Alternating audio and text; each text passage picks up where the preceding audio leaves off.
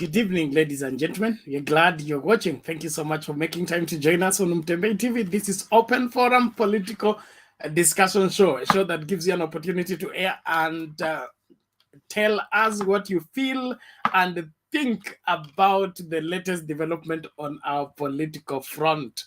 A lot has taken place, even as the Supreme Court goes through their status conference, issues some petitions, and others are thrown out. What is your take on the same?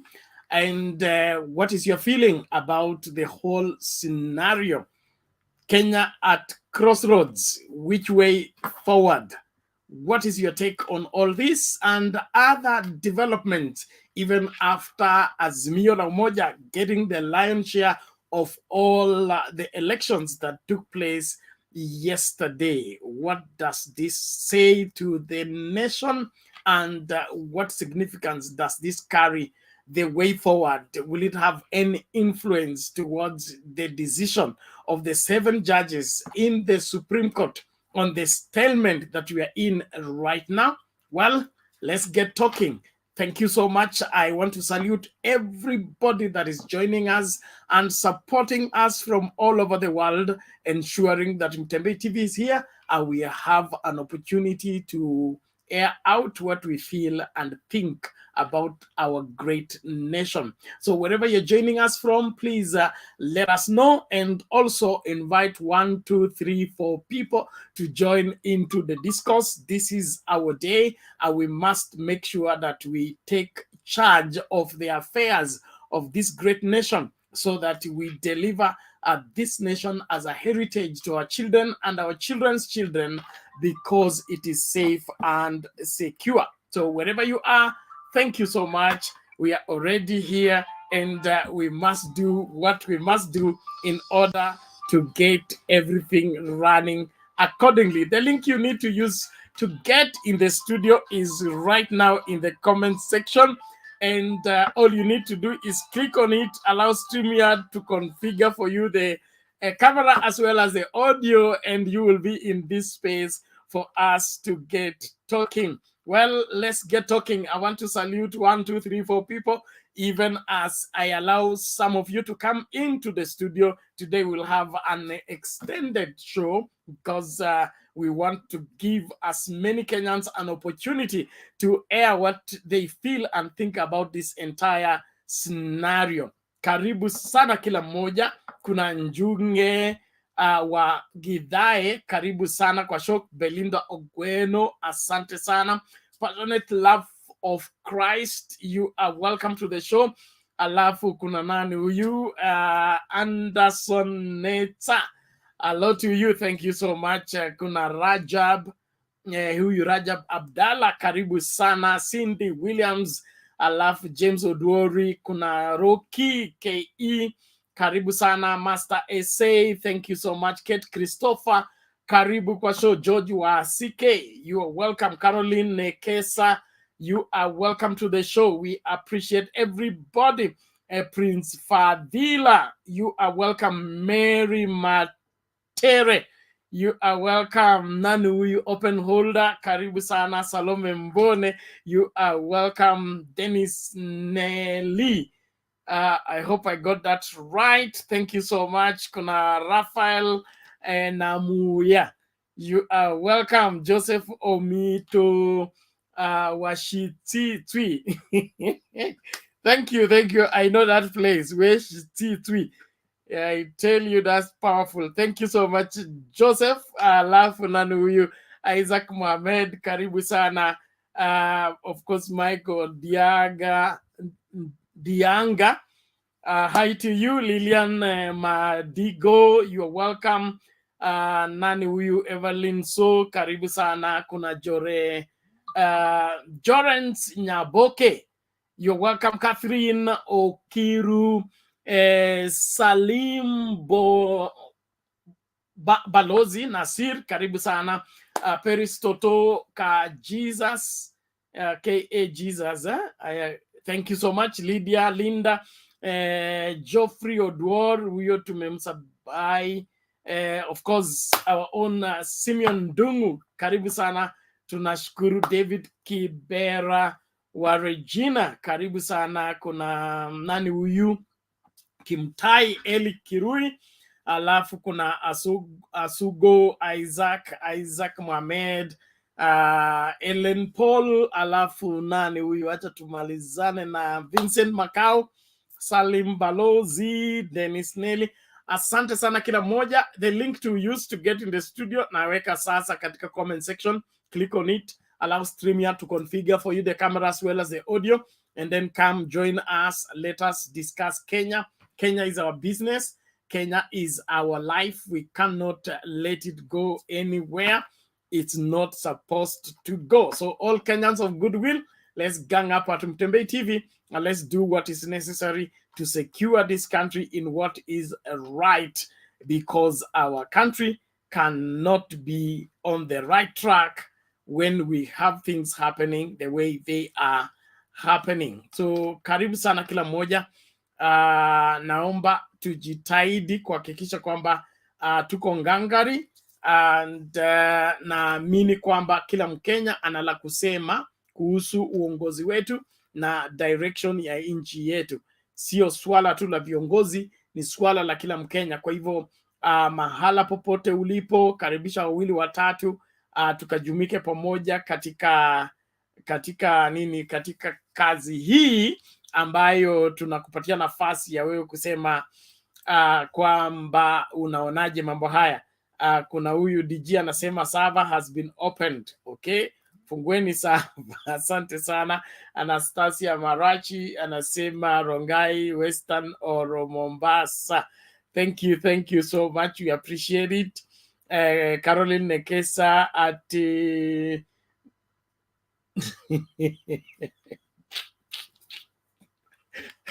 nini kilifanyika Ingo, tuambie kwa kina. Karibu kwa studio, tueleze kwa kina.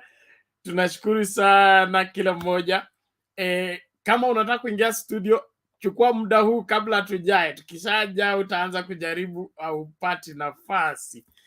Tuangalie maneno ya status conference. Kuna masuala ambayo yametupwa nje, mengine yakakubalika.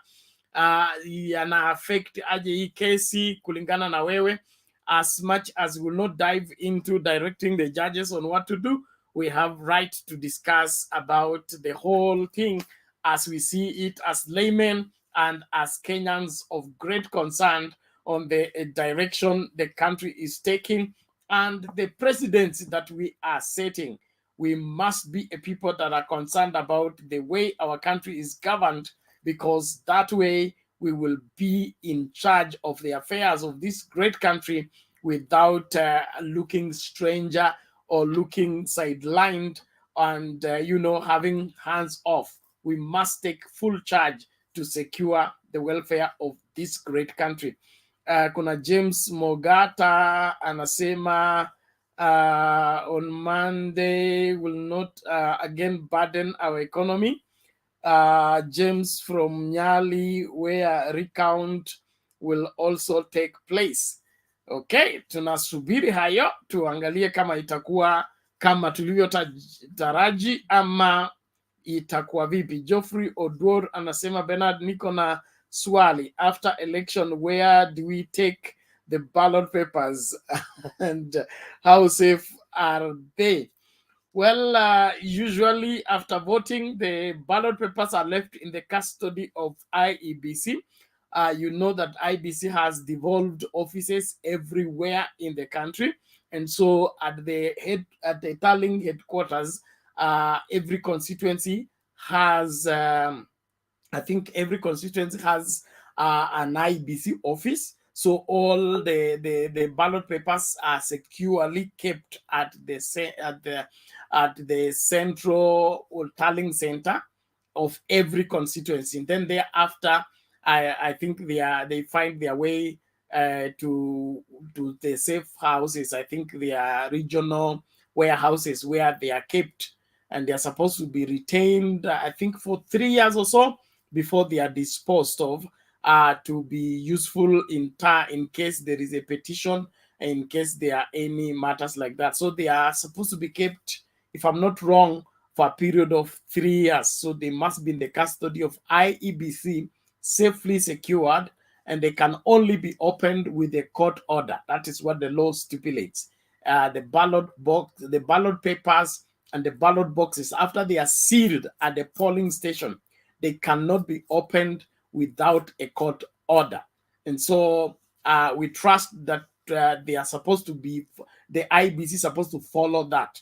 If I want, like, for example, I vote at Makadara and I'm not satisfied with the result of Makadara constituency, I cannot access those ballot papers or get them opened until I obtain a court order. That's what the law stipulates. And so after voting and counting, the tallying, all the boxes are safely in the custody of IEBC, but they need to be kept securely. So with the kind of case we have right now, we are not sure how safe they are with the IEBC, but we trust that everything will be all right, because we must get this country back to the place of functioning in their required order.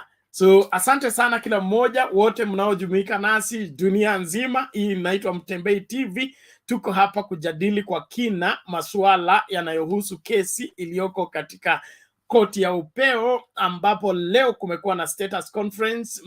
Maombi mengine yakatupwa nje, mengine yakakubalika. Sasa tungependa kuangalia kwa kina haya yametupwa yanaadhiri aje kesi na kwa nini, alafu baadaye bila kuagiza ama kuelekeza au mahakimu wanaohusika na hii kesi, tutaongea tu kwa vile tunavyoona kama Wakenya, alafu wanasheria watakuwa duty kesho morning kuendelea na kujitetea na masuala mengi. Asante sana kila mmoja. Ningependa sasa nifungue uwanja. Mama Selina huyu hapa. Vipi Mama Selina?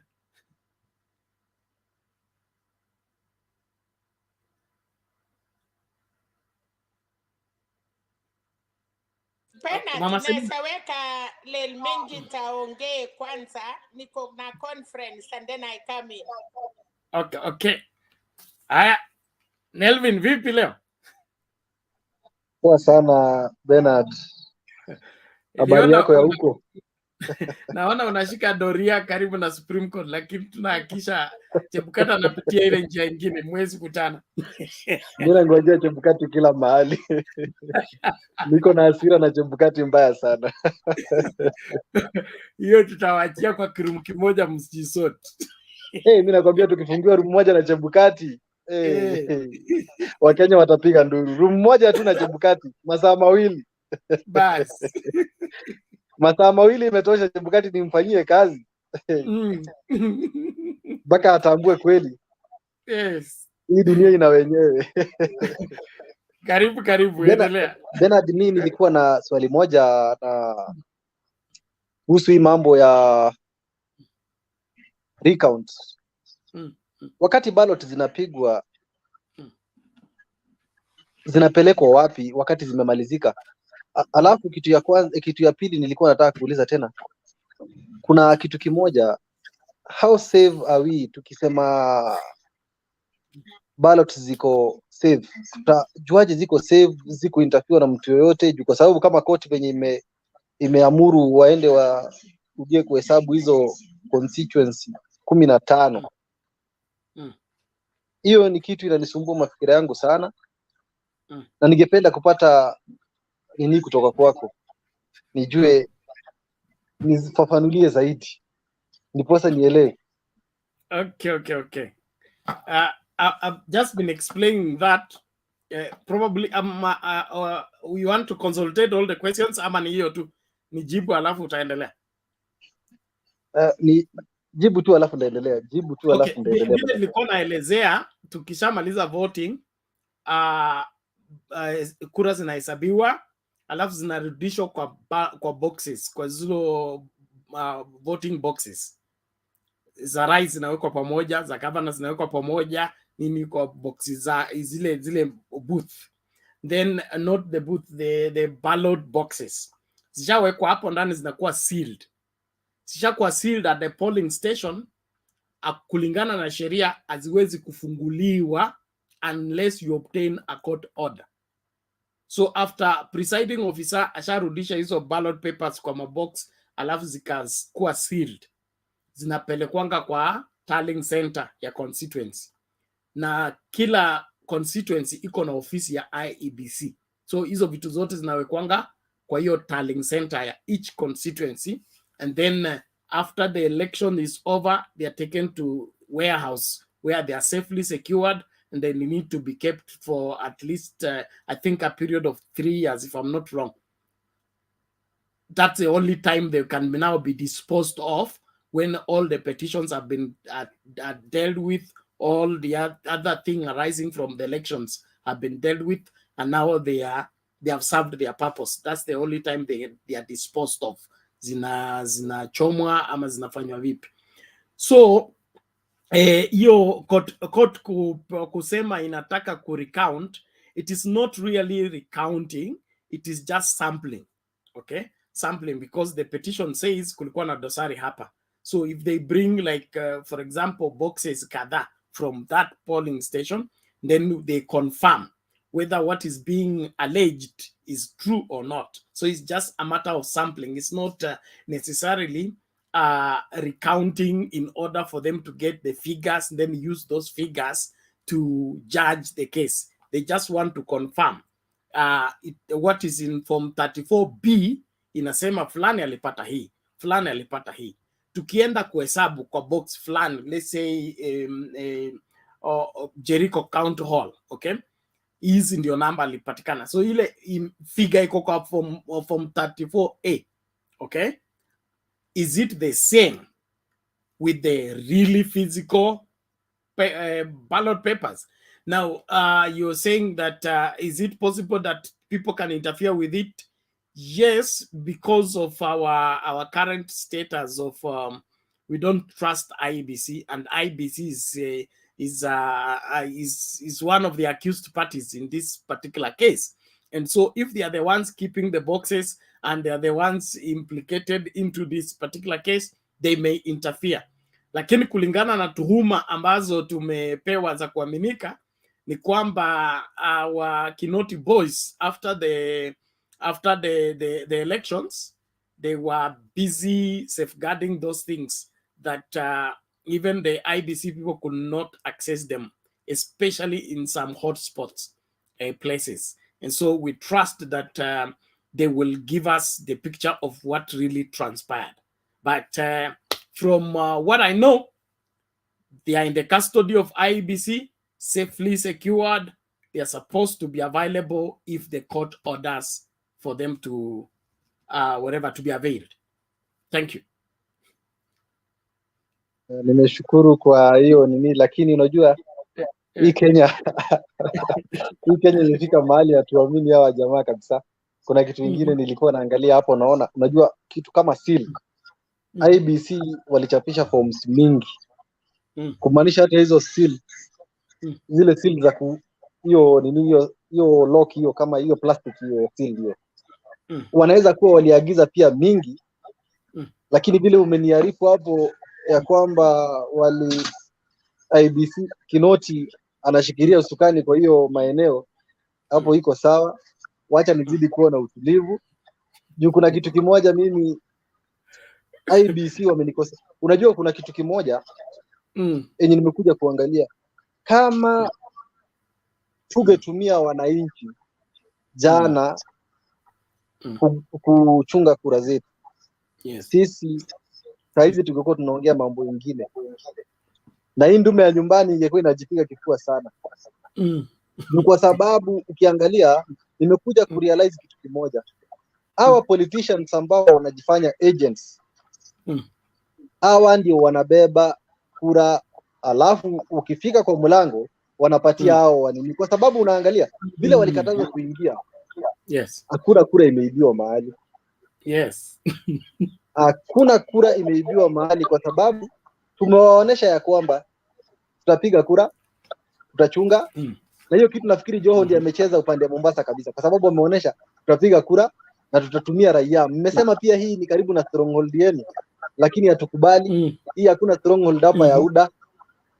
Na hata Sarai kura zenye amepata tu ujani ya kumhurumia, kwa sababu kama ingekuwa ni ile uchaguzi ya baba ako ndani, president, governor, Sarai angepigwa mbali sana, kwa sababu si watu wote walitoka kupiga kura.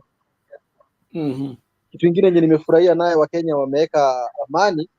Leo nasikia niko na furaha kwa sababu unajua nimefuatilia hiyo nini ya asubuhi, hiyo koti asubuhi, na nimeona vile hao majaji na wale maloya wakina William ni kama wameanza kusense defeat, kwa sababu ukiangalia hata vile ambavyo wanajitetea hapo ni kama wamesense kitambo hii kitu tumeanguka tayari.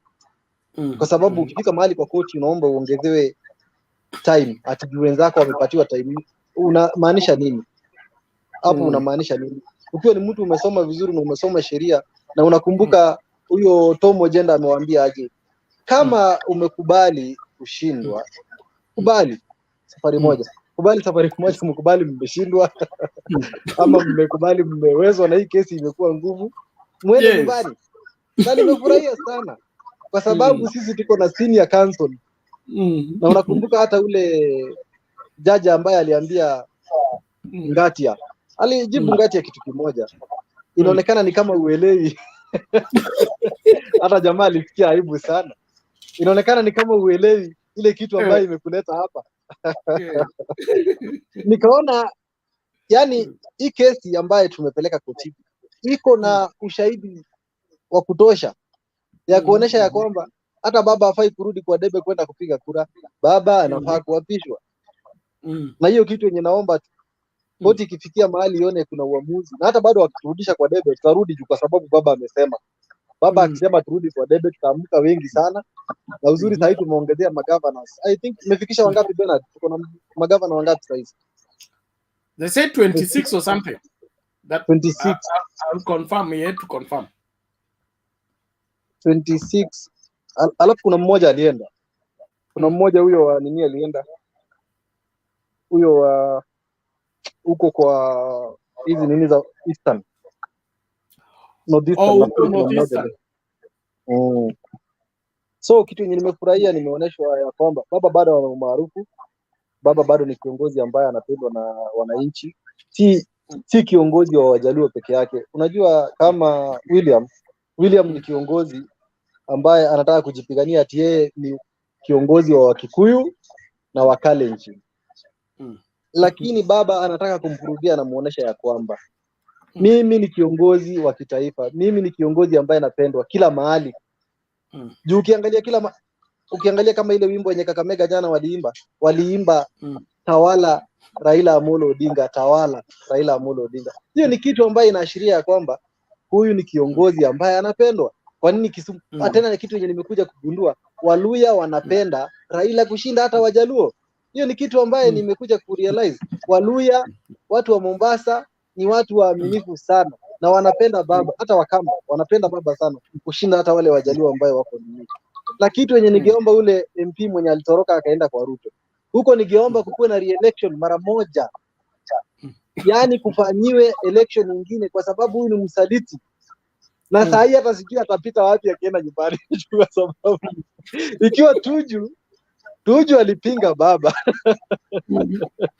Tuju alihamishwa mpaka Kisumu kwa sababu wewe ni msaliti. Na hiyo kitu yenye mimi nimekuja kuona William anatumia pesa kwa sababu ya kitu kimoja. Hebu wewe niambie, Oscar Sudi aingie kwa Raila inaashiria nini? Itaashiria nini? Kwa hivyo Ruto aache kuingia mpaka kwa bedroom ya wenyewe, atulie, aende nyumbani, ajifunze, arekebishe tabia. Unajua kama jela tumewekewa sisi kama raia, tumewekewa jela juu ya kitu kimoja, si kutuadhirisha sisi. Jela tumewekewa juu ya kujifunza nidhamu, uende ubadilike kama wewe umekuwa na tabia ambazo zifurahishi wazazi na jamii.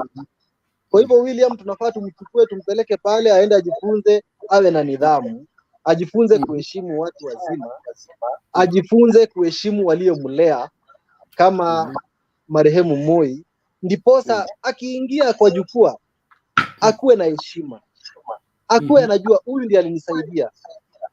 Usiwahi enda mahali umesaidiwa mpaka na usingizi ndugu yangu, alafu Ukifika hapo asubuhi umeiba baka viatu wenyewe kwa mlango ukienda. Hiyo ni aibu sana.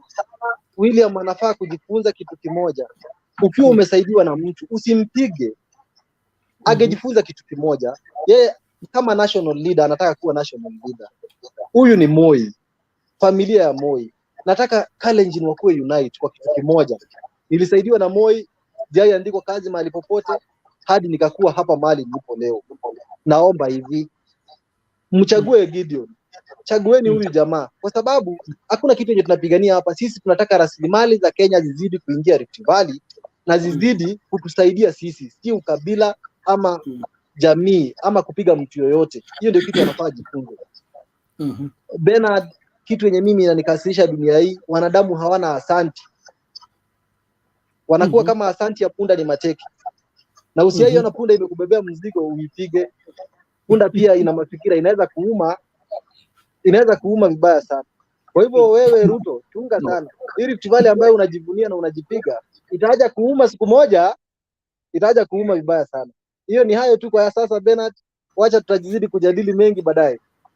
Sawa, asante sana Nelvin. Nashukuru kwa huo utangulizi na tutasonga mbele. Just on the matter of the whatever the ballot papers, after they are sealed, the agents are supposed to record the number of the serial number of the seal.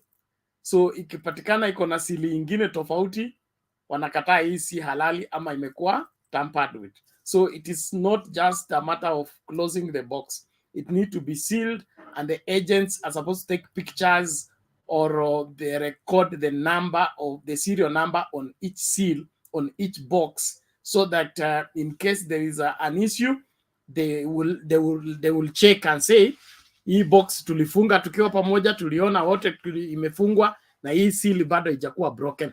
But when the seal gets broken, then that box cannot be trusted at the court because imekuwa tampered with. So kuna mambo mingi tu hapo katikati, si eti leta tu box mwaga, lazima ikaguliwe, ikubalike kwamba ni ile halali. So kama kuna wale ambao wanajaribu kuinterfere na hiyo maneno, watashikwa tu na ile mkono ya serikali ambaye ni mrefu. Thank you. Mama Selina, karibu. Namna gani? Asante Penat. Tunashukuru, tunaona kesi imeanza kotini, interpretation ni mingi, lakini pale sisi waraia, unajua sisi si wale lawyers, na pangu mimi naona imeanza vizuri kwa sababu naona Chakwaya yake ametupiliwa mbali, ya Moses Kuria imetupilia mbali, ya Nkatia alikuwa nataka ama watu ya Ruto alikuwa nataka the 4 commissioners wasisikiswe, lakini wamepatiwa time, hata kama ni 15 minutes each. Hiyo ni wakati mzuri, 1 hour, that is enough, kwa sababu wanaenda kusema facts. Nkatia naona alilalamika akasema wako wachache, lakini wenye wamestaki Chebukati ni watu wengi, na walikuwa nataka pia itupiliwe mbali. Naona pia haikuwezekana, ndiye akaambiwa na lawyer ya baba ya kwamba kama wanaona ni imekuwa ngumu, then wa retire. Ingine najua penalty, nimeona kotini itafanya haki, na nimeshukuru pia baba amesema baba ni yake, lakini si wananchi. Baba anasema chote itatoka kotini, atakubali, but itategemea penalty, because baba ni baba na sisi ni sisi. Baba anaweza amua vile anaamua, lakini sisi wananchi tutakuwa na usemo kwa sababu sisi ndiye tulimweka baba pale. But kulingana, kwanza nimeshukuru kotini wamekubali ifunguliwe hiyo maward yenye imekuwa na shida. So tuone what was really happening, na ninashukuru kwa sababu imekusa Bomet, imekusa mahali tuliambiwa forms imechenjiwa. Lakini ikipatikana ya kwamba kuna kitu iliendelea hapo kubadilisha numbers. Hapo unafikiria mambo, na ndiye sababu baba alilipepa lori msima, tulikuwa tunauliza hii lori inaenda wapi. So tukicount hizo 15 ama 20 tuone kuna shida. Hiyo ni kumaanisha yote iko na kasoro. So najua kwa hii siku 4 wamepatiwa time. Na kwanza penalty, kama umestakiwa na watu karibu 18, ukweli ni kwamba utajibu gani uache nani? Kuna petition ya baba, kuna ya commissioners, na kuna ya law society. Naona hii watu wanasema ati Matakarua, ati Law Society of Kenya wasiruhusiwe kutoa ama kusikiza. Matakarua na Law Society of Kenya, uwezi kuja kutuambia ati because I'm a member today ya kanisa yako, in case kitu ifanyike, kanisa yako wananyimwa haki. These people, sijui wanafikiria nini penalty. You know, they are still assuming themselves. Watu wanasoma, mimi nasemanga, hii VAT yenyu si ile ya zamani. Ile ya zamani it was real. For these people, wanapepa tu makaratasi, lakini upongo ni hata sisi wenye hatujaenda shule tunaweza reason. Because I'm a member of your church. What does that mean? Kunyimwa haki ya kutoa ukweli. So, na wakati Law Society of Kenya walikuwa nasimama nao kwa mambo ya PPI, because Law Society of Kenya, they are there to defend the right of the country, si party. Wakati walisimama na hawa, kwa nini wakusema watolewe? You know, these are petty things, but nashukuru, nimeona Martha Kome, nimeona Philomena. This is the time of mama anaitwa mama. They are the mothers. Wakicheza, wataweka nchi kwa shida. Na nchi ikiwa na shida, mwenye anakuwa na shida ni mama. So I hope the two ladies, the President of Supreme Court and the Deputy President of Supreme Court, it has happened that they are ladies, but it is not ladies, they are really churches. So tunafikiria ukweli itapatikana. Naona Ngatia wametetemeka. Hatu wa kike mwenye alikuwa naongoza kesi ICC, niliona hata leo ilimshinda kujua yeye anasimamia nani. So these things, unajua penalty, kama umeipa, hakuna kitu mbaya kama unajua unaenda tetea uongo. But you know, if you are confident of what you are going to tetea, hata utaki maneno mingi, unaulizwa swali na uko straight. Ni kama ile kesi mtu ameua mtu, na chacha anajaribu kusema akuua, and the person is dead. Haya, aliua aje? Sasa anajaribu kusema vile ilifika mpaka akakufa, lakini still you have killed. So hii watu penalty wanajaribu kusema uongo kwa kuipa kura, of which it cannot come through. Second, it is time for Chebukati. Chebukati anajua leo mahali analala. I wish ningetangaza the right person. Ama kama ikukuwa kuna the right person amewin, angesema tu we go for rerun. Because hiyo msiko yote Chebukati leo iko kichwa yako. And your wife alitoka kabla ya kura, akasema tukuombe because she knew you are going to do wrong. Chebukati penalty, kama ataruka kwa baba, hataruka kwa hii lawyers ingine. Paul Mwite, na nimefurahia kotini vile wamesema wasilete shida yao ya IEBC, watatuliwe pale mbele. Nyumba yako ikichomeka penalty, go back, know how you fix your house. But pia Deputy Commissioner and the rest wamepatiwa time. Chebukati ako na lawyer yake. You cannot, Chebukati, I don't know how if nyinyi ni lawyers ama watu wamesoma.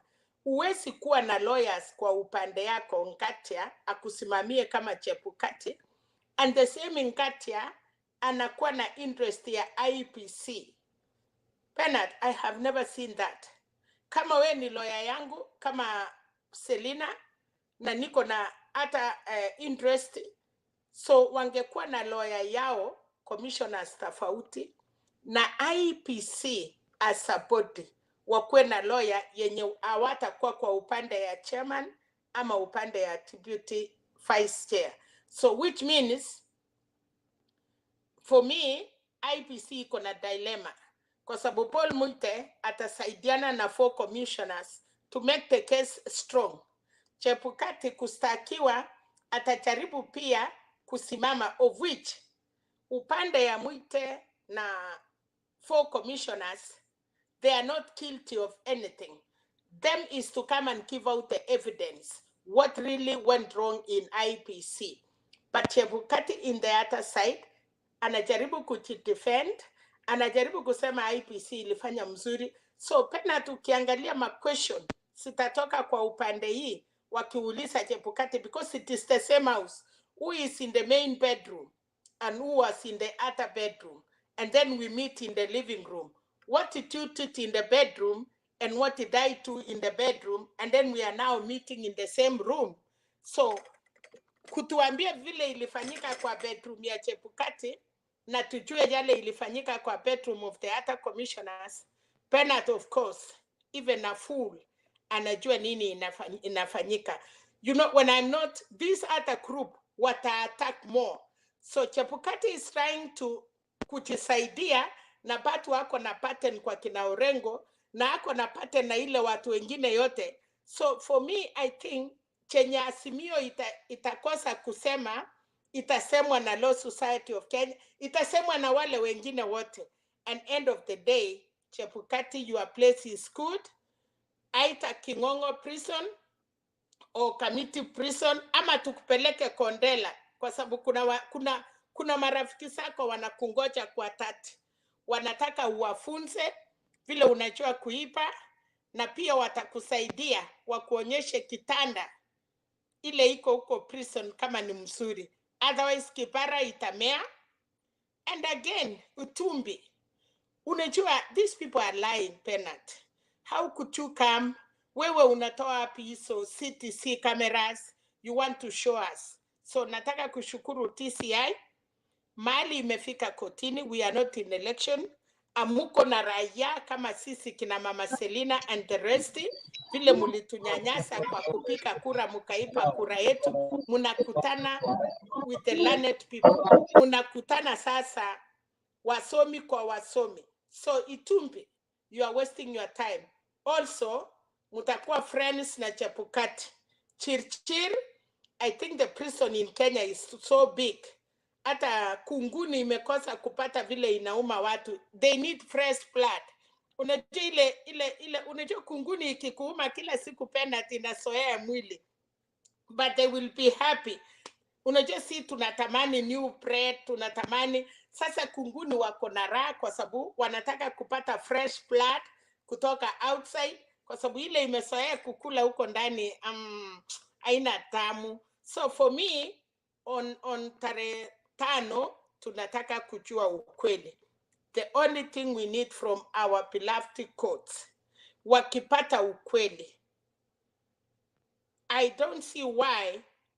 One, I know tukienda rerun, we are not going with criminals. So it is up to IEBC, it is up to government, ama Supreme Court, watuambie in 3 months, kama tutakuwa na another body, of which President Uhuru is still the president up to the next elected president, and we can get a body to run our election. And then after that, the new president will come and see what to do with IEBC. Or, kama tutaenda rerun, ama watutangazie the real person who won the election. Na kwa hapo tuko macho, vile walikuwa macho Kakamega, na vile tumekuwa macho Mombasa, na out of ile election yote imefanyika, UDA imepata moja, ile waliipa, even for Rungai was not a genuine, na independent hiyo imepatikana ya ward. Otherwise, 5, uko na 2 governors and 3 members of parliament. What does that show you, Bernard?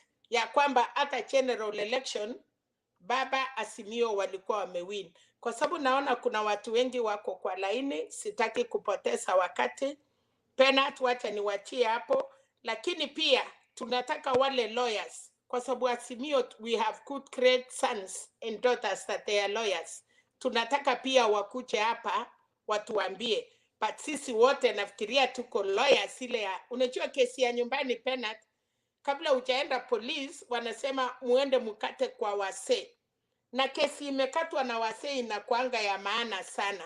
So kesi hata sisi vile tutakata inashinda hiyo ya vitabu. Asante Penat.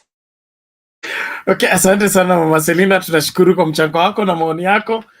Tunashukuru sana kwa mwelekezo wako. Tunaomba kwamba kila mmoja tafadhali jitahidi, na watu wa comments, heshima idumu. Kuna hekima ambayo inakuja kwa sababu ya kula chumvi nyingi. Kwa hivyo usione kwamba wewe ni digital unaelewa sana, hauwezi kusikiliza kwa wale ambao wamekutangulia. Njia wewe ya pekee wewe kumakinika kama kijana ni kujifunza kutoka kwa wale ambao wamekutangulia. So they may not speak the way you want them to speak, they may not express themselves the way you expect them to express themselves, but there is wisdom that is coming your way if you are keen enough to learn from all that is being said here. And the law is given to us as a people so that we can govern ourselves, especially in our relations with one another. So there is nothing out of order that we are in court right now. It's supposed to be very normal, and I'm happy that Kenyans are taking it positively, and we need to do it that way. And then, of course, the lawyers will come and tell you the law is very clear. But after they have told you the law is very clear, it is the judges who come and tell you, although it is very clear on this, it's supposed to balance with this so that we come out with this particular verdict. But from the look of things, I think the Azimio la Umoja, One Kenya have a very strong case, and the people to defend that particular case needs to do homework. Kuna vile ambavyo lazima kila mmoja ajitahidi, la sivyo hapa kitanuka mapema sana. All in all, naomba tusonge mbele, tusikilize video moja hivi alafu tutasonga mbele. Video moja ama mbili ili for us to be on the same page. Let's get the kind of whatever the direction of the court on the matters before them, then one response from Ngatia, and then we proceed with the discussion. And wherever you are joining us from, please invite 1, 2, 3, 4 people so that upon consolidation of the matter is to settle the issues for determination. The court, having considered the pleadings that were filed, the submissions, and all the documents that were filed, we have framed 9 issues that have been shared with you by now, I believe, but I'll read them out.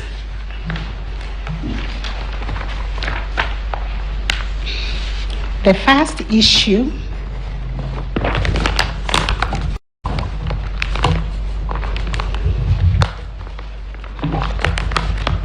is whether the technology deployed by IEBC for the conduct of the 2022 general elections met the standards of integrity, verifiability, security, and transparency to guarantee accurate and verifiable results. Issue number 2, whether there was interference with the uploading and transmission of Forms 34A from the polling stations to the IEBC public portal. Issue number 3, whether there was a difference between Forms 34As uploaded on the IEBC public portal, and Forms 34As received at the National Tallying Center, and Forms 34As issued to the agents at the polling stations. Issue number 4, whether the postponement of gubernatorial elections in Kakamega and Mombasa counties, parliamentary elections in Kitui Rural, Kacheriba, Rongai, and Pokot South constituencies, and electoral wards in Nyaki West in North Imenti constituency, and Kwanjenga in Embakasi South constituency, resulted in voter suppression to the detriment of the petitioners in petition number E005 of 2022. Number 5, whether there were unexplained discrepancies between the votes cast for presidential candidates and other elective positions. Issue number 6, whether the IEBC carried out the verification, tallying, and declaration of results in accordance with the provisions of Article 138(3)(c) and 138(10) of the Constitution.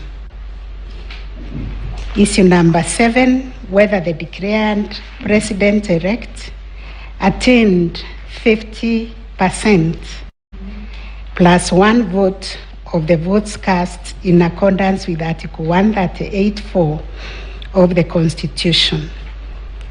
And number 8, whether there were irregularities and illegalities of such magnitude as to affect the final result of the presidential election.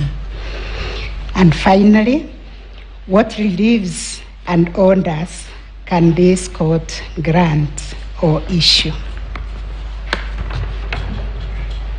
Those were the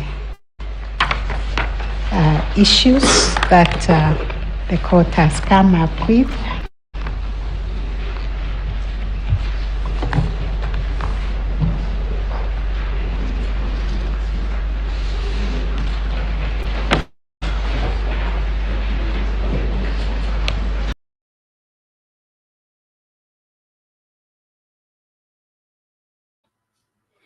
Well, thank you, ladies and gentlemen. Those are the issues before the Supreme Court that are being considered, and of course, they will be defended or opposed by the lawyers starting tomorrow morning, those of you that are in Kenya.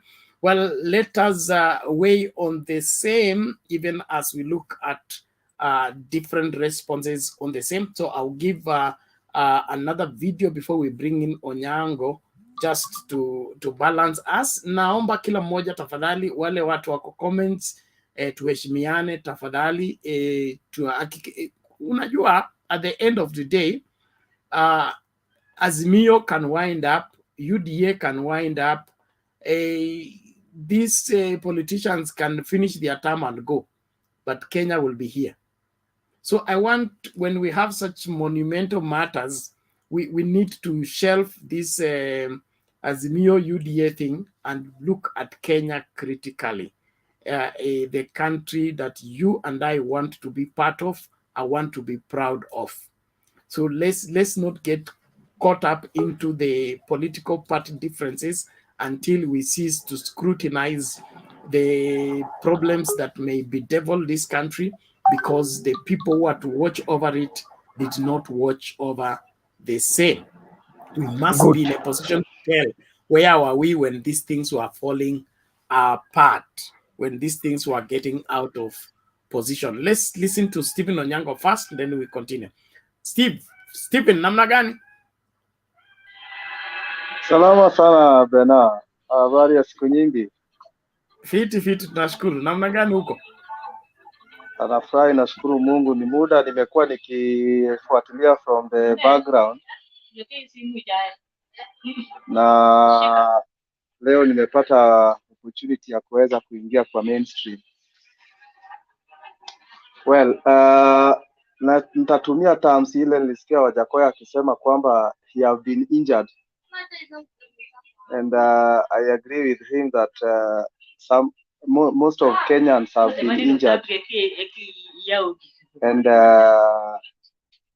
the feeling haijakuwa mzuri for sometimes, na hiyo ndio maana hata kwa hii channel kuna wenzangu wengine nimekaa muda bila kuwaona, sijui kama wao pia bado wako injured mpaka leo, but we thank God that he's on our side. Well, nikiangalia kesi ile inaendelea kuanzia leo, ninaangalia naona Melvin anaitanga William. Wacha mimi pia nitumie hiyo jina, anapenda kutumia sana William ana behave kama mgonjwa yule ako na kidonda na ameenda kwa daktari, lakini sasa daktari akimwambia anataka aoshe hiyo kidonda vizuri vile inafaa ndio ipone, yeye anamwambia aosha tu juu kwa sababu sitaki uingie ndani sana. Hiyo ndio character niliona pale kwa Supreme Court, na niliona judges walikaa gangari na waka insist kwamba wafanye vile wanataka, na tunaomba Mungu ili judges wapate wisdom ya kuweza kutoa uamuzi ile italeta justice to all Kenyans, because nimeona most of the time tunakuwa pushed kukuwa na peace, lakini justice inaachwa kanda, haitaki kutajwa. So we need justice so that we can have peace and love. And again, considering Wanonyango, you yes, seem to be in a noisy place, eh? Summarize mbio ama utatuliza kwako kwanza ndio uendelee? Wacha nihame kwa hiyo area. Hama hiyo area kwingine. Asante. Yep. Okay, thank you, ladies and gentlemen. We are here at Mtembei TV. We are looking keenly on the status conference at the Supreme Court, the matters before the Supreme Court, and the responses of different parties in the suit. And we want to see to it that our country is secured from all manner of malpractices when it comes to elections. I believe this is one place that we need critical attention. And so every Kenyan of goodwill, I believe this is something that you don't take lightly. And so let us all rally up together and insist on the right thing, no matter how convenient the wrong thing looks. It may be convenient, it may be, it may look like it's the only way out, but if it's not right, it will not help us much. We must be able to differentiate between, we learned in Bible school, we differentiate between the most urgent from the most important. If we don't do the most important and we choose to do the most urgent, we may end up losing both. But if we insist on doing the most important, through the most important, we'll be able to salvage even the most urgent. And so our country is on the crossroad. We must get our act together. And I want to appreciate everyone that joins us wherever you are. And please continue inviting somebody, share in your WhatsApp group, share in your Facebook groups. Let's see those numbers rising. We anticipate to have at least 3,000 people on the view as we proceed into the discourse. Asante sana. Naomba tumsikilize Onyango, kama umesoti hiyo maneno ya sound, malizia kabla tulete evangelist. Yes, now I think now I'm in a quiet place.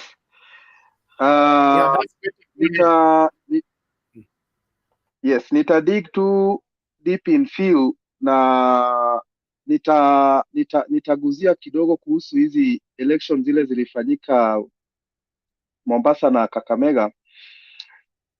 The result ilikuwa pleasing, na hata the cheering and the celebration pia ilikuwa ina speak a lot concerning the mood yenye watu wa Kakamega walikuwa nayo na watu wa Mombasa walikuwa nayo.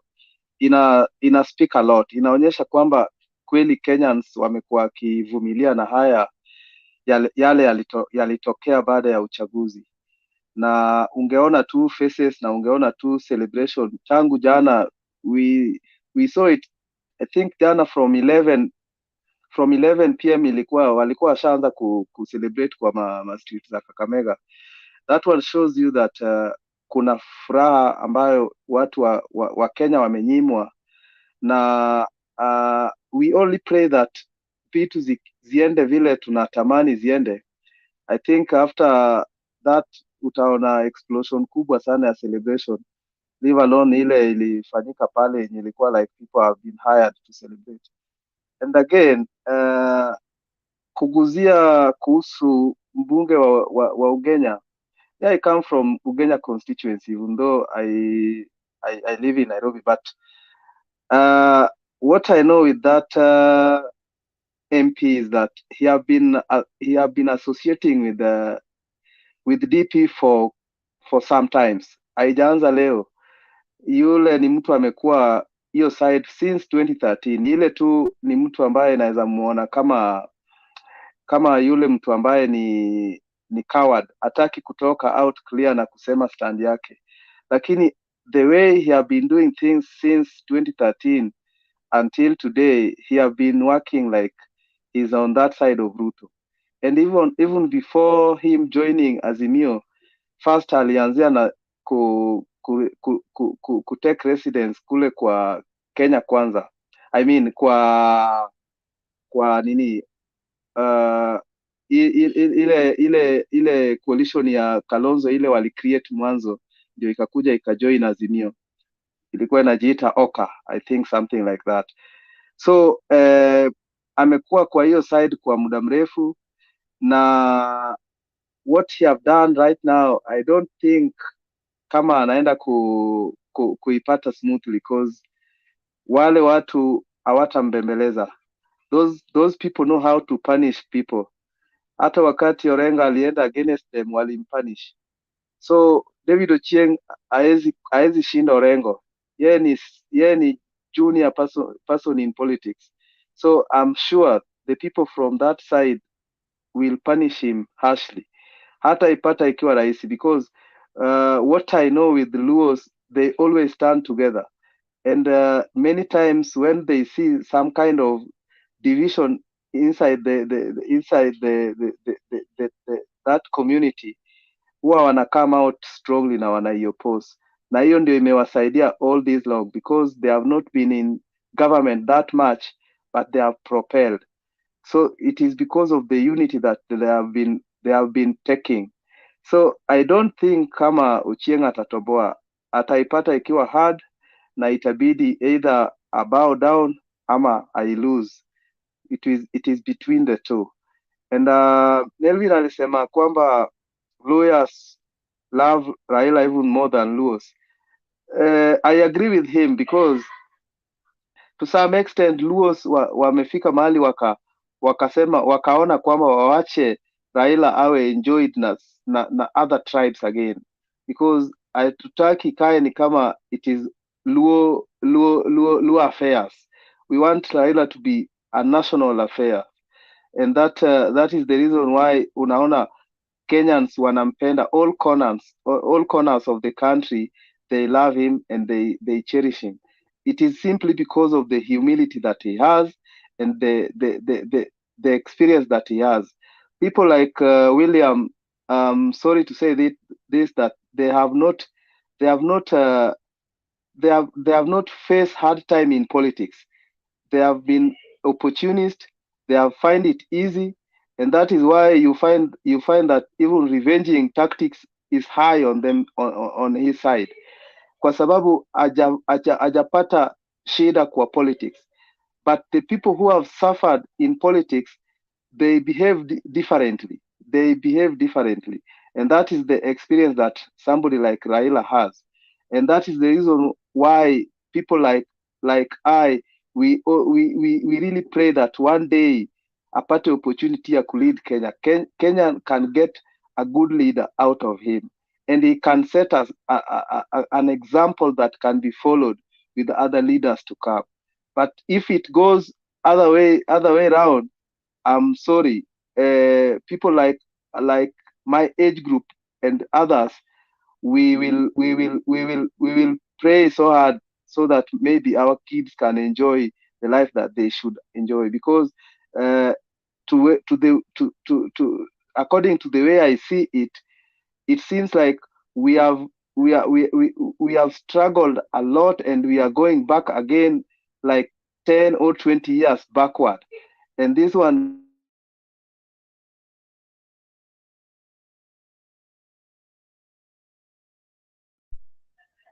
right now, even job is not there. Hakuna kazi kwa sababu ya uongozi mbaya. So I don't think kama Kenyans bado wangetamani kuongozwa na uongozi mbaya. Kenyans would not wish for that, because we have suffered since 2013. Things have gone to a scenario where you might think that we have gone back to 90s, 80s, and that is the reason why we don't want this kind of leadership of Ruto. We don't want it, and we really pray that judges of Supreme Court can use the wisdom that they have to find a way of doing this thing. Even if people will go back to election, I'm sure this time round the Baba supporters will take those areas on their own hands. Hawatataka hiyo mchezo. Itakuwa like the same thing that happened in Kakamega and Mombasa. Leaders wataungana na wananchi na watalinda kura. Haitakuwa hiyo mchezo yao ya kuibaiba kura, itakuwa kulinda. And this time round people will vote zaidi ya vile hata walivote the first round. So Bena, I don't want to take much of time. Let me leave it there and give some other brothers and sisters space to talk. Okay. Asante Bwana Stephen, nashukuru kwa mchango wako na maoni yako, na ni muhimu tuangazie masuala haya kwa sababu yanaguzia maisha yetu ya sasa hivi na ya baadaye, na njia pekee sisi kuishi vizuri ni ile hali ya kushughulikia vizazi vijavyo. That's what makes you live to the maximum. And so as young people, we have everything on our shoulders in ensuring that the coming generations will have a better life than us. And we can only do that by securing the future and ensuring that we have good legislations, good rulings that are able to help us safeguard the gains that we have gotten so far. Ningependa kumruka Evangelist Alan, and then tumsikilize mzee Karara kwanza, alafu tutarudi kwa mwinjilisti. Hiyo ni muhimu kwa sababu heshima idumu. Okay, and then we say we should know how to handle our elders because they carry our future. Wewe ni mwinjilisti, unajua Biblia vile inasema. Kwa hivyo sitaki kuhubiria. Asante sana. Wengine wote nashukuru. Tafadhali tuendelee kukaribishana, tuendelee kuhakikisha kwamba Wakenya wote wanaingia katika mjadala huu na wanafaidika na kile ambacho tunazungumzia. Wale ambao mko indifferent, sasa sijui kwa nini mko indifferent. Ukweli ni kwamba Kenya hii ni kubwa kuliko mtu yeyote na lazima ikae katika mahesabu yake, licha ya wewe upende usipende. Kwa nini hii nchi haiongozwi na mtu, inaongozwa na katiba, na katiba ndio inapeana nafasi. Kama umekuwa kwa elections na hujakuwa satisfied na matokeo, enda kotini. Sio hata kuchukia huyo mtu aliyekushinda, ni kufuata katiba vile ilivyo. Kwa hivyo kila mmoja usiweke ma feelings ati kwa nini mko kotini. Na kama mtu alishinda kura vizuri, shida iko wapi? Kama umemaliza homework na mwalimu anasema nataka kuangalia vitabu za homework, utakuwa na shida? Utakuwa tu na shida kwa sababu hukufanya nini? Homework. Na utakutwa kwa sababu hukufanya nini? Homework. Lakini kama ulifanya homework vizuri na uko tayari kuonyesha mwalimu vile ulifanya homework na umefanya kulingana na vile maagizo ilisema, you will be happy to be checked. So let's not make this a big deal. It is supposed to be a normal process of our electoral system as the constitution stipulates. Thank you so much. And we also joined by Wekesa. He will be talking to us and helping us navigate through the discussions along the way. Mwinjilisti, inaonekana mzee Karara ametimuliwa na internet. Kuna watu hapa ambao wanaonea watu wengine. Yeah, kama wewe uko hapa and you are a part of the hacking system people, wale mnakuja kutesa panelist hapa kwa sababu wakiongea maneno inawachoma, you release Holy Ghost fire on you. Hiyo tabia ni mbaya sana. Tafadhali kuwa kwa show, kama inakuchoma enda uanzishe show ingine huko ile unapenda. Usiinterfere na show ya watu, kwa sababu Wakenya wanafurahia show kwa wanapata nafasi ya kusema yaliyoko moyoni mwao. Evangelist Alan, vipi leo? Unmute, the mic is beside your name on the screen. Thank you, Bernard. Karibu. I'm happy. Nimefurahi tena kuwa mahali hapa na wazalimu wote ambao wako kwa show leo.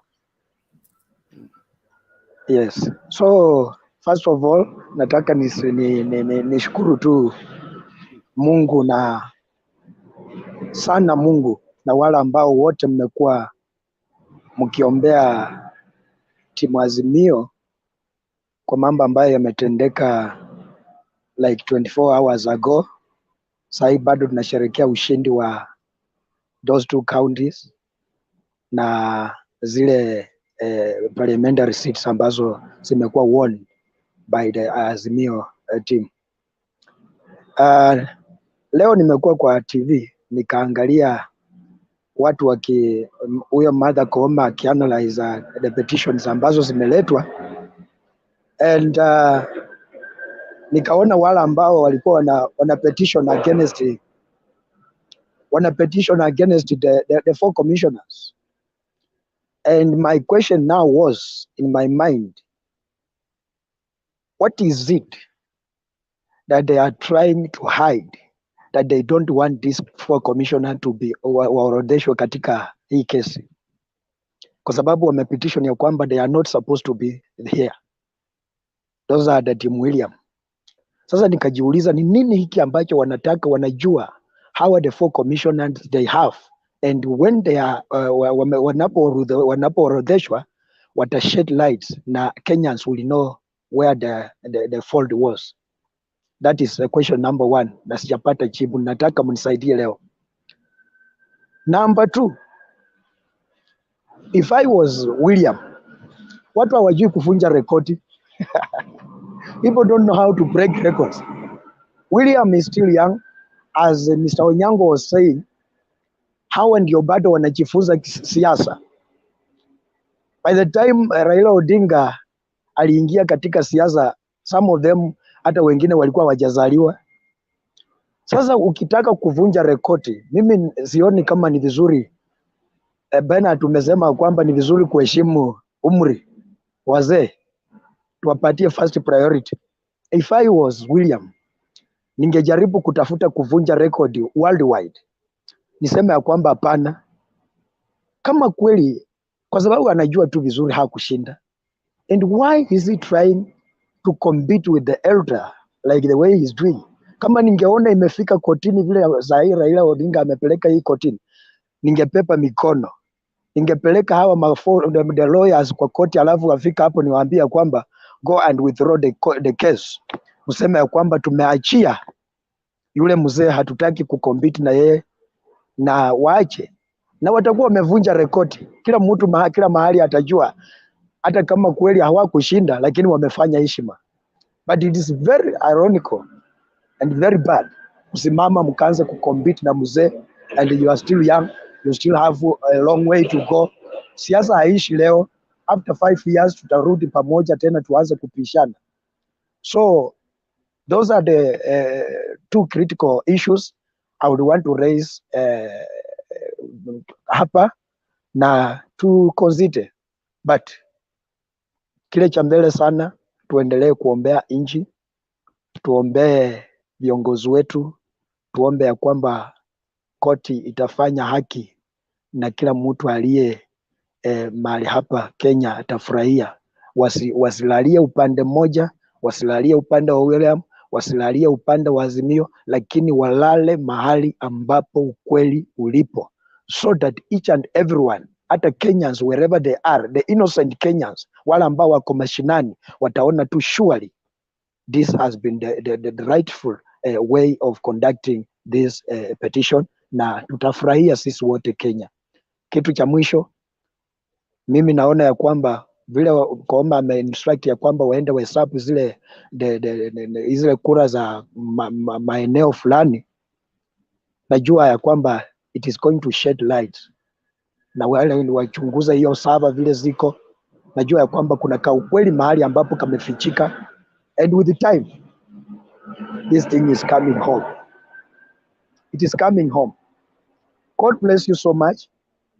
I'm Evangelist Simiyu Alan, and tupendane. God bless you so much. I don't know where Bernard has gone, but I know he's still here. God bless. Okay, thank you so much for your contribution. I think Bernard has left shortly and is coming back. There he is. He has advised me that who is following? Elizabeth, then Gilo. So, Elizabeth, how are you?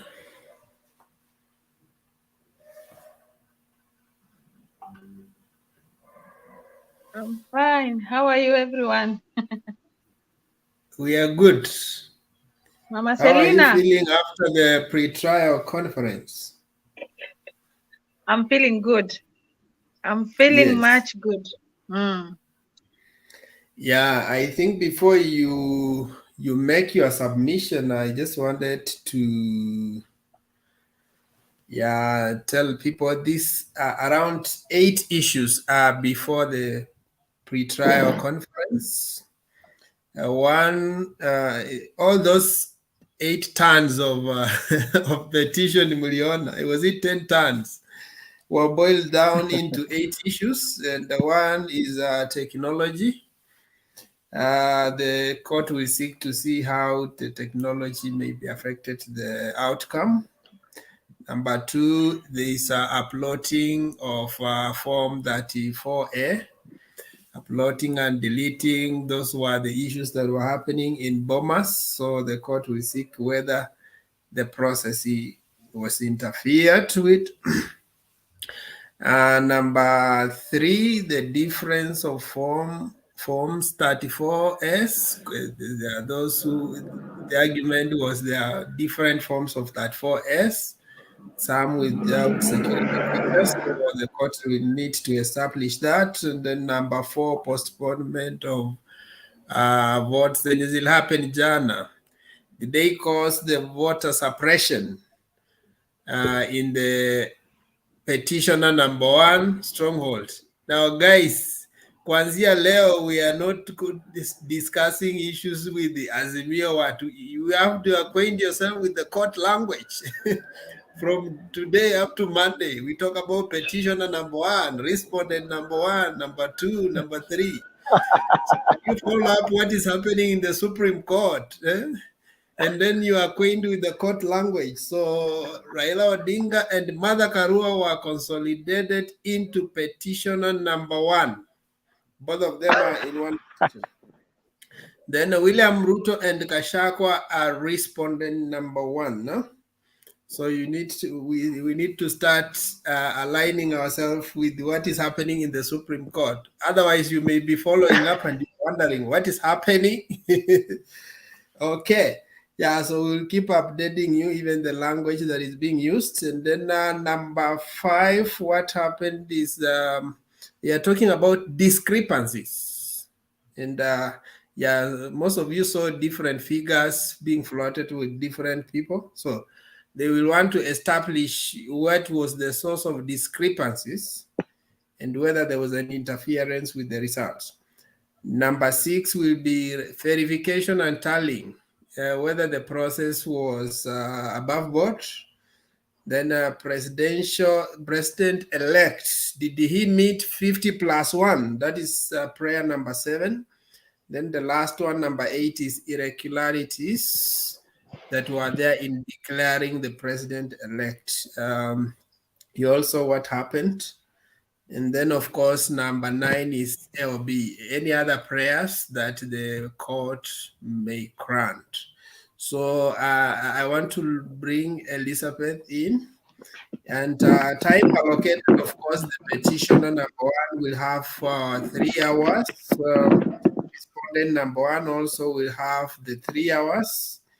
The rest will have, the rest of the petitioners will have for 30 minutes each. Then the rest of the respondents will have the 4 commissioners will have 1 hour. So because there are 4, they will split themselves into 4, so that will be 15 minutes each. Or if they decide they can do 1 hour, all of them together, it depends on how they want to do it. If they can use 1 lawyer and do it in 1 hour, as a consolidated response, so that is it. Then I think on Friday we will have a rejoinder where the petitioner will have 1 hour, then the rest will have 15 minutes each. Of course, the respondent also in that order. And then for those who have the prayers that have been given to go check the server, and so it's called the application for discovery. So that they will also have a time, I think somewhere on Friday there, where the petitioner will be given 30 minutes to respond to, after the discovery on the server, what happened. And then there was also that those other supporting petitioners your youth ndio will apply, so they will have 20 minutes. Khalif will have 10 minutes. And of course, IEBC and William Ruto will respond to that application for discovery, 30 minutes each. So just giving you a summary of what the pre-trial conference established. Of course, ile ya mzee Agano, ule wa Agano, it was struck out. Tulisema court is not a respecter of persons, whether wewe ni bishop ama ni nini. Bring their substance. Yes. It was struck out. Moses Kuria was struck out. Another one which was struck out was this UDA thing, or the respondent thing about 4 commissioners. They didn't want them to be included, but the court said they don't want to be involved in the wars in the commission. And so even whether Mwite will represent these other commissioners and former AG represents IEBC and chairman, let them do how they want to do it. Of course, nation media has been fake on this. They say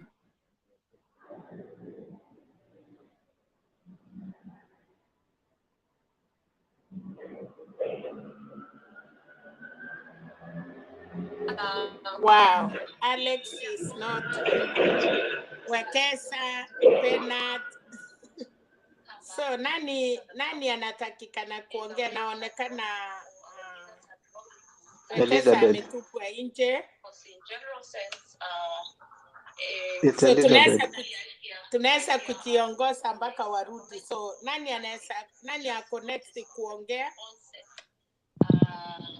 I think ni Elizabeth alikuwa anapata. Okay, Elizabeth, karibu. I don't understand Hi everyone. Mama Selina. Hey, Mama Selina nimekumiss sana. Hi. Niko. But nimekuwa nikikuombea, umekuwa na homa kali. I thank God because now you are getting better.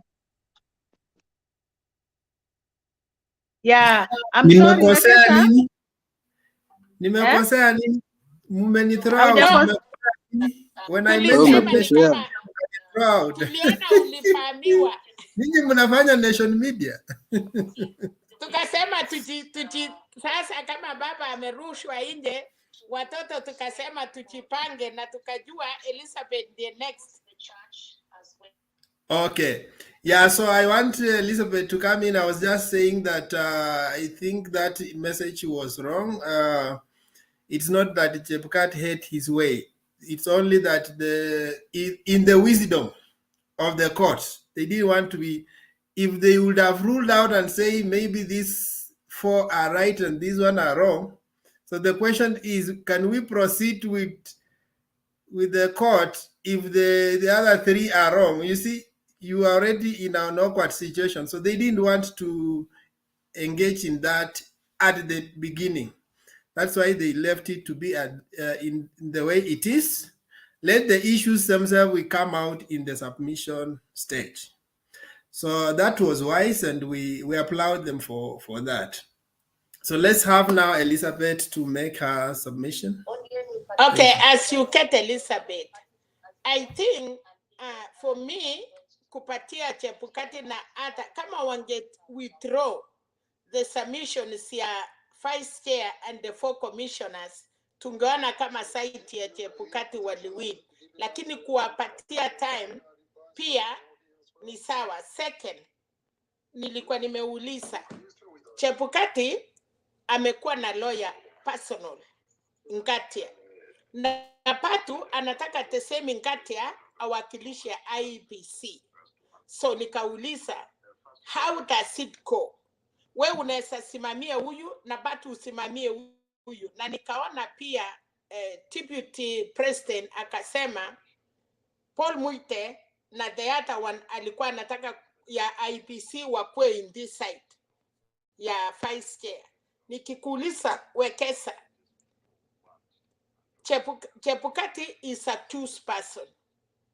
Na hiyo msiko yote ako na cases ya kuanza from 18 lawyers. These other 4 commissioners wamekuja kushikana kusema upaya ya Chebukati. So for me, I feel like Chebukati amewekewa mawe saiti kwa kichwa.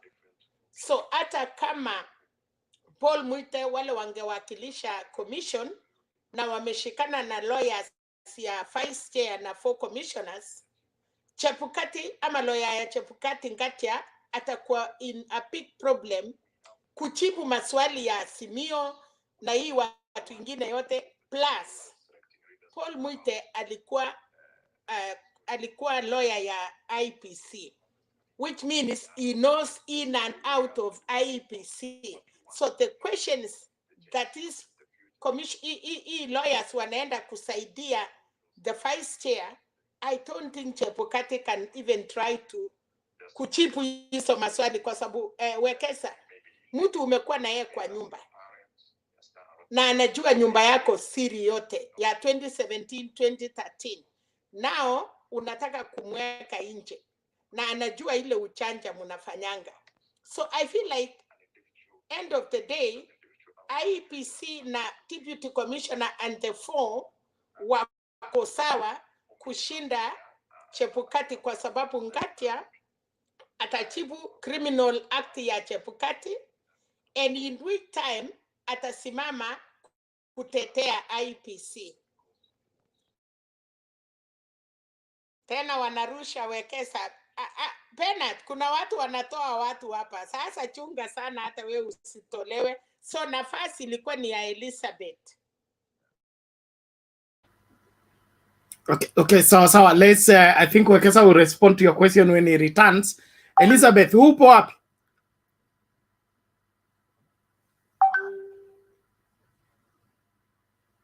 Elizabeth, take it.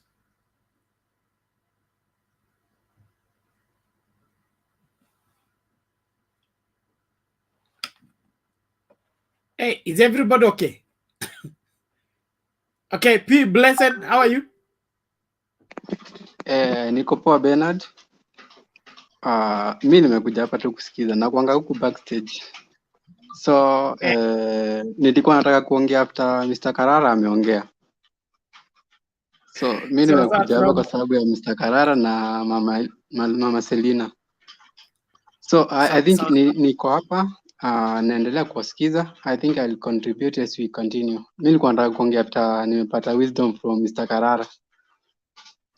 Okay, we are waiting for Mr. Karara to come back. I think he Okay. has technological hiccups and Bernard, before I forget, Bernard, bona mnafanyia Moses Kuria hivyo bana? Mnampiga Mombasa, akirudi Nairobi, kesi yake inatupiliwa mbali. Mnataka afanye nini? Tulimwambia kuna mapito ambayo ustahili kupita. Kuna mapito ya wana wa Israeli peke yake. Wafilisti wakipita huko wanagaragishwa, so yeye achague mapito, akipita vibaya basi. Okay, so let's someone else contribute, Bernard. Thank you so much. Thank you. Let's keep the conversation going. Wekesa, asante. Kuna swali umeulizwa na Mama Selina. If you have your acts together, you can wacha tupatie Elizabeth kwanza. Elizabeth, umerudi?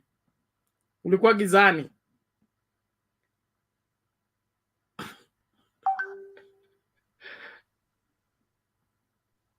Hello everyone again. Hello to you. Karibu. Nimekaribia, nashukuru. Tafadhali naomba tu muda kidogo, wacha huyu next aongee. Kuna kitu kamenishika kidogo nakuja. Tafadhali. Sawa. Thank you very much. Wekesa, you can respond to Mama Selina's question and then we move forward. Yeah, nimethrow out 2-3 times, sijui kwa nini ama nilikosea nikiongea mambo ya nation media. I'm thrown so many times out. Okay. Yeah, Mama Selina, towards the end sikusikia, my network ilikuwa imehang, then I was thrown out. So just repeat kindly. Yes, niliuliza swali. IEBC Wafula Chebukati Nkatia ni personal anamuwakilisha kama Chebukati. And then again the same Nkatia anataka kuwakilisha IEBC. Now Paul Mwite with company ndio walikuwa wanawakilisha IEBC 2017, na kwa sababu kotini walisema we cannot come kwa nyumba imekuwa defied, so hatuwezi sema wewe Paul Mwite ni lawyer ya IEBC ama wewe Nkatia still ni lawyer ya IEBC. Akamwambia commissioners, the 4 commissioners, allocate your time to Paul Mwite and the other one so that wasaidiane. Nikauliza swali. Chebukati is accused person. The 4 commissioners wanakuja kusema yale mambo ilifanyika na IEBC. Now, this Paul Mwite ni mtu amelala kwa IEBC because he's a lawyer, amekuwa lawyer ya IEBC na anajua ile siri yote walifanya. Nikauliza, between now the vice chair and Wafula Chebukati, nani amechomwa, amepatiwa msiko mingi ya kuchomwa? Ni Chebukati. So nikataka kujua kwa wewe Wekesa, between the vice chair. Okay. Kwa sababu naona kuna watu wana celebrate kuona kama kuna watu wanafikiria ati kesi ya vice chair imetupiwa mbali, ati sasa Chebukati yako sawa. So I wanted you to, najua nyinyi mnajua at least kidogo kutuliko. Yeah, I think for me it's a good problem. Just as a handshake brought a good problem. But all these revelations we are having, and you are seeing even UDA or Kenya Kwanza bringing CCTV of security going to see Chepkati. We could not see these things 2013. We could not see these things 2017.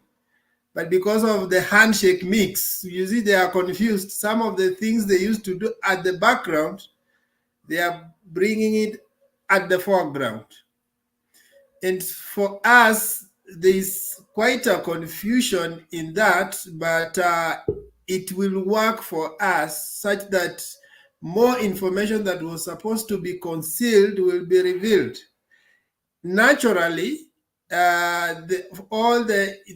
we should have had IEBC and the chairman on one side, together with the first respondent. But now, when the court looked in its own wisdom, when they look at the four commissioners, theirs is a response to IEBC. So that response, or a response to the chairman, that response, it doesn't make them to fall under the side of the respondent. In fact, they look, their stand comes closer to the first petitioner. And that's why they were to be allocated differently from the first respondent and the second respondent, and actually the third respondent, which is the IEBC.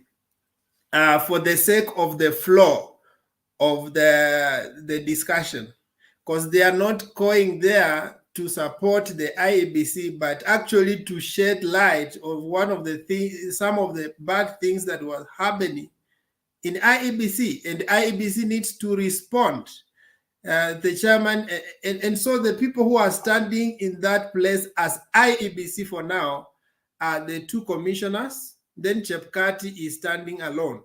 So Ngatia and this other one, Kidhu Muigai, are representing IEBC and the chairman. But these four are now represented by Paul Mwite. And Paul Mwite now was also trying to bring out an issue of where there is disagreement and conflict, we need to take the vote. So he was saying, naturally, we are supposed to be the one who are the IEBC.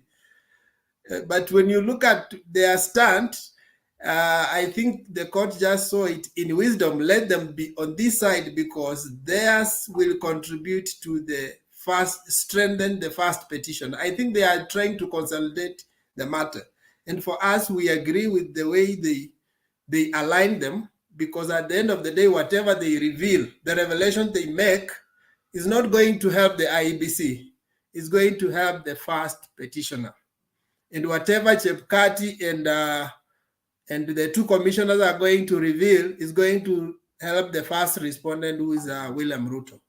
So that is how it was aligned, and we agree it's okay. They were given 1 hour, and I think because they are supporting petitioners in a way, 1 hour is within the court's jurisprudence, because the main petitioner is the one who is always given 3 hours, who is now Raila Odinga and Martha Karua, and the main respondent is given 3 hours, who is the IEBC, and then William Ruto. So I think for me it's okay. I don't know if I've mixed you or I've made it clear.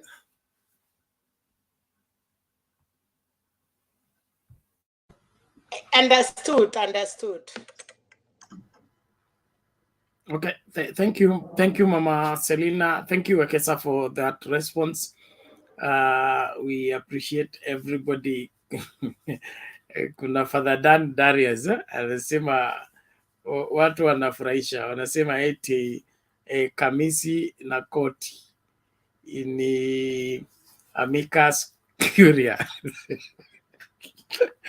Alex, wewe ndio msomi wa hiyo maneno. Sawa, tumsikilize nani Jakaba. Mnanichanganya lakini. Yes, amjamboni. Jakaba. Tuko salama. Amjamboni. Namna gani huko? Niko salama kabisa. Haya, mawili matatu tukisonga mbio.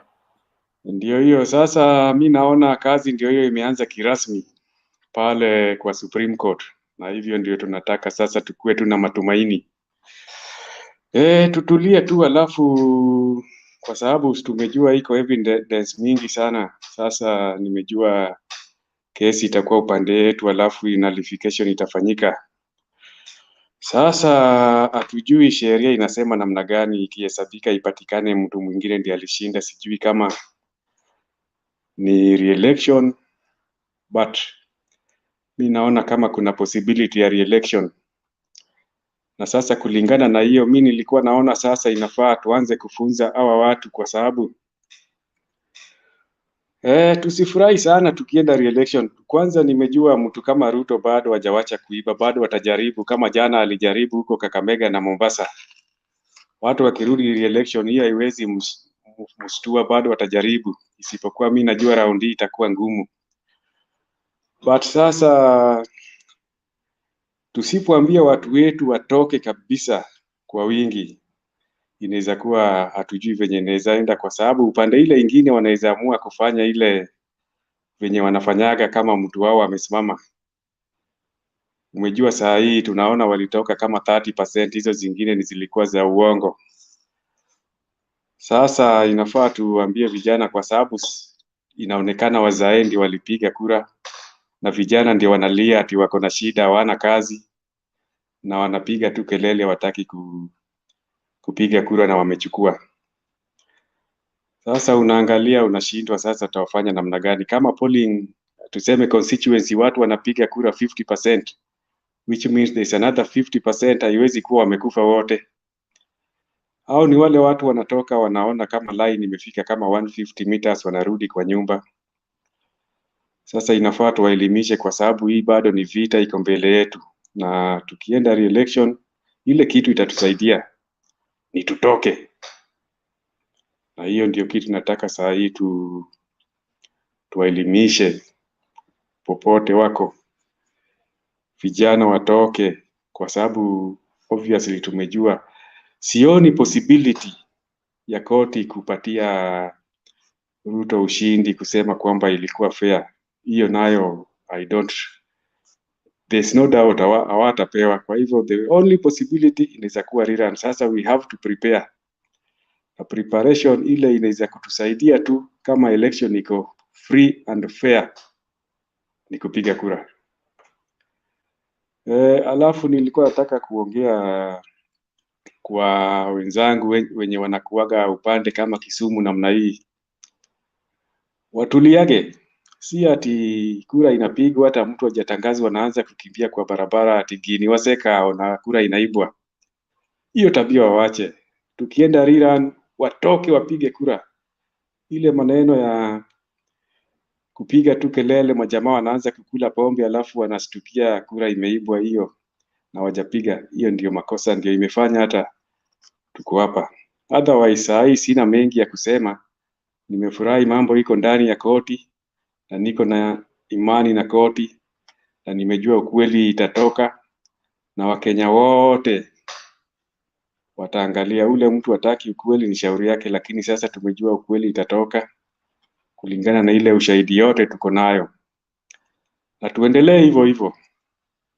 Asante, sina mengi, labda baadaye. Okay, asante Jacob Baba, tunashukuru sana kwa maoni yako na mchango wako. Story ya Umera hiyo walitoka 2013, bado tulikuwa na kura nyingi. Wakatoka 2017, bado tukakuwa na kura nyingi. Kwa hivyo hiyo sio shida. Shida ni ukweli. Sisi tutaki rais wa uongo, tunataka rais ambaye tumechagua. Kwa hivyo tunataka kila mtu atoke, tusizuie mtu yeyote kutoka. We don't want to take advantage of anybody. We want the president that's legitimately elected by the Kenyan people. So whether mtatoka kuzuia ama mtatoka kusupport, tokeni. The one who get the majority, he has the mandate of the majority of Kenyans, apewe sword. Lakini maneno ya karapati hapa, karapati, tengeneza, that's what we want to eliminate, and that's why we in the Supreme Court. Hakuna ukarabati, tunataka uwe na mandate ya Wakenya. You've been ratified, you've been given 5 years to go and govern this country freely. Ili ukue rais unaweza kwenda kufanya mkutano mahala popote bila kupitia kupembeleza hapa na kupembeleza hapa. So there is no need of banking on somebody's disadvantage in order to win these elections. We want everybody on all regions. Tokeni kama kutakuwa na runoff, piga kura yako, express your love and commitment to whatever mrengo you love, but at the end of the day, let the best man win. Don't interfere with the decision of the Kenyan people. That's what I can say on that. But all in all, there are many options to go about this. If it is confirmed that indeed Raila Odinga won the elections and somebody tried to subvert, there are some dire orders that can come from the Supreme Court. Some of it is to ban the people that participated into the interference of the election. That means if they are the politicians and it is proved that they participated in doing that, they will be banned from politics for at least 10 years. So we are looking at a runoff that can be a runoff Raila versus Wajakoya. It is that, there is that possibility. So sio story ati kwa sababu umepelekwa Supreme Court, you must be on the runoff. Ama ati ulikuwa na if you get banned, you get banned. That is it.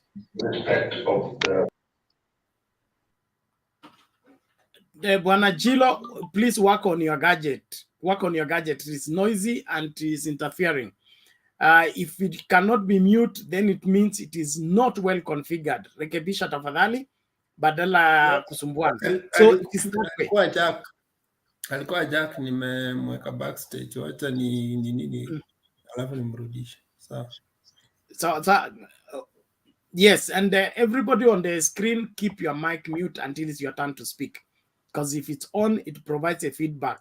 That feedback creates noise and our viewers are not enjoying the show. They begin to endure. And we don't want anybody to endure listening to us. We want them to enjoy and be able to follow what is happening.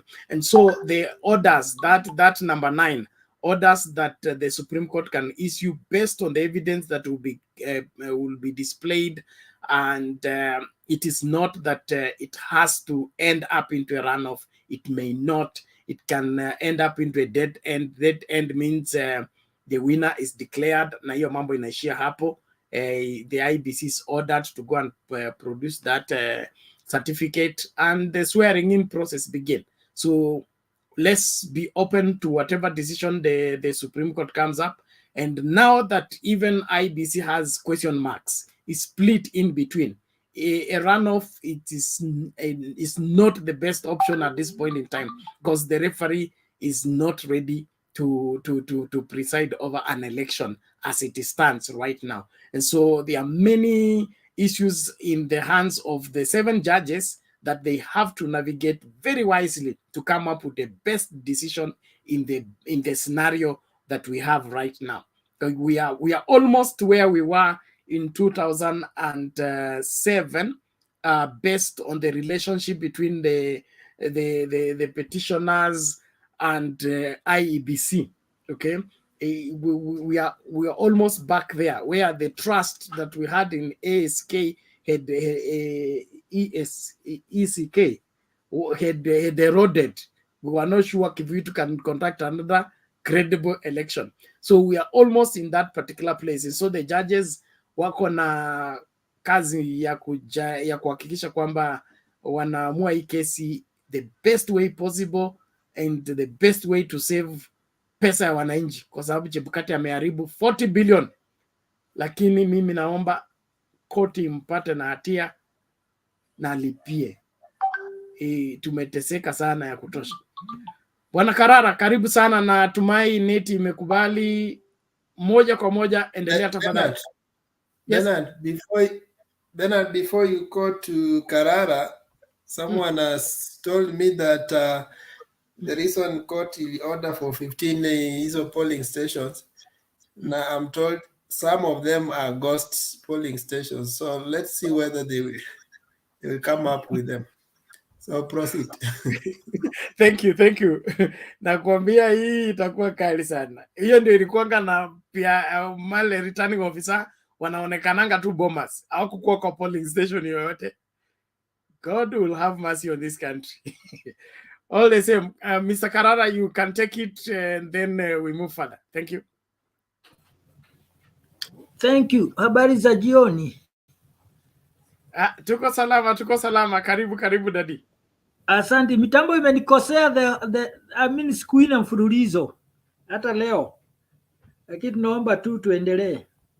Kwanza ni kuwashukuru na katika kuwa mnajieleza mkisomesha wengine. Kwanza ambaye anatendeka pale katika Supreme Court, nafikiri the first day I spoke I said tunahitaji revelation ndio tupate revolution, tupate solution. Na revelation ndio imeanza kujianika yenyewe katika mahakama, because the truth has to be known. Juzi nilisema we don't want results of a selection, we want results of an election. There is a selection versus an election. People went for an election, but the few that went for a selection, they gave us results of a selection. When I see what is happening in the Supreme Court, as from today, I remember what took place in the days of King Solomon. Wanawake wawili wamezaa watoto waume, mmoja amekufa, mmoja hajakufa, wameenda mbele ya mfalme. Huyu ni mtoto wangu, yule amekufa ni wa yule, vice versa. Mfalme aliitisha upanga. Akasema, sasa askari, chukua upanga, gawa huu mtoto mwenye ako mzima ili kila moja abebe. Lakini mama mwenye sio mtoto alisema ndio. Lakini mama mwenye mtoto alisema hapana, mpatie. What am I saying? I'm saying this. Ukiangalia upande wa Ruto from the word go, wakati alitangazwa that he is the president elect, the celebration only went for I think overnight. The following day walikuwa wamesahau ati kulikuwa na election, because they knew it was something fake. There was no jubilation. Ukiangalia leo Mombasa, sherehe zilianza jana usiku na mpaka leo jioni. The same way the Kakamega. Hiyo tu ni kiti ya governor. Je, president elect mpaka kwao hakuna jubilation, hakuna celebration? Why? Because they knew they had cooked the figures. But as the Bible says, when you shall know the truth shall set you free. Nchi yetu tunataka ukweli. Because once we have the truth will cause justice. Justice will cause peace. Na tutakuwa tunaishi watu in a harmony way, so that the next generation wakiwa na election, they won't go for the selection but rather election. Wacha niwachie hapo kwanza. Asante sana, Mr. Karara. We appreciate that, and we stand there too as the Kenyans of goodwill.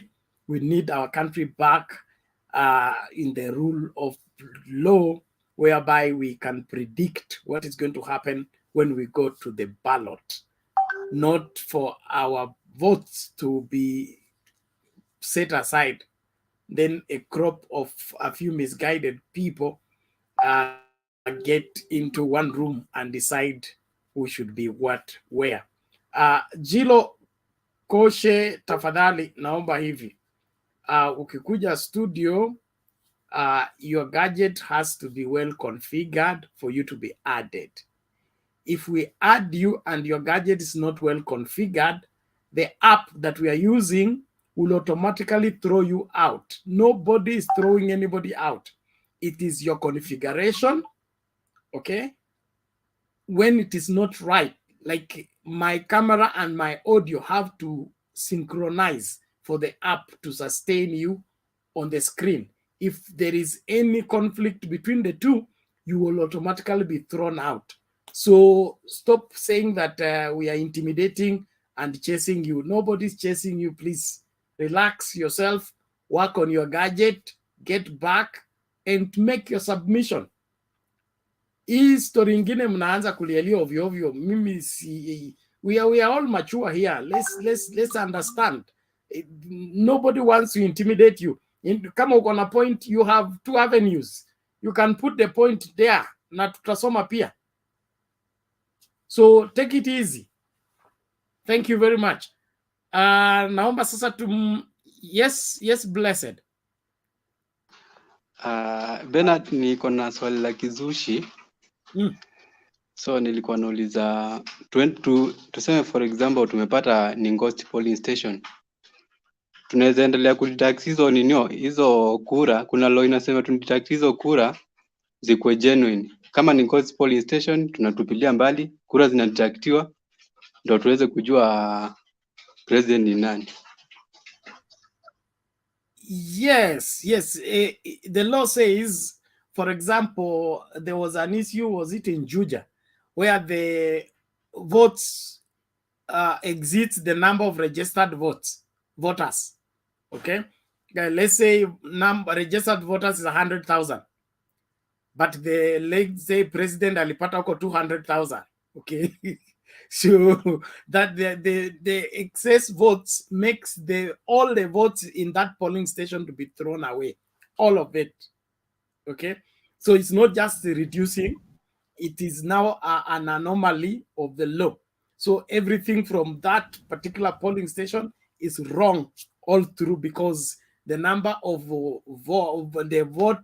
people that voted are more than the people who are registered to vote. So it means there was a straightforward rigging. Now, if they are ghost polling station, that is, they are in the same now category.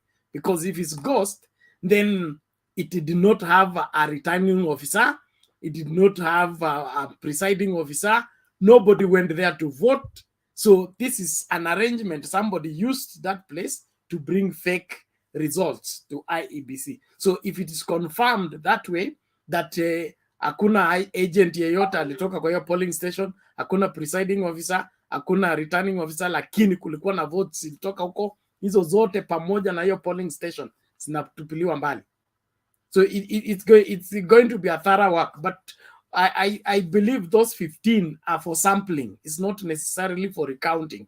It's for sampling, just to see if this is the case, then how can it replicate in the country? If it replicates in the country, will it affect the ultimate wherever outcome? If it does, then the court will give its orders based on those revelations. But as a country, we are in a bad place. I must make that clear. We're in a bad place because mtu akifika kiwango cha kugenerate ghost polling station, ghost voters, ghost victory. Ya tuko mahali ambapo mtu atakuwa anazaa mtoto na mtoto anapotea. Yani ulienda Pumwani, uko na mimba, ukazaa lakini ukapata hewa. We are bordering that. Because if people can go out and vote, okay, and then you want to subvert using an magnitude of over 3 million votes, that is too much. Hata uovu ufiki hiyo kiwango. So as a people, tujirejelee, tuanze kujiuliza, is this the kind of country we want to be in? Is it the country where we want to raise our children in? That anything can be stolen from anyone and nobody should question? Apana. Then we claim it's the will of the people. The people will speak for themselves. They spoke for themselves in Mombasa yesterday. They spoke for themselves in Kakamega. They defended their vote at every stage. Why? Somebody is trying to say he has what they said, when they have what they said and they know what they said. And so as a Kenyan people, lazima tujitahidi, tukubali kama tumekosea, turekebishe makosa yetu. Tukiendelea katika mkondo huu, tutapoteza nchi, tutapoteza watu, na tutafika kiwango ambacho a point of no return. There is a situation, sorry, I'll bring in the Bible. It's a description of I think it's 2 Chronicles chapter 15. It talks about there was no, in Israel, there was no teaching prophet and there was no priest, okay?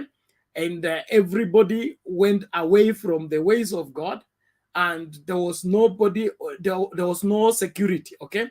Everybody that went out was attacked. Everybody that came in was attacked, and everything was falling apart because there was no teaching priest and there was no prophet at that point in time.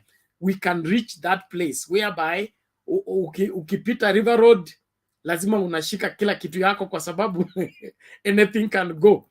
Mtu anaweza kuibia mpaka macho. So it is about time we made a U-turn and get back to right approach towards our processes, and not just elections, our processes. Everything else has to be reset in order for us to get our act together. Well, I will give to,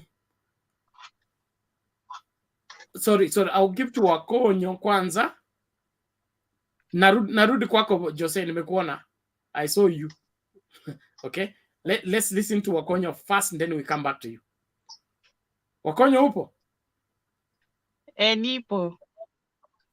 Sasa Karibu hali. Yes. Na wasalimu nyote, nimejoin tu saa hizi, but for me I would just say that I really wonder, I think you are continue discussing about the Supreme Court judging today.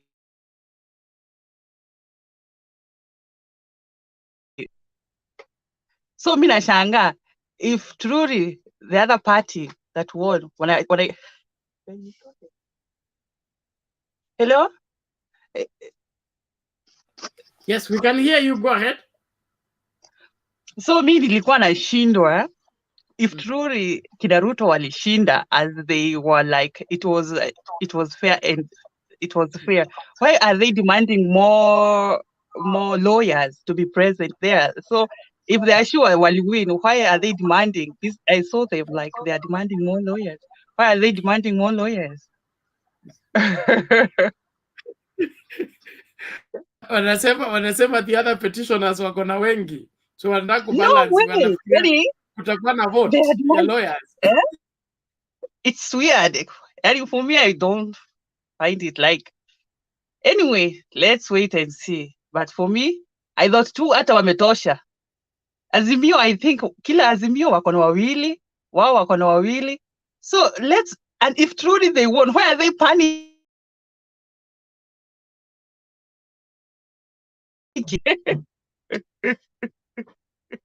What are we Sawa, watajitetea. Tunashukuru kwa wajitetea. Asante, ni hayo tu, mbarikiwe. Asante. Tunashukuru kwa kujoin na tuendelee pamoja. Hii ni nchi yetu, lazima tuitetee. Na watu wa wash hawatapata nafasi katika hii nchi. Lazima tuwafagie. Hawatapata kwa jina la Yesu. Kenya ni ya Mungu. Na wezi hawatapata pahali kwa hii nchi yetu. Hii nchi yetu ni ya Mungu. So we need a true liberator. Mtu mwenye hatukanani, mtu mwenye anapenda kila mtu, si ati mtu mmoja akishika tu microphone hivi, whatever we are expecting ni matusi. That is not allowed, yani, that is very wrong. Ati mtu akishika tu microphone hivi, ni matusi, unajua tu the next thing anaenda kusema ni matusi. We want somebody to unite us as a country. Biita Kikuyu, mtu mwenye he's meant for peace, yani, not akiingia tu pale you start kufikiria sasa, vile wameingia pale they are like Idi Amin. They will be like he did. Mahali Uhuru ameachia akishika, you'll be proud to say you are Kenyan, not like Museveni in Uganda. You think Uganda wanafurahia to associate with themselves with that country? No. But for us, we want to be a proud country to say, hata ukisema I'm a Kenyan, you're proud, right? By the way, I heard people saying that the other team wikiingia president wakiapishwa is Idi Amin, yani it will be watakuwa mpaka 2032. So I don't know. We don't know. Let's wait and see. But we want a leader who will unite us. You know, regardless of tribe. Thank you so much. Mute your mic, please. Thank you so much for that contribution. We believe and pray for Thank the you. same. We want Kenya to be a country we can be sure tukiacha watoto wetu wako safe. Sio inji ambayo hujui watoto wako watakuwa vipi, wajukuu wako watakuwa vipi. We need to have a country we can predict how it will be 10, 40, 100 years from now. Jose, you can take it now. Thank you. Thank you so much. How is everyone? You're great. Karibu. I can see Kennedy adorned in. Are you becoming a bishop any soon? I think we need a lot of prayers from the clergy for our nation, Kenya. Some clergy have been hijacked, so we have to step in and save the day. Okay, thank you. Now, mine for today, being my first day joining, and as a lover of this channel, there are two issues. One, we seriously need to talk to our brothers and sisters, especially in the middle age, who don't see the sense of voting. If we can make reference to what has happened in other countries or what we've heard of, like the genocide of Rwanda, if you're not careful with our country, Kenya might go that way. And out of these channels that are started, I think the civil education that we have here can seriously help. Kenya is a country that today my neighbor is from a different ethnic group. I go to work with the people from different ethnic group, and we don't have issues. But when it comes to politics, there are a number of issues. And in fact, if there's a rift between a number of people, even major friends, some, I have a friend of mine who told me somebody kicked his wife out of the house because their wife went around telling neighbors the wife voted Ruto instead of Raila. And the husband said, how can I stay with you in the house when you are doing what is not expected? So I cannot, and that's how that man kicked the wife out of the house to date. So you can imagine where elections can take Kenya to. And therefore, I humbly request that young men can understand the reasons behind voting and master the reasons why we need to vote a particular candidate. It's not a question of how much they make us believe what they say, but I think we should seriously rely on their character and the manifesto that they give to us. That is one. Number two, so that I don't take much time, elections in Kenya takes a lot of money. And it is for no good reason. Integrity is at test. I don't know who is coming to bail us out of this. If you look at the commissioners, if you look at the candidates, those people are vying for various positions, we can't easily say who has the goodwill. But if everybody had an opportunity to be honest and everyone wanted to have integrity at its best, I believe, maybe we'll simply walk to a polling station, vote, go away, no agent, no nothing. But because we believe and trust in the person who is going to manage the elections there, maybe the results will go that way. Will that be? The question is, can that really happen in Kenya? And maybe it is high time that we find members of different elective positions, and especially senators and members of parliament, that could seriously look into the amount of salaries that they get, so that these positions are not so much lucrative that somebody is worth even killing a friend or killing somebody just to attain the positions that they are looking for.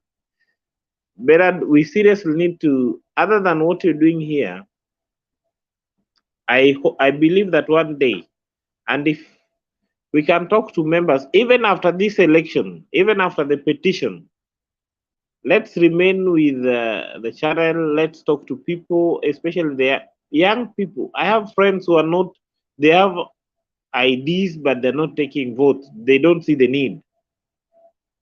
So you're wondering, Kenya, the number of people with the identity cards, if you go by the registry, we are over 40, over about, 30 something million. But how many people registered for the votes? 22 million. How many voted? 14 million. How many were purported to have voted? 14 million. How many are said to have voted? Some people say 13 million, some people. So you can see the trend.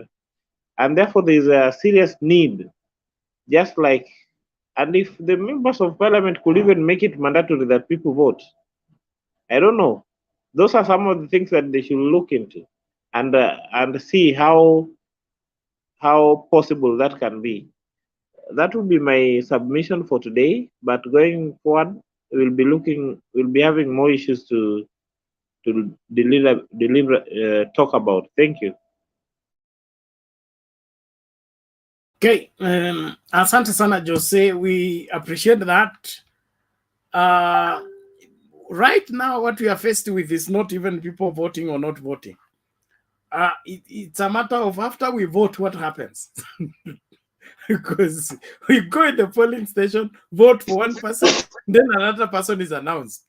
So until we get that fixed, the voting and urging people to vote will be like, the tempting people. And one of the reasons why there is voter apathy is when my vote does not count. If my vote really counts, see the way people came out to vote in 2017. Everybody wanted to vote. The majority of the registered voters came out to vote because they believed their vote is going to work. But after the bunkling of that election, voter apathy set in, and that's what happens. If we don't let our systems work out and get required outcomes, we discourage people from doing what they should do.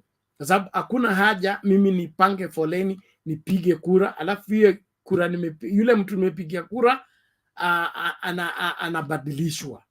Wanambadilisha au ndio wanafanya, kwa sababu just look at the country, okay? Look at the country, look at the map. Look, blue is everywhere, okay? Yellow is somehow in two regions. It's the obvious minority, okay? Obvious minority, but they are declared to be the majority. So what will the majority do? Keep away from that process, like the boycott of the 2017 repeat election. And what happened? The so-known majority couldn't even make 30% of the required vote. They had to do some massaging just to get things work. So we just need to get our act together. Mimi sioni sababu ya hata sisi kwenda kupiga foleni. Kama tunatuma pesa Ulaya kupitia M-Pesa, pesa inaingia kwa account pap na tunatoa. Hii story ya kwenda kupiga foleni ni excuse. Tuweke system, mtu anapigia kura akiwa kwa nyumba yake, kwa simu yake, na huko kuna watu wanasimamia maneno inaisha mara moja. Hii kutusumbua, tutachagua. Kama mimi ni Makadara constituency, yes, Makadara constituency, I'm voting at 7 o'clock and I'm voting for so and so, like that. Digital. Lakini ya kutusumbua tupange foleni, makaratasi ikuwe na security features, all that ni kumaliza pesa na kutuwestia time. Let us accept. Tukitaka ikuwe digital, ikuwe digital. Tukitaka ikuwe physical, turudi mlolongo basi. Turudi mlolongo. Let's go back to 1988. Panga foleni, tuhesabu wale wako nyuma yako, pita. Kama huna, rudi nyumbani. Kama mnataka ikuwe hiyo ya Stone Age, ikuwe Stone Age. Lakini kama tumesonga digital, tumetoka analog, tumeingia digital, Let's go digital all the way and have secure systems so that these hackers, these Venezuelans, and these other nini are kept away. The same way they are not hacking Central Bank, they are not hacking Safaricom and diverting M-Pesa. That nimetuma M-Pesa kwa Mr. Karara, lakini inaingia kwa Mama Selina. We don't have those kind of cases. If they are, it's just one or two. That means we already have an infrastructure we can use that is secure enough for us to vote without all this trouble of DJ, mute your mic, please. Without all this trouble of ballot papers na hiyo maswala ingine. Tuko mahali tuko kwa sababu tunataka, na hao wabunge ndio wanaenda bunge kuzuia mambo kusonga mbele. Twende bunge to secure our electoral system, change everything. Let people vote digitally. Let the people in diaspora be able to choose their Nyakachi MP and the other places MPs, or just online. Then we'll have a country that is secure. Lakini maneno ya kutuhada hapa, let's see the papers, let's see this and that, it's a waste of time. We are now talking about artificial intelligence. Artificial intelligence, magari inaendeshwa na robot, okay? Kuna self-driven cars. Wewe unakaa tu, hakuna driver, lakini mnaenda Nakuru na itakufikisha. So shida iko wapi? If we are moving, let's move. If we want to go back completely, let's go back completely. But all in all, this country has to move forward. Na wahusika, natumai mnatusikiliza. Lazima tukubali kwamba we are dealing with a people who don't want change. They don't want advancement. They don't want to be, they want to be known as technologically advanced, but they don't want to use their technology the same way. Now, look at the hacking of the IEBC and all that. That is to make, to implicate that technology cannot work or technology cannot be trusted. But it's the people who are tampering with it. Leave the Kim's kid to do what they are supposed to do. Leave the servers to do what they are supposed to do. We'll always get the right results. But when we begin to tamper with it, that's where we end up where we are. Without human tampering with the systems, systems will always deliver. Tukubali kwamba wa Kenya tuko too twisted. We don't want the proper systems to work. But if we choose to do that, it is working with M-Pesa, it's working with banking system. Almost every bank has now gone mobile banking, and it's working effectively. Central Bank haijakuwa hacked. If you are aware that it was hacked, wakabeba pesa fulani tuambi. If that is working, then voting can work digitally, securely, and safely. Let's accept it and make it work. Thank you very much. Yes, Mama Selina, quickly, please. Yeah, I wanted to say in America, Penat, watu wanapika kura na wanatuma through post office. Unapea address yako, unasema mimi ni Penat, naishi plot hii, namba hii, nyumba hii, na mimi nimepika kura. Na unapeana kwa post office, wanatoa, wataisapu. So uwezi fuata post office, kura yako imeenda na inafanya kazi the way you are talking. So ya America ijai potea, ijai haribika, watu wako overseas wanapika hivyo, wanatuma kura yao kwa post office. Siku ya kuhesabiwa inasemekana kura ngapi iliingia kwa post office. Na hiyo ni safe. Sasa hii Kenya, hii upusi tunaambiwa.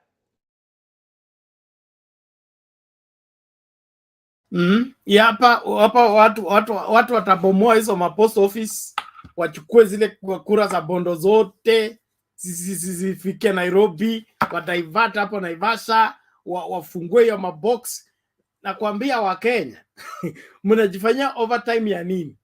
Kubali tubadilike na tufanye ile yanafaa, tupate viongozi wale tumechagua. Hao watu wachache ambao wanataka kuharibu hii nchi wakamatwe, wapelekwe kamiti na kwingine kule wafungiwe. We want a clean country where you leave your pass in the airport, you can find it. You forget your wallet in the matatu, you can get it. We can get there. Lakini hii password unaenda kujificha hapa, unatuma M-Pesa unaenda kujificha hapa. Mpaka lini? Let's believe in working the right way. Thank you very much. Naomba sasa nimehubiri ya kutosha, tusikilize Walter Cinema tukisonga mbele. Elizabeth ukiwa ready uniambie. Hello everyone, how are you? Yeah, great. How are you? I'm fine, thank you. Mr. Bernard, I thank you so much to give me this opportunity of this platform. And also I thank everyone who used to be here and discuss about this. Sorry. Uko mahali pa kelele. Naomba tafuta mahali pa kutulia alafu Okay. Hiyo kelele inasumbua watazamaji. Asante. Okay. Imeisha? Okay, it's okay now. Go ahead, please, and be brief. Yeah, number one, I want to thank you very much, and I want to thank every panel, Mr. Bernard, wenye tumekuwa nao hapo, wenye wanaongea kuhusu hii nchi. I support you on that system that you are saying. I think we need to change, and I think we need a system yenye unaweza vote, even if you're using your phone or what, and your vote will be safe. All your laptop, anything, any gadget that useful. Because hii story ya watu kupiga kura, unaenda unapanga line, unashinda hapo, tena umepiga kura vizuri, umewacha kazi zako, and then you find that votes zimeibiwa. I think we don't need that system. Na IEBC inafaa imalizwe kabisa, iwekwe nini ingine. So that one I support you, and I support you 100%. And I think Kenya should think about this one. I think that is good because the technology is like, kama pesa yako unatumiwa kweli na M-Pesa na iwezi potea. Why do we have to use that system all? Why do you have to use that whole system? Yeah. So I thank you very much. Sina maneno mingi, and I think wale wabunge ambao wanaenda huko kwa bunge wa Azimio, tupitishe mambo kama haya, ndio watu watawaache kuchoka. Unapiga kura, unangojea matokeo jioni. I thank everybody so much. Mimi niko kazi, nitarudi kwa panel saa 6 tuachie watu wengine ambao pia wanataka kuongea. Thank you very much, Mr. Bernard and everyone. Asante Walter, thank you so much. God bless you. Chapa kazi, tuonane baadaye. Simba, vipi? Salama sana Bernard. Yes. Sasa mimi kwanza nataka ni kushukuru sana kwa sababu ile elimu yenye tunaendelea kupata through this channel, and I think ni kama ni Mungu anaendelea kupanga mambo hapa. Mimi hivyo ndivyo vile ninaweza sema, kwa sababu the kind of education yenye wa Kenya ninaweza sema sio mimi, watu elimu yenye wanapata through this channel, I think hata national broadcasting stations hasijafanya hiyo kitu, kwa sababu here people come to express their feels such that watu wanaona mahali tuko ni wapi tunaenda. Nataka niseme machache kuhusu hii status conference ya leo. Nilipata muda kidogo ya kuangalia, lakini unajua mimi hata nimeshangaa sana. Githu Muigai amekuwa Attorney General na Paul Mwite amekuwa akiwakilisha IEBC, na ninashindwa kuelewa ni jinsi gani ama ni mbinu gani huwa inatumika kuteua Attorney General, mtu ambaye ameadvise the president for quite some times, wakati hawezi tofautisha kitu yenye anafaa kufanya at the right time. Anyway, at the end of the day, kuna picha ambayo unaiona kama layman. In fact, the Supreme Court of Kenya ni kama iko katika ramani ya ulimwengu, kwa sababu after every 5 years wanatakiwa wa make determination of an election ambayo imetokana na presidential elections.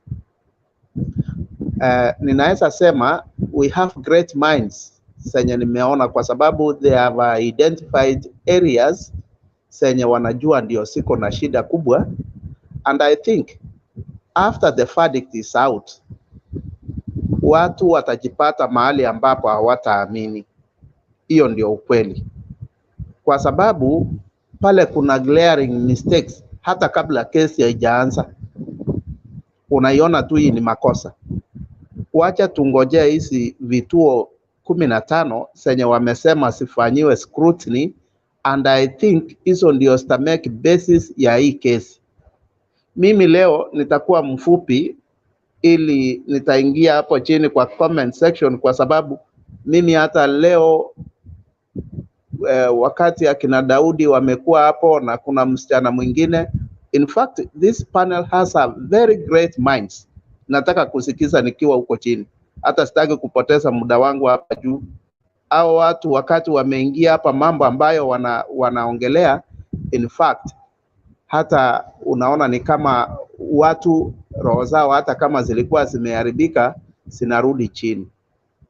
Ninashukuru sana kwa Alex kwa sababu amechangia sana na kuleta watu ambao wako na ideas. Sio eti Alex peke yake, nafikiria wewe ukiwa hapa muda mwingi huwa tunakutana hapa, so tunaendelea kuelimika na watu through this panel. Watu in fact wanapata mambo ambayo hawangeyapata kama hakungekuwa na hii panel. I thank you so much. Thank you. Thank you, Simba. We appreciate that. We keep going as we proceed. Let's get this video, then tumsikilize Jos.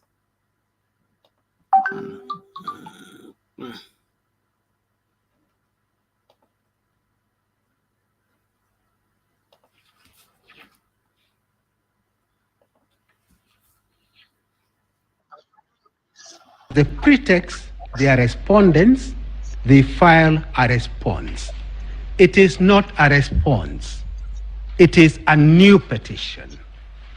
There are new claims, new grievances, new grounds for nullification of my client's electoral.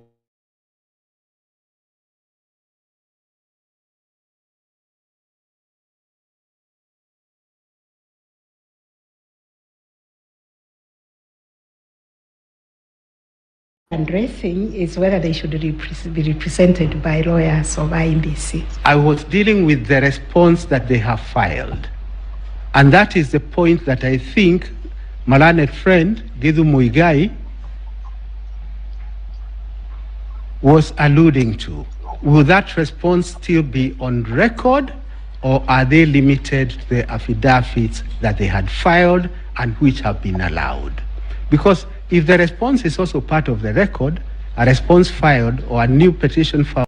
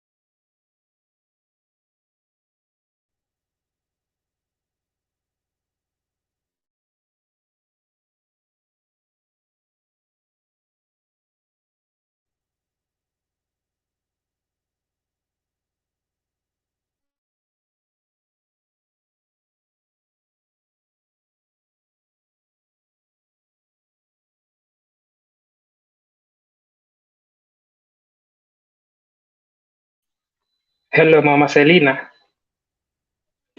Yes. I think tumepoteza Bernard ama is my network. Maybe So wacha I will. tupatie MC.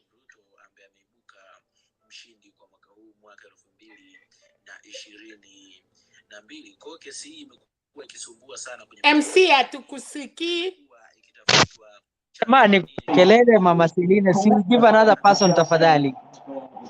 Okay. Cho unaweza endelea Cho. Okay, sawa. So I hope kila mse ako poa mahali mko. Mimi my submission Kwa to nini imepaki black? Sijui kumeenda aje. yeah, but I hope wase wanatusikia huko, wanaweza andika kwa Yes. comment section kama wanatusikia. So Okay. anyways, my submission today ni about hiyo ya issue yenye ilikuwa kwa Supreme Court. I'm very happy that kwa hizo 9 of the issues zenye zilikuwa listed by the judges, actually all of them are really good. Na mimi sijasomea law, but I assume in case wakipata 1 or 2 of those kuna issues, then inamaanisha hiyo election ilikuwa ilikuwa ukora. So let's continue praying that lawyers wetu watafanya kazi vizuri, akina Orengo, akina Paul Mwangi kutu represent, and then tutashinda. And then the second thing about the video nye Bernard amecheza, for me it doesn't make sense that Ngatia anafaa kuwe na anataka kuadiwa more lawyers. For me it doesn't make sense because yeye ana represent William Ruto, na William Ruto yeye haku conduct any elections. Yeye alikuwa tu kama Raila Odinga, hao alikuwa na agents na kadhalika. So why should he ataka kuongezewe like more lawyers na yeye hakufanya anything to do with the elections? I think ingekuwa ni IEBC wanataka more lawyers, it can make more sense, sababu ni hao ndio wali conduct the elections. So in my opinion, I feel like DP anaelewa hii kitu si mchezo na alicheza mbaya. So that's why unaona anatetemeka, mara kuongezewa lawyers, mara anataka kusujuu wengine affidavit zao zitolewe. Yeah, so it doesn't make sense to me. Maybe I should just add 2 more things maybe. Earlier Bernard was talking about Kenya, how the hali iko huko, how mistrust and all that. I feel to me, I think the problem is it's deep rooted, see superficial. So if we have to deal with issues Kenya kama corruption na hiyo mistrust na dishonesty, I don't think hii ni kitu tunaweza tu amka siku moja na tuamue kutoa. I think it's deep rooted in our society ndani. That's why hata ukipata lori ya mkate imeanguka mahali, utapata watu wana scramble for it, ama lori ya mafuta imeanguka, watu wataenda kung'ang'ania mafuta na it's not theirs. But in some of these countries, for example Europe where I am, like people, utaangusha your wallet at the bus, kwa basi, lakini ukienda kuulizia at the station somewhere, mtu alipeleka huko, sababu I feel like for them hii kitu imekuwa ingrained since they were young. So we have to deal with that. I think it is not as easy as we think. Ati tunaweza fanya tu M-Pesa. I think it's hard because I think the systems are meant to fail from the word go. Hawa watu wana design hizi vitu si ati they are not clever enough. These people are clever. Watu wamesoma, professors, they can do that, but I think the system is meant to fail. Yeah, so everything is meant to fail. That's why tunajipata kwa shida nyingi. Maybe I should just add one more thing about Jose aliongelea about voting. Sometimes baba anasema tuko na shida sijui 4 Kenya. Moja ni ujinga. Unajua watu wa Kenya kwanza wanasema ati hakuna Mkenya. Wajinga Kenya walisha. To me, I don't think wajinga walisha Kenya. I think some people in Kenya are ignorant, to be honest. That's why mtu anakuja, mtu ako na kesi kama 20 kwa mahakama, and then anakwambia vote for me, mtu ako na corruption case ameambiwa arudishe pesa ya umma, lakini bado wewe I don't know, wewe bado unaenda kumvotia the same person. Kama wewe si mjinga I don't think any logical person can do that. Ati unavotia msee unajua huyu jamaa ni corrupt. Anyways, I don't want to talk much, so thank you Bernard, and thanks everyone for listening. All right, that's all for me. Okay, asante Jose. What I will say is that a journey of 1,000 miles beginning by a single step. The more we let things be, the worse they grow. So the earlier we begin to deal with them, the better. Matiang'i went into the education system, found the rot there, he cleaned it. He said, I want to see where those 30 straight A's will be coming from one school. He said, I want to see them. Then what has happened to them? They all disappeared in thin air. Why? Somebody put his right foot forward, had a nerve to confront the giant, and it got slain. So this issue can be addressed. A story wherever government people or legislators making laws that favor them at the expense of the posterity of the country is the main problem. You instead of making a law that will work 100 years after you want to make a law that favors you, it's comfortable with you. Like 2010 Constitution, they have postponed the wherever the third gender rule for 10 years. Okay, they keep postponing it, that will apply this in 2022. 2022 comes, they say we are not ready, we will push it now, 2027. Why are we playing all these games? Because we don't want change. So we need to get rid of these people who are afraid of change, get people who have a nerve, who can put their foot on the ground and make sure that the country picks up. And one thing I'm too sure of is that this electoral system can be made secure. It can be made secure and it can give us the rightful people who have voted. Technology has moved. We have reached a place where we are talking face to face. You're in Europe, I'm in Nairobi, and we are in real time, okay? Conversation. So why should we be talking about, can you imagine at kura za Mathare, zilikuwa za mwisho kufika Bomas, from Mathare to Bomas, za bondos. We are joking. We are joking that za starehe zimechelewa kufika mimi Bomas, lakini zile za kasupulu kabondo returning officer ashafika Bomas. Hii ni mchezo. So let's accept that we want systems that are working, get rid of the people who want to sabotage the system, and let the system work. Ili hii muda yote tunamaliza Supreme Court sijui nini tutumie kwa kudevelop inji na kusonga mbele.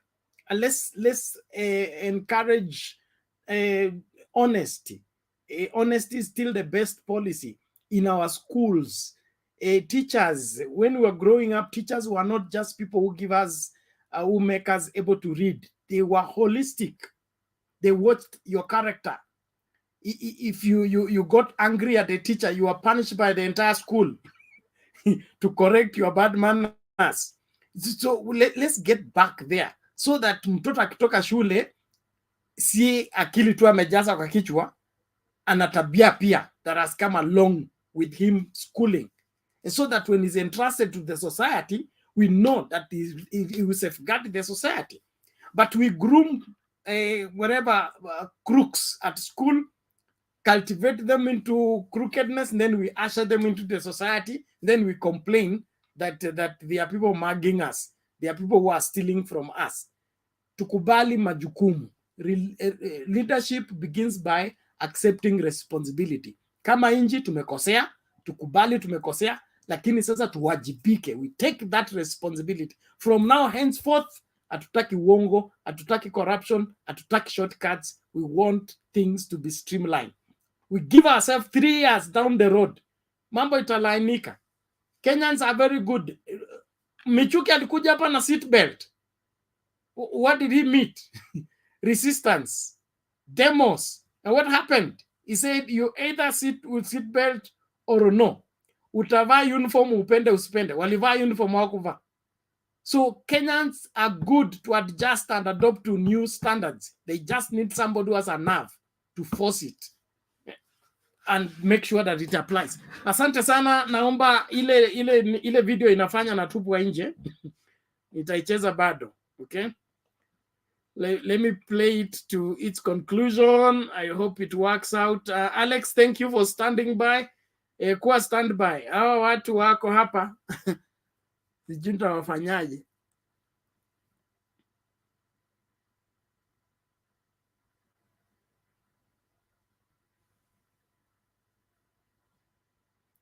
Blessed, we're coming to you. Under the pretext they are respondents, they file a response. It is not a response. It is a new petition.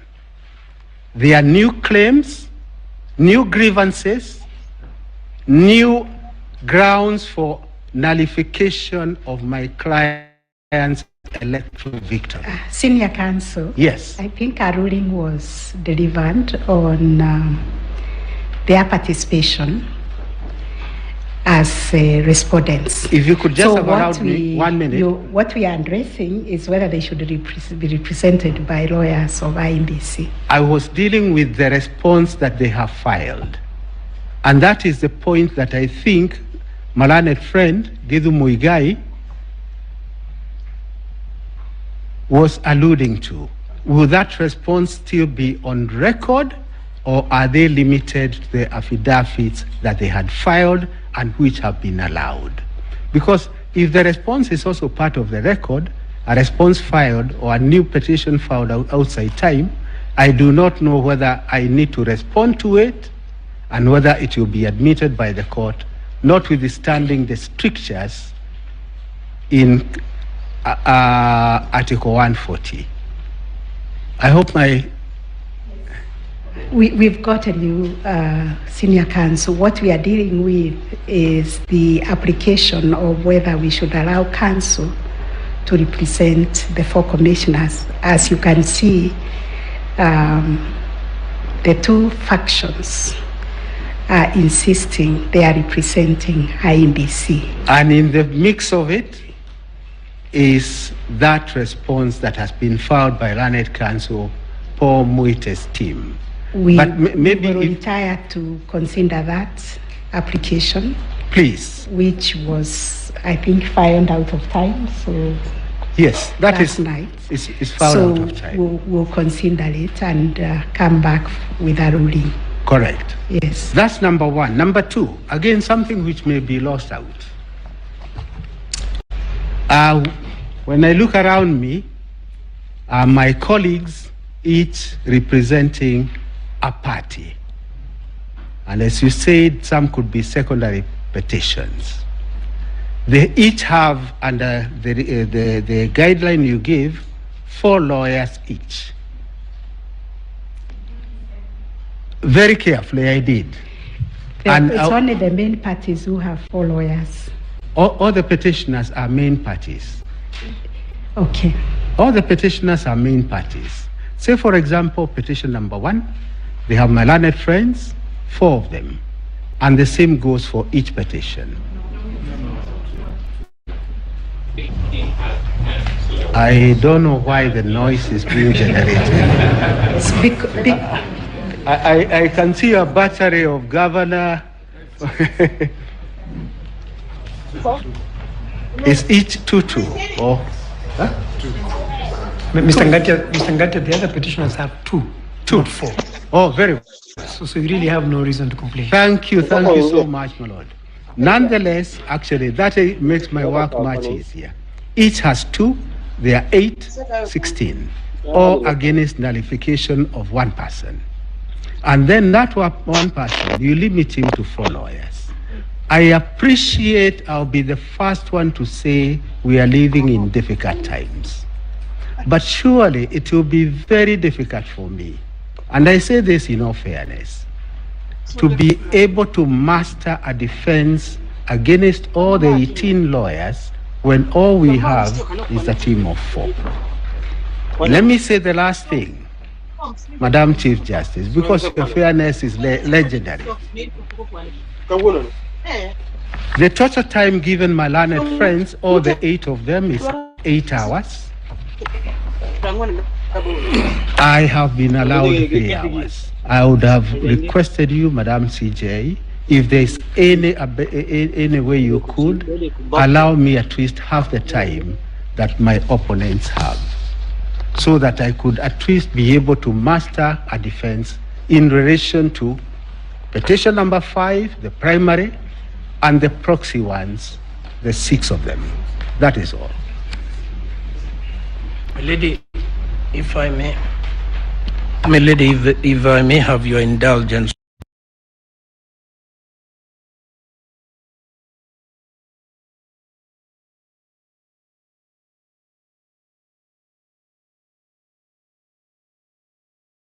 Wacha kulia kotini.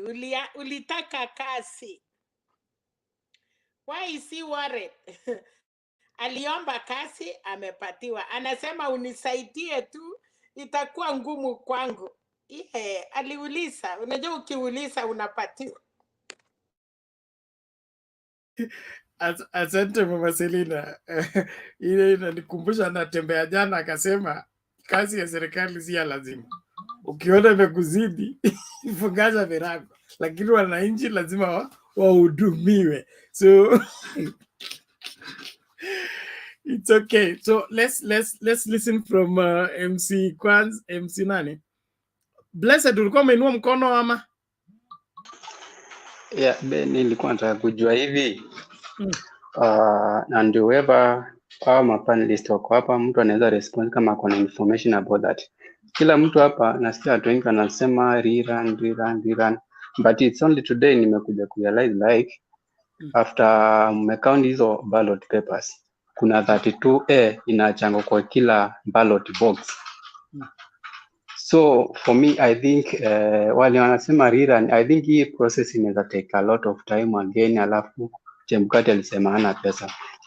To me I think like inaweza kuwa kitu poa like if kama they can go back and recount, because kwa kila box nimekuja kurealize kuna changwa before you seal the box kuna kuanga na 32A. So if anyone akona information about that anaweza kunifafanulia hapo. Okay. Thank you. A valid question.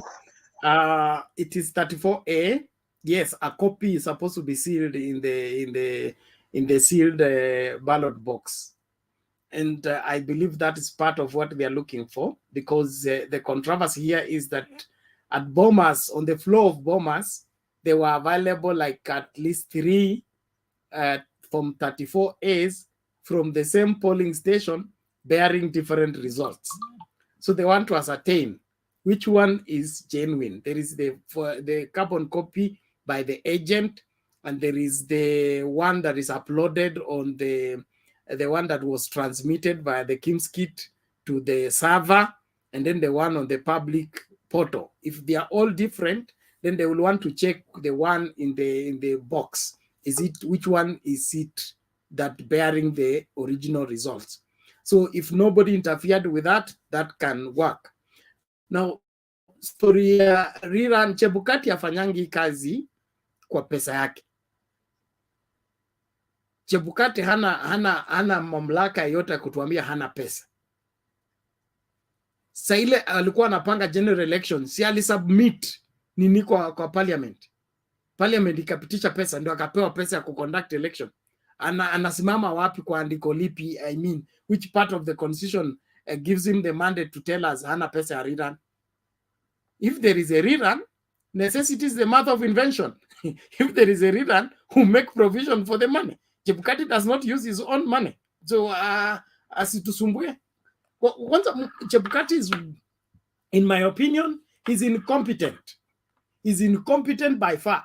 Huyo mtu apasi kuwa karibu na uchaguzi. Uchaguzi afadhali usimamiwe na Reverend Wabukala, okay? Wa anti-corruption. He would do a better job than the madness we are seeing right now. we need people who know what they are doing, not look like, you know, they are lost, they have no idea. I mean, alafu amelipwa mshahara for 10 years, and then Sayana tena is telling us the same thing he's been telling us. We are too lenient, Kenyans. Let's rough up this person, get rid of him. Let's get competent people. Let's get right people doing right work. Tuache hii mchezo ya kutusumbua. Wakenya wana njaa, Wakenya wananua unga 300 shillings, wana matatizo mengi. Tena tunawalimbikizia matatizo mengine ya kuleta wale watu wajui kile wanafanya, wanakaa kwa ofisi. Ati hana pesa ya runoff. Wakati alikuwa anapeana budget hakuona kwa constitution there is a provision for runoff. Chebukati should be arrested. I will still stand there. Chebukati should be arrested. As the Supreme Court gives orders, Chebukati should be arrested, tried and jailed. If not for anything, wasting our time and playing with our intelligence. Wapi huyu? Yeah, I hope you answered, Blessed. Thank you. Let's move forward. MC, sema maneno tafadhali tusonge mbele. Nimeshikana kidogo niko ball, so siwezi communicate sana bro. Twende next. Sawa, na umechukua nafasi ya mtu sasa, nitakufukuza hapo. Asante lakini. Tumsikize Magi. Magi vipi?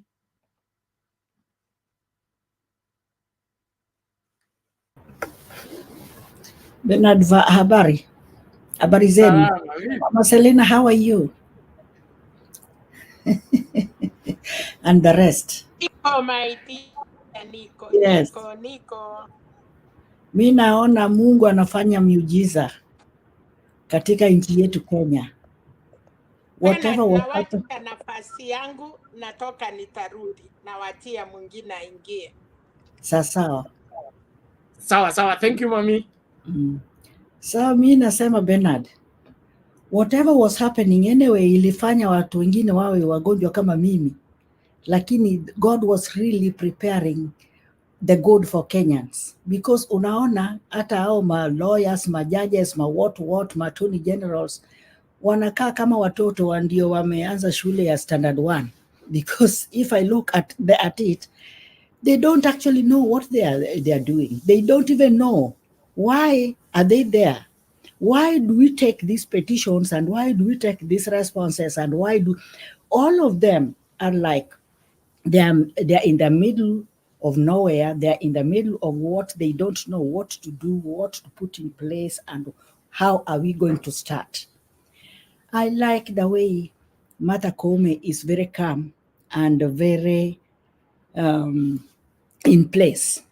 She's see yule wa kupayuka, and in fact if you look at her, the body language, she's just smiling.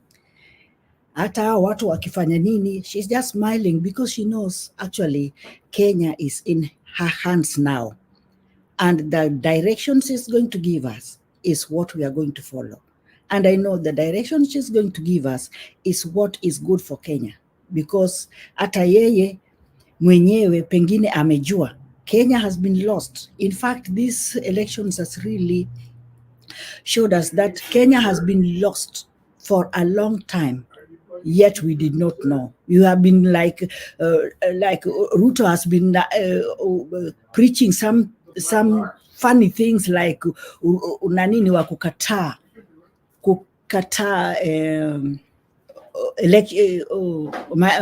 whatever results are elections, but inaonekana wazi what has been happening is pathetic, and we have just been quiet. We have just been very patient. So it is God who is putting everything in good place for this precious country called Kenya. If we don't go the right way, I don't think there's going to be any country which has been sober like Kenya in the entire Africa. Look at South Africa. You can't compare with Kenya. Look at Uganda. Look at Tanzania. You can't compare with Kenya. In fact, we are the hub of Africa. And I'm proud that God is putting us in a good place just through this petition Raila Amolo Odinga had filed for this country this time. He didn't file it for himself, but he filed it for the country, just to bless and repossess the country before it goes to a lost hand. Thank you, Bernardo. In the meantime, I'm still around. Okay, asante Maggie, tunashukuru kwa huo mchango wako. Tunasonga mbele, tunaomba na kuamini kwamba Mungu anakwenda kuponyesha hii nchi kabisa kabisa kwa kuhakikisha kwamba hakutakuwa na rais wa utapeli tena. Tutakuwa na rais ambaye amechaguliwa na watu wanamwamini na yeye anaaminika. That is the whole essence of this process, and we want also to be sure that our children can also become president. But if we have a preset, twisted system, we can as well forget it. Not only your children, Bernard, even you. Yeah, why your children? Why not you? Yeah, I'm fighting for that. If things are put in place, you can. Thank you, Maggie. So, Saba, asante. Clean care. Unmute the mic is beside your name on the screen. Oh, iko sawa sasa? Sawa, hapo uko sawa, endelea. Unanipata? Unapatikana? Okay, mimi sasa mimi leo ndio nimeingia officially, lakini huwa nawafuata vizuri kabisa. Sasa swali yangu ni moja kwako Bernard ama mwenye atakuja nyuma yangu. Hii election venye imekuja. Just one minute. Clean care, just hold on. Just take the chairmanship. I'm coming back. Thank you. Clean care, go ahead. Niendelee? Okay, Jos. Yeah, endelea. Unanipata? Niko na swali. Hii election venye inaendelea, venye imepita, inaonekana kwa wazi ya kwamba watu wa UDA walikuwa wamejipanga ama Ruto, na inaonekana wazi election haikuwa ya wazi. Swali ni ilikuwaje mpaka ikafika wakati mpaka saindi inaonekana wazi ya kwamba election imekuwa rigged? Hii muda yote ni kitu ilifanyika kutoka kitambo, ama hii election imefanyika tu election ikikaribia? Ni kitu walianza kuplan kitambo, ama ni kitu wameplan election kama inakaribia kufanyika? Hiyo ndio swali niko nayo kwako Jos, ama mwenye anakuja nyuma yangu. Tafadhali naomba mnijibu. Okay, Glenn. Okay, thank you for the question. In my opinion, I think hii kitu ilikuwa imekuwa planned since kitambo. Juu from the KPMG reports tunapata kuna watu walikuwa na access, wenye wafai kuwa na access. Some of the voters walikuwa moved, some. So in my opinion, hii kitu ilianza kitambo. And then there was also a report that some of the, returning officers were transferred illegally from one location to another by Chebukati. So I think hii kitu ilikuwa imepangwa. Otherwise, kama kuna msee anajua more about that, anaweza add more. Yeah. Sawa. Okay, thank you for your contribution. Bado niko tu on. Okay, sawa. Care, hii kitu imekuwa ikifanywa tangu 2007. Na umeona Raila akilalamika all the time, elections has been rigged. Na Ruto has been in it so much. Ukisikia vile Ruto alikuwa anamwambia Uhuru that alikuwa anataka hata kumslap. That is to mean anajua, yani alikuwa amezoea hakuna kitu inakuja tu for free. Kitu lazima ichukuliwe hata kama ni kupigana, ambaye ukiangalia hata hiyo kupigana on 2007 ilianza na wapi?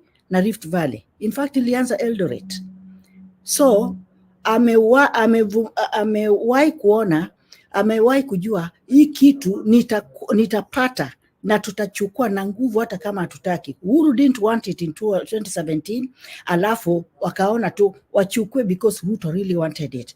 And I think that is what divided them, because Uhuru has been for peace, Ruto hana hizo peace. So alipanga hii kitu, and that is the trend, his trend always. Hii kitu tutapata through thick and thin, kwa uizi, kwa ufanye nini, utapeli hizo zote, na amewahi alikuwa nafikiria. He doesn't know that these people knew his trend.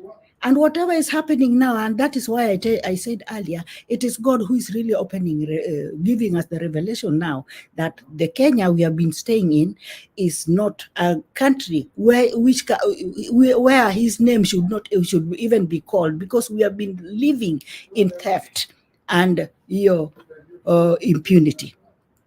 Kwa hivyo, hii revelation vile inakuja, I think we are going to be in a very beautiful and peaceful country, which everybody are going to admire in the entire world. Sawa. Okay, yeah, thank you Maggie. Thank you Maggie. As vile amesema, hii kitu, it's you don't wake up just one day and decide kuiba elections. I mean, you have to plan it for a long time. Lazima ukue na insiders. So that's why tunasikia some of the IEBC officials were illegally verifying the documents. So in my opinion, hii kitu imekuwa pangwa like for 2 years or 3 years. Yeah. All right. Anyways, next. So nimekupata next, nimeridhika. Okay, thank you for your contribution. So Michael, uko ready?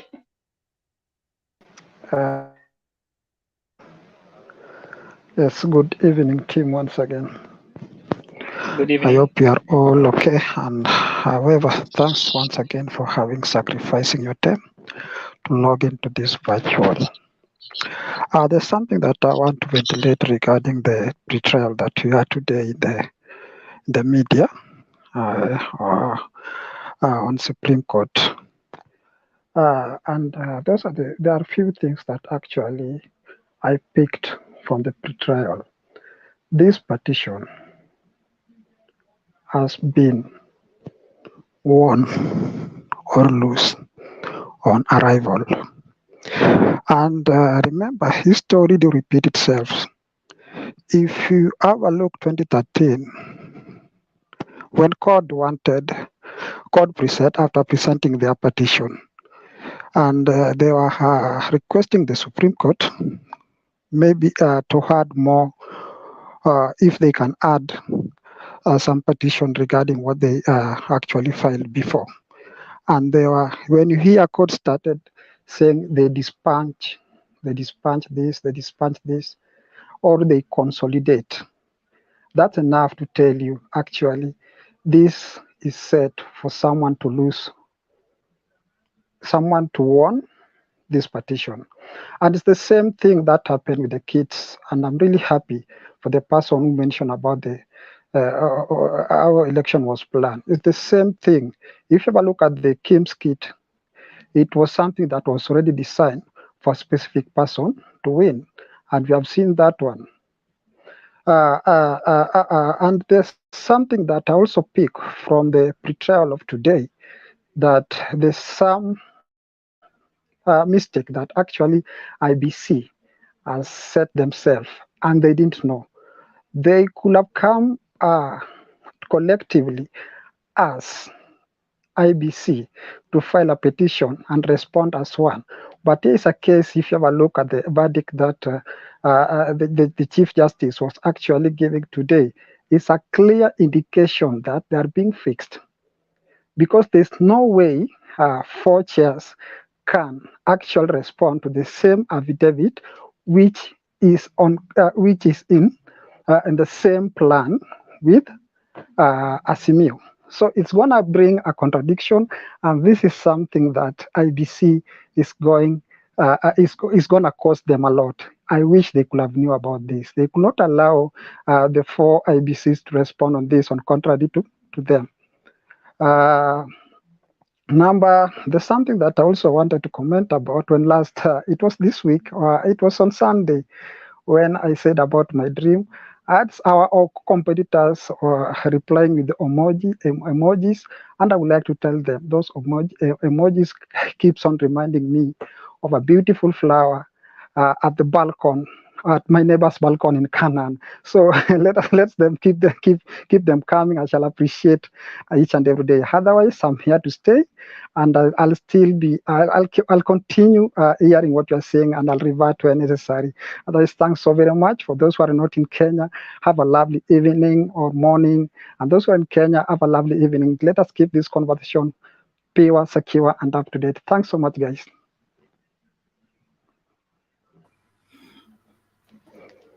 Sawa, asante Michael, tunashukuru kwa mchango wako na maoni yako.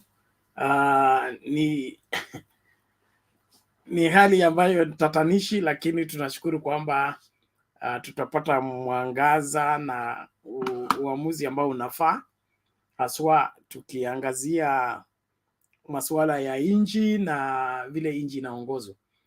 If we reduce this case to William Ruto, Raila Odinga, it will be too narrow for us even to have a serious conversation over. This is a matter of Kenya as a nation.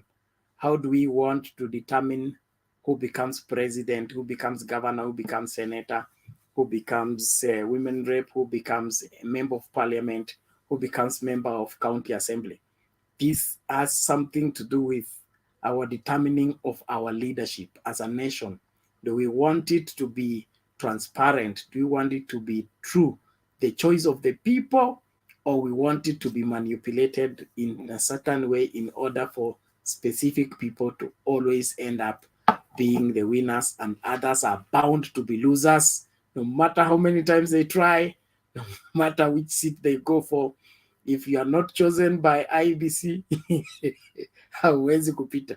Na hiyo lazima tuchague kama Wakenya, tutakwenda vipi? Tutakwenda njia ya watu wachague ama njia ya IEBC iamue? That is what is before the Supreme Court this time. And I believe that the judges will rise up to the occasion and be able to secure for us our country. We want to be free to do what we are required to do the way the Constitution allows us to do it. Okay, thank you. Joss, you had something to say? We MCA inaonekana ako ready sasa. Okay, maybe to add one thing and then I will log out so that watu wengine pia wa contribute. So Bernard, achana ni rebut ile stuff ulikuwa umesema before. To me, I see it as the issue is deep-rooted in the sense that kama for example Magoha ama ni Matiang'i ni Minister of Education, and then he ukora za A's 30 A's in one school ikaisha, and then Matiang'i apelekwe Interior, and then somehow the thing will come back. I don't know kama imerudi, but I'm sure somehow ime bounce, not at the same level but somehow imerudi. So my point ni lazima to deal na problem at the core, sababu people usema vizuri wa Kenyans know how to adapt. To adapt to na tufurahie. These days people don't use safety belt that much, I assume. As much mimi nimekuwa nikitumia matatu, huwa naona watu wanakaa tu, sababu the guy who was enforcing it alienda. We need to stop that. We need to get a culture where hii kitu hata mwenyewe asikue Matiang'i, asikue Magoha, akue ama asikue, the thing just continues. And lastly, one thing that inafanya watu wanapenda Baba, I think it's one thing. Baba is never bitter. How many times ameibiwa kura 2007, lakini you just see him ako calm, ako composed. Na I think that's a statesman compared to our other friends. I mean, this is your first time, lakini hata mimi inafanya nakuwa scared tu vile huyu msee anaweza react. Anyways, I think that's all for now. Thank you, Bernard, for the chance, and nitakuwa hapo kwa comment section. Thank you. Okay, asante sana. That reminds me of I saw something, a caption. I don't know whether how valid it is, where Malala is saying that he's feeling painful for losing the Kakamega governor seat. And he says this is very painful. Akasema, if this is how Baba has been feeling 5 times, then Baba must be a hero to still be as strong after suffering the way he is feeling. All the same, MC, sema maneno. Safi Bernard, pole. Wakati ule ulinipatia nafasi nilikuwa town kidogo, nilikuwa naangalia ball, but nilikuwa nafuatilia sana kujua kitu kinaendelea siku ya leo. So I think nimerudi, imefika nibidi nyumbani niingie mapema, at least tusaidiane mawazo 2-3. Mwanzoni kabisa nitaanza na hizi by election ambazo zimekuwa, ambazo slightly zimekuwa na mwanga kwa Wakenya. Niliona kuna media fulani niliangalia kwamba niliona kuna mtu alikuwa ameweka media kwamba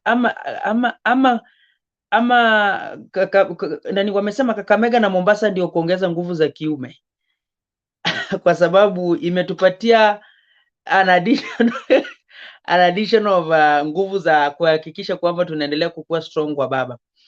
Nitaanza na kusema kwamba Bernard, despite tulikuwa na challenges, still bado kulikuwa na makaratasi zilikuwa zimepatikana, and of which mpaka sasa hivi mimi sijajua hizo makaratasi zilikuwa zimepeanwa kwa nani na hizo makaratasi nani alikuwa amezipeana. Hiyo ndio kitu cha kwanza ambacho mpaka sasa hivi kinaniumiza kichwa hadi sasa hivi. Jana nilitangulia kusema kwamba inaonekana kuna karatasi zilikuwa zimepeanwa na kwa specific candidates am aspirants, na moso walikuwa ni wa UDA. Mimi ninashangaa sana kuangalia kama kwa baraza pale kilichofanyika pale ni vile wamekuwa ngumu. Tafadhali wengine to mute, let's mute mic. Tafadhali Ronald, mute your mic please. Ronald, unanipata? Nimeona Bernard pia amechomoka kidogo, lakini the rest tafadhali let's mute the mic ndio communication ikuwe nzuri. Ronald, please mute your mic. So ndio nilikuwa najaribu kusema kwamba thank you Ronald. Ndio nilikuwa najaribu kusema kwamba ukiangalia ni kama hata Ruto ameshindwa chenye atazungumza, na hao majamaa wake vile wameoshwa. Ukiangalia pale chini, huyu mjamaa Sonko alikuwa amejihami sana, walikuwa wametoka kutoka kwa maeneo bunge yao kila mmoja au huyu mwanamke anaitwa Aisha Jumwa alikuwa amechomoka kutoka kwa maeneo bunge yake. Turudi hapa Kakamega pia walikuwa kila mtu alikuwa amekuja kusafeguard kura za huyo mwizi wao wenye walikuwa nafikiria. But Mungu naye ni nani? They have used a lot of money. Wametumia mipango yao yote imefail. At least tulikuwa na mwanga kidogo ya kuonyesha vile watu wanapenda mtu na vile kura inafaa ipigwe. Supreme Court leo tumepewa mianga na tumepewa maagizo. Tafadhali Clan Care, please mute your mic. Care, mute your mic please. Mute okay. Your mic. Yeah. Thank you. So nilikuwa nasema kwamba ukiangalia Supreme Court leo imekuwa na mwanga, imetuonyesha kwamba ni nini ambacho inafaa ifanye. But from the word go wenye tulikuwa tunafuatilia huo mchakato mzuri wa mama yetu Kaome, amepatiana mwelekeo mzuri sana. And take this one to bank. Nullification imeshapatikana. For now what we are trying to look at ni vile tunaweza fanya retallying and tuone ni nani alifaa ashinde kwa haki. Hiyo ndio kitu ambacho tunaendelea kukifanya na ndicho tunaendelea kusubiri na kufuatilia zaidi. But nullification inayo njia zote, ishara zote zinaonyesha kwamba uchaguzi ulikumbwa na dosari na lazima ubatilishwe. Na kubatilishwa, hatuna nafasi ya kurudi rerun, hatuna nafasi ya kwenda kufanya kampeni tena, ni kuangalia ni nani alifaa kushinda kihaki. And that's why urging our mama Kaome, tafadhali with your fellow judges, please angalia ni nani alifaa kushinda kwa haki, apewe hicho kiti. Sitaki kuchukua muda mrefu, ingawa naangalia rafiki yangu Bernard ameshachomoka. ambaye ana control session hii ama studio. So nitarudi tu, bado nitapeana nafasi, ndio mwingine akirudi pia, Bernard akirudi nitakuwa nampatia. So nitaangalia kwa mikono mwenye wako amezungumza, then I'll give him the chance pia contribute katika mjadala huu jioni leo. So anybody mwenye angependa kuzungumza, tuende kwa Ronald. Ronald, how are you? Oh, ni aje bwana? Poa bwana, mambo? Poa, nimepotea. Net imekuwa issue for a while. Ya nimekuona, hebu endelea my brother. So, I followed up several issues since yesterday. Supreme Court wametupatia guidelines. So, ile kitu tunangojea sasa ni showdown kuanzia kesho. But vile umesema mama ameonyesha, Koome ameonyesha mwelekeo mzuri na there is no worse will come. Ile kitu itafanyika ni mzee baba atapewa kiti yake because ana deserve. So another thing that watu wache siasa. Mombasa uliona Kakamega vile imekuwa, na tuna deserve hizo sababu ni watu wetu walikuwa na kwa watupigie kula na wamepiga kwa amani, to pesa imekuliwa. So thank you very much. Leo sina mengi, acha nisikize wengine vile wanasema. Thank you very much. Thank you Ronald. Pesa za watu zimepotea alafu zimeenda kabisa. Tafadhali Ronald, mute your mic please. Naona Bernard amerudi. Bernard nilikuwa nimeshikilia, nilikuwa nimeona umechomoka. Yes, back again my brother. Thank you. So tulikuwa tumefika wapi kwa Liberation ameongea? Ronald ndo alikuwa akizungumza, labda tuende kwa Liberation ama P Square. Okay, no, Ronald amemaliza, amalize kwanza basi. Ameshamaliza. He's done. Okay, then Liberation, how are you? I'm fine. How are you, Bernard? I'm well. Karibu. You are liberating us or liberating all of us? I'm here to liberate the Kenyans. Yeah, it's a win for us. Yeah, I was just talking about this, the ongoing case in court and Wajakoya petition being ruled out. I think it was a smart move because the guy has been compromised. So to me, it was a wise move for the case to move smoother and an easy victory for us. That is what we are hoping for, and the liberation is coming. Watch ile freedom wanasema ati it's coming. That is a false freedom. We don't believe in it. They've not proved it. So hiyo ni nonsense they've been talking. And liberation is coming soon. And we are very hopeful as Kenyans. Thank you so much. Okay, asante sana Liberation. We are all working towards that. We want a free country where we can be sure of our tomorrow by reason of the kind of laws that we execute and implement in our operations.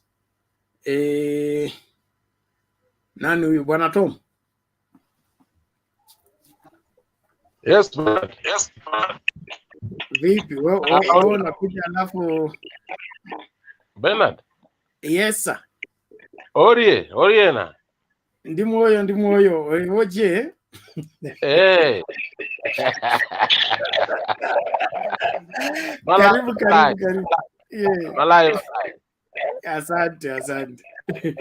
Bwana Bernard, nimeona tumeanza vizuri. Naona mambo zimeanza vizuri, kila kitu tunaona inapelekwa vizuri. Sababu ya muda, Madam Martha tunaona amejaribu ku reduce na kusqueeze maneno, hataki maneno mingi.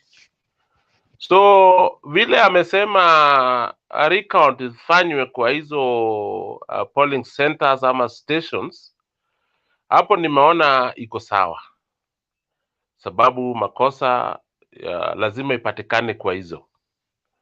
So mimi ni kuomba Mungu tu na jamii wangu, because at the end of the day tunataka ionekane ya kwamba kuna mtu alikuwa kwa corridors akifanya mambo yake mabaya.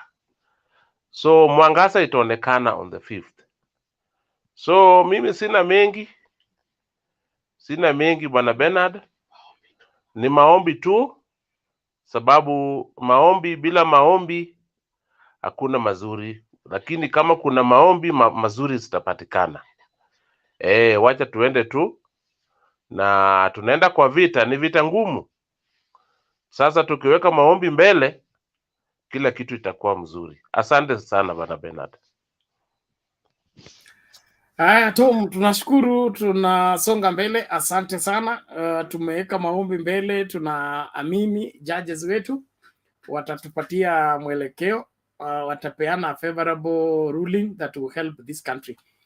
Mainly we want our country to move forward in a clear manner, in a more responsible and predictable way. Let's have this Nini before MC can come in. Let's get this video.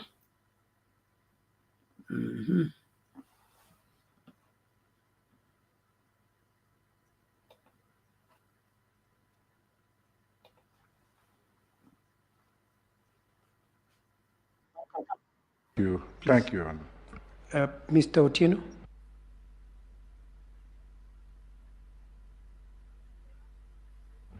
Prayer number 4 that you've granted in the morning, my lords and my ladies. In our application, we had requested for Form 34A's Book 2 of 2, but in your directions, I believe it was misspelled. It was indicated as Form 34C Book 2. So maybe when you give directions, you can clarify that's Book 34A, so it's Forms 34A Book 2, not 34C. That's all.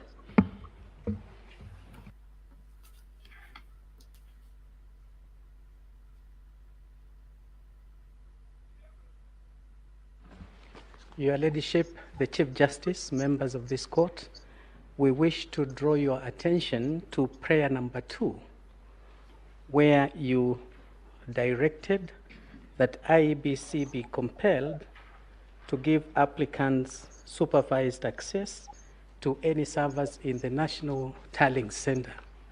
We request that agents of the first and the second respondent be allowed to be present when that exercise is undertaken. That is our humble request.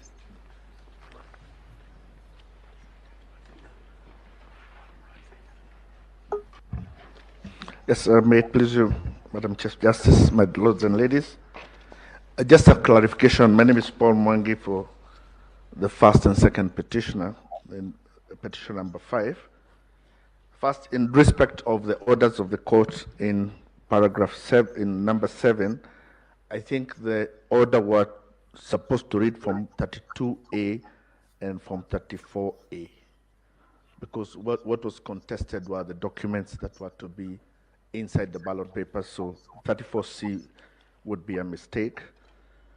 In respect of the contested polling stations, we have received a letter this afternoon from the lawyers from IEBC, and we shall be responding by close of business, giving the list of the polling stations that we have contested. They are all borne in the petition, and we shall be laying them out in a letter. In respect of the clarification as to the opening of ballot boxes, I believe that would definitely be implied in the order of the court, that if the court were to ask that we gain access, that would imply a permission to open the ballot boxes. In respect of the polling stations that are turning out to be polling centers, I think that has been a common mistake as to when it's a polling station, a polling center.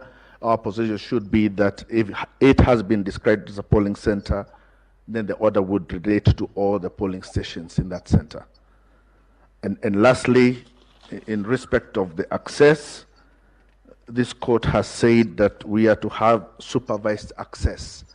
And then the question would not be whether it will be described that read only. We are to obtain all the necessary access to do an audit of the information that is needed, so long as it is supervised. That is all. Thank you. I will request the Honorable Mr.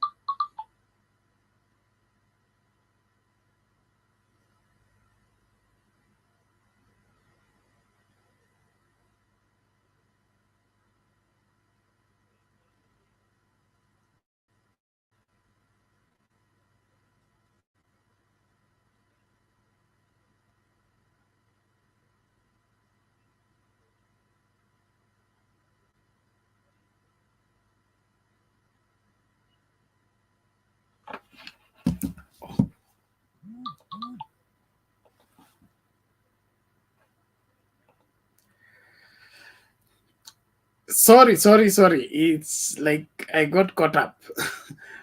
Now when I pen huku shout. Niliona, nilitaka niseme nikanyamaza tu. Very bad, sana. I was following up something here and I thought the video would continue. Tumsikilize huyu Dennis. Dennis namna gani?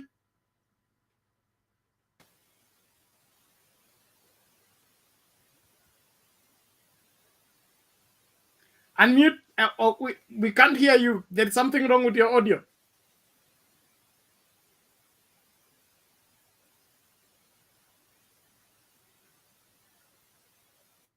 Okay. Look, Dennis, it seems you have your configuration is not working. We can't hear anything you're saying.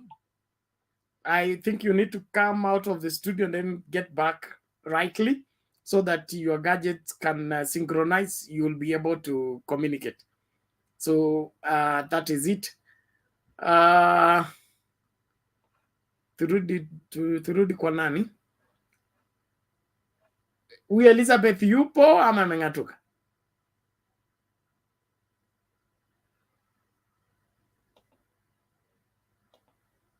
Okay. I think turudi kwa Megi. Megi, unasemaje? Bernard. Yes. Mimi sina maneno mingi lakini furaha tele ndio nimejazwa nazo. Because mimi nafuatanisha whatever is going on in our Supreme Court. I think we are in the best arms this time. Hata kama watu wanasema sijui imepangwa. Hii kitu imeanza kushika watu wa Kenya kwanza na butwaha. Because walikuwa wanafanya wizi wakifikiria watahepa. This time round hakuna kuhepa. Hii hakuna kuhepa. I think haki itapatikana na ndio tuendelee mbele. The 50 million people in Kenya should not be deceived by such a certain greedy groups, as if watu wengine hawana matumbo na hata hawana nini na wako na mafamilia. What do they think these are the people should be?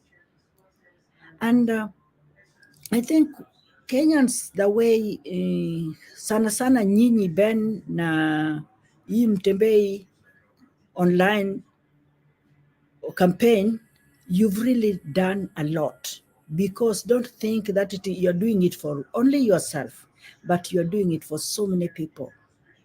Alertness has come because of Mtembei. I don't know whether there are other portals which I'm not very sure about, but I know Mtembei has done a lot.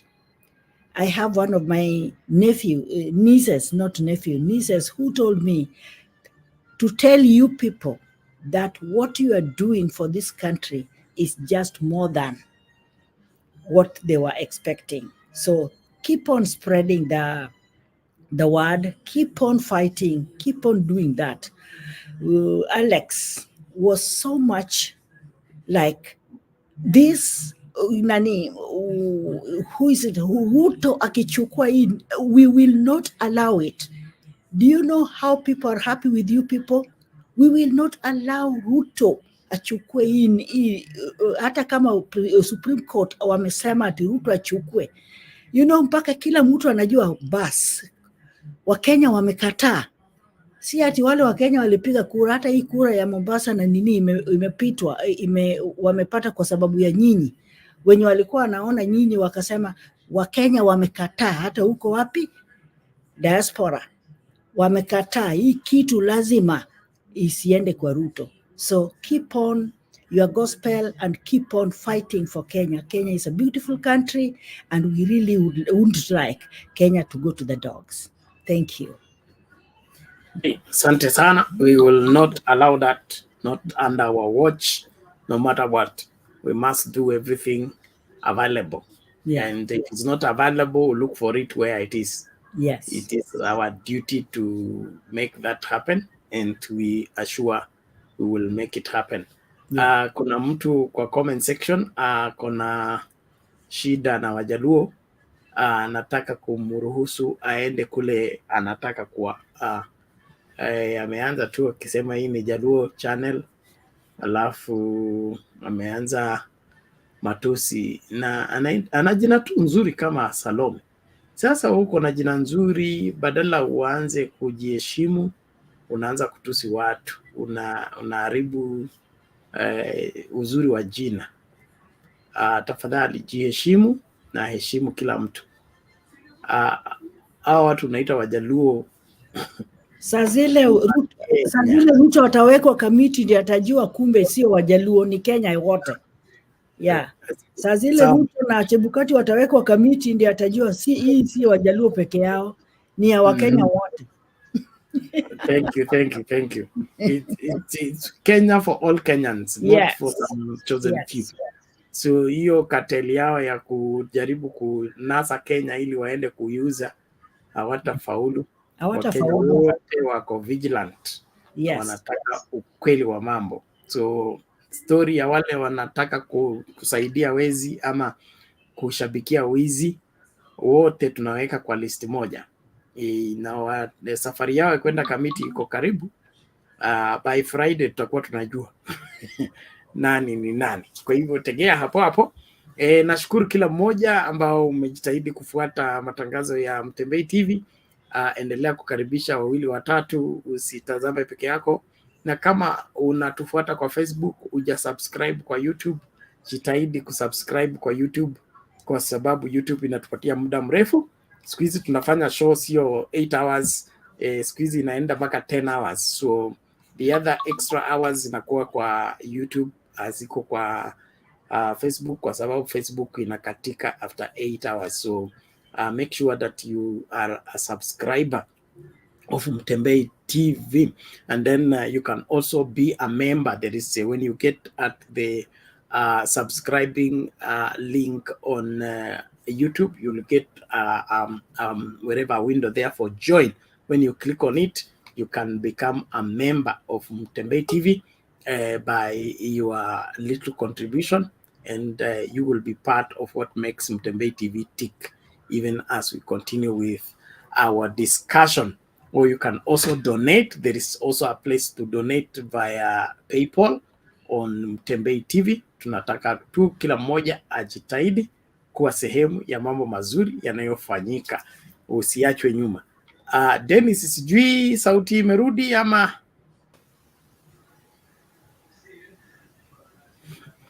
Hey, mkubwa, ngoma kali. Unatumia laptop ha? Laptop yako kuna hapa chini kwa studio, ukiangalia kuna mahali pameandikwa settings. Okay? Click on that settings alafu itakupatia window ya picha yako, alafu kuna general, camera, alafu audio. Okay? Click on that audio, then itakupatia mahali pa mic. Ukiklik hapo kwa mic, it gives you the several microphones that you have on your laptop.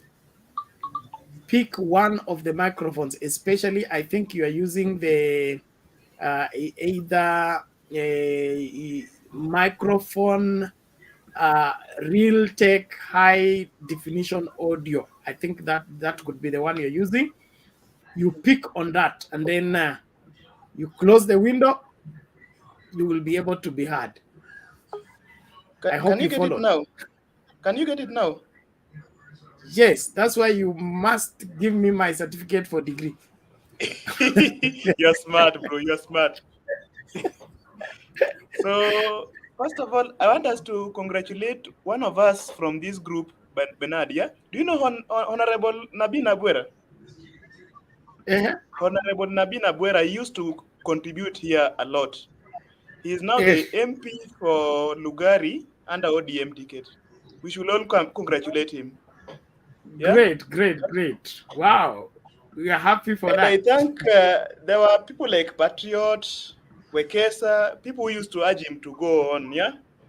And Nabi Nabwera is now the MP. So it tells all of us that this channel is not only, this is a global channel, because the advices he got from diaspora people and people who used to burn the midnight clock, you guys, you are just wonderful.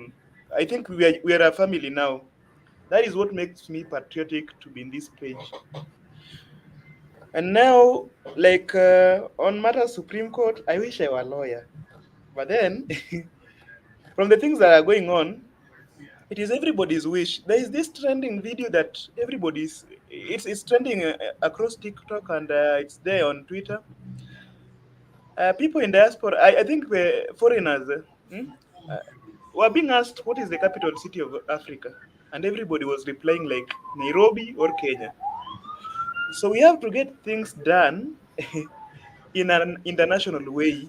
It's beyond our national borders. It's like what Maggie was saying, that it's not only us Kenyans, such that we have to have a moral, we have to be moral. It's time for us to be moral.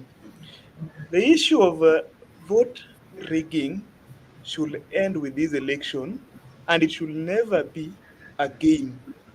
And I like, there's a day that Bernard was insisting on one thing. If there's a thing that Raila Odinga is always insisting on, is that you can't present to him the idea of rigging, because he's against rigging. Now, onto the two by-elections, I think the vigilance was good, and that is what ought to have happened. It's just vigilance and pure voting. I don't think either side should ever rig again.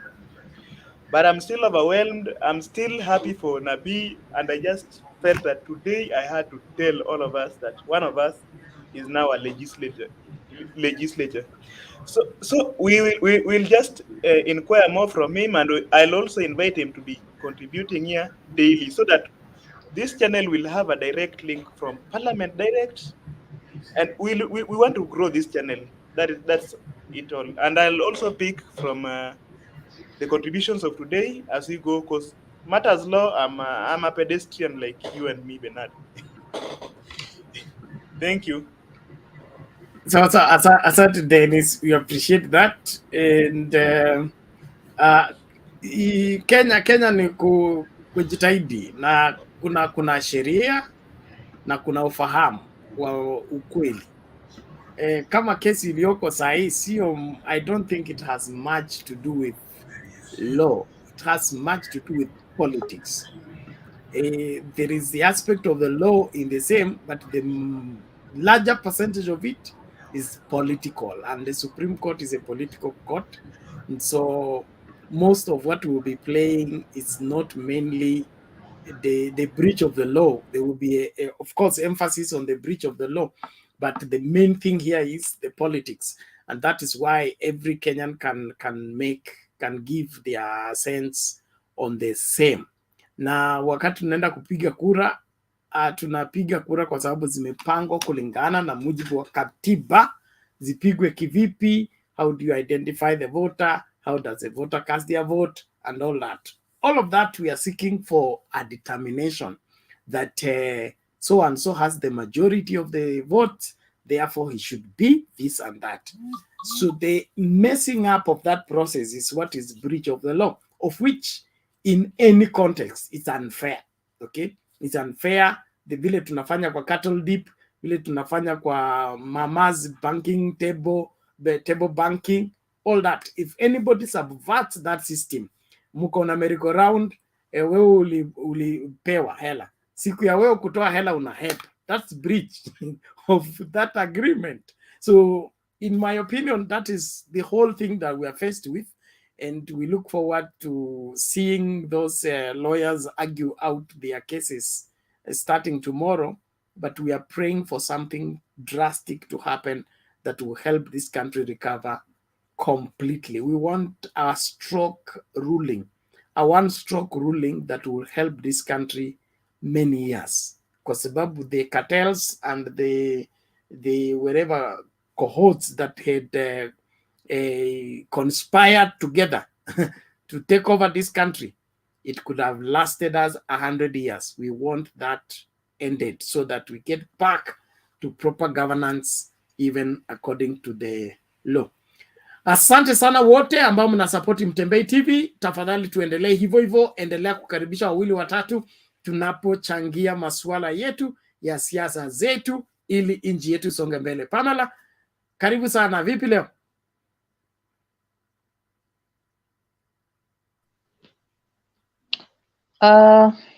Habari yako Bernard? Fiti, namna gani? Poa. Magi, all panelists, habari zenyu na nyongo kwa comment section.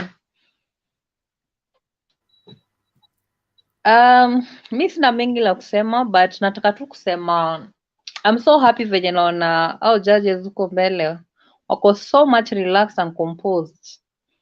I believe there is something good coming ahead. This time round sioni kama siasa ya this time itakuwa kama ya 2017, 2013. This is something different this time round.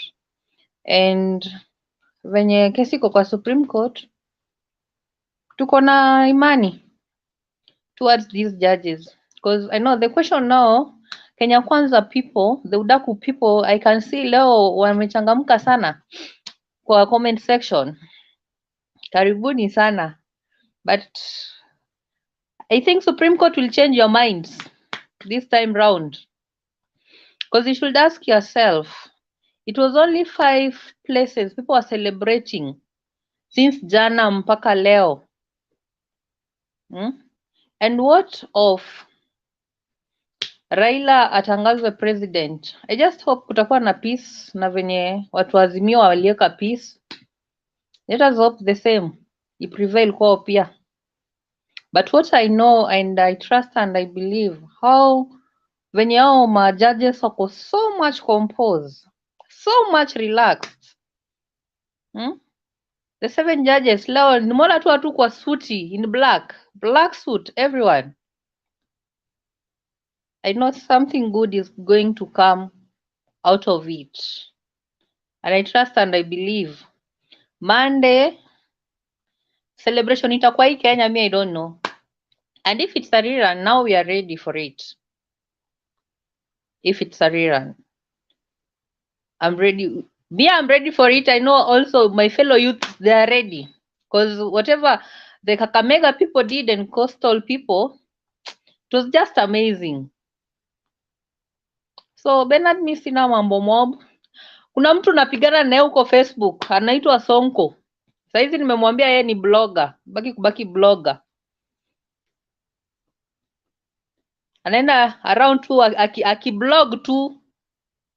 Nothing else is doing. So at the end of the day, I know that we are winners and not losers. So we should just wait and see. Sina mengi, Bernard. I'll chip in when I want to say something. Sawa, asante sana, Pamela. And you are the Ofula I know, or is a new Ofula? I don't know, maybe. We used to have an Ofula. She used to be a news anchor, KBC Kitambo. In KBC. Yes. She passed Yes. away, I think, how many years Passed ago? away, yes. Yes. Are you related? You're the daughter.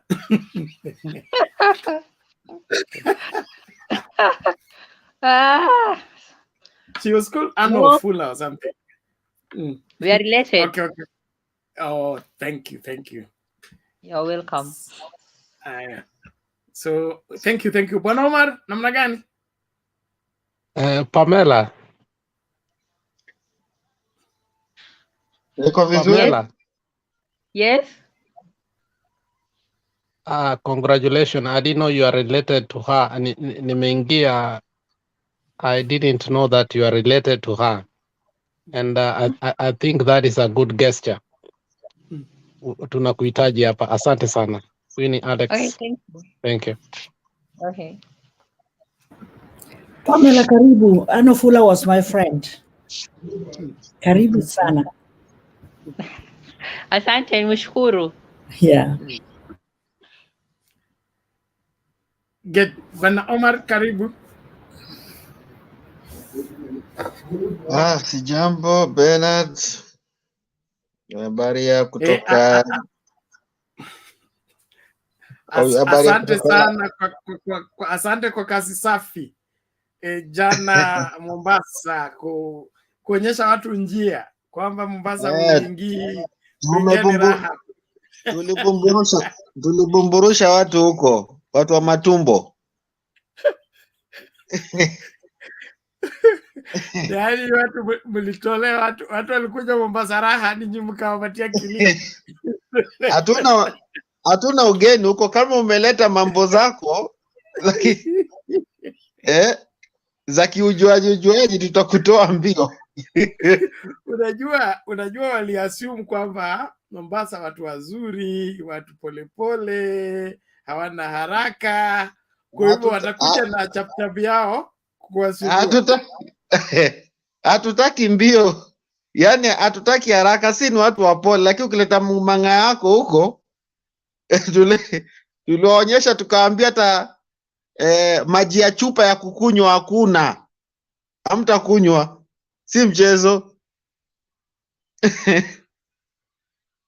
Sasa hata uliona Kakamega vile watu walichangamka. Kuria na Shungwa wataandika history kwa kitabu. History hiyo ilikuwa history refu sana, hawatasahau. Kama walienda wakitishatisha watu hao ndio watoto wa Maumau, kumbe wakakutana Maumau yenyewe.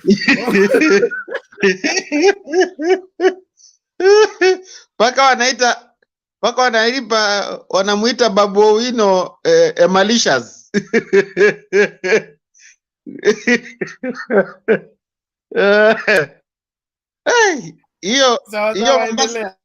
Hiyo Mombasa na Kakamega tutaandika kwa kitabu Bernard, usijali. Bedroom ya baba hiyo. Sasa nimefurahi sana. Uliniambia Bernard, wakumbuke ile mawaidha, ile mambo ya kauli ya Madhakarua. I think hata wewe umeshai kusema. Pia mimi nimeshai kuguzia, sikumbuke lakini kitambo. Mtu akianza na wizi anamalizana na wizi. Na imejulikana sasa the hand. Watu wameshangaa huyu judge Koome acheki huyo mama. Hizi stories si ati akitoa hizo sheria Bernard ajui kila kitu wako nayo, au majaji kila kitu wako nao, wanajua nini inaendelea Kenya, kila kitu ukora wako nayo wanajua, na wanajua ni nani amefanya hiyo ukora.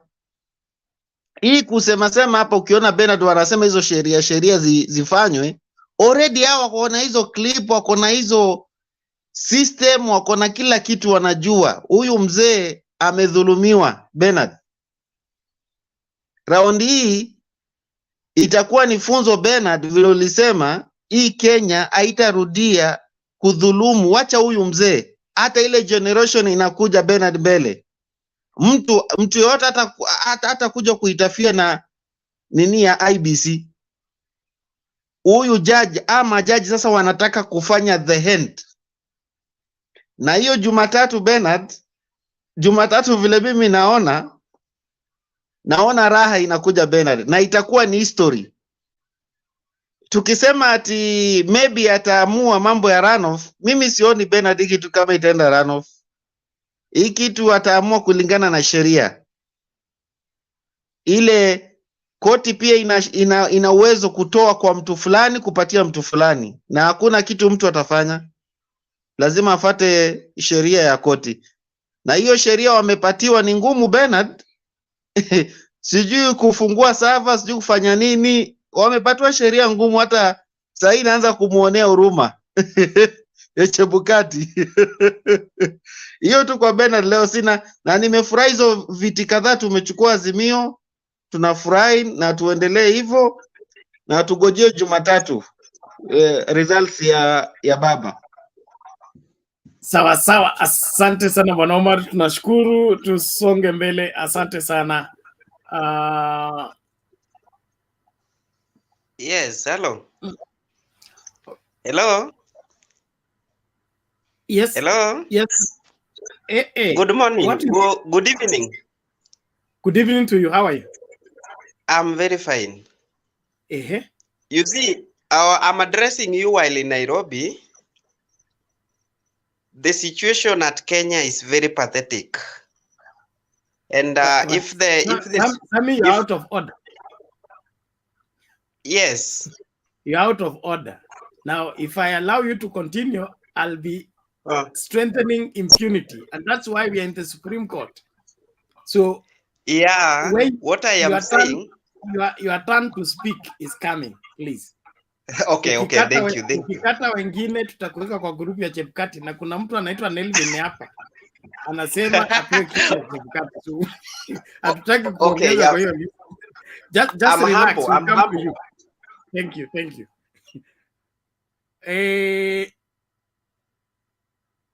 Huyu Sakwa, if you don't dress up for the show, we won't put you on the show, please.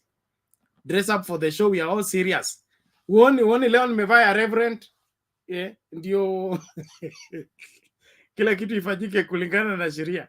Tafadhali, let's keep it up that way. Nimevaa kunguru leo ili kusikue na matatizo. So please, Sakwa, we want to hear you, but dress up for the show. It is just good and decent. YouTube community does not allow that to happen on any channel. They will either take down the video or they can close the channel all through.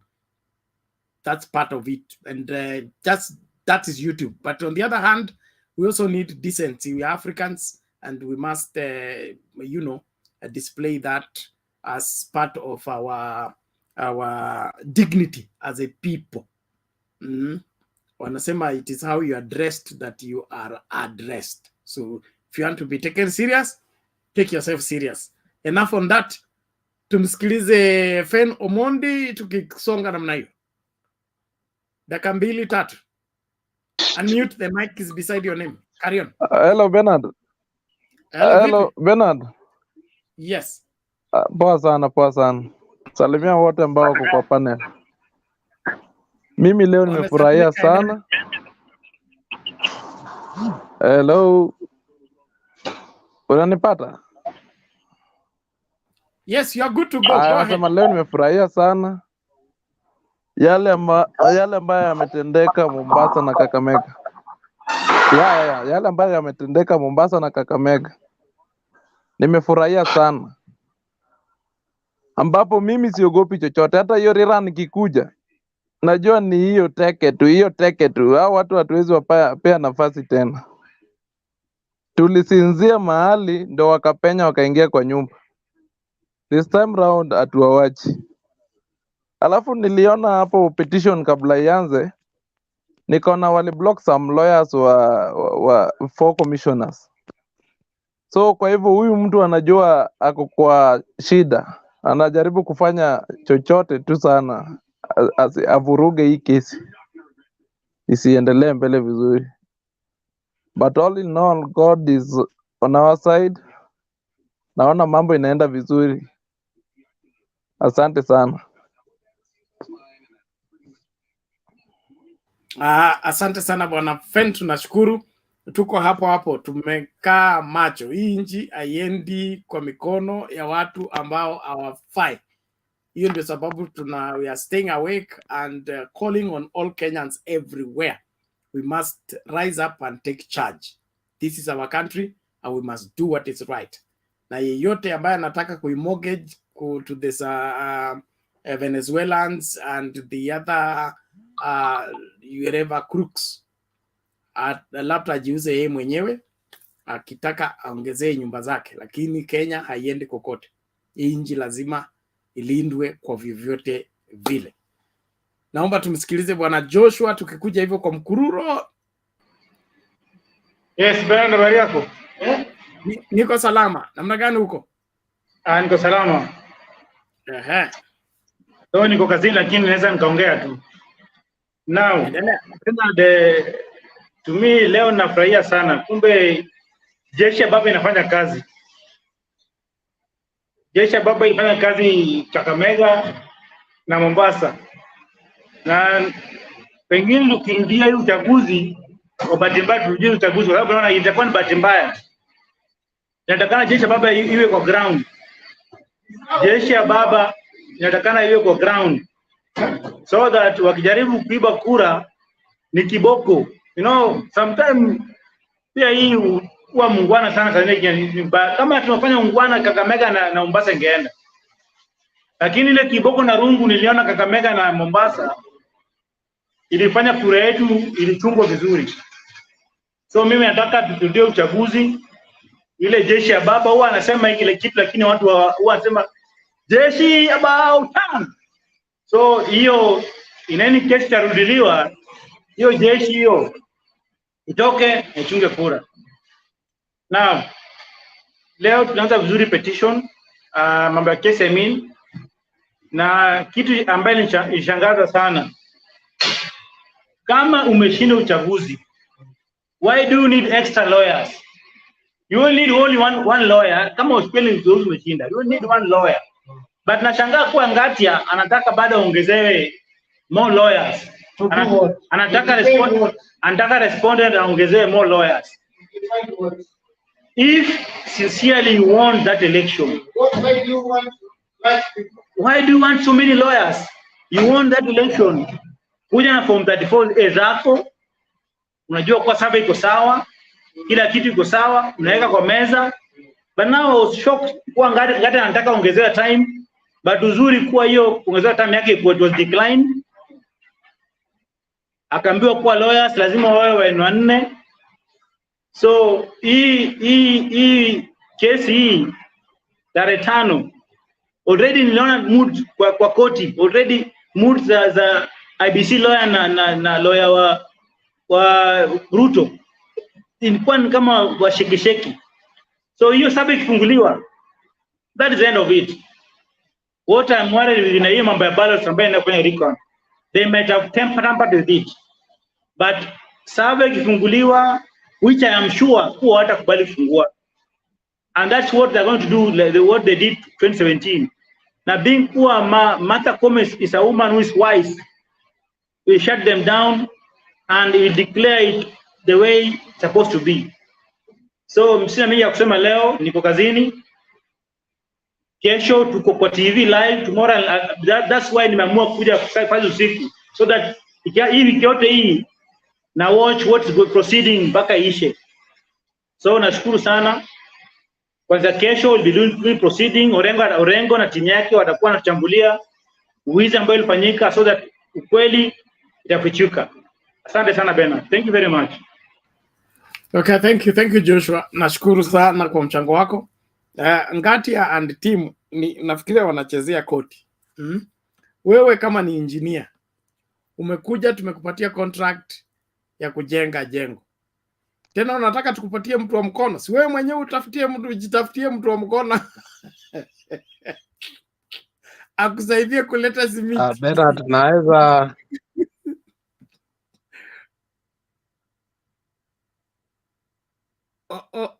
Alex. Unajua kwanza naharibu picha. Kumeendaje? Pole sana, hiyo picha nimeharibu, lakini nataka mnisamee. Professor Toma Jiende, kama ulisikia statement yake, nataka uplay hiyo clip yake. Alisema we are only 2 professors in the Supreme Court, yeye na Githu Muigai. I don't know kama ulisikia kitu alisema. Na kitu ya pili alisema ni kuwa in these 2 professors, Githu Muigai ameshindwa kitu ya kuongea kwa sababu hana kitu ya kuongea. Sijui kama ulisikia kitu alimwambia, alimtukana lakini hakuelewa.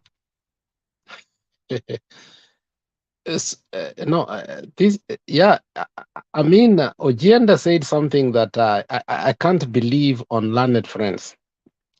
And this is what he said. Tuko only 2 professors in this Supreme Court, but the other professor does not have anything that is going to speak. Leo nimesikiza maneno yote ambaye yamekuwa katika Supreme Court, especially Tuju came and even said that he is going to give us the CCTV recordings of Gulaya. Anaitwa Professor Gulaya ama anaitwa nani? Walikuja mpaka kwake. And Tuju was very daring. For the first time, you know, I never believed Tuju because Tuju has always been against Baba for a very long time. Lakini leo, he dared them. He said that he's going to give the CCTV cameras for those. Okiki Omtaya petition was also very damning. Ya mtu anaitwa Moses Kuria was thrown out because Moses Kuria is just a petty person. I don't even know why anybody should take that man. Huyo jamaa, I think before tuweke Chebukati kichwa yake kwa museum, I think huyu jamaa anaitwa Moses Kuria tunataka tuweka mguu yake kwa museum, hiyo mguu yake, because hiyo mguu yake ndio inatusumbua sana, because ndio ilileta shida akaenda huko kutibiwa sijui ni wapi. But this is what we want to have. We have a very good case, and the Supreme Court is very interesting, and I want people to listen. Sio this time hatuna kizungu na una realize hakuna kizungu nyingi. This time we are talking about issues that pertain and the response of our country, and I want Kenyans to listen. Baba alinishtua because Baba anataka ashinde hii case in a clean way. At the beginning, I was a little bit worried. I called Clavan and I called anaitwa nani? I called Daudi to understand, because they are intellectuals, so that we can know where we are heading to. And I think they are a little bit confident that I think Baba want to win this thing clear. Koome, from what she said today, and I want to assure Kenyans, this petition we won before even we started. So congratulations kwa watu wa Azimio, and I think some people like Duke already have called me and have told me that they have conceded. Asante sana Bernard. Thank you.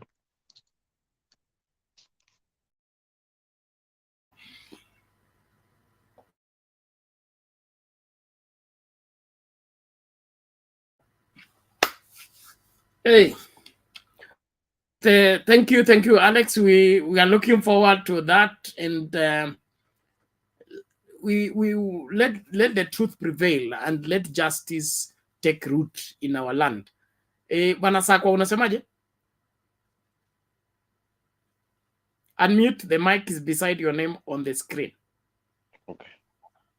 Mimi nimekuja kucongratulate leo na nimekuja congratulate kile kimefanyika leo, manake imedhihirisha waziwazi kwamba kura iliibiwa, na kudhihirisha kwamba waziwazi kwamba kura iliibiwa. Mimi mwenyewe natoka Mombasa, maeneo ya Changamwe, na ndio ujue kwamba kura ziliibiwa hapo mwanzo.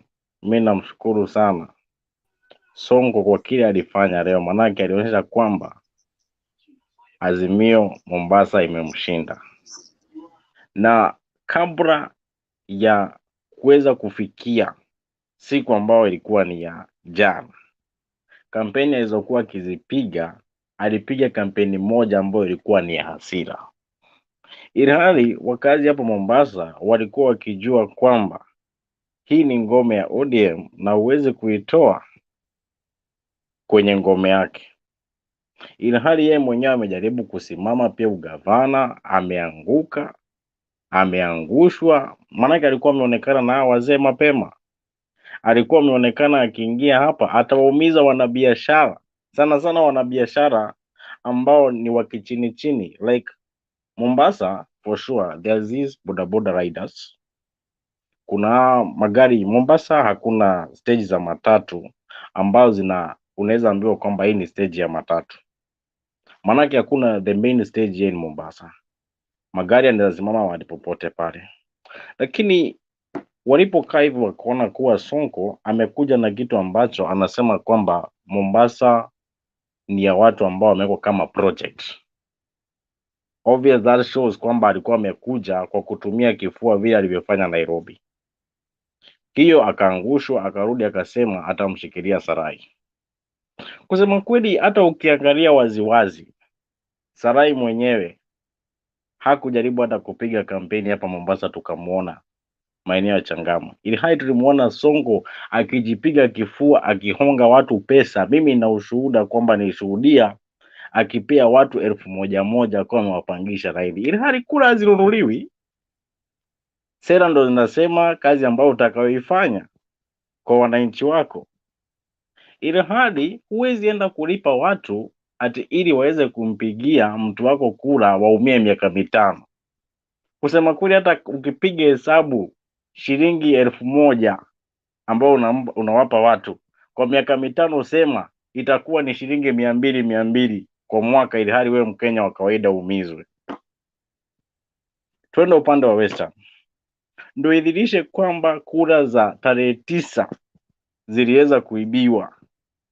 Jana umeona kile kimefanyika kwenye akaunti ya Oparanya, tusiongee mengi kwa hayo. Sasa mbona kama wewe mwenyewe unajua kwamba huu uchaguzi utashinda kwa huru na haki, mbona ukaingia kwa akaunti ya mtu ili hali ni gavana ambaye yuko mamlakani, unaingia kwenye akaunti yake, kisha unaingia unadurusu vitu zako pale, unahaka akaunti yake? For sure hiyo kitu inaonyesha waziwazi kwamba huu ni wizi mnataka kuufanya mapema. Jambo lingine, wacha tusiongee about Kakamega sana, tuongee hapa Mombasa. For sure nashukuru Sabina Chege, akina Pasaris, nashukuru wamerinda kura. Na kura ya baba hapa Mombasa imedhihirisha kwamba waziwazi hakuna hata moja iliweza kuibiwa. Kusema kweli, ukiangalia Abdulswamad amepita na kura 20,000, ili hali ameshinda mpinzani wake kwa kura 20,000. Hata angeibiwa hata kama ni 10,000 hangeweza kumfikia. Hapo inaonyesha waziwazi kwamba Mombasa tulikuwa ni Azimio. Twende Kakamega. Kakamega, Marara alikubali tu na asubuhi kwamba ameshindwa. Kwa hivyo inaonyesha kwamba na inadhihirisha kwamba sisi wenyewe, hata kama walikuwa wametumia mbinu zao, sisi wenyewe kwamba tumeshinda. Twende upande wa koti. kuna kitu nimesikia about Moses Kuria, na Moses Kuria jana hapa amefukuzwa kweli kweli, wakuwa na kinaisha Jumwa walikuwa wameingia mahali kuenda kuleta vurugu kiasi hadi wakajulikana mapema. Sasa Marara mwenyewe alifanya makosa hapo Western. Hata wakati nimeangalia akitoa speech yake, ameitoa speech akiwa na hasira.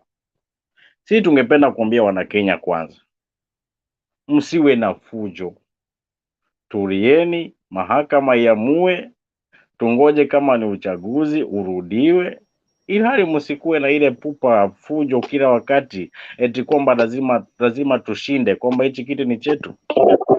For sure, kama wewe ni mwananchi ambaye unajua unafata haki, huwezi kushabikia mahali ambapo kuwa unaona ukora unafanyika. Na mimi nisikudanganye, ukitaka kujua kura tarehe 9 iliweza kuibiwa, ni kwa nini Ruto ameweza kutoa mawakili wengi na kuweza kusema pia hata aongezewe mawakili wengi zaidi ya vile inafaa kisheria. Twenda upande wa Chebukati. Chebukati mwenyewe kwa nini anatumia pesa mingi za IEBC ili hali anajua kwamba uchaguzi ulikuwa wa huru na haki? Kwa hivyo wacha tusubirie tarehe 5 hiyo amesema. Kama ni kurudi kwenye uchaguzi tutarudi, manake kura zetu zipo bado. Nashukuru sana kwa kunipa fursa hii. Asanteni sana.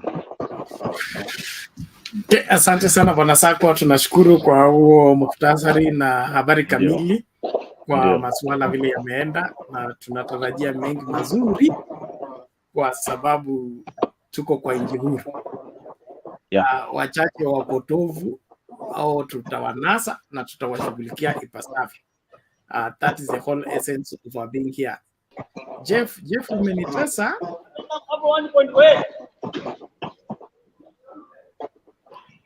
Jeff, are you there?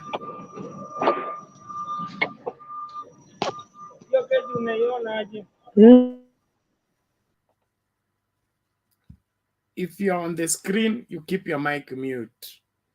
Don't interfere when somebody is speaking. You put your mic on. It brings distortion. Mara mahali upo kuna kelele huko kwa nyuma, unaharibu video, unasumbua watazamaji. Please, let's remain within the standing orders. Tusiwe na pupa sana. It's important that we remain focused and do what is right. It is tukisema mic ikuwe mute, hata kama hujui sababu, just keep it mute until we are able to explain to you why. Every time, everybody's mic will get feedback. Like even if you are playing video, it will pick and now play the video twice, 2 audios. That creates distortion and messes up the whole thing. So please, let's adhere to that. Watu wa comments, the bloggers wa UDA, tunajua kazi yenu is hanging in the balance. Msituletee hapa vitu za yellow tafadhali. Fungueni channel yenu mkafanyie huko vitu za yellow. Kama wewe unahakika kwamba William Ruto alishinda uchaguzi, Supreme Court wanahitaji witnesses, wanataka extra lawyers, jitolee. Sema wewe ni blogger, okay? Unatakako kusemako kitu mbele ya Martha Koome akusikie. Tuone kama utapata hata entrance hapo kwa mlango. So usitusumbue hapa na story ya Ruto the 5th what. Let's wait for the ruling of the court. Enda ukamtetee huko katika masuala hayo. Let's play this video and then we get to the next person to make submission. It's wonderful.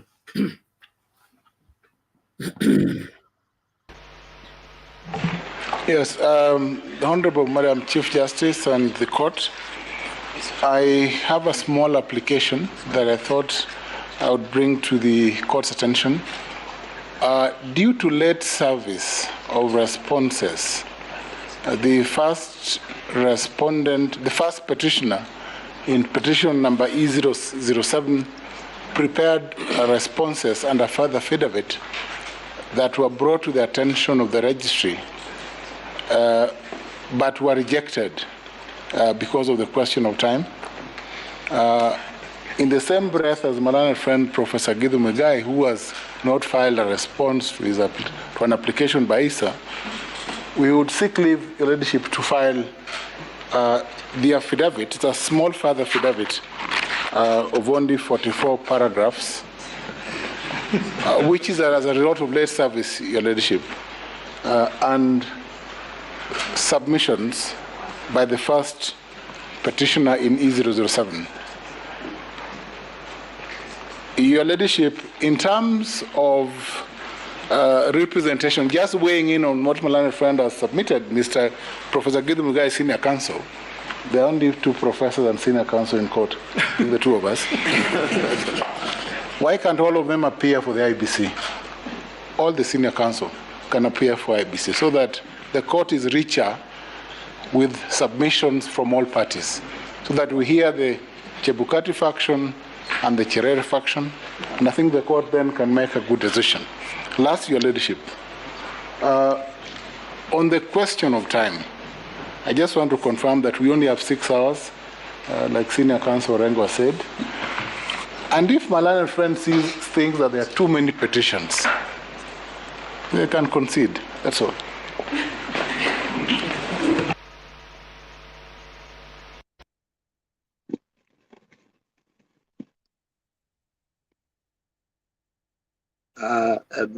Bernard. Yes, Alex, go ahead. I want, he said there are only 2 professors in that, that was very interesting. And he was acknowledging that Githu Muigai is not even helping Chebukati on his case. If you see, that was insinuatory. And the last statement that made me even laugh is, if you think you don't have enough time, do what? Concede. This case is already conceded.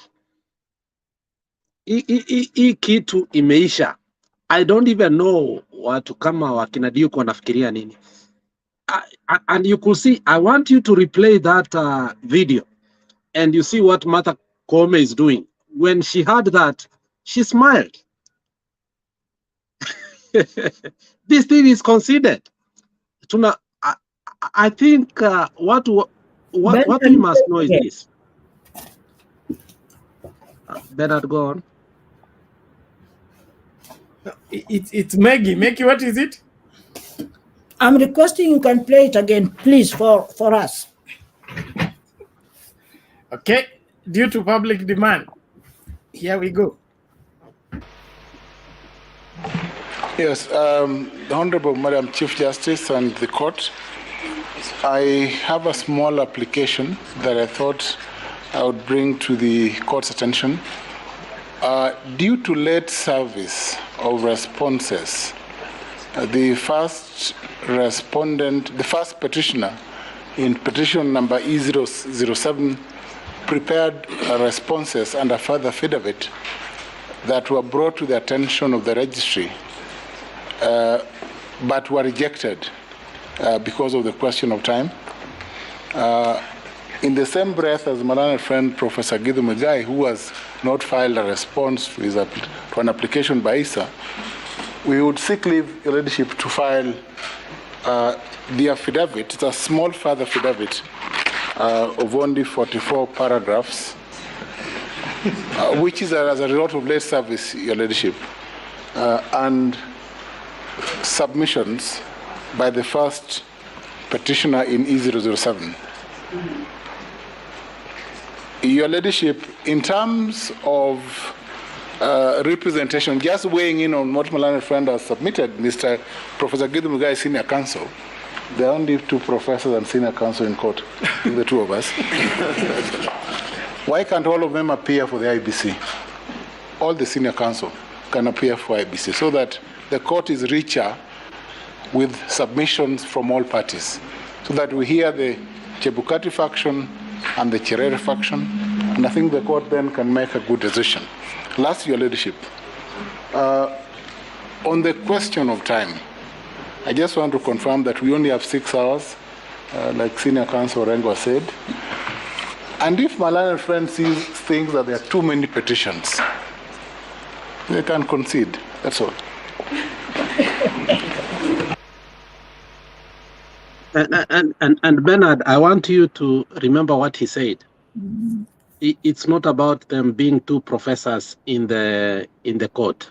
He said Gidu Muigai, who is representing Chebukati, has not filed what? A response. Did you hear what he said? Yes, exactly. Why is Gidu Muigai not filing a response? That's the question I'm asking, because he should be the one filing the response, and he has decided not to. And remember, our Attorney General has refused to be amicus or what? How did they call it last time? Amicus Curia.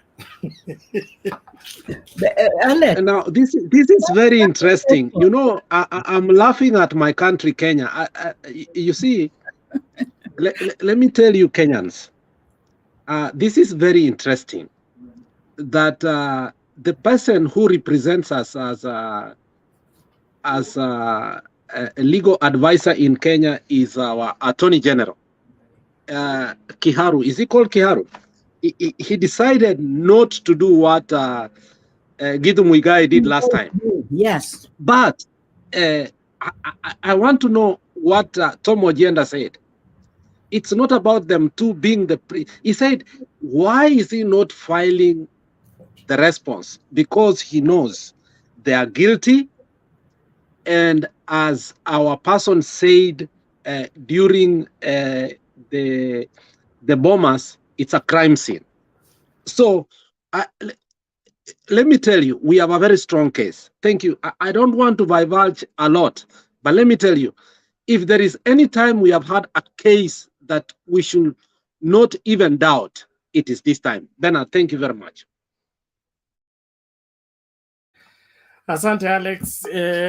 Wakati ndio huu na ukweli ujulikane.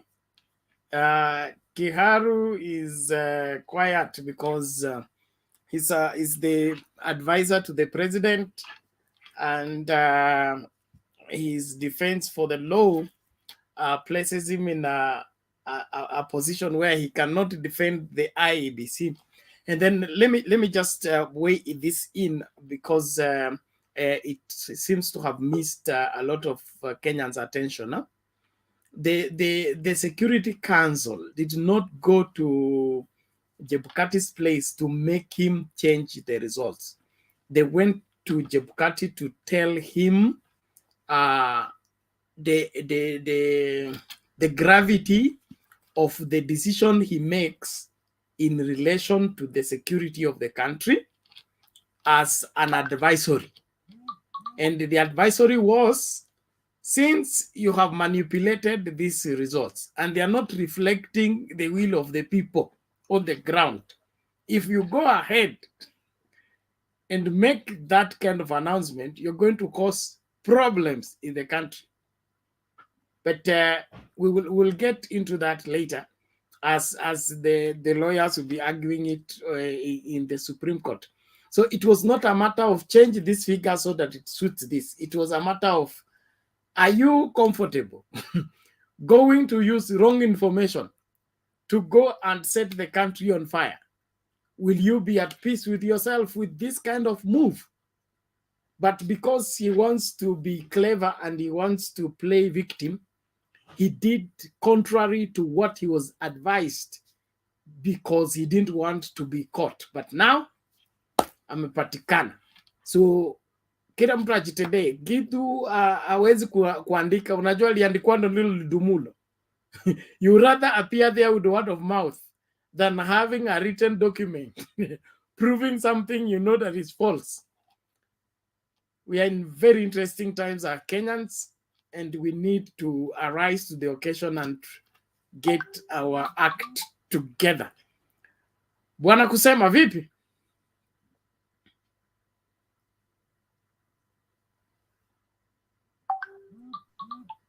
Kusema upo? Poa Bernard. Yes, karibu. Unmute tu mara moja, ukiplease tena inakufungia. Yeah.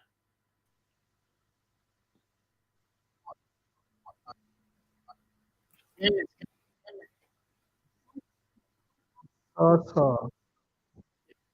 Sasa mi nawafuatilizia tu kwa sana kila siku, silali na kesha na nyinyi tu, nikitoka kazi kuanzia mida saa 4 mpaka asubuhi, lakini huwa siingii tu kuzungumza. Kia ni kitu kimoja, amani ipo, tunashukuru Mungu.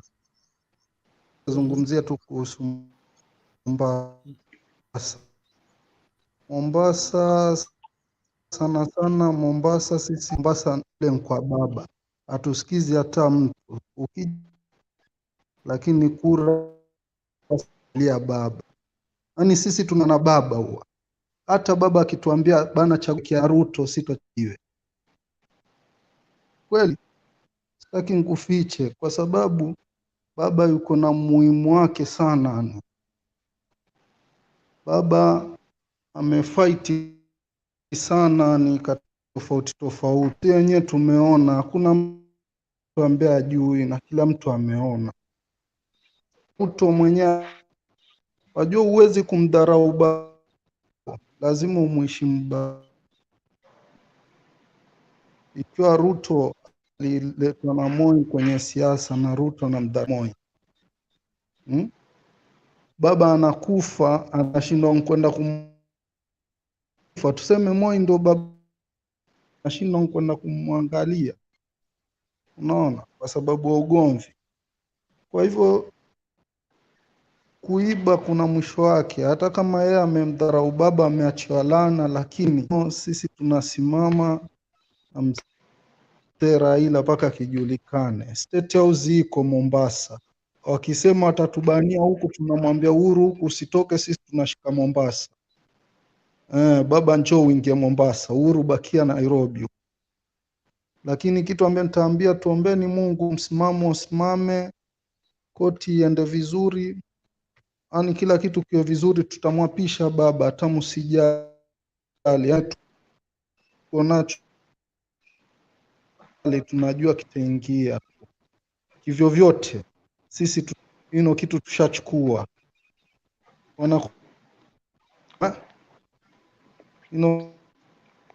Tuombeni Mungu, hiyo ndo kitu ambaye nitaambia. Alafu kitu nyingine sana, Sonko asije Mombasa na pupa zake. Mombasa kule sisi twajua, ukija na pupa tutakuzima tu, si tutakula pesa na tutapigia kule tunakotaka sisi. Si hatushaishi na pesa, siwezi nikauza maisha yangu kwa sababu ya pesa.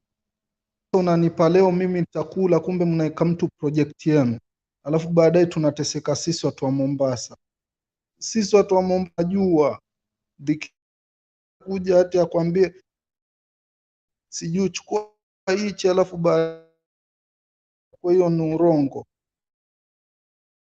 Nye nini, kitu cha msingi tuchague yule mtu ambaye anaelewa masuala ya Mombasa, unaona. Hiyo ndo nitawaambia tu. Mi pia nashukuru sana kuona watu wameshika, wale watu ambao wanatambaza pesa, wanasambaza kura. Ile sio vizuri, yaani kura, mtu ambaye anajielewa katika akili yake, kura ni maisha yako na kura ni watoto wako, unaona. Kwa hivyo sikubali ukanunuliwa kwa shilingi 200 ama shilingi 500, hiyo utakuwa ni upuzi sana. Angalia sahii gharama imekuwa juu. Sahii unga unauzwa pesa ngapi? 250. Ukienda ukifanya kibarua wenyewe, ukipata hela ndogo, ukiangalia ununue unga ujuu, ununue sukari na mafuta ujuu,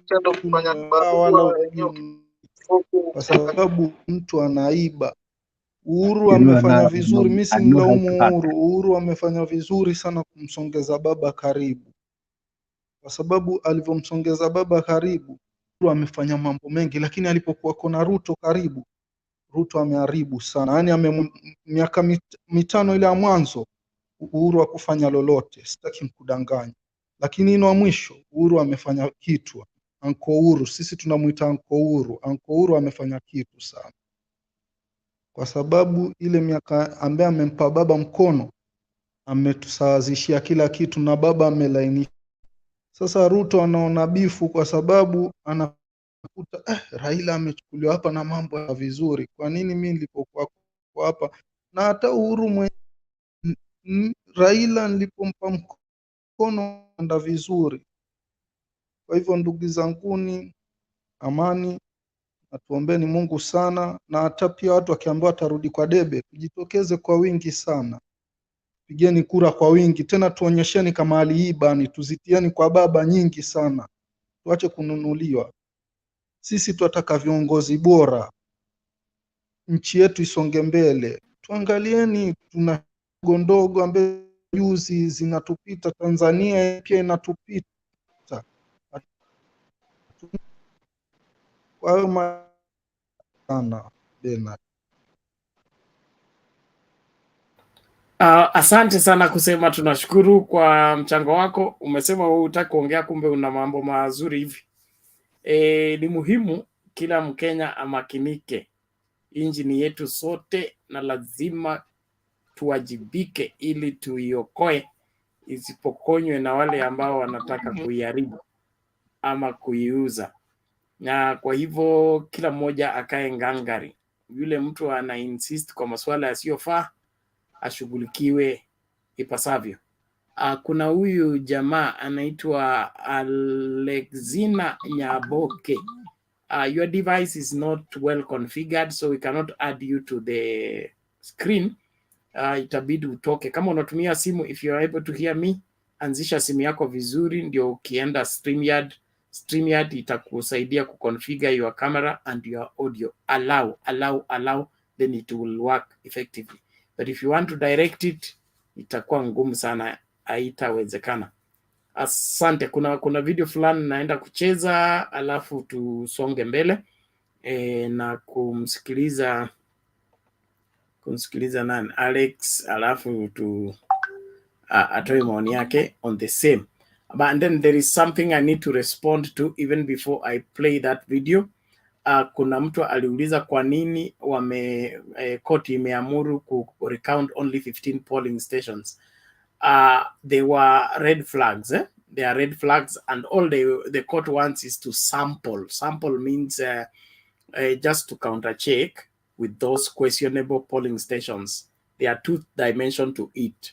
Some of those polling stations seem to have been ghost polling station, non-existent, but they send results. So that needs to be confirmed. The other one, there is a claim of whatever exaggerated votes from that particular polling station. So they just want to confirm the physical votes, the figures on the form 34A that is in the box. Then there is the form 34A that is with the agent, and there is the form 34A that is downloaded at the portal. Do they agree? So if the figures don't agree, why? So if they count physically, and then inside those ballot boxes where the ballot papers are kept after the counting, the copy of form 34A is supposed to be locked in. So hata kama agent wamepoteza the original, there is an original copy inside there, which can only be opened with a court order. It is sealed, and I understand those seals are, the agents are supposed to copy the serial numbers. So break your seal, lazima upate the exact seal that was closing that particular ballot box for security purposes. And so the reason they ordered 15, one, zilikuwa na dosari ama they are alleged to have issues, and then some are alleged to be non-existent, and so the IEBC has to produce those physical ballot boxes from those 15 constituencies or polling stations, and then there will be a consideration. So after sampling several of them, they will come to a conclusion whether the allegations are right or wrong, whether they are valid or no, or wrong. So that is it. Hakuna swala lingine. It is not that recounting 15 only, it is just sampling. If it's a recount, zinakuja zote kwa pamoja, alafu zinahesabiwa afresh. which is going to take long. And because of the limited time that the Supreme Court has to hear the case, they will not order things that will take a lot of time. They will order the shortest way to arrive to a conclusion. And that's why they are sampling. So ikisemekana kulikuwa na rigging mingi in this particular section, they will randomly pick a few polling stations just to confirm things. Kama polling station ilikuwa na, like there was the prayer on the disparity, or rather the difference between the president's vote and the other elective seats. So wakati unapata rais ako na 100,000, governor ako na 50, alafu wengine wako na 50. So where did these 50,000 people who just come and vote for the president and they don't vote for this other seat? The question came up 2017. It's going to be up again in 2022. So tutegee hapo hapo, and I'm happy for those questions. It's good for you to be in the position of understanding. And in case I left out anything, Alex and the rest will add on that. Tusikilize hii video alafu tusonge mbele. Thank you.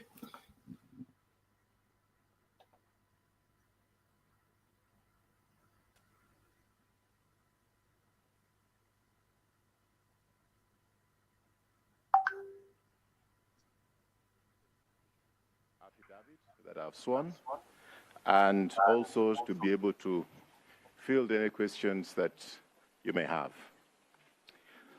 My attention has been drawn to some adverse mention in the affidavit of Chairman Chebukati and Professor Gulie with respect to the proceedings which took place at Bomas of Kenya, and therefore I'm drawn into the Supreme Court case which is ongoing. I'd like to start by admitting that I was at Bomas of Kenya several times, and the meeting which they say took place at 3 o'clock, I'd like to correct them a little bit. They are suffering from a bit of selective amnesia. It was at 4 a.m. Okay? And I did try on several occasions to get audience with the commissioners and get audience specifically with Commissioner Chebukati after it became apparent that Professor Gulie was not able to address the issues that I'd brought up with him.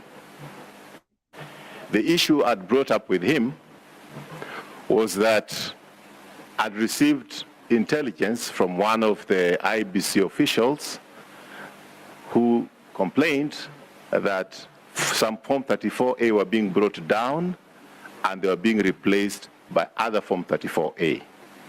He was not able to know exactly the location from which this was happening, but he brought it to me once, first time, and I reported this to the DCI, who dispatched officers to have an interview with this person.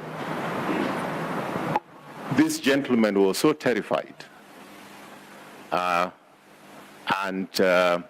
he actually mentioned in the case that he had been threatened by Mr. Majan when he brought it up with him, that he should not play with him, he'll know who Mr. Majan is. Coming from the memory of Musandu, I've never seen a more scared young man.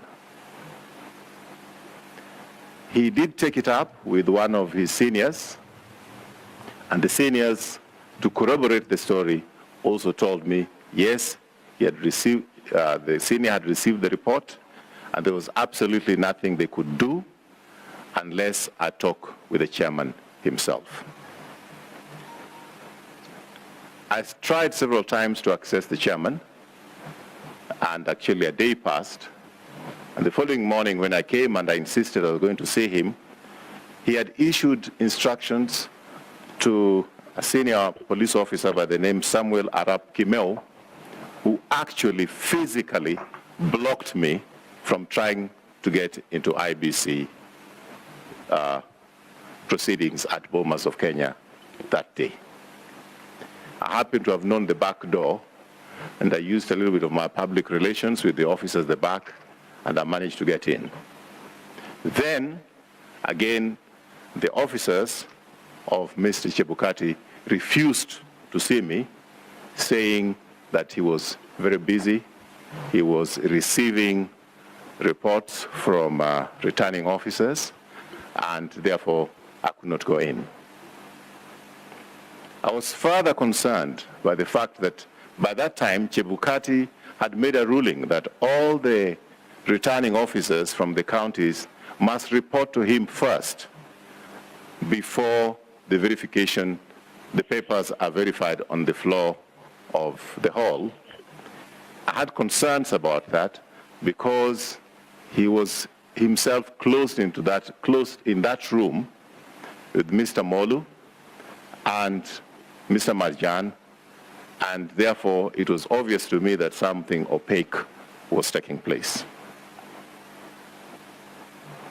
Finally, I did insist that nobody was going to stop me from getting into that office. I'm a Kenyan citizen, and I'm not trying to do anything wrong. So I told his own security people that I also have security, and you'll have to shoot me to stop me from getting in. And I went in. And I found him with Molu, Marjan, and himself. And I brought these matters with him, and he told me he's busy now, he's got too many returning officers waiting for him, so he will not be able to attend to me. So he told me to come later. I was polite, I left, I came back later at 8 o'clock.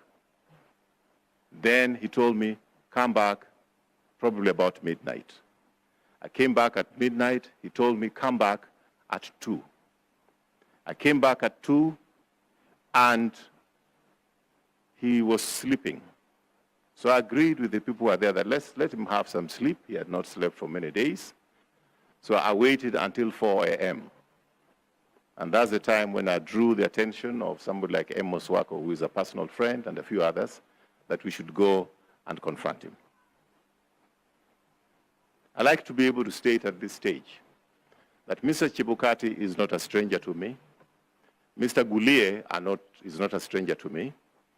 And Mr. Molu are not strangers to me. He has made claims of what I said when 10 of us were in that room. All the commissioners were in that room, and Mr. Amos Wako was in that room, and another lawyer, I don't know his name, Bonduo, whoever he is. So there are 10 of us in that room. For him to claim that I made some offers to him in front of those 10 is a tara diddle. Is a tara diddle. Petty lie. But I want to go back to the fact that these people are not strangers to me. I want Mr. Chebukati to explain to me and to explain to Kenyans when he came to a secret location to meet with me, and what was that discussion about? At least he's talked about where 10 were. What was the discussion when he came to a secret location to see me in Karen? Number 2, I want Mr. Gulie, or Professor Gulie, and Mr. Molu to explain what they came to do in my house. What was that discussion about? And the drift of that discussion was more of auctioneers rather than commissioners. I want them to say they never came to my house. I will make the CCTV cameras available at my house so that those can be investigated by the DCI, whether I'm saying the truth or not. Because to my house, they came.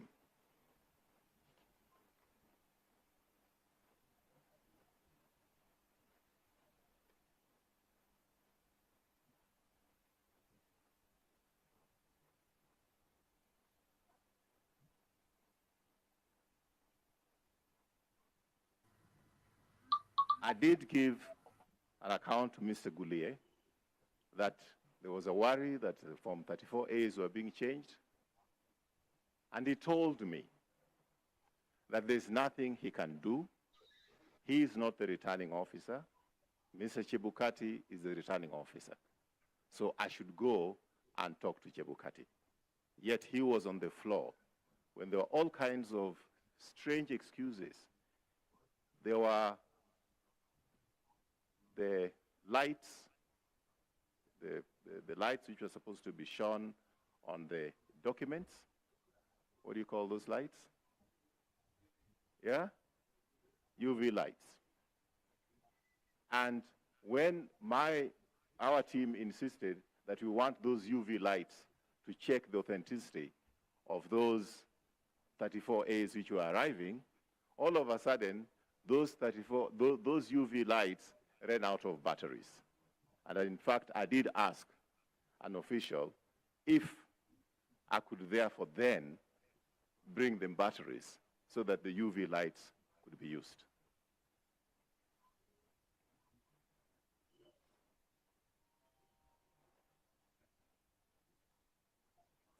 So I think that what he claimed I said when I was meeting him at 3 or 4 a.m., whatever time he says, I think there were 10 others in that room. So I think those 10 others should be able to corroborate his story. But I'd like to be able to report here that Mr. Goulier, when we were having that discussion, left to go to the toilet for a very long time. And of course, he left with his phone. And as we left that room after talking with them, the UDA officials, namely Nanok and Veronica Maina, were at the door waiting for us to leave so that they could get in. I think I'm acted within my right that if there's a complaint to be made, I should make that complaint. I didn't go in there alone, and I didn't talk to Mr. Chebukati alone when I presented those issues. And just as he wants to tell Kenyans about the discussion we had with him at the wee hours, about 4 a.m., I think he should be honest enough to tell Kenyans what he was discussing with the Nanok and Veronica Maina as soon as we finished with him. Thank you very much. I'm ready to take some questions. You are always the first one.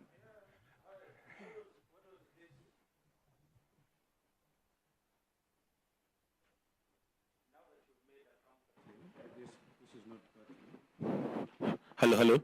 Now that you've made a counterclaim of meeting Chebukati, what was the content of that meeting at that secret location? And two, what were Commissioners Molu and Goulier doing at your house, knowing that these are very key players in an electioneering period? Mr. Goulier and Mr. Molu did request to see me, and they said it was confidential, and I thought my house was the most confidential for them to come during that particular time. So I'm just telling you that they're not strangers to me. During the run-up to these elections, again, I'll be able to put this, if at all, it will not divert the Supreme Court, because I've looked at the replying affidavit of Chebukati to the Supreme Court. I've not seen any substance. I think the only substance is to divert attention by putting in the name of Raphael Tuju and have some, something which is sensational. But they did come to see me, and of course, Goulier did send emissaries to me, 2 of them. I don't want to mention their names, just like I don't want to mention the name of the other person, because I think he's a witness at the Supreme Court. And everybody needs a little bit of protection. I think I do have better security than these 2 individuals. So I don't want to mention their names, but he sent them to me, and he was he complained to me that nilikutumia watu, mbona hukuongea nao? So basically they were also coming to ask you for an order. Well, I just said that from my discussions previously with them, I was dealing more with auctioneers than commissioners. And what was the contents of the meeting between you and Chebukati? I would want him to be able to state that himself, since he has stated what we discussed on that Monday, Tuesday night in the public domain. I dare him to stay. Now that you are saying, you could actually say it now, that you're the one who's made the counterclaim, that he came to you and met you at a secret location in Karen. Where was this secret location? Because you know that you have businesses in Karen. Is it at one of your businesses? And what could have been the contents of this? And what could have been the contents of this meeting? Was he also auctioning, or even trying to solicit a bribe from your side? Because this matter is in court, and because I have to consult my lawyers before I speak too much, I thought that whatever I've told you this up to now is appropriate as a matter of public interest. SG, you have disclosed your house. They met you at your house, yes, right? Why can't you disclose this secret location? I mean, it could be a public place. Why can't you just disclose it? You disclosed your house. My house, I can disclose. A secret location may be belonging to somebody else, and it's not appropriate for me to expose that. Yes? Katibu, thank you. Ayub from Citizen TV. This is, you have mentioned secret location and two commissioners who visited you at your house, and you said that you'll provide the CCTV footages to that effect. I just want to understand, because you are the executive director of the Azimio la Umoja One Kenya Coalition Political Party. And former Secretary General of Jubilee. And former Rarieda MP as well. And was this prompted... And former newscaster as well. Thank you. And was this rather prompted by this affidavit? And as an aggrieved party, were Chebukati and Gulia, not to mention you in their affidavits, would you still have provided this before the court? I would not have. Why? And you feel an aggrieved party? I explained to you why.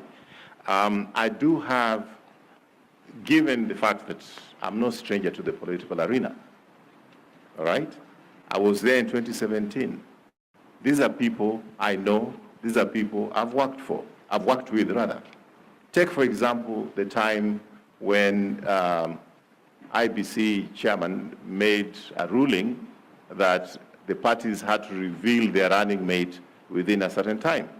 If you recall, I was in the team who went to appeal against that, and I did make a few calls to him to explain to him, and he said he had set up a meeting at IEBC, so I should go there and prosecute my case in front of him and the other commissioners, and indeed we prevailed. He did not only postpone the naming of the deputy presidential candidates for a few days, he did it for 3 weeks. So these are people that I've worked with. I'll give you another phone conversation which I had with him. I did, so I'm ready to surrender the phone logs that I have with Mr. Chebukati to DCI and anybody else, the right authority to scrutinize. In the run-up to the elections, there was a challenge of logistics. If you talk to anybody who is farming flowers or vegetables, trying to get space on aircrafts going abroad, they'll tell you that since COVID, there was always a challenge with getting aircrafts to carry a lot of cargo. So I did talk to him, and I told him, look, I just want you not to have a blind spot. Please make sure that you organize the logistics for the cargo of papers coming into the country. I mean, ballot papers coming into the country in good time, because you may just find that when you are ready to do this, there's no cargo space available in the country. So engagement with the commission is something that has been part of my job, not only now, but in 2017 as well. So I cannot go public with every discussion that we have on phone or on WhatsApp because it's not essential. But when it is essential, when now they have put an affidavit against me, taradiddle in every sense of the word, I think I'm within my right to also explain to the Kenyans my side of the story. And thank you very much. And would that be part of the content in your affidavit before the Supreme Court? You said you can detail every aspect of it. Has been actually, I'd wanted to share the affidavit with you. Okay. But right now, my lawyers are working on it. Okay. And they were not ready to give it to me so that I could share it with you. As soon as it is there, I mean, affidavit, I may decide what I want to say. But as you know, lawyers will tell you, no, you can't say that. But that's within my right to decide what I'm saying and what I'm not saying. But this bit, I felt that I should tell Kenyans. Thank you very much. Who initiated this secret meeting between yourself and Chebukati? Chebukati himself.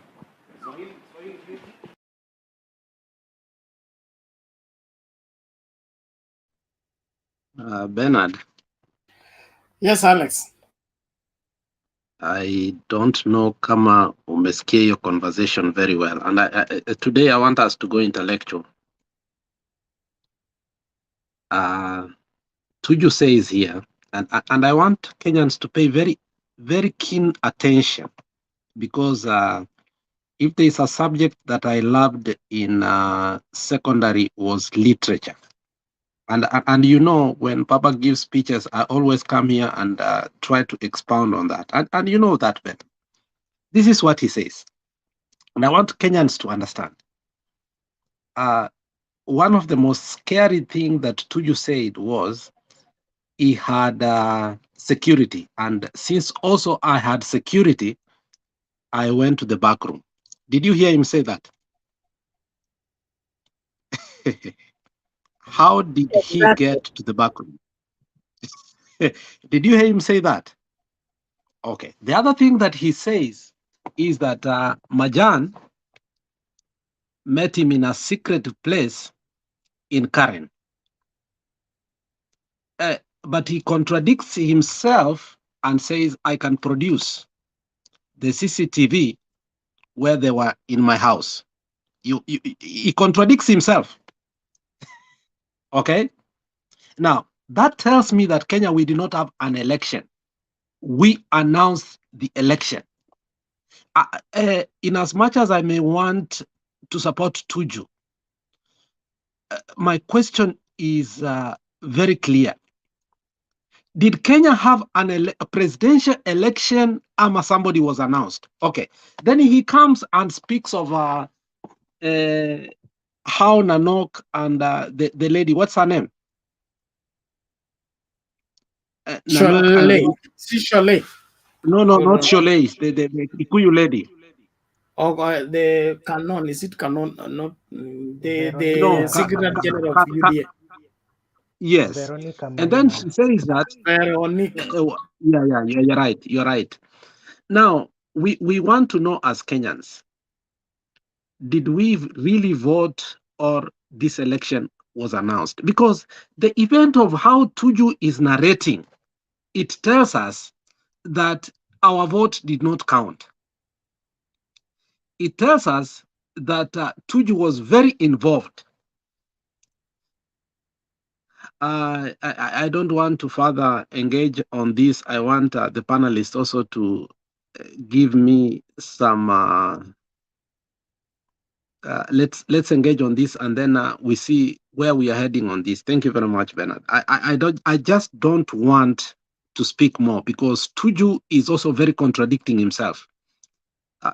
Bernard, endelea hapo kidogo. Sasa. Clinton. Thank you, Alex. Clinton, unasemaje? Sijawasha mic. Thank you Ben, long time. Mimi since rais mteule atangazwe sijai kuja kwa show kwa sababu ya shughuli za hapa na pale, na leo hii ningependa kusema kwamba hata mimi natuma, kwa Kiswahili ni risala za rambirambi, congratulation messages man, si risala za rambirambi, inaitwa salamu za furaha. So I'm also sending my congratulatory messages to His Excellency the Fifth. Ben, I had Tuju talk, akasema English ingine hapo ya Supreme Court, taradadol. And I can say what he was saying is the taradado itself. There is a clip of Tuju talking in Luo with the Commissioner Nyang'aya, telling Nyang'aya that the media is like a dog. You have to give it bones to chew as you pursue what you want to pursue. And I think Tuju called this press conference exactly to give media the bones to chew as he is busy diverting attention from the Chebukati affidavit. Tuju is again on record admitting to some of the allegations Chebukati and the other two commissioners made against him. It's like he's setting up himself, admitting on the left hand and denying on the other. So I think, to me, after listening to what Tuju said for those 20 minutes, I can say Chebukati is saying a little bit of truth as far as his meeting with Tuju is concerned. Again, venye nimesikia Alex akiongea, Tuju met the two commissioners in his house. At the same time, he met them in a secret location that he cannot disclose. Ben, let me take you again to Bomas of Kenya, the Security Council, National Security Council. They were seen in Bomas, and they have replied in their affidavit that they were there to discuss national security issues with Chebukati. Chebukati hakai kwa hiyo committee ya National Security Council. The Deputy President of the Republic pia walifukuza kwa hiyo committee. Sasa Chebukati ndiye angekaa kwa hiyo committee kwa hiyo siku moja wa discuss the national security issues na Chebukati. So I think hapo pia the national security wamekuwa cornered. They went to Bomas to do some monkey business that maybe Chebukati refused to go down to their demands, but they were there. Reason they are giving us. Did they say that Chebukati attended the Security Council meeting, or they said that the Security Council went to Chebukati to discuss security issues? Even if Chebukati didn't attend, do we always have national security meetings in Bomas? A day to the announcement of the results? The presidential election announcement goes hand in hand with the security measures within the country. That is the tradition. It has always been that way. So Ben, not let me just rectify the you tradition, there. but that's how it is done. You cannot just, even if you're a presiding officer or a returning officer, when it comes to national matters, national security must be consulted, must have their input. Okay. Let me correct you there. It is true that the presidential election has a lot to do with the national security matters. But it is a process. Once Chebukati finishes with the tallying and everything, before he announces the results, Chebukati will have to notify the sitting president. Why? Because the sitting president heads the National Security Committee. Yeah, he can notify him that we are done. The president-elect is such and such a person. This person going to Bomas itself, atakuwa na security yake beefed up, the president-elect, because the current president is already aware of the president-elect, the number of votes and everything. Yeah? Clinton, I want to divert back and remember what happened. In one of the audio clips that we have, Chebukati called the president and told him the person who is leading right now is Raila Amolo Odinga, and then Raila and Martha Karua, their security were upped up. Do you remember that? When that information was given us through the media Kenya? I don't remember that. It is not Chebukati's role to tell the president who is leading. You can be leading because your strongholds have been counted. Chebukati's role is to inform the sitting president of the president-elect after finalizing Clinton, the tally. I want you. You Clinton, don't say hold on. somebody is leading. Yesterday, Malala was leading. Was he the governor? Man, Mr. Uhuru Kenyatta, we only inform him of the president-elect, not the leading candidate. You want to Yeah. trivialize a very serious matter. Look here. Ben, we don't inform the sitting president of one who is leading. The conversation between Chebukati and the president is not a light matter. It's not like me calling you, telling you I'm hungry. And informing who is leading or who is probable to be president-elect, it's not a matter of gossip. It's a matter of reality. So let's not trivialize this matter. It's we need to get to the bottom of this. So according to you, Chebukati made a call to the president when Raila was leading. And later, let's say after 1 hour or 30 minutes. Not necessarily when Raila was leading. The call is put when the call of the election is inevitable, almost inevitable. Okay? Let's say that call is placed, and according to what we have and what we are receiving, the probable leader is this. So you are informing based on the information available. It is not that so-and-so is leading in the morning and probable he will be overtaken in the afternoon. So no. That is what Alex was telling me. That's why what you are interpreting. It's wrong. No, my problem is we can't inform the president of the leading candidate before even the counting is not done. He is being informed of the candidate that has won. Who placed the call? Is it Chebukati who placed the call to the president, or the president called Chebukati? Since you seem to have been Bomas. To me, I've not heard of the call between Chebukati and the president of the candidate that is leading. Alex explain. Is the one who has that audio. Okay. Let him explain first. Okay. I see everybody wants to talk, Ben. Acha nimalize submission yangu ndio Alex aniattack. No.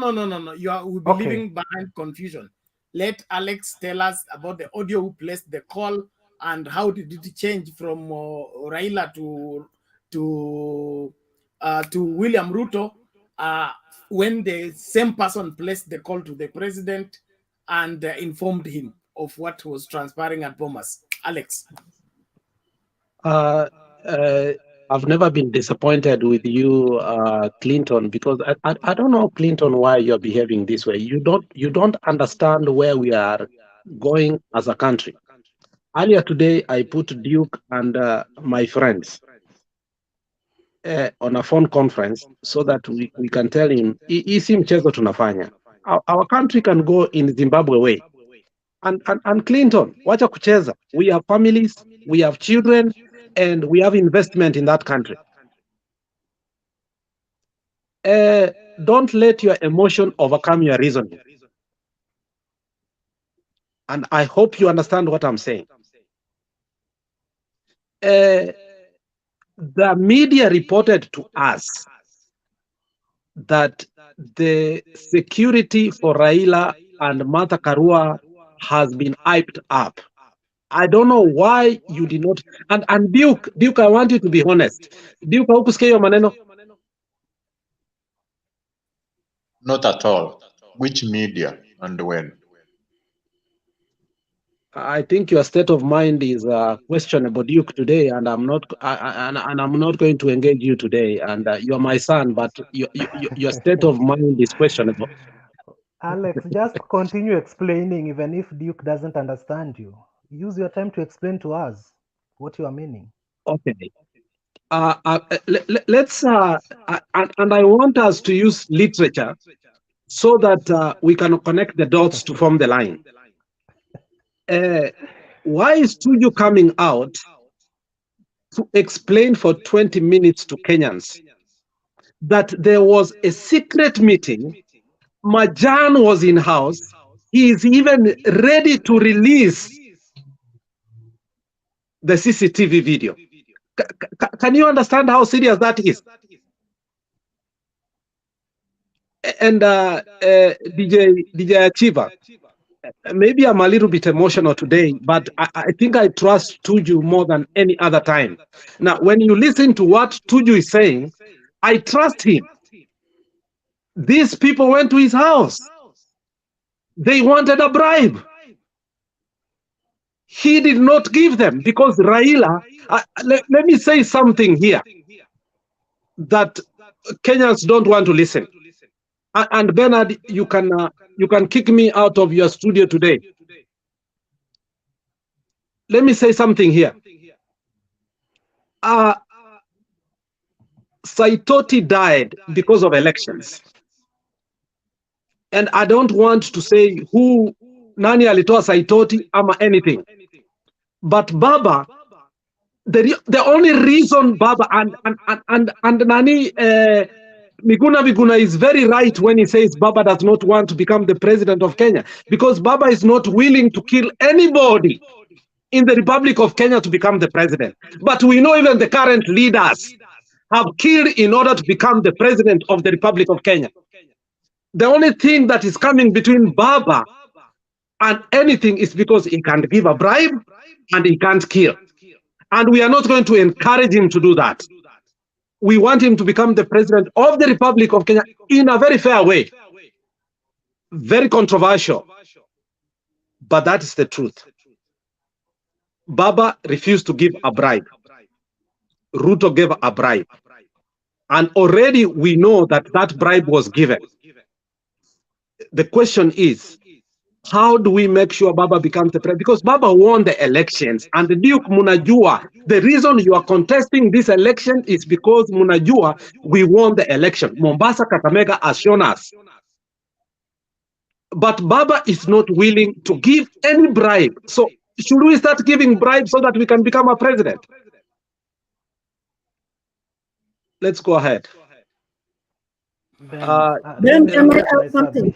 Order, everybody. Ben, Everybody. Mute your mics. Can Everybody I mute add your mics. something, please? When it is still burning like this, let me talk a little. 1 minute. Yes. Tuju is a puppet. That is what I can call him. He's coming from my constituency. He was once my MP, where I'm born. I'm a Nyawioma. Tuju is Jasembo. It reached a point when Tuju could not visit his own home because of his stupidity zake. Tuju went to Baba 3 days before elections and told Baba, Chebukati anataka something. Why don't you do the right thing so that you can get this thing? Because wewe ndio uko na majority. Lakini Ruto is buying, has bought everything, mpaka hata huyo Chebukati, mpaka akamwambia Baba ile pesa amepeana. Baba alisema, I think what we are fighting for is not what you are fighting for. And Tuju went back, a very angry person. Kama ni kusema ukweli semwe, then tutasema. Msitumwambie ati sijui Tuju alikuwa anataka nini. Tuju ndiye alikuwa na ana bargaining bargaining powers so that ionekana ati Baba pia alirigu kura na Ruto pia amerigu. Baba alikataa na alisema mimi siwezi, because this is what we are fighting for. Thank you. Wacha nifike hapo. Ben, my time back, man. Okay, just hold on. Just hold on.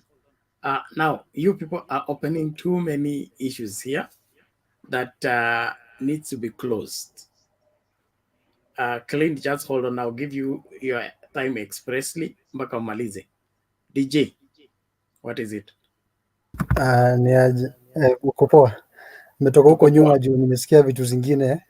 Sometimes pia ni vizuri tukiona TV. So this is, I'll flash back to the Monday the 15th. I think it was 15th, right? Yes, the 15th.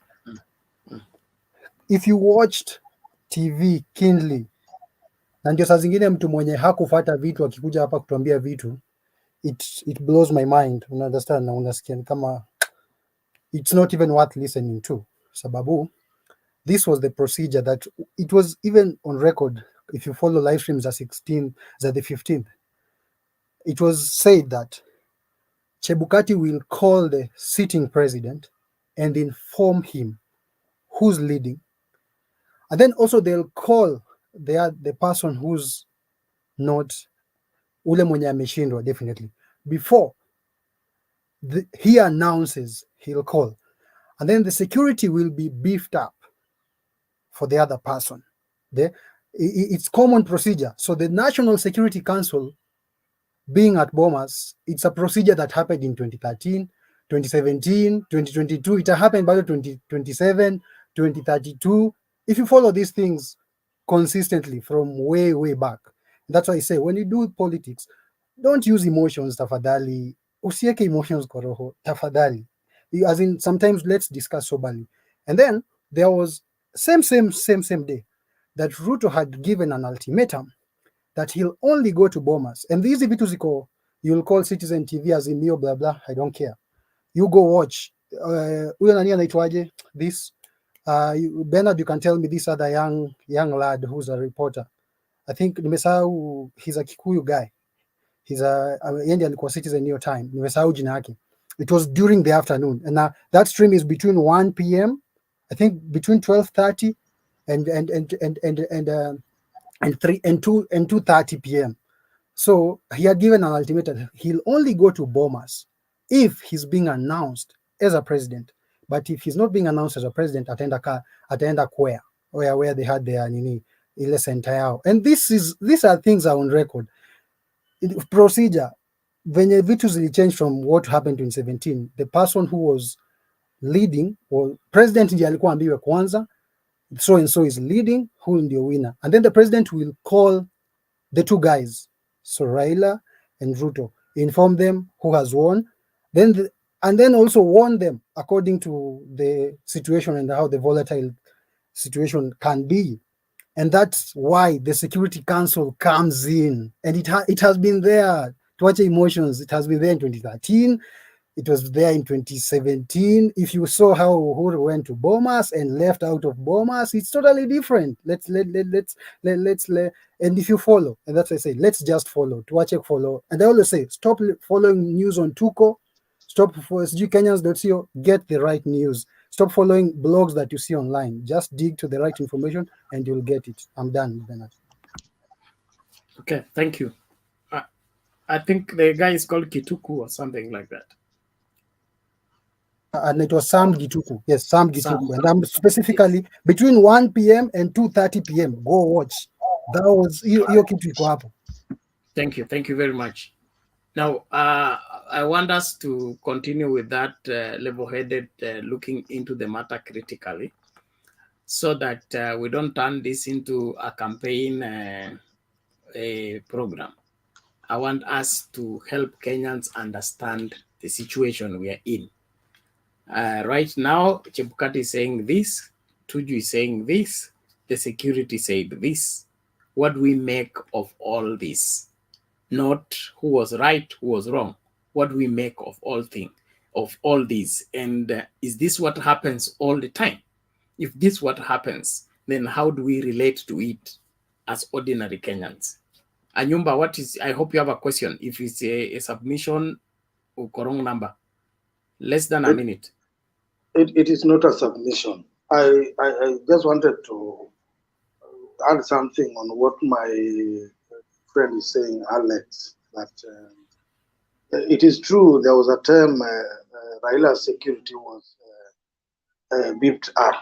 And to answer my brother also, Clinton, I heard you saying something about Chebukati calling Uhuru, or I want to remind you that whether Chebukati called Uhuru or not, but the procedure is, if there is a president-elect, the first thing after giving a call, Uhuru calling Chebukati, there are some certificates that are supposed to be given president and the military and the Supreme Court before, then Gazette.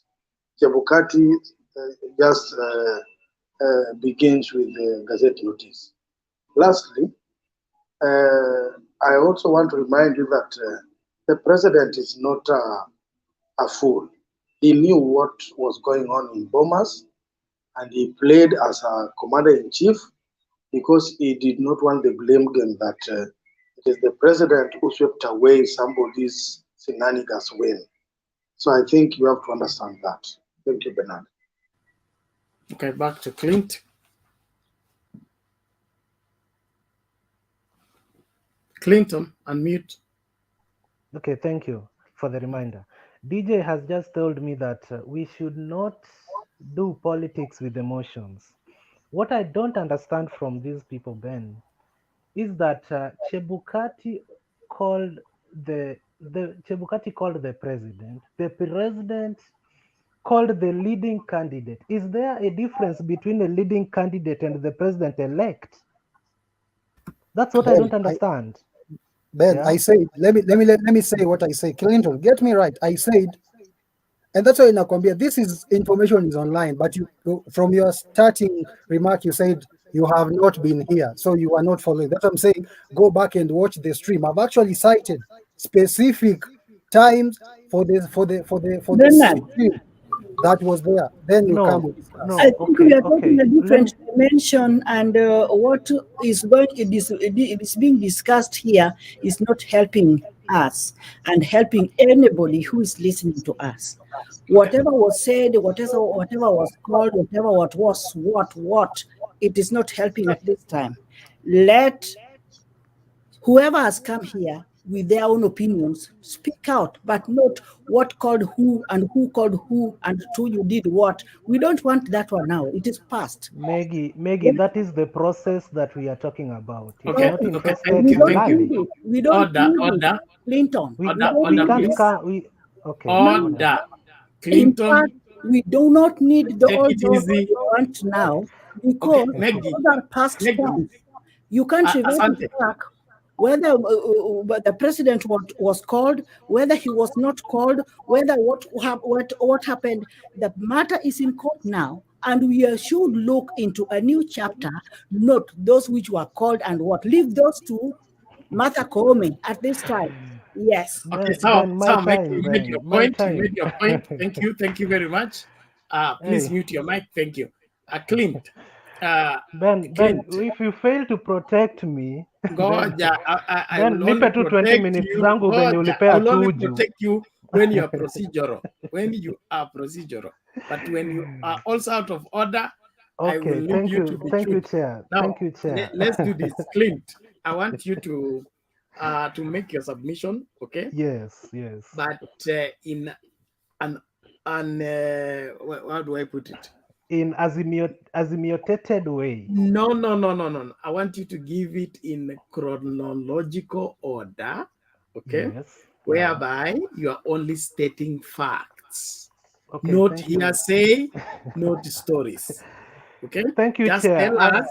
And Yeah. also we will have to question your sources, okay? Yeah. Because if you tell us Chebukati called the president or the president called Chebukati, you must substantiate ulikuwa Bomas ama wewe ndio receiver wa simu za Rais ama za Chebukati, kwa sababu hii maswala is too intimate for us to talk as if we have first-hand information. Okay, thank you, Ben. The same way you can't tell me that the security of the former PM was beefed up when you don't have the facts. No, So that one is not undeniable. If you saw how the Prime Minister went to the church service, it was a Sunday. It's a Sunday. He was not having ordinary security. He even had Kanzedena with him. So yes. So that was a different. Then Clinton, why are you contradicting yourself? Hatuwezi kataa maswala ambayo yanajulikana in public. Except the interpretation of that could be different, but from what appeared on Sunday, how it changed on Monday is where the mystery is, and that's why we are in the Supreme Court. How come Sunday it was like this, then Monday it turns into this, and what happened in between? Thank you, Ben. Give me my time. I feel your pain. Ben, I first told DJ that I didn't understand him when he meant the leading candidate was called and the losing candidate was also called. One of them security beefed up. Let me tell you something, Bwana DJ. The reason of calling these two candidates. I did not say that. You no, did not give me listen to time. me. Give Listen, me time. you did not say that. I won't allow you. You did. I did not say that. Order DJ. Staki kutuma mtu kwa quarantine site tafadhali. Yeah. Clint, complete your submission, please. We move on. Yeah, I didn't understand that, asking Ben. for us to move on. Please, let's do so. Clint, quickly go straight to the point. Yeah. The procedure that I know, Ben, Chebukati is the returning officer for the presidential election. He has to call the sitting president, inform him of what is taking place. We are almost finalizing. The leading candidate is so and so. The losing candidate sasa anajulikana kwa sababu the leading walikuwa wawili, the leading ni huyu, the losing ni huyu. Kwa nini the president will have to call the losing? To monitor, hata security at the losing candidate will be beefed up to monitor his movements. What is this guy exactly going to do the moment Chebukati pronounces the other as the president? Is he going to call for mass actions? Na akiita mass actions as a government, are we prepared to contain these? So even the losing candidates' movements are being watched. Watch your Clint, don't go there. Don't go there. You are lying and you are number just something two. else. Raila Odinga has been in the opposition all along. Bernard. He has called mass action being an opposition leader. He was not beefed up in security because he's going to call a mass action. If you want to debate on facts, not stories. Tafadhali, let's respect each other. Don't insult our intelligence. It's important that we remain factual. If we are debating, let's debate on facts. Not that they send cancer then to check on the Raila's plan of mass action. I don't want to lose my cool. Okay. Anyumba, make your submission. Story me staki kabisa. Thank you, Bernard. You know, Bernard, I'm jambo kwanza. Sometimes, some people picked campaign words to bring in this platform. Just like somebody was asked a simple question that if Kakamega ballot papers if Kirinyaga ballot papers were found in Kakamega, where was the ballot papers of Kakamega found? That's just a simple question. If there was, it wasn't a plan to rig election. And another simple question that between Githu Muigai and Paul Muite, who is representing the IEBC? That is also a simple question. So let not somebody pick things from people's mouth outside there and come here to brainwash us about mass action. In fact, that is a cheap politics. Don't bring it here. We are mature people. We know where we are going. We know where we are coming from. Please, a platform, it is for mature people who know where Kenya is coming from and where Kenya is heading. I want to second what Mama said there, that whether President Uhuru Kenyatta called somebody or somebody called President Uhuru, that is neither nor here. What are the facts about election that was done on 9th, 2022? We know very well that the Mombasa and Kakamega has spoken loudly that there was a mischief of election on 9th. And it is now obvious everybody is asking themselves about election, that things were not right. And to be honest, President Uhuru Kenyatta and Raila Odinga knew what the UDA people was doing. That is why they decided to keep quiet and have all the evidences and find a way to take these people to court, Raila Odinga. So, President was not a fool. That is why he decided to leave Chebukati to do whatever he wanted to do, because he was the commander-in-chief. If he could have decided to even call Chebukati and kidnap him and tell him, now I want you to announce Raila Odinga. He has the capability, he had the capability of doing that. But Raila Odinga does not allow things to be done in a way that Kenyans will not feel that he won election in a proper manner. That is why he always saying, if I compete in an election and I lost fairly, I will concede defeat and say, congratulations, my brother, move on. But if you do not win fairly, you steal an election and you want Kenyans to move on, that will never happen. That is why the petition has been taken to court, because there was something wrong. Election is not an event. Election is a process. Chebukati had almost 5 years to plan an election. What he did 2017, the same thing Chebukati has done 2022. Now let us leave Raila Odinga and some other people out of this election. Let us be me and you. You have children, I have children. Your child will maybe have a vision to become a presidential candidate in this country. If we don't eye on these things now, where will we put them? So don't bring some cheap politics out there that people are planning to call mass action. No, that is null and void, my friend. Let us debate on facts, because this is our future.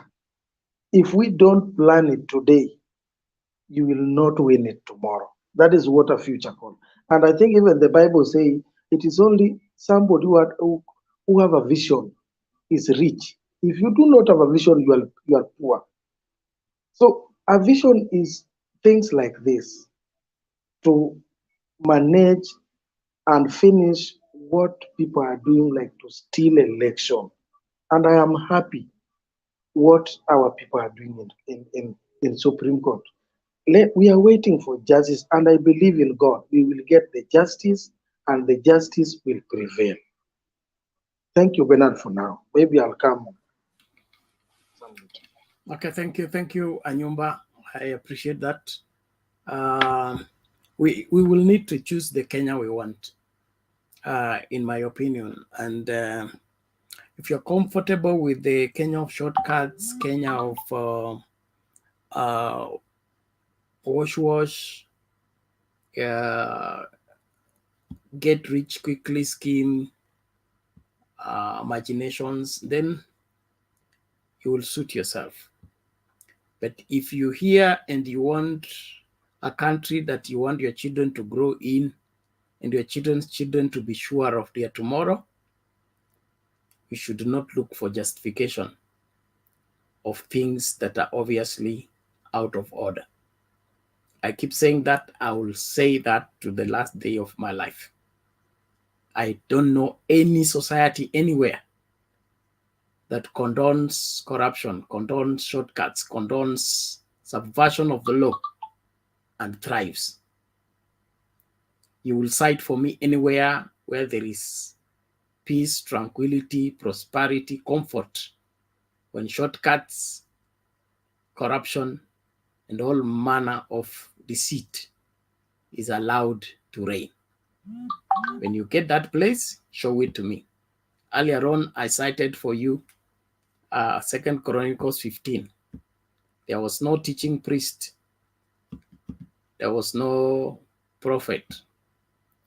And the whole city was insecure. Say nobody went out that was safe. Nobody came in that was safe. Let us make up our mind what we want. And as we are in the Supreme Court, dig in for whoever you want to dig in.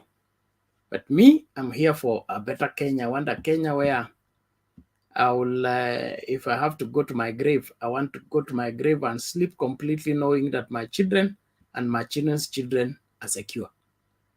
Not that I taught them how to be tricksters and how to cut short and take advantage of others in order for them to stay ahead. And when they get ahead, they have to kill everybody in order for them to keep what they got from people unjustly. I don't want to be part of that kind of a society.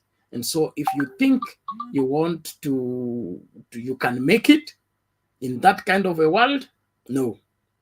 And that's why we're here. So let's either make Kenya better or sell Kenya completely. And they are interested buyers. So let's agree. Tuuze Kenya, tushare proceedings, kila mtu ajipange. Lakini kama tunataka inji kwe hapa 100 years from now, we must safeguard it from the auctioneers. We must safeguard it from auctioneers. Don't support auctioneers when they want to sell this country. Alex, I started this show very early today. I want to get out of here now. I think I've taken enough. I don't want, if I take any more, I'll burst. I'll leave you. Just give me about, no, just give me about 10 minutes. Just give me about 10 minutes. Ningisha Stone PK to proceed na show. Just give us about 10 minutes, please. No problem. I think I've seen Makiadi somewhere. So it's in the neighborhood. I've seen him on the comment section. Okay, can you tell him? They're not far, and the studio looks like it's full. So when I leave, I think I will have room. Olara, you are breaking the law, and nawe ni mzee wetu hapa. Tafadhali sitaki kujirudia. Naomba tafadhali, mimi naheshimu wazee, naheshimu baba zangu. Nilisema tu vizuri, ukitaka kuja kwa show, dress up for the show. If you don't want to dress up for the show, kaa kwa comments. Uko ndio picha yako haitaonekana. Tafadhali. Sitaki vita na YouTube na sitaki Mtembei TV kwe taken down. We've been here, this is the 11th month. Okay, we'll be crossing the 11th month the day after. Every day we've been doing this show. When this channel is taken down, you will not be able to trace anything of all that we have done here. That's what you risk. I don't know if you understand that. Everything that has transpired on this particular channel, you will not trace it when it's taken down. And once it's taken down, to get it back, it is like going to hell and coming back to tell us the story from there. It's not possible. So please, let's all adhere to it. Ukitaka kuwa kwa show, dress up for the show. Story ya kuwa kwa show ukiwa kwa kitanda, uko kwa show, ilhali uko half dressed, please tuache hiyo maneno. We are all mature. Let's do what we're required. Come address the nation when you are fully dressed, and then when you are done, you can go and ujivinjari vile unavyosikia. Lakini story ya kudisplay how well built we are or how not well built we are, sioni kama inaleta shangwe. Mtaniita conservative, old school and all that. I'm used to that. I'm a church guy, so I've been called that many times. I'm almost immune to it. So please, to respect show, to respect inji, to just respect, ndio watoto wetu wafanye nini? Wapate nafasi ya kutu respect.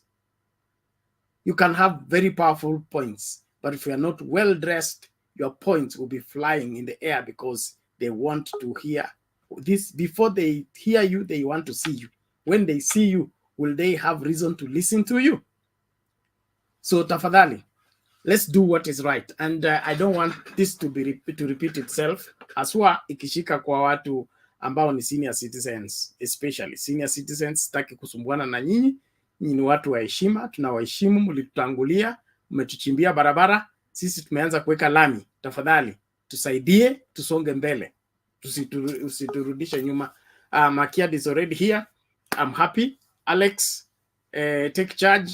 And the rest of you, tuonane hiyo saa ingine baadaye. God bless you. Asante sana Bernard. Sasa wewe unaweza enda vizuri. Leo sio Sunday, unaenda church. At least you're going to sleep. Alafu probably we'll meet tomorrow. Duke, tuliongea na wewe asubuhi na nilikuweka na watu wa Azimio wengi sana na nataka nikuulize Duke.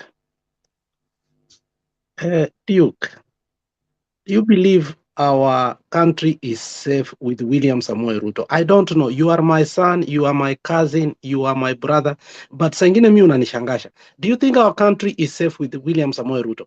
I want leo uambie watu wa Kenya na wakuangalie hiyo uso yako. Go ahead.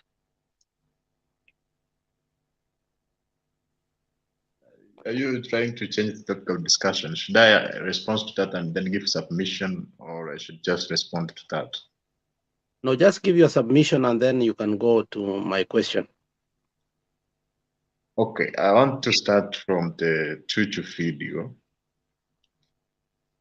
And I want to pick on key issues because we are talking about the petition, and I'm trying to connect that video with what is the petition about. So as per Tuju, he claims that the reason why he was trying to meet Chebukati was that he was informed by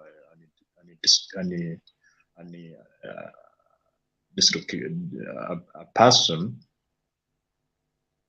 who was informed that there was individuals from an defined location who are trying to change the forms in the photo.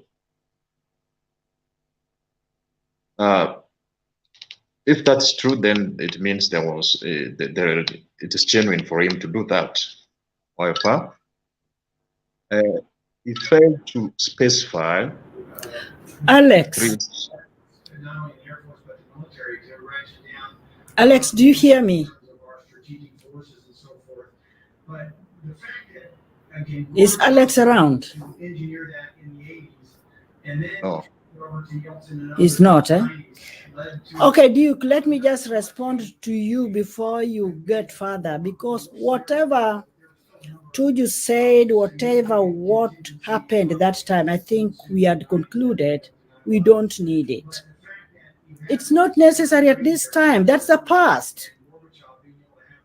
Answer what Alex has asked you, and if you cannot, just get out of the panel, because we don't need all those nonsense. You see, that's not fair, because you see, take it to Komi. No, can I speak now? Best area to argue about all those. This is not the right place to argue about what Tuju did and what. You see, can you give me time to speak first? We don't need it, Mr. Duke. But please, you see, there are some new things apart from what Tuju did and what Tuju is going to do. No, you see. No, first of all, we don't need it. We see, or we don't see, or we don't hear, or we didn't hear. And you have to say I don't need it. You are speaking on behalf of how many people? Answer what Alex has asked you, rather than telling us why Tuju had to, and Tuju did not call, and Tuju said so and so did. That is the past. In fact, that is last month. In Kenya, I think it is a new month today. You are still living in the past. Maggie, hold on. One thing which is going to help us. In fact, Alex, I'm very sorry to say this. What Tuju said, what Tuju did with Chebukati, what now it is in the hands of Martha Koome. What do Duke have to do with it? Is he a lawyer? Is he a judge? And if he is one of them, Martha Koome is still looking for lawyers. Go there. We don't need it. All those nonsense Tuju brought, we don't need it. Give us something which is going to put something in our mind nicely, please. No, you see. No, I don't see anything. Can I talk? No, that's not. You should not interrupt me that way, because when we come here, there is always a topic of discussion. Duke, hold on. Duke, hold on. And I want to give us guidance, because we are still friends, and the fact that we are on different aisles does not make us enemies. Duke, and people need to know that Duke is one of my best friends. We speak on almost on a daily basis. Nani Megi, tafadhali pea Duke time aongee tusikie what he has to tell us, please. Wacha tu Duke amalize submission yake, in as much as we don't like it, but let us listen to him, please. Thank you, Duke. You see, when we come here, there is always a topic of discussion here. So it's about the Supreme Court conference. So Mag is trying to tell us that we should not talk about that. So, and we are guided by the team here. And Bernard gave that video and asked us to give comments about that. So it is in order for us to comment about it because I did not come with the video. So Maggie should actually know what I'm doing is what actually I'm expected to do, because the video was played by Bernard and he told us to give comments about that. So it's not my video. So it's about Tuju claiming that he was trying to raise issues of people hacking the system. That's why he tried to contact Chebukati. But the issue for me with that is that it did not give specifics of the same. Yes, maybe it did not mention about the polling stations which were changed. Maybe if he was unable to mention the person because he said this, maybe you can actually put him in danger, at least should have given us the specific polling station where changes were made. Number two, he said that he stormed the Bomas of Kenya. So that's illegal. So it's criminal for you to go into a protected area by force. So that's a crime, number one. Number two, he claims that some commissioners came to his house. Then he wants the commissioners to say what they discussed at his house. He should tell us what were they discussing with the commissioners. The way Chebukati said in his affidavit that he was trying to tell him to change the figures. Also, he should say that the two commissioners were in my house and they were demanding for a bribe. Or they were comparing me to do APCD. You can't just say the people were in my house. So let them say what they were doing in my house, because it's the one who has given that information. Oh. Then, and number two, I want now to come to the topic of today. It's about the Supreme Court conference. And when we talk about the first petitioner, that is the first respondent, who is the IEBC, I felt okay when the Chief Justice allowed the two divisions of the commissioners to be included, because we want to get both sides of the story, because some individuals were trying to say that they will sideline the four commissioners so that Chebukati also, the IEBC would actually be Chebukati. So it's fair, it's good. I want to hear both commissioners to give their evidence so that can guide the court on making the determinations. However, I'm interested on the interference with the fair process. That's why my main focus is on the counting of those polling stations which were identified. So actually, I'm very keen on to find out the outcome of that. And I think that one will be key in determining whether the process was interfered with or not. And I hope that those specific polling stations are secure and individuals are not trying to maybe stop the ballot paper or try to change the same. So I hope. Duke. Yes. Duke, hold on. People have questions for you in regard to what you are saying. I don't want you to go to the next, and I want us to dwell a little bit what Tuju said, and because you are disagreeing. First of all, I want to guide you on this. Tuju says the two commissioners came to his house. Tuju says he also went to the back room because he has the security of Kenya. The way he mentioned it, even me, I worried. He said Chebukati has the security, but he also has a better security. So sio sisi tunapigana hapa because you don't have a security, I don't have security. So I think there are people here who want to question you. And before we go further, anybody who has a question for Duke, Andy, and who else? Good morning, Anyumba. panel. Okay, go ahead. Good morning, panel. Okay, on your point, Alex, the point with the security. You said that Tuju says he has a more superior security than the Chebukati. I think the point of Tuju was, according to actually that video, I've not seen it today. The same day he was addressing it, I was seeing it live. I was following it live. And the point of Tuju was, after frequent and regular and trial and attempts to reach Chebukati, he realized that it was becoming more difficult and continuously more difficult for him to reach Chebukati. So the Chebukati security were seriously and furious and could not allow him. So he told them that, no, you see, I have to see this man, and what I have to address or to tell him are very critical issues. So please allow me.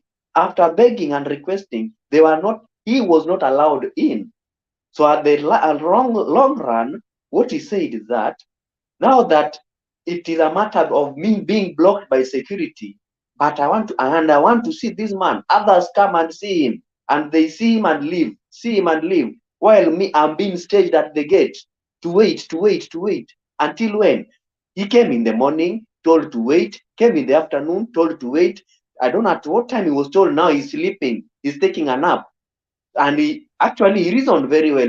He said, I realized the Mzee is tired, so I let him have a nap, and then I come back later. When he came back, he was still blocked. And same Chebukati had instructed his securities not to allow him in. So at the end of the day, what he did is that he said, I must see him. So it is either you shoot me or you leave me, but I have to see Chebukati. And when he went in, he was not that engaged. It is only that he was blocking Tuju from reaching him. That was the point, Alex. It was not a matter of superiority. Yeah, it was not a matter of superiority. And thank you for saying that. Meanwhile, and this is what, I want us to connect the dots to form the line. He says at that time, there were two people who are already accessing him. That's the lady for Jubilee, for UDA, but he was not able to access him. Now, Duke, I want to ask you, why were you able to access him, but you don't want us to access him? What were you trying to do?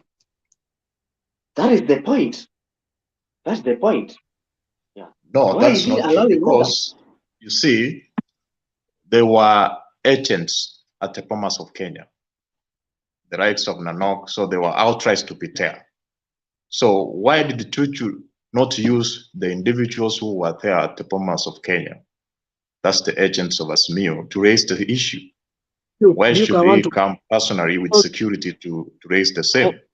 Like using legal protocols.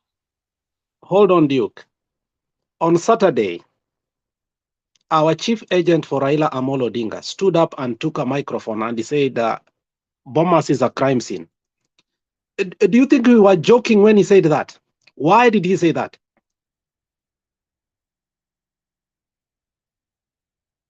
I think you should explain, because I'm not the one who said that. So I can't explain the words of another person. Dennis, let us help our friend Duke, because Duke doesn't need to, and I will tell him he doesn't need, he's not understanding what you are saying here. Dennis, can you help me? Maybe his thought pattern are not matching with mine. Can you help my friend Duke?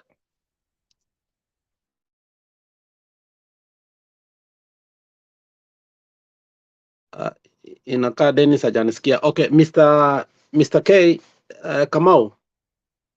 Yes. Can we help our friend Duke so that he can understand? Because the issue that is very simple. Duke is not able to understand. Can you maybe take it over from there? Yeah, Duke is a controversial person. I think he just wants to steal the what we call the limelight, because he knows how to create a storm out of a teacup and a mountain out of a molehill. You know, sometimes I would like to say this.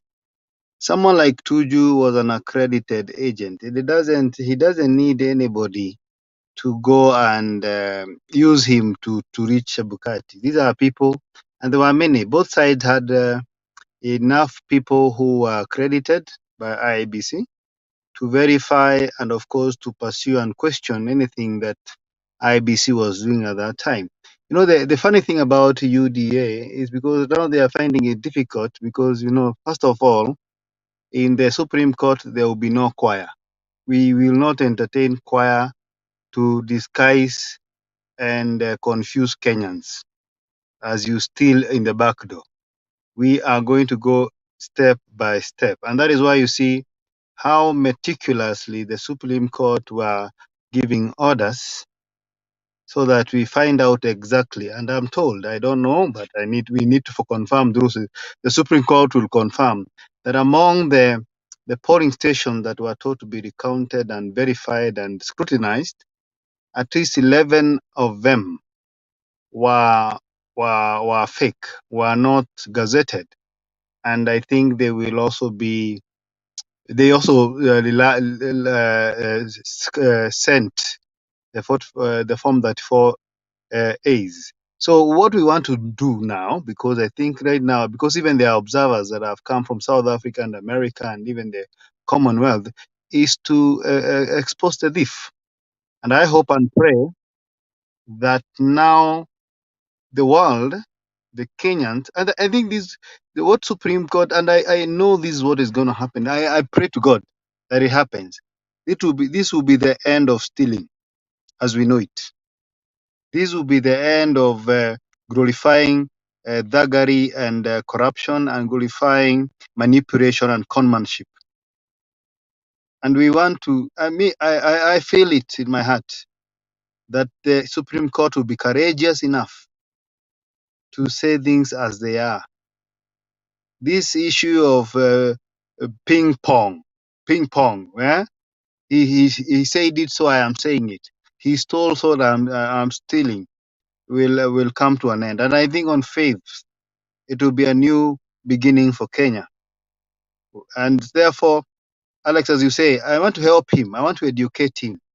When you are an accredited agent, when you are representing a party and a presidential candidate, you are given a badge. You have a right to talk to any commissioner if anything is going wrong, but don't go with a group of people, because before and after, Chebukati and Ruto has been speaking the same thing. And that is problem, because that tells you that everything you saw being done by IEBC was stage managed from the word go. And that is why there has been protection. William Ruto has been protecting Chebukati, and Chebukati has been protecting William Ruto. It's like they are said, you do your part, I do my part. You play your part at the polling station. Make sure that everybody who wants money is paid. Those who want to be killed are killed. And me, I'll do my part of announcing you. So, but we are not so sure about all these things. We want the Supreme Court to vindicate us or to rubbish us. And at the end of the day, I believe that this will be the end of stealing in Kenya and in the world, because I believe Supreme Court will not be in a hurry and will not be emotional and will not be swayed by the many monies that are. You know, it's funny that even one of the things I ask myself, how did this man manage a campaign in the whole country without a fundraising? Those are things that we want to see. And therefore, Alex, as I finish, let him be advised that hapa hakuna mambo ya ile propaganda na story mingi na mambo ya kutumia Mungu ni kama Mungu ndio, mi naambianga wao watu wa UDA, Mungu ni wetu sisi zote, si wa UDA. He's not a member of UDA. Let us find the truth, and the truth shall set us free. And we ask even God, because we pray to God, to expose the truth, and the truth has set us free. Thank you. Yeah, thank you very much, Mr. K. Always the wisdom you give us here is very important. What we are discussing yesterday, I was in some meeting, and we met with His Excellency, the Ambassador, who also comes in my church. And Kenya is at the crossroad, and you people need to understand, if we let go this thing happen, we might go to Zimbabwe way. The way now Kenya is being discussed by the international community. You see, there is no, you see, we are joking kuat in UDA, ODM. Very soon you will see inflation come, and then some of us will be sending, na tutaanza kubeba pesa na nini, na paper bag ama tutabeba na box. We can't allow that to go forward. I think I see a lady here who's called public who? For Public participation. Yeah, Madam, let's welcome you because of gender parity, and you ukiingia hapo umeingia kwa sababu unatupenda sana kama Wakenya. Can you give your views? I'm not sure. Go on, Madam. Okay. Well, hi everyone. This show has been keeping me going since what happened in Bomas. I was very low, as many Azimio supporters were very low, and this is what we have been going through. Supporters of Raila, this is what we have been going through for many years, many elections. Every election we have this disappointment. But you see, this time because Uhuru was supporting, so we were sure that this time Baba ataingia. So how things went, it was very disappointing, and I've had so many bad things which have happened to people who were supporters, and then they were disappointed by what happened in Bomas. Some people are in hospital. Some, I understand, there's someone I had who even died, you know. So it's very disappointing, and now we are having hope that Martha Koome will do something, because if you ask UDA people, why do they support Ruto? Because I have, even my own mother is a supporter of UDA, and she can't tell you, or they can't tell you why they're supporting this guy. This guy has promised them that he will end state capture, and what's the other thing? He will protect taxpayers' money. But I always ask them, if you want to employ somebody for a job, see, they come with a CV, and then you look at the CV. What is the CV of Ruto? And versus what is the CV of Raila? And I always tell everyone, because me, I'm not a Luo, I'm not a Kisi or those tribes which, generically support Raila. I'm a Gema, so people don't understand my support for Raila. But I always tell them, me, I've supported Raila since when I was a child, because I grew up in the time of Moi. But there are many things I do not know about Raila. Like, I heard he was in jail for 9 years. I think I was very young that time. But I remember that guy from then, and from there, I think he's the only person who I've supported. Yeah. So I feel disappointed when these young people, like Akina Duke, are supporting Ruto, because we all know Ruto's background. We all know about Y2K. If it's about CV, tuweke CV ya Raila hapa, tuweke CV ya Ruto hapa. I mean, it's like day and night. It's very obvious. But you see, he came to them with the propaganda of dynasty versus hustler, and which is his modus operandi. The last time he came with old tack versus young tack. So he is always inciting Kenyans to vote, protest vote. whereby you are voting against someone or something, not for something. And me, since I started supporting Raila, and I started supporting Raila since before I even had a vote. And the only time I haven't voted for Raila is when he did not stand, which is in 2002. He supported Kibaki. I didn't go to vote. But I was sure anyway that the elections were free and fair at that time. So I knew that Kibaki will definitely sail through. So it's very disappointing to see Ruto trying to dismantle the Moi family. The Moi family is what has made him what he is. Even if in 2007 they didn't support him, that is not the reason why he should come after them, or because Uhuru has refused to report him, so now he wants to go against Uhuru Kenyatta family, which he has said openly, and his people like in Oscar Sudi, who say that sisi hatuna shida na mzee who is Raila, shida yetu ni Kenyatta family. Surely, these are the people who have made you, who have taken you where you are, and now you want to destroy them. Moi family, Kenyatta family, ubaki peke yako, Ruto family. Don't be deceived what were UDA. This guy is talking about dynasty. What he wants to be, afadhali now we have 2 dynasty or 3. He wants now to be the only dynasty. That's what he wants. But you guys, I don't know. Sometimes I try to really understand Kenyans, and I'm like, I think Kenyans, we have become so desperate that we believe anything. Yes. Public ID on that, and I think you've made a very important analysis on what many people did not say.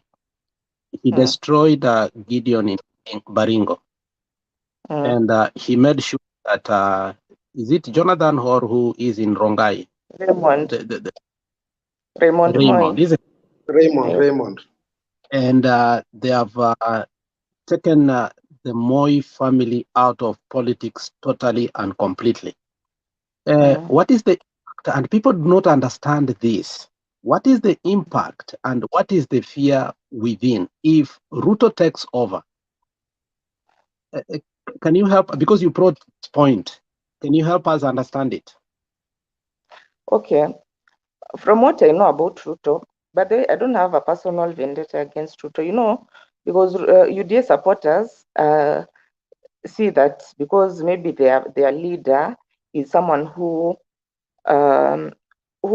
is he is based on personal grudges, so they also think that if you're not in UDA, it's because you hate William Ruto, but that's not the case.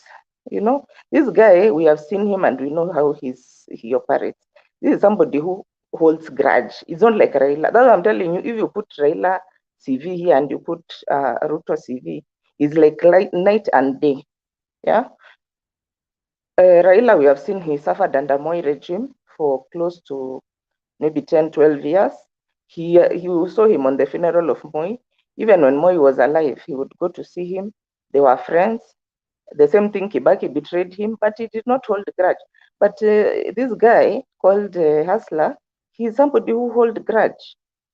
In fact, I was even telling someone that if you know you have problem with Ruto, can you please seek political asylum before he gets on that seat? Because to me, by the way, he is worse than the other people who have been there. Elimination, destroying your political, we have seen it with the Moi families, destroyed their political career, and for no good reason, just a grudge, of which is a grudge of Kitambo, and it's a grudge against Moi, who is now dead. Is that the kind of a leader we need? You can see how Uhuru has been. He's very understanding, tolerant. People insult him, people insult the mother.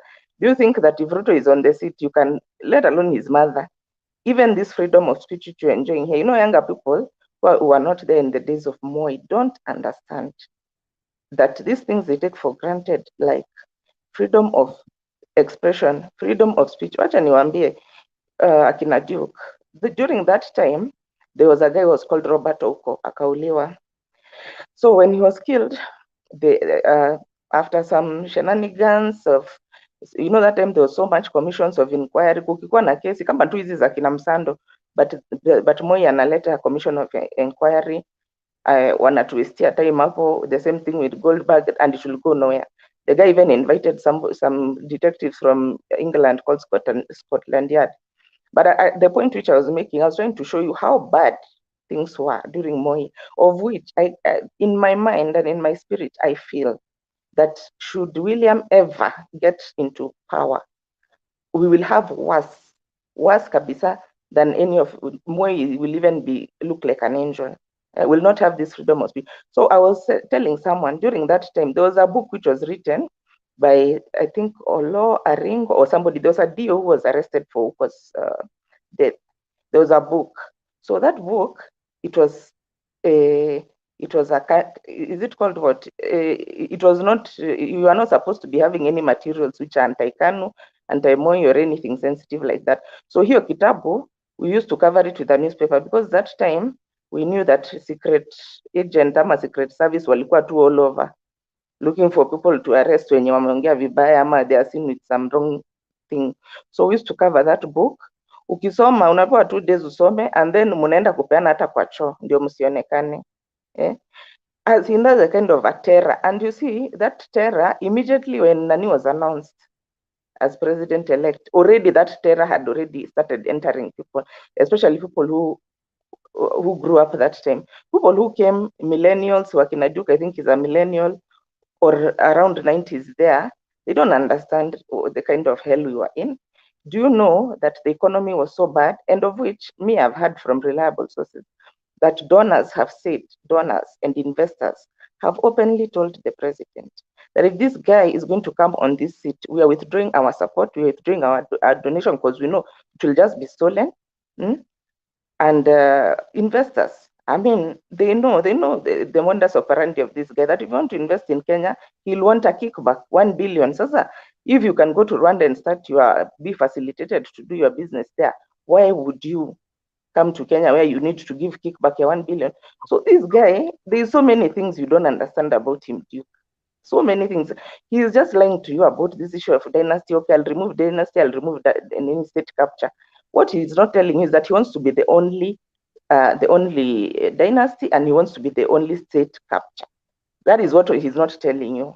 And he's very good at pretending kwenda kwa makanisa. And you know, in fact, as a Christian, I'm so angered by the fact that churches are endorsing this guy. How?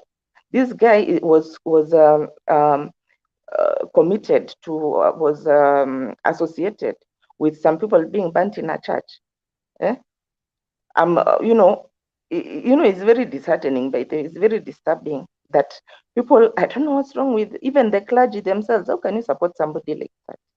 You know, and in the Bible, this is what it says. In the Bible, it says, yes, I just want to because I know there are Christians here and there are Christians who are listening who support Ruto. I want to say this. In the Bible, Jesus was asked, how can you know somebody who is a believer?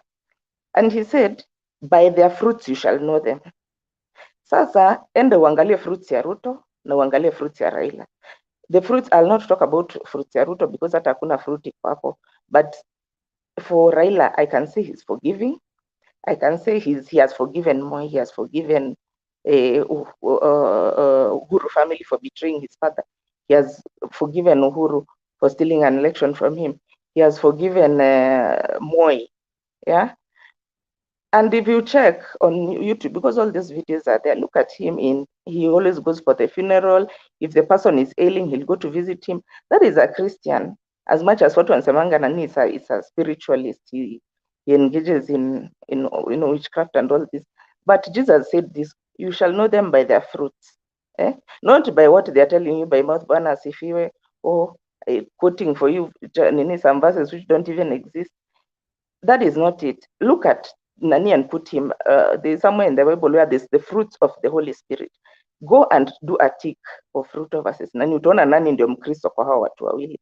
So it's very unfortunate that even the church, they have been co-opted into this thing because wanapelekwa pesa ya haramu. You know, you cannot take pesa ya haramu to a mosque. Are you aware of that? That they know that hii ni pesa ya haramu na unawaletea kujenga mosque. They will not.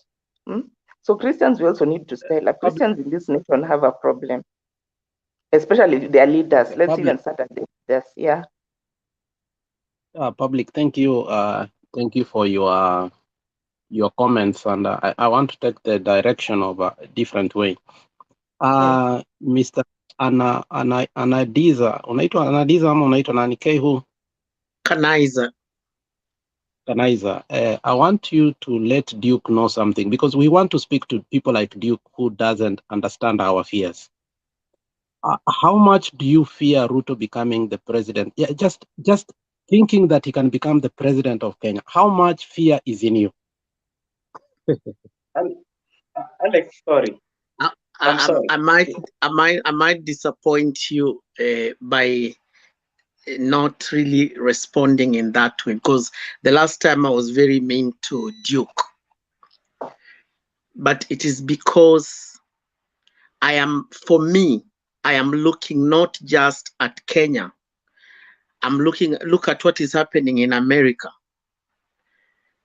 with Trump and all the lies and buffoonery.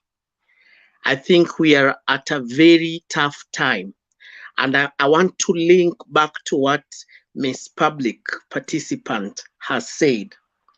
The Bible says, train up a child in the way they should grow, and when they are old, they will never depart from it. The reason why you, Alex, will not take a bribe, the reason why any other people here might not do in an exam, when you're faced in an exam where you can cheat, why you will not do that is because you've been trained up in the way you should grow. And now that you are old, you can't depart from it. We without being mean to Duque and his cabal, the generation that we are dealing with now is the easy, the fast food, easy come, easy go kind of generation. I told you before, I came to the UK. I was a teacher at Shimolatewa Secondary School. And one day when I was supervising an exam, I met this boy who was waiting for me outside my house. And they wanted me to help them with the English literature exam, because I teach French and literature. And then when I told him, dude, I'm not gonna do that, I'm going to work, he told me, whether you help me or not, I'm gonna do it. I'd rather fail, but I will do it anyway. And the guy is now the last time I got in touch with him about 10 years ago, he was in management at KCB. So we are dealing with people who have no morals. We are dealing with people who have no mliona yule mzee mwenye alikuwa anatuambia ati walihula. I don't even think that Ruto is known to where he hana mila, has no roots, hajulikani anatoka wapi. You know, the way we can say wewe na mimi, most of the people on this panel can say Raila anatoka Bondo, and we can trace his origin. How many of you can trace the origins of Ruto? So I can't respond to that. But with your permission, Mr. Alex, can you just allow me to divert a bit and say thank you very much for the people that did a really good job in Kakamega and Mombasa. But I want to use this channel again to pay homage to Shabal, Mheshimiwa Shabal, who gave his position and allowed Abdinasir Sharif Nasir to go on. Can you imagine, Mr. Alex, if we had a contest between Mheshimiwa Shabal and Ahmed Abdinasir Sharif Nasir, maybe we would not be talking the same story today. So I want to take this opportunity to congratulate you and everybody that played a part in making sure that Azimio ODM had a victory. I have sent Alex, I have sent Bernard before he left. Unfortunately, I had sent him some 2 clips. If you are able to get in touch with him so that he forwards it to you. And the first clip was an attempt to explain what happened today at the Supreme Court with regard to the voter suppression And then the next one was an attempt to understand what went on with the ODM, IEBC, and the difference of opinion with regard to the lawyers. I am praying, and I want to say right here, Alex, is that Baba Raila Amolo Odinga ametuambia muniangalie, me, I'm not sad. He knows what is going on. And if there's any time that Raila operates well, is this time. Hii mambo ya shida shida, fujo fujo, that is his water. Kumbuka ni mtu wa samaki. So this is his lake. There's no better time that he operates. So I will not waste time responding to young boys and young minds about and selfish people. What to me, I think when this is done, and niliwaambia jana, whether Raila becomes the president or not, that man has changed Kenya. And that is why I will support him anytime. Whatever we think, even this Supreme Court, whatever, it will still change Kenya. So anytime I will pick Raila over any other person.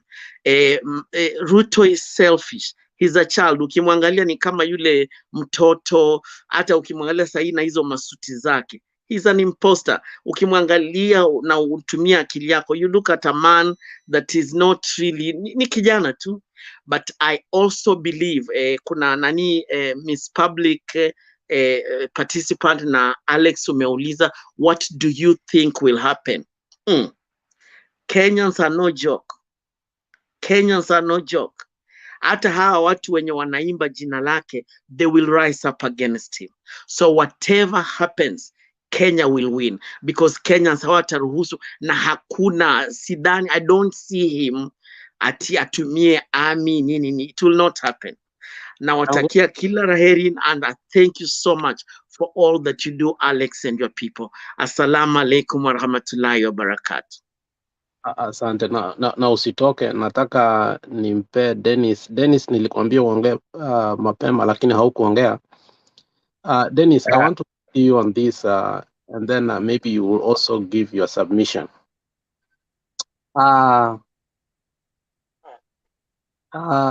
William Samoei Ruto has shown us that he's a very vengeful kind of leader. Anaongea na madharau, anaongea na uongo, lakini pia anaongea na you can see the vendetta in him. And personally, I don't know, we have had issues kwa, I mean, kuna vitu zingine tumesikia, nani Recho akaenda India kutibiwa, sijui nini, na we don't want kuingia maneno yake ya ndani. Are you think our country is safe with William Samoei Ruto? That's the question we want today.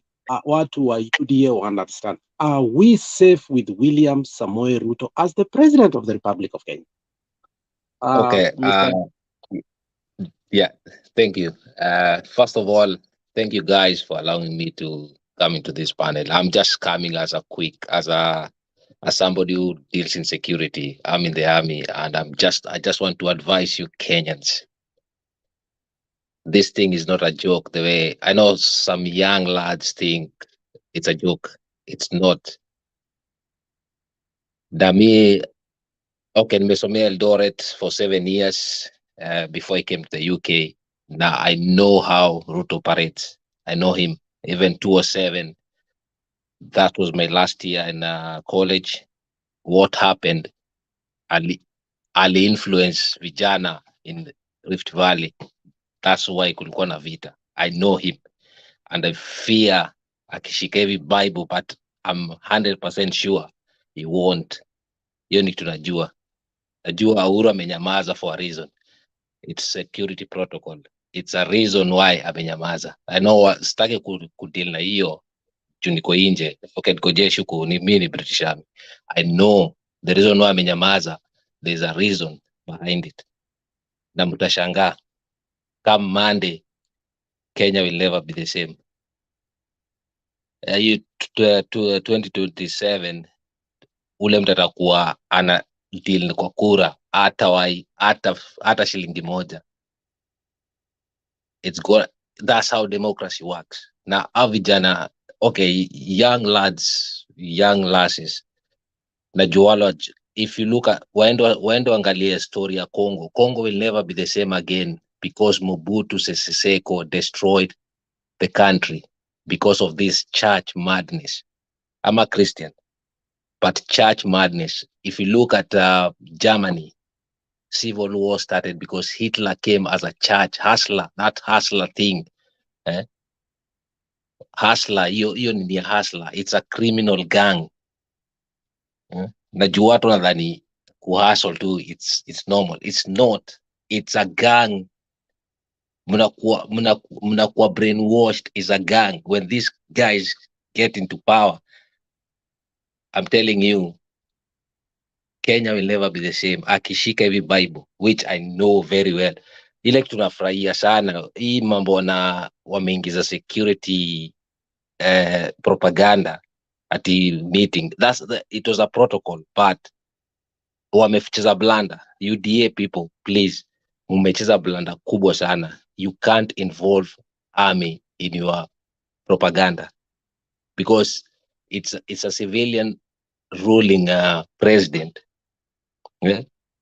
But mkiingiza jeshi because Uhuru na everything he can do, because akipatiana hiyo sword to jeshi 6 months mtapitia shida, because there's something called military law. Polisi watakuwa raia, you have to understand, but ataki kufanya hivyo because demokrasia ya Kenya pale imefika tu hakuna, apart from South Africa and Botswana, demokrasia ya Kenya iko notch. We are seeing what's happening and it's shocking. But Ruto akishika hawa vijana, young people wanadhani this guy is good, you will suffer. Mtakuwa mnatafuta visa mtoke Kenya. It's gonna be hard. Na wameonyesha hata hiyo, kuna clip nimeona ilikuwa ni Sunday, alikuwa Bungoma, something like that. That's somebody who is desperate to rule. Na njaa. Na one thing, hawa vijana wajui au sijui hustler nation or things like that. Ruto is being controlled by Museveni, if you don't know. Look at what's happening in Ethiopia. Because Museveni wants to control East Africa. Na ameshindwa kuingia Rwanda because Kagame was a rebel, a military personnel. Hiyo ndio kwa maana ameshindwa. Look at Rwanda. Rwanda imegrow, wame go ile 204, what happened in 204. They are moving on. Look at Tanzania. But if you want to go Sudan way, Sudan will never be the same again because of things like this. Na Kenya mkitaka kunini mtashangaa. They have youths. I feel sorry for the youths. Najua watu wako desperate, there's no work. But ujamaa hiyo akiingia hivi hata 50 billion alipromise, there's nothing. People should understand. I just feel sorry for the youth. Yeah. Dennis, asante sana because it looks like Duke peke yake ndio mtu wa UDA hapa na haelewi kitu tunamuuliza, and I want Duke to respond this to us so that maybe we may engage him a little bit to change direction kidogo. The deputy president alikuwa na Jeff Koinange in the bench, akamwambia hata Wakisii na Wabukusu wanatakana watoke Trans Nzoia. And you saw that. And don't say that we are playing politics with that. So before you kuongea kitu yote, nataka maybe Joshua akuelezee vile the deputy president ali threaten kuwa hata Trans Nzoia we need to move out of it. Joshua, can you guide my friend there? I remember he said that, and even Jeff was shocked Akauliza, is that extreme? And he said that they have to leave. You see, he said it and he was very serious. Even Jeff was shocked because he used a strong word that they have to leave. That land belonged to, I don't know, which tribe, those people have to leave. And Jeff even had to ask that, is that extreme? And he said, yes, they have to leave. So sometimes, Duke, when you're being told that you are Asla master, so-called Ruto, I know you're a very young boy, or you've figured at 40 years, I'm sure. And then you're being advised, sometimes you do come here with propaganda without doing a research. Sometimes before kuja hapa hivi, talk with somebody like Alex. He has so many information. But sometimes you're very young, even uzaliwa around 1990 hapa hivi. So Ruto, we can compare with Hitler. You've been told by Dennis that this guy is a Hitler. It's true that that's a Hitler. If somebody in a live television can say that they have to leave, and he was very serious that they have to leave. So sometimes, not that yet this young man known as Ruto, we call him young man because the way he normally talks, can tell this is very young because you cannot just be arrogant. You talk the way you want, and then you expect people to give you respect. So do you kindly, sometimes you're just here, maybe you want to make a fun, but don't make fun with this issue. It's a serious issue. You're not making fun here. So kindly, sometimes maybe you just want to challenge people. Maybe Royako Eiko, you want to challenge like the other time we had somebody like Black. Black came here, but later he changed his mind and now I can hear Zimio. So Duke, with due respect, I respect you. I've heard the way you talk, but problem with you that you don't have. Joshua, just hold on a minute. Andy akona mkono yake juu. I don't know what he wants to say. And then Anyumba, and then probably then Duke will respond to that. Andy. Yes, Alex. My point, actually, I was just following up, but I wanted Anyumba to talk. I wanted to inform you that Anyumba has been up, the hand has been up for long. Yes. So I request my time to be given to Anyumba, please. Okay, Anyumba, please. There's somebody next to you called Duke. Can you a little bit maybe advise him? Maybe he can listen to you. Maybe I'm too far away. Alex, I thought even you are not even seeing my hand, but I understand there are so many people who have not talked. I wanted to add something just to educate my brother Duke that my sister said that she knows the story of Ruto, and unfortunately, when you look at Ruto's background or the CV, I'm saying this so my brother Duke can understand me very well. Even Uhuru Kenyatta did not know Ruto very well. He started knowing Ruto after 2013 because 2013 he gave Ruto more privilege, and Ruto forget that he was a deputy president. He thought he was a president. He was a co-president for President Uhuru Kenyatta. So from 2013, Ruto did a lot of things that Uhuru was even shocked. So after realizing that this is the kind of a person I'm dealing with, is when now Uhuru came out and said, no, I have to shake hands with Raila Odinga. I want my brother to get my point a little bit, then I can pass mic to the other person. It is not that we hate Ruto, but the main issue, Ruto does not mean well for this country. Because if you flash back, when people like Matiba, Raila Odinga, and Martin Shikuku, and so many people were fighting for democracy, Ruto and Rigathi Gachagua were in a certain corner laughing for these people because they were being beaten by Moi. So you wonder why somebody who was laughing to others today is telling us he's a hustler who want to bring a change to a new generation. How can you make a change for what you did not plan? That is number one. Number two, Ruto opposed the new constitution that overwhelming Kenyans voted for 2010. How can you implement what you did, what you opposed? Number three, Ruto opposed BBI. He went to Mount Kenya and told them, see what Uhuru is doing. Uhuru is only campaigning about BBI, is not even helping you. Mount Kenya did not know that Uhuru was only building something that will help them. So, my brother Duke, if you know the story of Ruto, you will not follow him.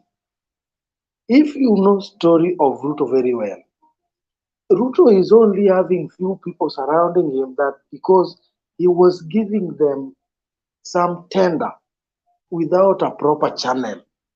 Ruto was picking a call and give a call to an officer down there that this tender give is such so and so and so.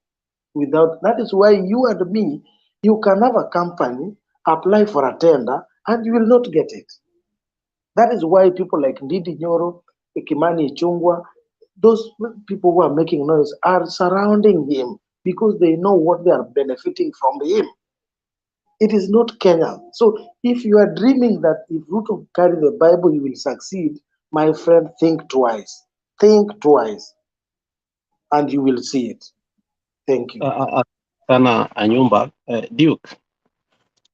I'm going to speak something and then you're going to speak. Sasa tutakupea time uongee because najua ukiongeanga utaki watu wa kuinterfere. But we are going to listen to you. Sometimes you are very irritating, but even some panelists don't like adding you, but you know I have a soft belly for you. I add you here and we speak because as Temba always says, if you don't speak, we'll start fighting. Let me ask you, Duke. And I want to give my example. In Langas, Eldoret, we had a school there. And in 2007, our school that was owned by my mother came down burning. And we have never felt comfortable returning to Eldoret because what we saw, we could not believe. From Baraton University, all the way Langas, 68, Rama 69 Stadium. And you know, Langas, a lot of, even the ODM, imekuwa ikiwin even the seat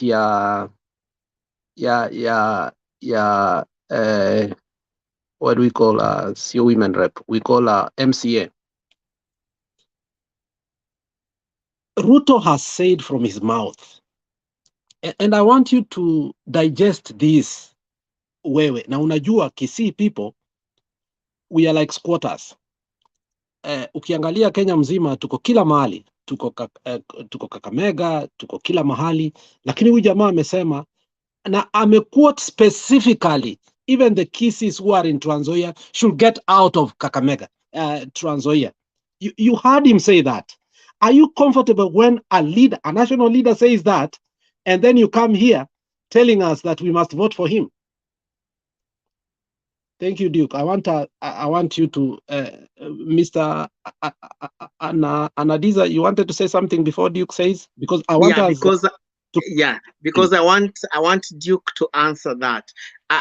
You've talked about your family, about Nandi. I will not even mention it because my wife is Kisii, I am Maragoli, and my wife's family, they have a land, and I don't even want to go to say what has happened to them. But what I want to, as the simple thing I want to ask Duke to consider as he responds to you, this man, imposter called Ruto, said, he told us that, oh, I'm not going to allow, you remember when we had the final meetings, Raila mentioned something, akasema, oh, I'm not going to allow, Raila said he was willing, if he has to make another handshake, he will do it for the sake of Kenya. Ruto misinterpreted it, thinking that Raila is going to bow and whatever. Then Ruto went ahead and said that the opposition is going to be the opposition. The opposition as it stands today is Kenya Kwanza.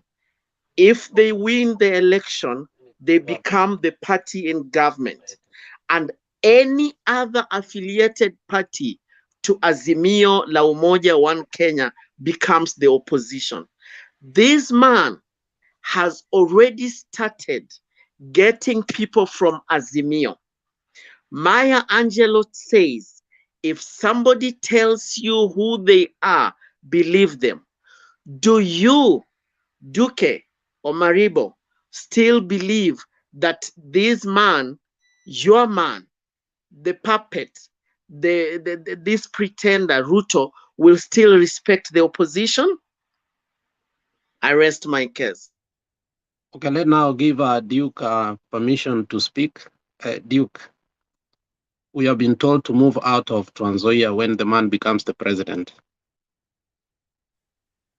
Can you See, that is what we call propaganda, because that was a small section of, if we want to check the whole interview, go to Capital Talk, it was K24 when Jeff was there, and he watched the context of that.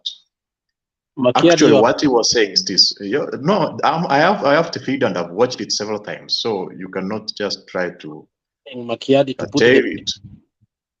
Makiadi can video. Go on. I'm just telling Makiadi I know the clip is a small section, but what he was trying to say, about the implementation of a report, a land reform report, which was trying to indicate that historical context will be used to solve land issues, and they was opposing that, and they said that if the historical context is used to solve the issue of land, it means people will be moved out.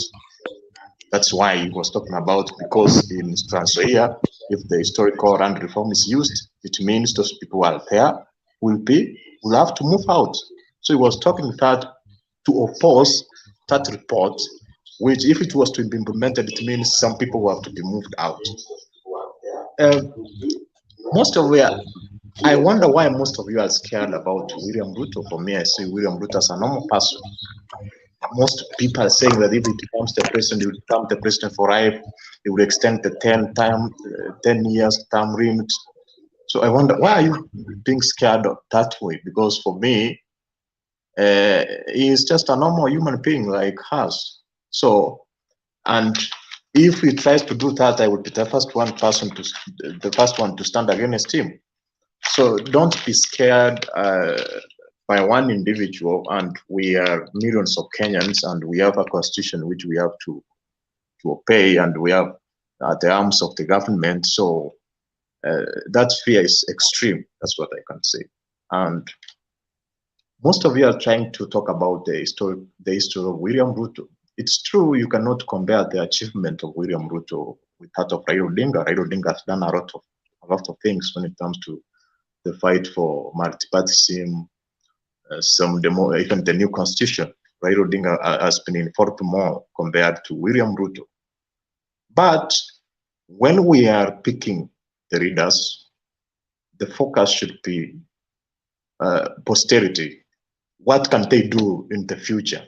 So we cannot award people based on what they have done in previous years if they cannot perform right now and in the future. So when we are picking those who will govern us, Duke, are you for real? Yes, that's a fact. So if Duke, my God. Hold on a second. Hold on, Duke, hold on. Just to cut you short. Please. I don't know if you are living in the 21st century or you are living in a Stone Age, because what you are talking about, if you look at the code of conduct of a leader, if I want you to go and read a book called Conduct of a Leader, it will illustrate how the leader, that abbreviation called leader, what it says. Stop living in the world of imaginations. I know you are a civilian. I do get that. but stop living in the world. This kind of imaginations brings a country down. I've been in wars. I've been in Afghan. I've seen Afghan how they suffered because of stupidity of people thinking. Can you be specific about the imaginations? Be specific about the imaginations. You're just imagining things. You have been brainwashed. I won't allow you to live such kind of life. It's so annoying. You are educated, but it's as if your parents wasted their money because the way you are thinking, it doesn't work. Ruto will never help the country the way people want it. No, Duke. I've been into 6 wars in different countries, and I've seen how countries have been interfered with because of stupidity of citizens. No, can I? I'm just telling you. No, Duke. I won't allow you. I won't allow you. So you're not allowing me as you. No. Stop. No. Please, Alex. I'd like to No. Dennis, let me say something. No. That's no. Is Duke telling us that Raila Odinga has not done anything for this country? He's telling us that Ruto will do more than Raila Odinga has done. What has he done in the 9 years he has been a deputy president? What has he done? What has he done? Tell me what he has done in the 9 years as a deputy president. What has he done? What has he done other than practice? What has he done? Alex. Let me guide. Please, Alex, allow me to address you, Madam. Please, Alex. Just hold on, Andy. I'm in charge. Madam Mora, can you bring sanity? Because I think the problem, the reason I'm engaging Duke today, because we have so many youths who have been brainwashed, and it's not Duke I'm engaging. I'm engaging people who think like Duke, and there are so many. I've met them. Some of them are in my family, and we have been trying to ignore them, but it looks like they don't understand that we are very afraid where we are headed to. Mora, can you take charge there and ask Duke first of all? Duke anasema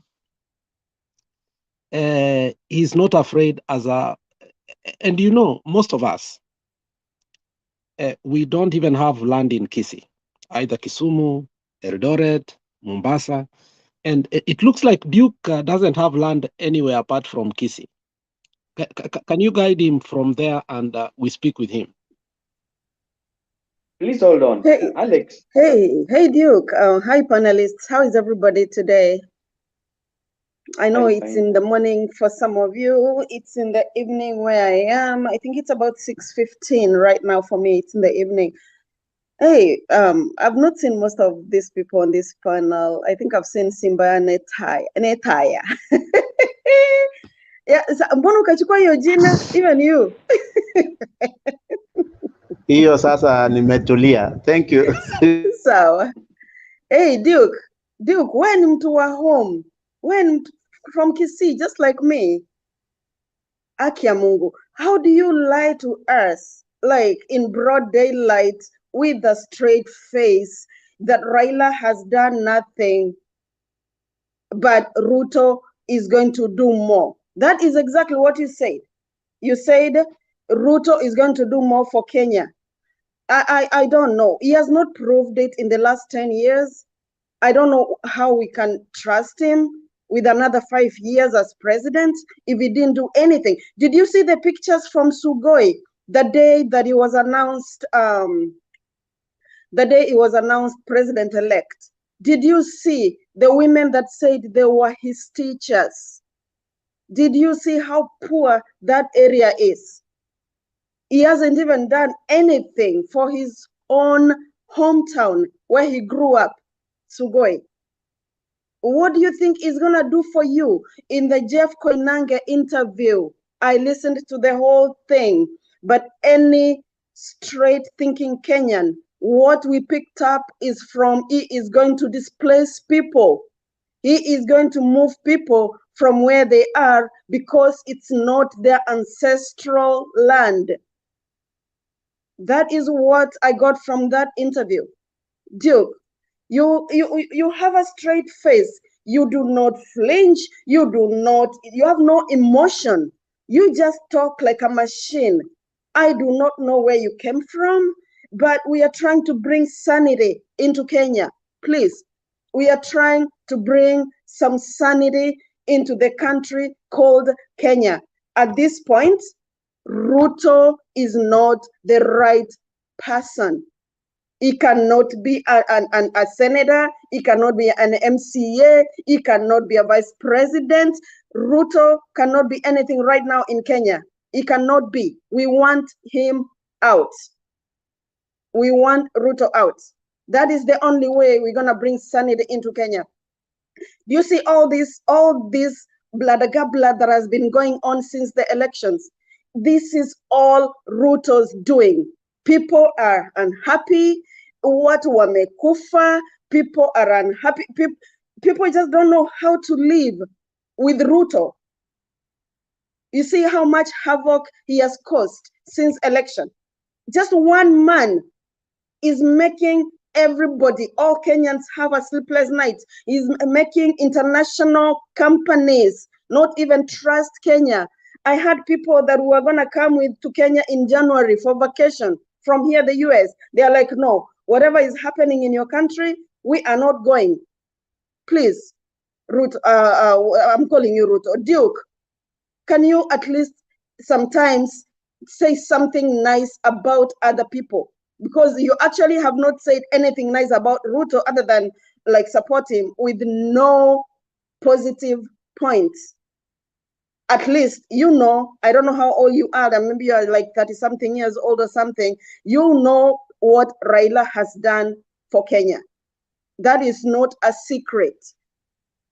So I do not know what Ruto stands for as a person. I'm mature. I have kids that are going to live in Kenya. What kind of Kenya are we building for our kids? If you support Ruto, just give me 1 point or 2 points, 2 reasons, Duke, why you think Ruto will be a better president than Baba.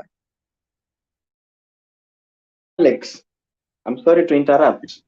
Allow me to clarify a point because on I'm not Duke, given time to please. to finalize when I'm speaking, which is Please allow me to clarify that. Ruto, I mean, Duke, you because you're annoying. You're annoying no, people. it's not an annoying. It's because Yes, you are. people, you want me to think and speak what is in your mind, which is impossible because I'm a different person from all of you.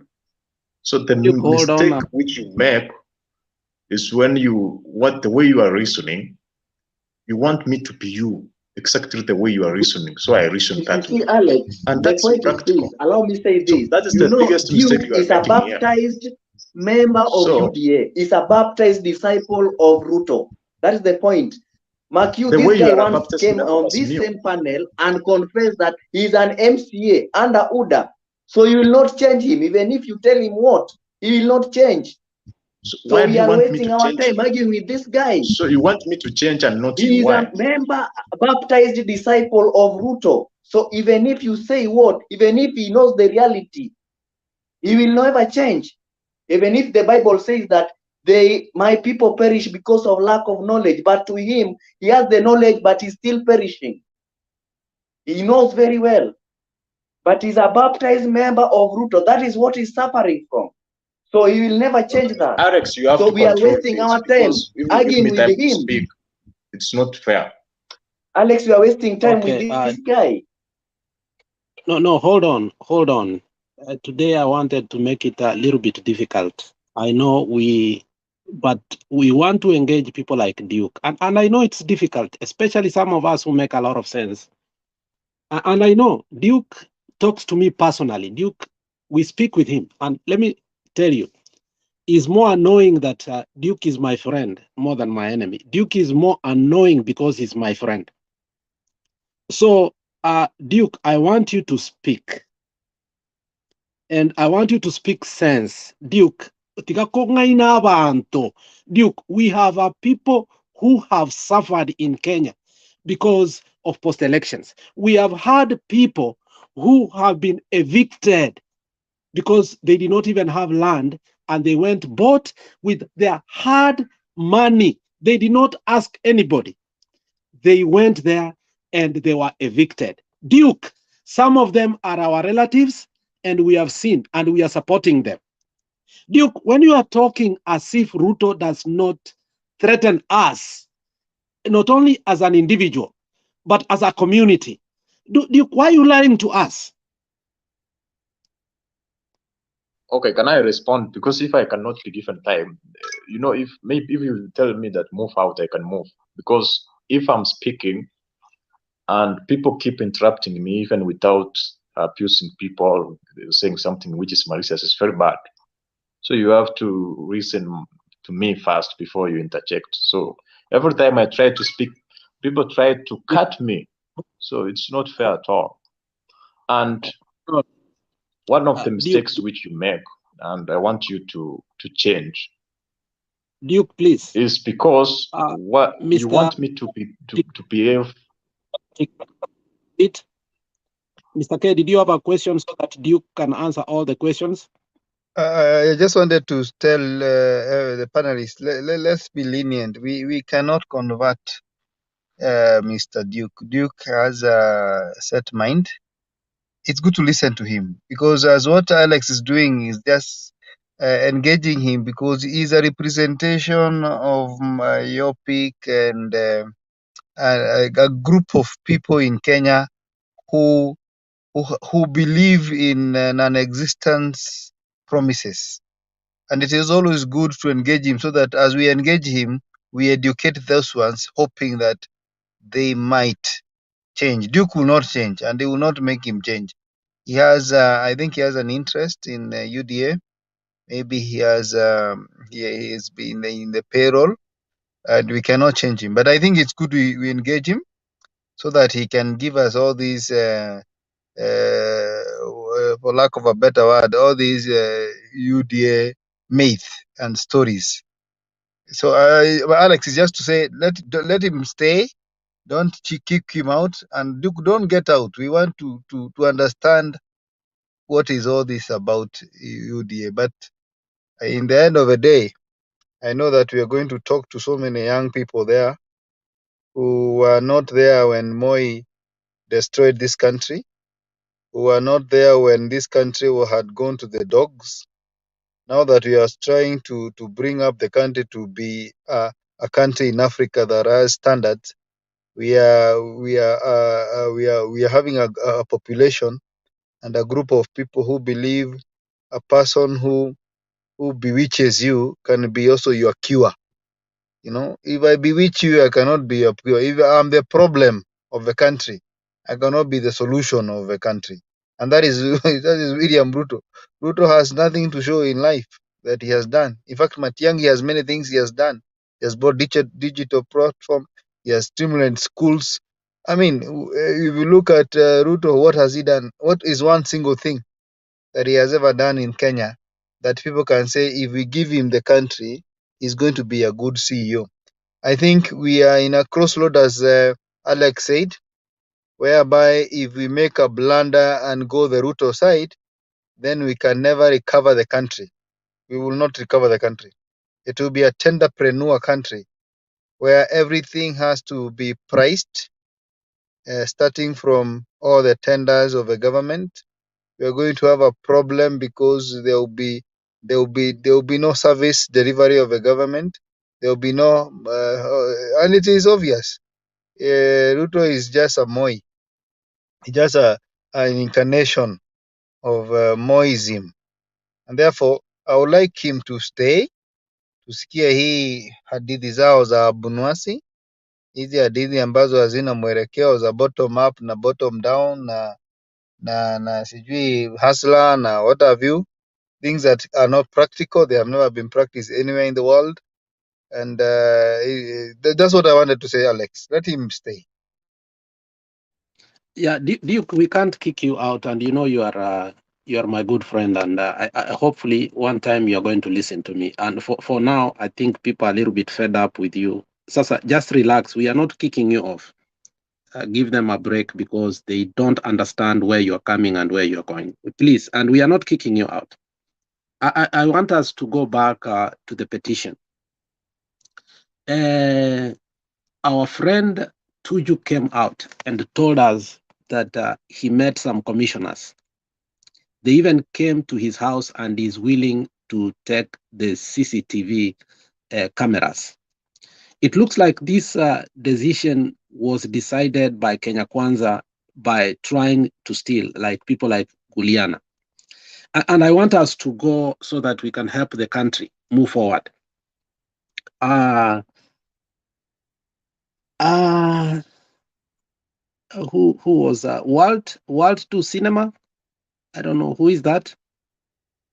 Pogon. Pogon, Walter Cinema. Cinema. Yes, Walter Cinema. Thank you for coming in the studio, because today we are having a debate we've never had, because we are taking another trajectory and we want to be raw and be real of the things that tunasikia tunaongea sisi kwetu kwa nyumba, lakini tunaogopa kuongea kwa studio because hizi vitu tunaziongea anyway. Tuju has come out and I don't know if you listened to him. And it looks like the petition now is going to be centered on Tuju, is going to answer what Chebukati did. What can you tell us what you realize from this transpiring of Tuju and IEBC commissioners?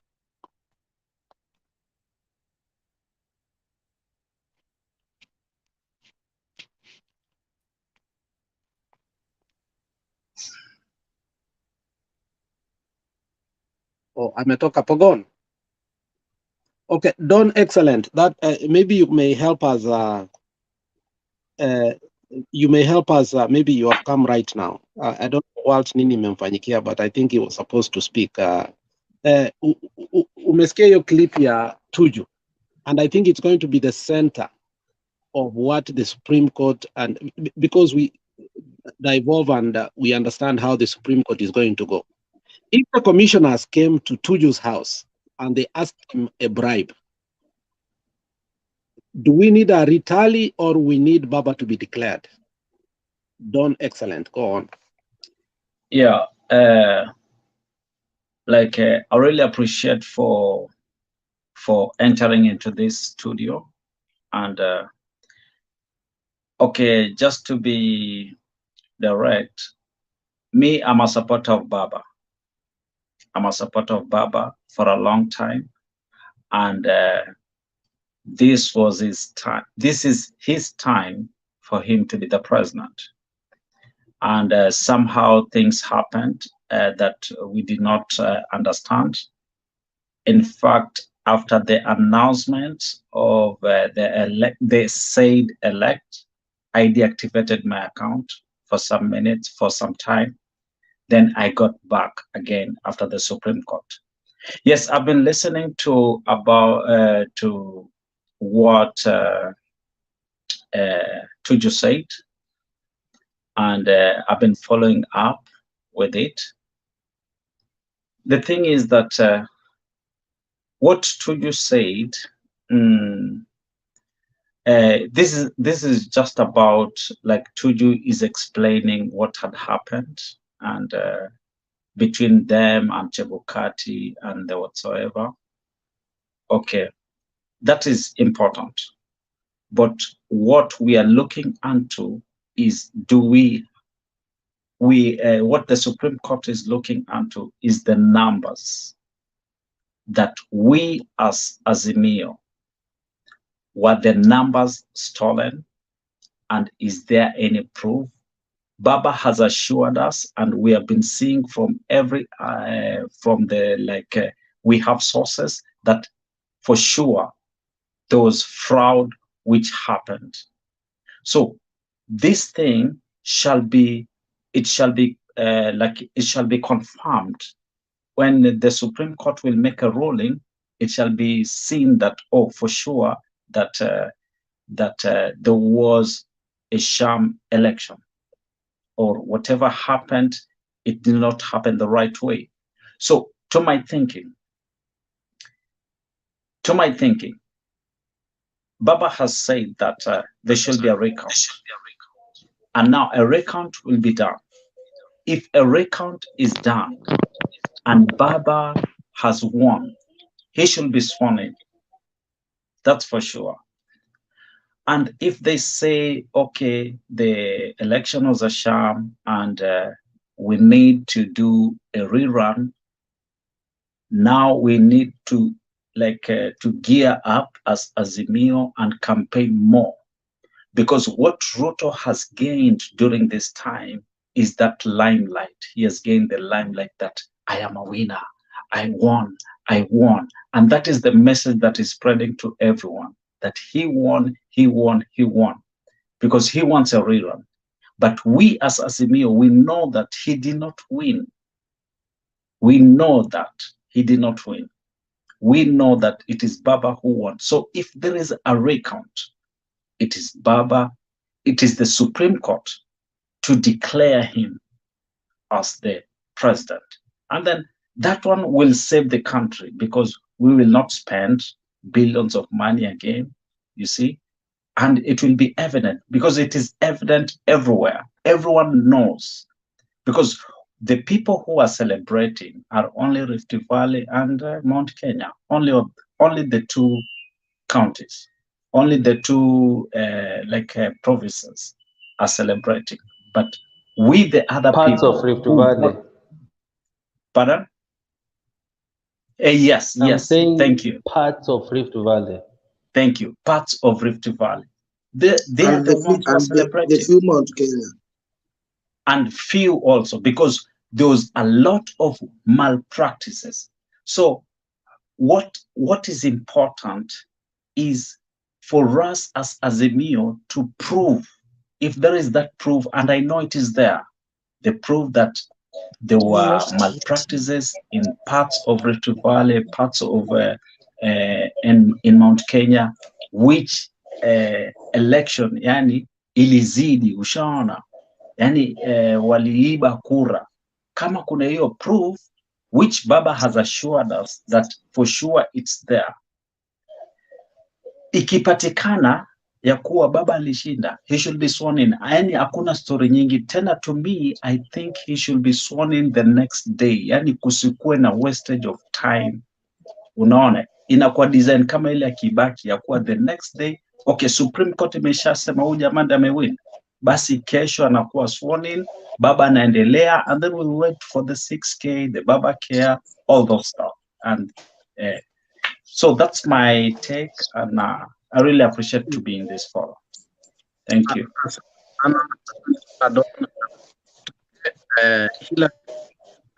But because of I think this is the first time you are in our panel, isn't it? Yes, it is. I just bumped into this, and I got a chance to to state what. Thank you very much. Can you hear me? Yeah, it's a little bit dragging. There's a drag.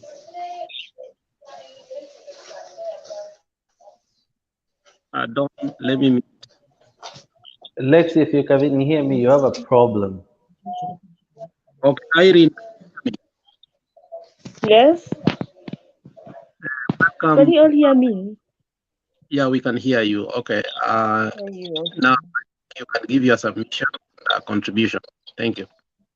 Okay, let me do some. Okay, my main concern is the 15 polling stations. Are you sure Ruto cannot tamper with those boxing? Okay, and what if they count and they found the votes are bottle? What will happen?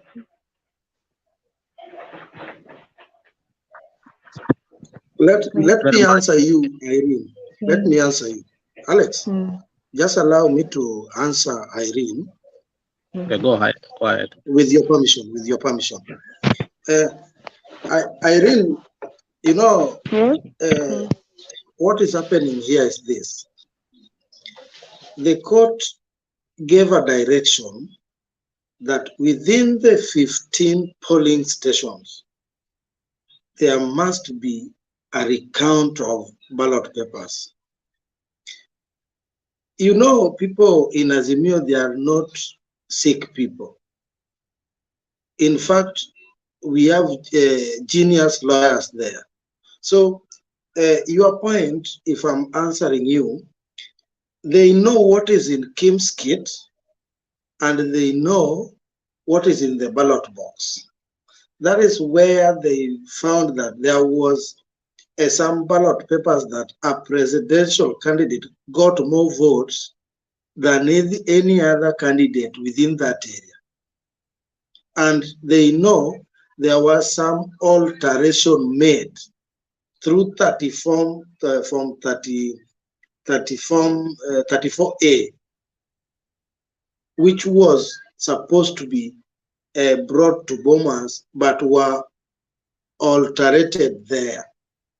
That is why the court give that direction that the recount must be done. So there is nothing like they will count and found that Ruto win. There's nothing like that. I think according to my understanding, that is how I can put it. I don't know whether you're and thank you very much. Yeah, that's there, Mr. K. You'll speak after me, and I want to address my sister Irene. Irene, let me tell you something. And I want the whole people who are watching, who are almost like 1,000, to listen carefully. The Ruto people have gone to the propaganda lying to us that even if we have to go for a rerun, they are going to win. But when you looked at the map of Kenya, it was blue. And let me assure you, and this one I'm saying it for free because Simbarat is my personal friend. And I think Cyprian Company know that. And PK knows that. We have a new kid on the block. In Kisii, in Nyamira, in Homa Bay, in Migori, in Kisumu, in Siaya, in Kakamega, mpaka Busia. If we go for a rerun, and I want to assure you, hakuna hata 25% ambaye Ruto atapata. And if people think this is a joke, don't be lied to, Irene, that these people, they don't have any votes. And they have made that propaganda to a point that you have started believing their lies. But in Kisii, if Simbarati was not fighting with Ongwae, Ruto will not get 25%. In Nyamira, he won't. So, hii maneno munaogopa, don't even worry. We are very safe. So, Mr. K, go ahead. Irene, if I got you right, you asked me, because you know we are dealing with a very professional a person who is very good in filling, whether those boxes he will not tamper with them. Let me tell you something, and I'll give you two examples. One is it's related with the ladies, so it's gonna be very good. You're going to understand it better. And also the other one is with the vehicle. The moment a car has an accident and you take it for repair, sometimes if you're not so good in what we call inspection, you might never know that car had an accident. But if it has gone through the test, through the procedure of identifying whether the car can really stand the test of time, then there will be so many points where you're going to find filler, you're going to find paint, you're going to find welding, or so many other panel beating and stuff like that. The other example is, as a lady, sometimes you ladies can apply so much makeup, and sometimes it is so hard to understand, to know even exactly how your texture is. And the moment somebody wants to know exactly what you are, what you have, sometimes ukirushwa kwa maji kwa nini kwa muto, sometimes the reality now comes in. What the court is doing now is just like the same thing. The truth is a matter of this thing was done by IEBC, so it is so well done. It was so well done that because it is IBC. It's not somebody who is coming IBC imemkataza ati anaingia ndani, anafunja mlango, anafanya vitu zake. No. This time IBC was part and parcel of criminal enterprise given mandate by Chebukati. That one is known. And therefore, the reason why you see there is a watertight, because they are trying to funga those loose ends. But I am telling you, one of the hardest things to do in this life, it is to protect lies and thievery. And at the end of the day, kuna mahali kutaonekana kitu. Na mimi nakwambia, you wait and see. At the end of the day, after 48 hours, then the forensic story will bring out things that are not correct. For example, one of the things will be some of the polling stations were not gazetted, but they tallied and they submitted the form 34As. Those ones will know. There are other areas, even in those areas that have been mentioned, where the governor's numbers do not add up to the president. The president has more. Where you find that some votes were taken from Baba and given to Ruto. Those are things that are going to be found. And there's no way you can hide from that. For me, I'm not worried where I'm seated. I know when this is a Pandora box. This is what we call the tip of an iceberg. Whenever once they find the truth, then I can assure you, it is a nullification or declaring the Raila Omolo Odinga the president. Now, continue, Irene. I think you are submitting. We are just helping you to understand that once it is investigated, something will come up. Irene, go on. We want to listen to you. What is your view about Kenya and what happened in general? Did you vote? Can you unmute? Unmute. Unmute, please. Yeah, like that. It's okay. Yeah. Thank you. Okay, my another issue is which lawyer will be representing the IBC, because there've been a confusion since the majority of the commissioners have chosen Paul Muite and the other three have chosen Gideon Muigai. So I was wondering which lawyer will represent IBC. If you listened to the clip that we had on our able senator from Kisumu, who is also my personal friend, Tom Ojiende, said the person that is representing IEBC is Gideon Muigai, who has refused to file a response. Did you hear that? So, and I was wondering, why is Gideon Muigai of all people? You know, Gideon Muigai is a personal friend of Gideon Muigai is a personal friend of Uhuru Kenyatta. And when he was representing Chebukati, I thought it was sabotage. But you can understand that Chebukati also was under Sieke, which is called siege. And it looks like he wanted somebody to exonerate him from that. The person representing officially is not Muite. Muite wachana nae. Muite aliuza pati yake to Wanjigi. So Muite is a different kind of political conmanship. So the person representing IBC is Gideon Muigai. The question is Gideon Muigai representing to win that case, or he strategically went there so that he can advise? Because our able last time we found that we had amicus, who was the amicus was the Attorney General. But this time around, the Attorney General said he's not going to respond. And I want you to follow this intellectually so that you can understand.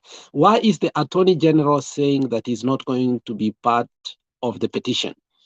It's because strategically, they want to see how they can win. Does that help you, Irene, or bado japata ansa yako? It is Gideon Muigai who is representing the IEBC. Nania is not. Does that help you? Alex, before Irene continue, with your permission, please. I think Gidu Muigai was only fighting that Paul Muit should not represent the four commissioners, because when I put a question like this, that between Gidu and Paul Muite, who is representing the IEBC? It is Paul Muite, because when we go by the majority, it is Paul Muite. Gidu Muigai is only representing Chebukati, and he does not want Paul Muite to represent the four commissioners, because the four commissioners, they are not together with Chebukati, because Gidu Muigai knows that if Paul Muite represents the four commissioners, they will not come together and win that case. So I think, from my understanding, I don't know whether somebody might understand it differently, but when we go by the majority, it is the Paul Muite, and that is why Paul Muite was blocked in the morning not to come into the courtroom. And when Orengo raised that question, he was allowed then to come in. So it is Gidu is only representing Chebukati. And that is why court gave a direction that the four commissioners, they have a right to pick each council on wherever they want to represent them. I think that is how I understand it. I think there's something else you are not, Alex, if I may, yeah? Hold on. Okay. Okay. Let's give Don. Don was earlier than you. Let's follow the protocol, but I think you'll speak next. Don, can you address that?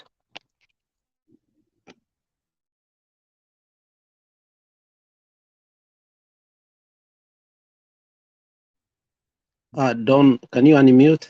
Okay, yeah, I think you're unmuted. Okay. Yeah, between the two lawyers, to me, I think these people are doing business. These people are on business. Like IEBC is a big client, and Paul Moite and Gidu Muigai, like they are seeing as IEBC as like we want to do business. And that's why the Supreme Court decided, that's why they decided to like, okay, it's upon IEBC to choose whoever they want to. So what I can say about this is that these are lawyers who are looking for business and they're marketing themselves and they want to do business. But it is upon IEBC to choose like who should represent who. That's my take. Thank you.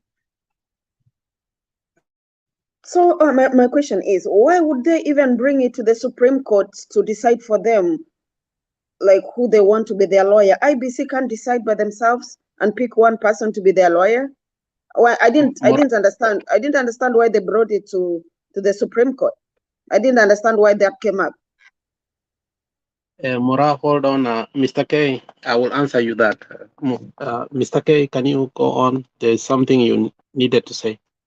Yeah, I wanted to say there was a ruling on that, and Muilu said that they recognize Gidu Muigai and the group as the bona fide lawyers to represent the IEBC. And the reason is, procedurally, the people who should procure lawyers for IEBC is the CEO of IEBC, that is Maljan, and that is how he did it.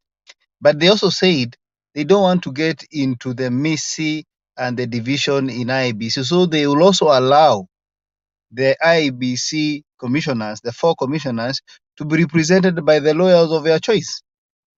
But they said what they do according to the procedure, the IEBC will be represented by Gidu and I think Ogumba or something. And those are lawyers. Some of them are actually employees of IEBC and some of them are in a contractual agreement which lasts, I think, for it goes for 2-3 years with IEBC. If you work with the government, you understand that engaging a lawyer, it is a tender process. It is not something that is you just go pick and then go pay. It is a procedure that actually has to go through the procurement process, and it is done by the CEO of IEBC. That is what is going to happen. So the 4 commissioners, what we call them, the majority commissioners, will have their lawyers of their choice, and they're also going to be allocated time and expound and, of course, progress their issue with in the Supreme Court. And what our people did not know, the 4 commissioners before, many people doubted if they had the numbers of who won. Before the 29 constituencies, and I am not sure, this is what I've heard personally, and I think even Tuju said it today somehow, but he did not finish. It looks like Raila had already surpassed 63%. Imagine 63%. And when you look at how it was announced later on, it could shock you, because people like Sudi and other people came out in a militant way. So the question is, and I want to bring this to Andy. One of the things that my good friend is my good friend, because we eat with him. I go to Canada most of the time, and tunakuanga na Henneken pamoja na yeye, is called Miguna. He said Baba is not ready to be the president of Kenya because he wants to use the democratic process, which Kenya doesn't want to use. Now, if Baba wants to use the democratic process and Ruto has used his dubious process, how do we force Baba? And this is the most difficult question, because Baba wants to become the president using the democratic process, but it looks like the whole Kenya want to be undemocratic. How do we convince Baba that this is the direction forward? Does it mean that we have to go to the streets? What should we do? Because the majority people have been quiet, but it looks like now, after the win of Kakamega and Mombasa, we have the courage to come out and say, oh, we want this thing. How can we lead Baba to understand that we cannot allow our lead to be stolen? That's the question I want today we dive here, because it looks like we... Hillary, tell me, what do you think?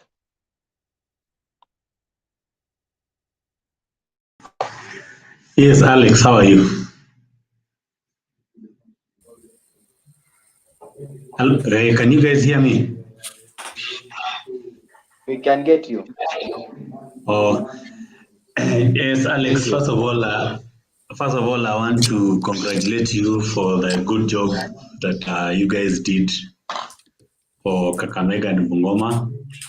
That was a brilliant thing that you guys did, and we really appreciate the support that you really gave those guys. Coming to your question,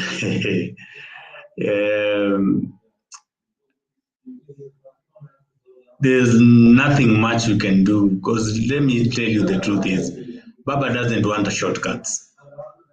Baba has been fighting for democracy space in this country, and it's fair enough for him that those shortcuts he can't accept them, and it's fair enough to have those principles that he is having, and I like the approach he has taken by going to the Supreme Court, because personally I believe the outcome from this case will be a game changer to Kenyan politics. I think, I believe this time round we're going to have a judgment that will lock out all loopholes that have been happening. Remember 2017, yes, the election was nullified, but we were given 60 days to have a rerun. And that rerun was done out of, there were still loopholes. The same people who bungled the election were the same people who are still going to run that election. And remember, Baba told us to boycott that election, and we did. So I believe even the Supreme Court judges, if they are going to nullify this election, they will have to come up with a concrete way. For me, I know the issue is our constitution has a loophole, and has a crisis when people will start talking about the constitution crisis. What will happen if they nullify and maybe lock some people out down there, or they disband the Electoral Commission? So there will be a crisis. But I think from what I've listened to many people, especially Manyora, the Supreme Court has a way that can save the country. They can extend the president's tenure, the sitting president at the moment, for about 6 months, so that we straighten up everything before we get to an election. Because for me, it will make no reason going to an election with the same guys who have disbanded, who have messed up the election that we just had on 9th of this month. And for Baba, he's a Democrat, and we will have to follow what he says, because it will not make sense. He's been fighting for this democratic space. Then again, now we want to give him by force. So we have to make it work democratically for him to yes. And I want you to stop there so that I want you to respond. We are fighting an enemy who does not believe in democracy.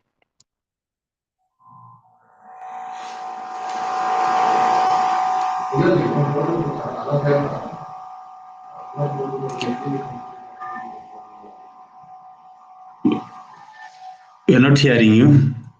I'm not hearing you. Who was not muted? Okay, thank you very much. And what I'm saying, we are fighting with an enemy who does not believe in democratic space. You have seen how Ruto has dealt and has done our country for the last less than 10 days. Are we going to allow Baba to keep telling us that we must pursue the democratic space so that he can become the president? Do you think Baba is right on this, or this time around we must direct him? I want you to understand. And I said it, and many people have castigated me here in the comment section.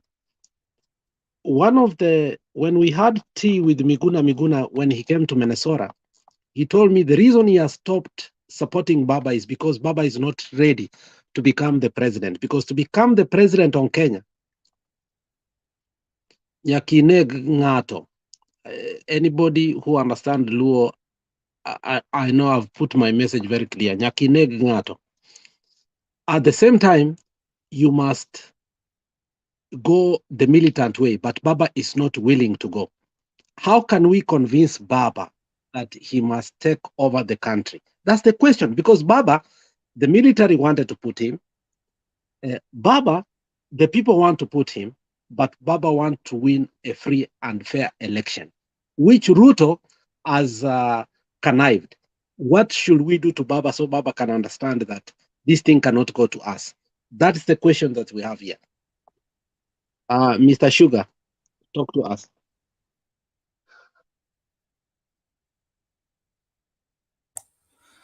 Yes, Brother Alex, how are you? Hello. I'm very fine, but I'm in a very hard seat today because we are taking the militant stage. Go on now. Thank you so much. I'm Philip. I'm from Nakuru. Nilitaka sana kufikia huyu jamaa wa Azimio, the young man. I tried to join in but ni kama studio ilikuwa imejaa. But I'm so grateful I'm here now. So before I answer your question, let me start with your question now. I don't think this democratic way of Baba to capture power is going to work this time around. In fact, I supported Baba in 2013. I supported Baba in 2017. But towards 2019, nilisense kitu hii mzee, kuna vile Baba anaweza achilia. You see, Baba is a leader. Nobody is going to deny that. Mzae ni kiongozi. Na saa zingine kiongozi wanga ako na zile characteristics and the elements in you. Baba is human. Kitambo Baba achilie hizo characteristic aende nje yenye kijana anaenda, ni ngumu, not unless tukuje kwa hiyo swali sasa yenye unauliza tutafanyaje. Should we advise Baba sasa atumie njia zingine? Also, those people who are surrounding Baba, I think they are misleading Baba. This is the secretariat thing, I think watu Baba should surround himself with people like Simba Neta, 100 of them, or even 50, let's say. The president himself, Uhuru Kenyatta, is a democratic man. You see now? So Baba ni ule msee mwenye ako na wasee huko juu wenye kumadvise advice yenye tunasema achukue njia ingine ndio achukue power ni ngumu. Uhuru himself a democratic. If you come to people like Oparanya, maybe somebody like Junet, Babu Owino, and if you can have Simba that hapo na watu wengine kiasi, nao Baba akuwe triggered. Na sasa raundi akuwe ngumu, akae ngumu, asiachilie kitu. But we have only one way and one shot to do it, through the Supreme Court. And we have great belief and hope in the Supreme Court. But my big worry is, in case now the Supreme Court nullifies the election, na waseme kwanza sasa tunarudi uchaguzi, there I have a big worry. I have a big worry. Not unless now Baba strategies in a way, forget about the numbers. Because we are dealing with a big man here. Huyu kijana si mchezo. You have seen what he has done for the last 10 days. Nje isongi. Cheki, brother Alex. So not unless msee akuwe na strategies beyond this young man, aweke mikakati, watu wakuwe kama ni maagent, wakuwe in place, watu wapilinde, tupige kura na tulinde kura pia. Kitu ingine na nishangaza ni the 15 polling stations that are going to be recounted. I have a great fear also. My question is 15 polling stations, were they picked by our people with the evidence ya kwamba siko na some dots, ama walisikia rumors mahali the 15 polling station have some dots, that's why they picked them, na wana konge evidence ya kwamba siko na dosari? Because kama sina na sinahesabiwa, then now you can see the other side, the way they will be enjoying their dances. Unaona? Also, I want to give you a short story, guys. Sorry. I want to tell you something because I'm from Rift Valley and I'm a Kisii. That's why nilitaka kufikia huyo jamaa Myangi hapa, alikuwa anaongea mambo ya UDA. Unfortunately akatoka. Adieu. Bia Duke ya. Nilitaka kumfikia sana. Something happened because nimesaliwa Nakuru mimi kama Mkisii. Na nilisaliwa hapo baada ya wazazi wangu kununua shamba pale. Niko na hii worry yenye Alex na wengine wako naye hapa kwamba hii msee akichukua powers, kuna wasee wanaweza tolewa mahali fulani. Nikikumbuka ile clip niliwatch akiojiwa na chef wakati fulani kitambo. But ya watu wa UDA wanaonekana ni kama wamepatizwa sijui na dawa gani. The Duke was reacting. You see, there's something Baba did. I don't know, ilikuwa mwaka gani, 22, I don't know exact year, about the Mau Forest. And I remember we had like 300 acres. Hiyo side ya Nakuru mahali Mau Forest iko. So, kuna wakati mzee, our baba, I think he involved himself kwa history ya mashamba ya kusave Mau. Cutouts zikaekwa and my parents ended up losing like 250 acres. I assure you, if you go today, try to convince my old parents ya kwamba let's for this msee nako na maono mazuri kwa hii nchi. They will not. But I like it the way you have risen up to pass these messages. Perhaps mutacapture samaki moja moja kuiconvert kuja kwa Azimio. For those who will listen and who will see sense out of it. These as UDA guys need just to be talked to. Now waone sense. We give them time to engage pole pole. Because after all, we need them. You see. About the IEBC, with these split commissioners, I think hii inaenda kutusaidia sana kuwin hii case. Sana. Plus the way the former AG now has refused to file the nini. Naitwaje hiyo kitu? Yeah. Response. Yeah. To the I'm so happy Gitu Muigai aku file your response because I'm very sure this person mwenye ni rafiki wa Uhuru na there's something going on guys. Lakini ile kitu ya muhimu, whatever the outcome, if we are going for a rerun, Baba should have a strategic move. Very unique one. Yenye ni ya mwisho, like we need to move drastically na to attack with the best way possible. Shika mnanielewa. This is not the time we are going now to engage na hii damu ya kuwa we are Democrats. We need to do something. Tukuwa na damu fulani kidogo ya hii ya watu wa not lift. Baba should stand up and be firm this time around. Because I'm very sure there's something which is going to come out of Supreme Court this time around. And it could have been fair. Supreme Court ikipata kuna makosa kwa hiyo uchaguzi, of course kunayo. Beside nullifying the election, how I pray washikilie Mzae akuwe rais. Because they have powers. Wanaweza make sheria waseme now with this IEBC 1, 2, 3 has happened. Mzae sasa akuwe sworn in. And they should be sworn in like the same day. Bure hivyo kijana ni moto. Thank you so much.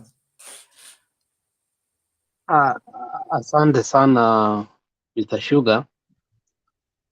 Let me assure you one thing. From yesterday, wakati tulisema Alex anaenda kukuwa MP wa diaspora, I've received a lot of love from many of you. Na tunashukuru because I don't want to become the MP for diaspora because I'm selfish. It's because we have interest. And the interest is that we want a better Kenya. And I'm not going to disappoint you. The other thing that I want to evolve here, Meja Jenerali, hiyo jina yako inanishtua. Hebu sema kitu kimoja kabla hatujaenda kwa sister yangu hapa. Anaitwa Meja Jenerali. Hiyo jina inashtua. Kabla hatujaenda kwa sister yangu hapa.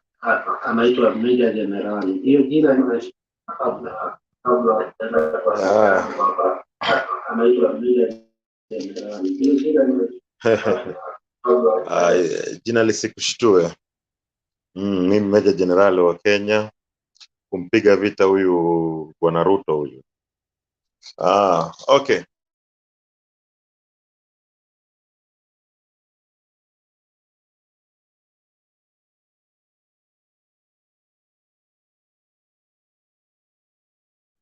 Kuhusu hii, manake Irene K alikuwa na wasiwasi kuhusu Supreme Court, wakati wameomba kuwa wanataka zile wamechagua akaunti fulani ziweze kuhesabiwa kura. So alikuwa anauliza mbona wakihesabu, mbona alafu maybe IBC wanaweza cheza na hizo numbers tena. Anyumba alimjibu but hakumjibu vile inavyofaa. Manake kuna form 34As. Form 34As zilikuwa zimesainiwa na agents wa Azimio, agents wa Roots, agent wa nini? Wa Kenya Kwanza, na kuna agent wa hiyo David Mwaure, sisi chama chake kinaitwa vipi? Sikumbuki. Hawa ma agents wana zile saini zao. Na every agent was taking a picture of the document, form 34A. So zikienda kuhesabiwa, kumbuka agent wa Azimio ana ile copy ambayo alituma kwa Azimio, tallying center ya Azimio. So wako na copy yao. So Azimio, IBC, kuna zile ambayo form 34As fake zenye walikuwa na post kwa portal ya IEBC. Na saizi wakijaribu kucook bado itajulikana. Unaona? Manake tayari pale kwenye koti tuna huyu Wajakoya, na pia pale anasema ameibiwa, na pia na agent wake. So zile saini 4 za presidential candidates, kukitokea anything of forgery, juu kuna mahali unaona kama sijui ni wapi kule, agent alikuwa anaitwa Alice sijui nani, waliweza kuforge, wakaandika bala kutia sahihi, waliandika tu jina yake Alice pale kwa signature. Unaona, na wakaandika details namba za zile numbers zenye walikuwa wamejaribu kufake wakiiba kura. So if these things will not, these documents will not tally, ile yenye agent alituma na ile yenye imetumwa na kwa portal na ile ambayo yenye unajua zile, kuna agent anajua saini yake, wewe umeenda umeweka signature yako fake, na agent anajua hii ndio signature yangu, nyinyi mmeweka fake, hii ndio main document ilitoka kwa polling center.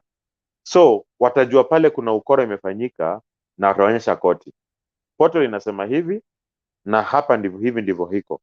Na wakiauliza agent ule alikuwa kama Wajakoya na David Mwaure, okay, hebu ulikuja tuonyeshe signature yako, wakaangalia zile documents wapate kuna any difference, then ukora umefanyika.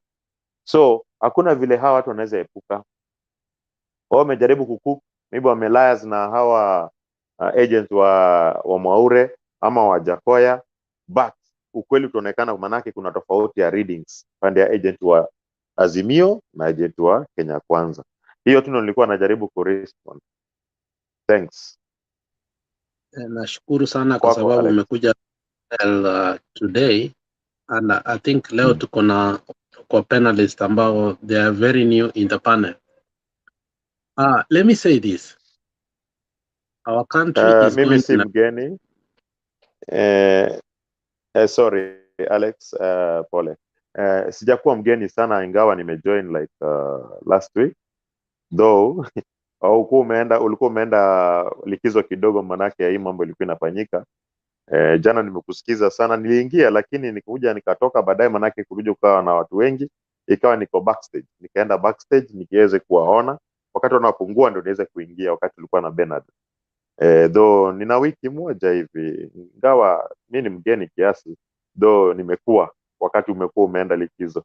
Nashukuru. Kwako Alex. Asante sana Madam Mwika anaitwa nadi. Madam Mwika, hebu tuongeleze, utuambie. Thank you. Welcome. Habari zenu? Mimi naitwa Cecilia Mwikali. Kwa hivyo hiyo ni nickname tu Mwika. Natumai ni wote mko salama, pia mimi niko poa. Wengi wenu ni mara yangu ya kwanza kuwaona, lakini nakumbuka Alex juzi wakati ulikuwa hii kitu mpaka tupate, sijui kama unakumbuka.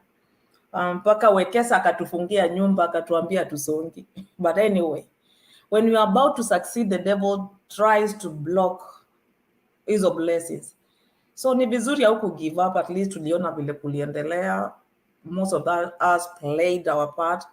Na tunawashukuru kwa wenye mliplay the most part, kama wewe, huyo nani anaitwa papa wa Mombasa, Vincent huko Kakanae, so many.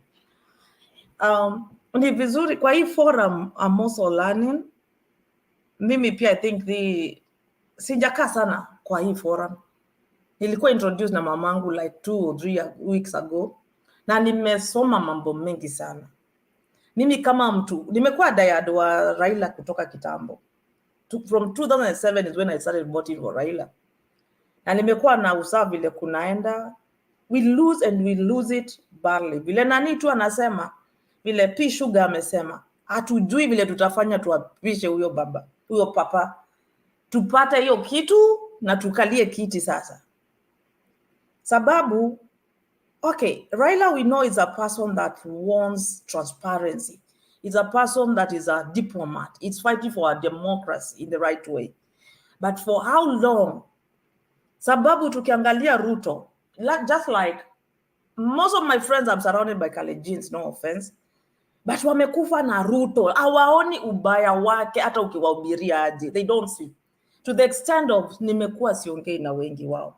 I had to stay away. Lakini leo niliengage moja. Na akaniambia, naona hii kitu inaenda. Nikamuuliza, kwani umeona aje? Akaniambia, is Supreme Court.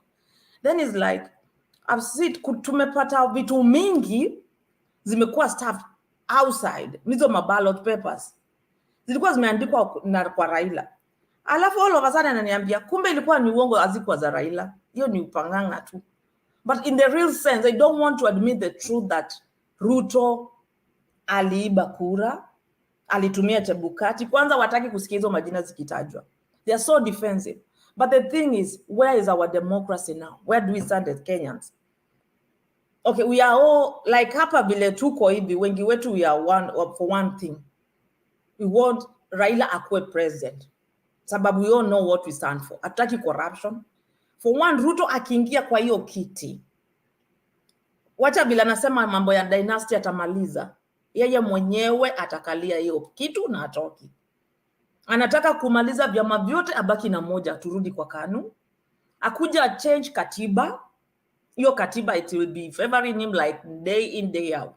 Kumtoa pale itakuwa ngumu sana. Tumeona yale mambo mengi amefanya. So many things zenye not to mention in public. Ametajwa kwa Msando, ametajwa kwa Juma, all those things. Na mingi huyu Kemei ama ni nani. Na wengine wengi hatujui ama media watuambie. So the thing is, apart from that, Ruto anasema atafukuza watu, usijui Washingishu, vile nani amesema, wote they have to go. Where? Yeye mwenyewe ameiba mashamba mangapi? So vitu mingi, na alafu ukiuliza watu wa UDA wanasema Raila hakuna kitu ametufanyia. Okay, Ruto amefanya nini? Wanahesabu amekuwa minister. But hawataki kuona Ruto is corrupt in this way. Ameiba hii, amefanya hivi, amekuwa involved hivi. They don't want to hear that part. Lakini wanataka kumsifu ni mzuri. Hawana hizo nini. Wanasema Raila ni mbaya. Ukiwauliza Raila alifanya nini, ni mzee aende nyumbani. Unaona? Until I had the audacity kuuliza mmoja leo, okay, unasema Raila anashinda kulia ati ameibiwa. Yeye ulia ameibiwa. Okay. Alisimama na Raila, Raila alisimama na Ruto akiwa DP wake wakiomba hii kiti. Then what happened? Iliibiwa. Where did they end? Supreme Court. Then why you say that Raila was there, yet he was directly with this person? Hapo akanyamaza. So the thing is, we are winning this war. Hata ukiwaona wengi wameingia jeve. So let's not worry. Let's just hope that hii itakuwa rudi na whatever. I hope hatutaambiwa tuende runoff. Mimi nataka tu waone zile vitu ziliendelea, hata kama watacount kurambia Raila ako mbele na one vote, wamwapishe na tuendelee na maisha. Sababu for one, tukirudia kuna that budget itaenda kwa taxpayers money ambayo ni yangu na wewe. Tutashindia hapo. Chebukati yeye mwenyewe aoni hiyo. Hata kama anaona is so ignorant because it's a do and die thing. Mpaka alikiapisha Ruto ndio please vile pesa alipewa. Hata mkisikiza hiyo maneno ya Tuju, nimekuwa nasikiza mkisema hapa. Tuju alisema hata bila aliulizwa nini mlidiscuss na hao watu na Chebukati. Alisema nini? Let them tell you. Kwa nini hakutaka kusema? Sababu anajua this weight, hizo vitu zote ni anasema ni wao wenyewe wajiexpose. Because of course we all know where it was ending to. Aya, Tuju anaambiwa amerudi pale kwa IEBC so many times. Kama ni kuongana na ofisi ilikuwa na watu hivi, wangeongania wapi ama wangepeania hiyo pesa wapi saa ngapi? So as much as tuna defend vitu zingine, let's also be logic. Anyway, mimi yangu tu ni vile nani amesema, tujue vile tutaapisha baba hata kama ni ile usiku. Sababu wengi wetu tumegonjeka, tunapona saa hii. Ni hayo tu. Shukrani sana Mr. Future. Sijui unataka kuwa MP wa nani? Sijui kama unataka kuwa Kibra ama unataka kuwa mahali baba yuko. Tuambie kwanza unataka kuwa Future MP wa wapi? Eastlands.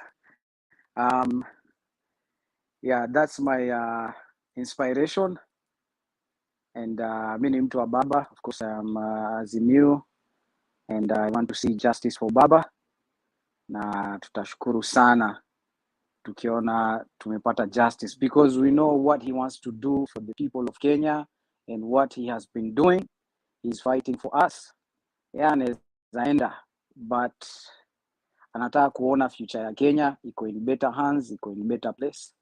So I think I want to make a difference also. Yeah. Okay, go ahead and make your submission. I don't know kama una support Alex kuwa diaspora member of parliament. I don't care whether you support me or not, but najua utani support. Hiyo kiti ni yangu. Asante sana. Yes, I can support you. Yeah, kwa sababu hata mimi niko diaspora. So yeah, we have the same principles, the same visions. So yes. So sasa the thing I wanted us to devolve our attention. Leo Tomo Jiende, Orengo, Otienda Molo wameongea maneno ya Supreme Court in the way we should go. And it looks like Baba won the election, lakini sisi tunaogopa watu wa Azimio. Mr. K, can you I don't know how to do this, but Mr. K, can you give us direction? Thank you.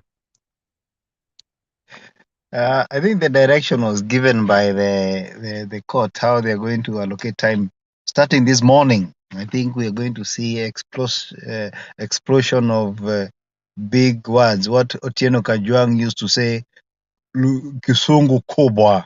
There will be a lot of Kisungu Kubwa. But, well, everything is said and done. I think we have Azimio people should not be worried. They may have, I like reading, and of course, in between the case and understanding whatever. I think this is one election that is it is the most bungled election in the history of Kenya, and it is bungled because you can imagine you're using the person who is supposed to be the watchman to steal with him. You see, that is funny, and that is why I also saw the prayer of Mother Kome some time back when he prayed for IEBC, and he talked of let there be no corruption, let them study, let them stand for integrity. And when I saw that video, I said amen. But now, God we serve is a God of is a mysterious God. He's a great God. If one day you pray for a beggar who is outside your house to get clothes, sometimes God wants you not to pray. He wants you to get some of the clothes that you don't use and take it to that beggar. And this is what God has done to to Mother Kome. Mother Kome prayed for this corruption. He prayed for these people not to stand for integrity. They didn't. Now God has placed her in the position of enforcing it. And because Mother Kome knows he's not, a good thing about Mother Kome, he's not a stranger, and the supreme judges are not strangers in Kenya. They know how things are done and how things were done, and therefore we believe that they are what we call an instrument in the hands of God.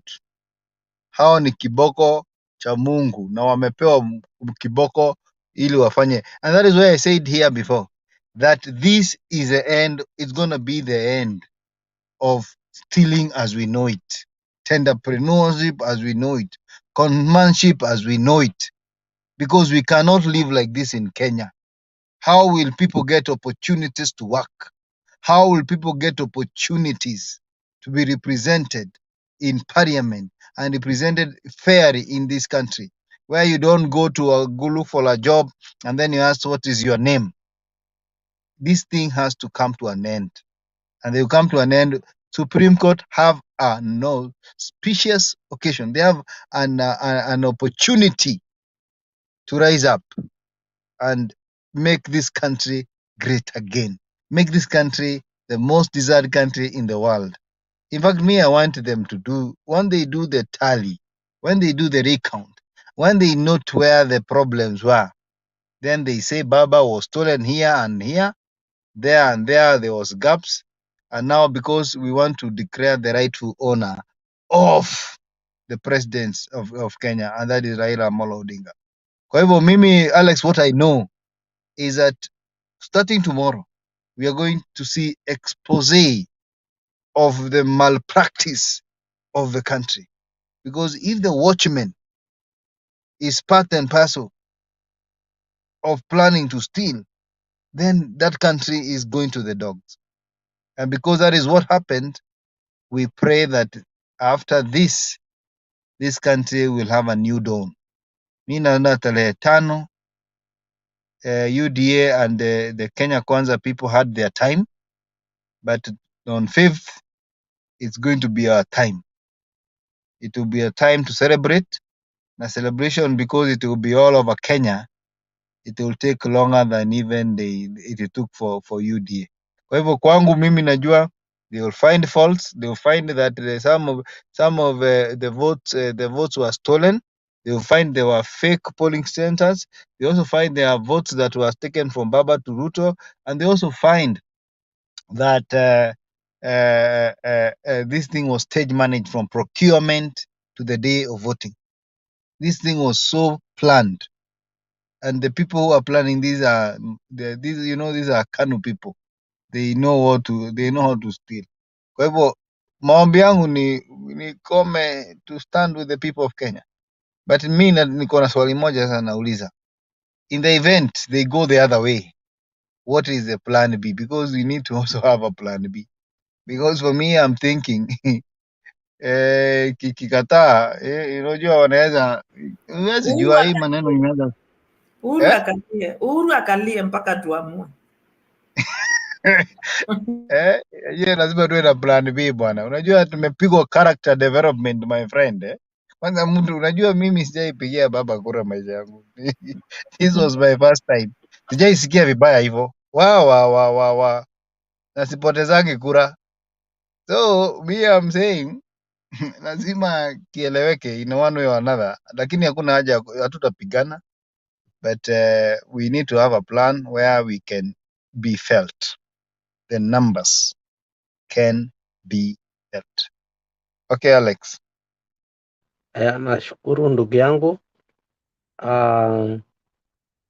Now I think we want to continue with the moderation. I'm going to take my daughter out of school, so one of you should take the moderation. Makiadi yako nyuma. Makiadi, where are you? Makiadi.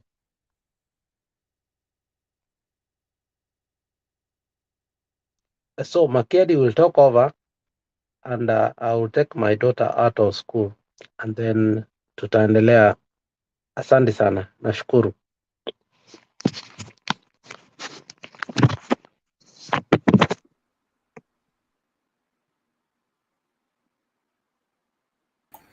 Mr. K. Yes. Nishikilie na kuja in a few minutes. Tafadhali. Kuna shida. So, thank you. I think we know the drill. The drill is that we continue kuchangia and encouraging the people that are broken-hearted, because this is a forum of a people that know that integrity, patience, and there is hope in Kenya. Na kwa hivyo kuna watu ambao hawajaongea maybe, but let me put it this way.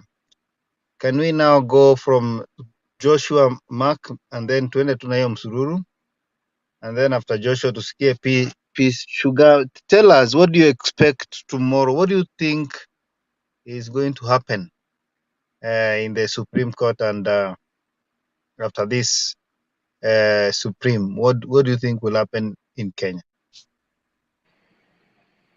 Yes, I think tomorrow we'll start to see exposure of the evil that has happened in our country. And I have high expectation that this election is going to be nullified. But it's not it's not good for a country that 2017 the election was nullified, and then coming again 2022 the election is going to be nullified, and then 2027 also. You know, that's a bad trend, and in a country that's shameful. It should be in a country that when you vote, you feel that your vote is protected, and you can even go home. And I said that it should be a country ambayo hata kuna haja kuwa na agent. You don't have to invest in agent. But now we are in a country where there's mistrust, and this mistrust is being created by the body that we have entrusted them to conduct our election, that is IEBC. They are the one that they are bringing all these problems. Many people have been heartbroken. You know, the way you say that, Mr. K, you say that this is your first time to vote for Raila.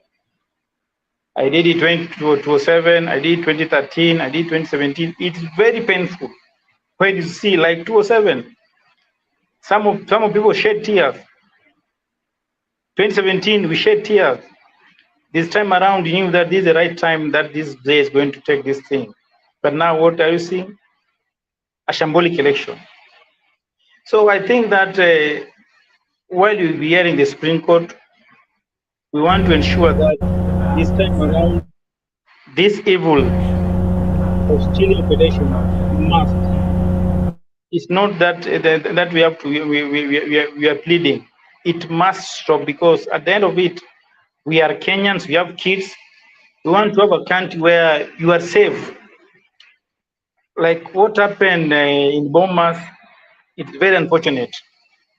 But when I see IBC, they are responding in terms of that Tuju came and Tuju wanted to divert the attention and and they subvert the will of Kenya by giving Raila the presidency, you know, that's not the issue that is in court. The issue is court that it's not the issue that they met with Tuju, because during Bomas, we have Veronica Maina came, Nano came. Why could also the IEBC mention the name of the two guys who came? So the issue in court is not about whether they met with Tuju or Tuju came to Bomas. The issue of court are the 9 points agendas that has been addressed. So those 9 points, we want to see them being unleashed. We want to see the evidence. We want to hear how the evil things have been happening in our country. You know, it's very painful that each and every time you vote and your vote is not being counted. It's better you don't have to vote, because if the trend is not going to take place, then the best thing, like me, I'm telling you, if in any case Ruto will run away with this presidency, then I'm telling you, 2027, the turnout will be even 30%, which is that's not a good for a country. We should have a country that each and every year people are being motivated to go and vote. But now, when each and every time you go and vote and their votes don't be counted, there's no reason for it. So 2027, I know if Ruto run away with this thing, then automatically at 2027, he must retain the seat.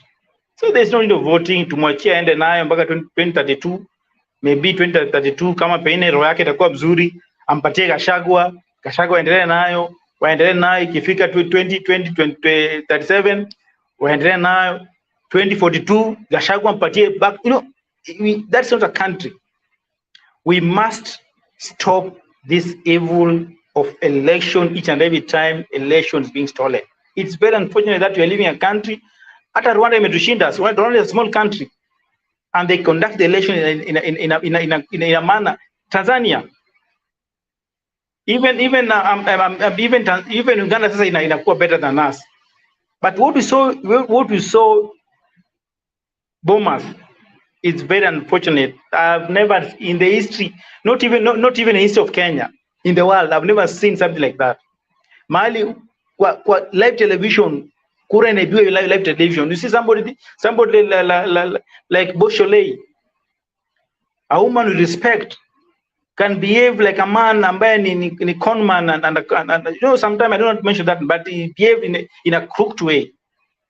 So to me, I think that this is the right time that we must stop, and we must stop not pleading. It must end. And then there's something that I came to learn.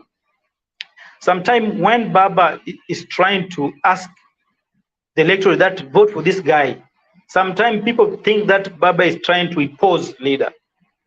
You know, I was very happy with Orengo that we had Gumbo in Siaya and Orengo in Siaya. Gumbo was vying with UDM and Orengo was vying with ODM.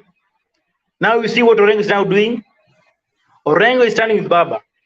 Gumbo, after that, Gumbo ran and went and joined Ruto. So assume today we could have voted for Gumbo. We could be crying like hell, because now it is Orengo who is standing with Baba. And the same MP in Ugenya who joined Ruto. Raila asked them that kindly vote for ODM. They refused, and they decided to vote for that David Ochieng. David Ochieng now is in Kenya Kwanza. People are really bitter with David Ochieng, but the people would say that they want democratic life, and that's what they got. So sometime when Raila is advising, because Raila has been in this politics for so many years, more than 40 years. So sometimes I'm really sympathizing with the people of Kenya that what you did was a mistake, but you have to pay it because you are advised, but you are saying that Baba is imposing leader for you. It's good that Orengo got the governorship of Siaya, but it was very difficult for him. So to me, we are expecting much. And on 15th, the way Pika said, on 15th, Kenya Kwanza celebrated. But on 5th, we are going to pay it back the whole country is going to celebrate in a jovial way. I'm very sure that this election is going to be turned down, and I'm going to. By the way, I've not been watching the television for the last since 15th. I've never watched television, but I'll start doing it tomorrow. I'll be watching it. If at tarehe tano, now I'll be watching it fully. So thank you very much. I'm here for you. Thank you. Asante sana Bwana Joshua. Thank you for those sentiments. When I listen to Kenyans from different cultures, different tribes, I feel like Martin Luther King, that I have a dream. And that dream is going to come where we're going to treat each other like Kenyans. We don't want to be in a country whereby people, as Joshua says, presidency is like volleyball. You send to the Kalenjins and take back to the Kikuyus, Kalenjin Kikuyus. I think everybody should participate in the political growth of this country and the development growth of this country. And that's why I support what Joshua is saying, that there will come a time when everybody will feel entitled and this country will be the envy of many. Because right now, if you go to Rwanda or Tanzania, people don't know about tribes. But the reason why we know about tribes today is because we use those tribes to undermine others. And that is why you see sometimes I even don't, I feel funny when somebody is using the name of God and there's a lot of hate in him, particularly people in Mount Kenya. You're hating Raila Amolo Odinga. At the same time, you are praising the name of the Lord. What kind of a God is that? You cannot do that. You have to make sure that if it's a work of God, God says love others the way you love yourself. You cannot abuse somebody and then say at the same time go to church and kneel down. That is not Christianity. That is not the way. And I think there's one lady who said, yeah, we shall know them by their fruit. Now I want to invite Joe. And I want to invite Joe because I think he's the only person who has not spoken. But I'll invite him with one question. What happens if the election of William Ruto is upheld? What should we do? What is the next step that Kenyans should do? Okay, habari zenu nyote. Mimi nimeingia hapa saizi. Sijasikia vile watu wameongea, lakini nimesikia kidogo. Nimesikia Mwika akiongea, nimesikia MK ukiongea, nimesikia Joshua Maka akiongea. Hii Sugar sijamsikia, na Ngao pia nafikiria yuko. Lakini iko swali umeniuliza, nafikiri nitaweza jaribu. Nimesikia Joshua akisema ni aibu sana katika manchi jirani na kwa dunia mzima na Afrika mzima. Hii mambo tunafanya, last elections zilikuwa bungled, hii inakuwa bungled. I think it's maybe Kewe ndio ulisema hivyo. The sad thing is ni mtu mmoja tu ndiye anaibiwa tangu 2013, sasa ni mara ya 3 ameibiwa. But me, what I believe, since 2007 Raila hajapoteza kura. No, I can say 2002. Sababu 2002 Kibaki alipopata accident hangeweza fanya campaign. Mwenzake wa Malwa pia alikuwa mgonjwa. Iko wakati wote walikuwa nje ya nchi. But baba aliweza kucampaign 2002. Almost 80% yeye ndiye alifanya campaign. Na Kibaki akapata hiyo kiti. That was his win. 5 years later, 2007, wakati watu walikuwa na actually Kibaki was a very good president, hata yeye kwa na hizo shida na Raila. Lakini wafuasi wake wale kwa karibu, wale walikuwa wanaogopa Raila, sababu wakati huo pia watu wengi wako wataka ukweli. So ikabidi wa Raila apigane na ashindane na Kibaki. He actually won that election hands down. That was his second win. Alafu 2013, 2017, sisi wote nafikiri tunajua what happened. The elections were clear. And now 2007. That means he's been winning since 2002. na it's very sad kwamba anaibiwa ama things zinakuwa mbaya. And ukiangalia apart from hao watu wamesimama wote for the presidency, tuseme tangu Moi atoke, I think the only president wale walikuwa na the heart of Kenyans are only two. That is Raila and Kibaki. Those are the people who had a heart of Kenyan. Wakitaka hii kiti walikuwa nafikiria wa Kenya. Na you can see what they did wakati ilikuwa wawili. I mean, they changed this country upside down. Zile madeni Moi aliwacha walirudisha chini, economy ilienda juu, unemployment pia ikaenda chini, wakaleta mabodaboda, vijana wakapata kazi, and so many things ambayo hata tunaona saizi ilikuwa ni plan ya Vision 2030. Since hiyo Vision 2030 walipotoka Kibaki na Raila pia ikakuja vijana, we have no vision at all. Sisi tunaishi tu, tunachukua hata madeni, tunaishi tu, madeni tunaishi tu, na tukuiba. And one thing about the Uhuru government, Uhuru Ruto government, ile sehemu yao ya kwanza, I think they all messed, but one of them messed vibaya sana. Uhuru maybe he hakuwa experience, na kamwachia huyu jamaa akachukua tax zetu. Because the kind of money this guy has used is over $1 trillion. Na kama first term, because Uhuru hakuwa ameshikilia serikali sana na fuatilii sana, this guy alikuwa anachukua maybe 30% of our budget. Now 30% of the budget ya 1.5 trillion, ukichukua for 5 years, the first term, how much is that? And because alikuwa yeye anachukua, then hao wengine kwa ministries unafikiri walikuwa wanatoa pesa bure? Sawa, pia wanabaki na zingine. Kama wewe ndio uko in charge na mimi I'm stealing through you, lazima ubaki na kitu. So the first year tumeibiwa sana. That's why we had to take loans to fill in those gaps. Loans naye zikikuja pia hizo zinaenda tu. Maybe a little bit of it ndio inafanya kazi. Na mara mingi zilifanya kazi kwa maybe barabara.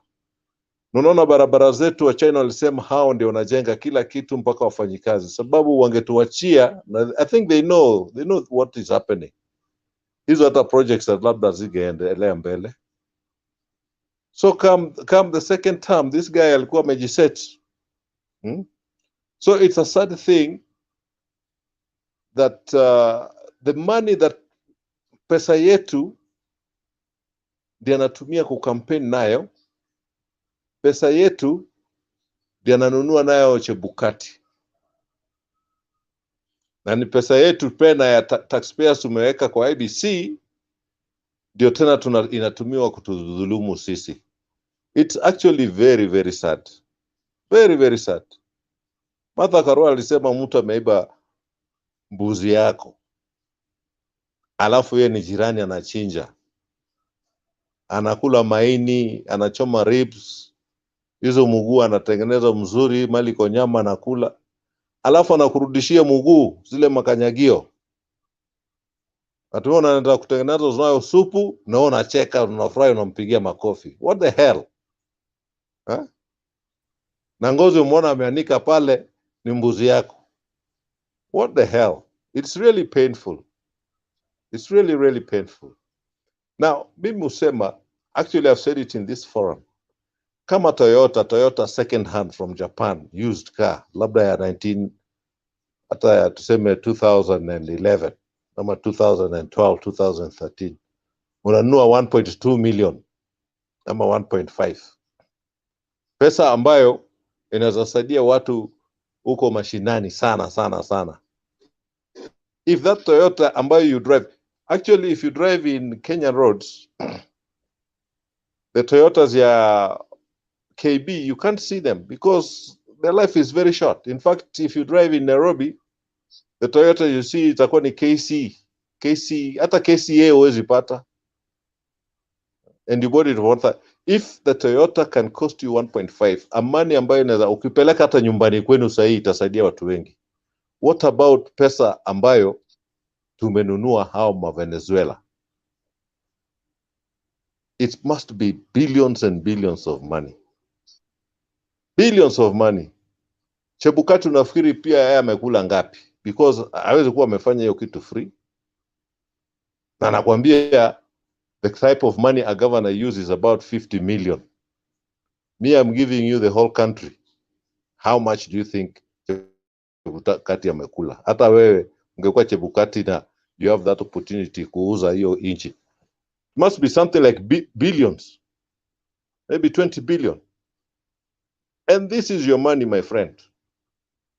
Na wewe uko hapo, you cannot put food in your table. Watoto wako waendi shule. And this is your money, what on you. It's very, very, very painful. So what you asked me, in case this thing doesn't go through, mimi husema, most of us has had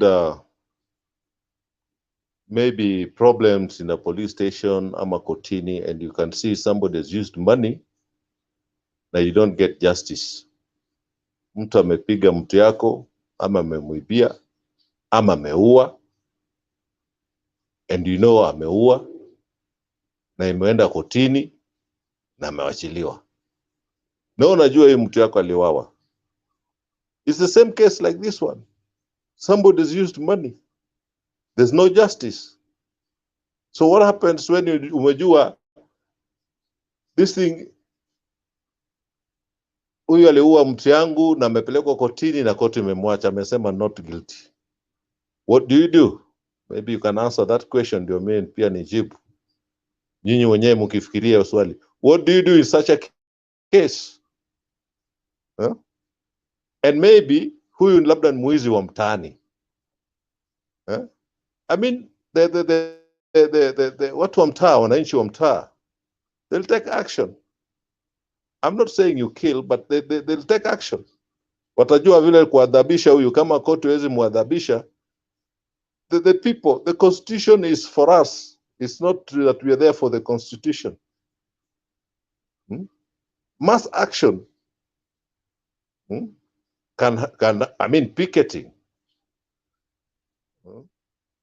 Ruto can get a car ambayo haina engine, ni body tu. If people stop, say, we don't want, what happened in Sri Lanka just the other day?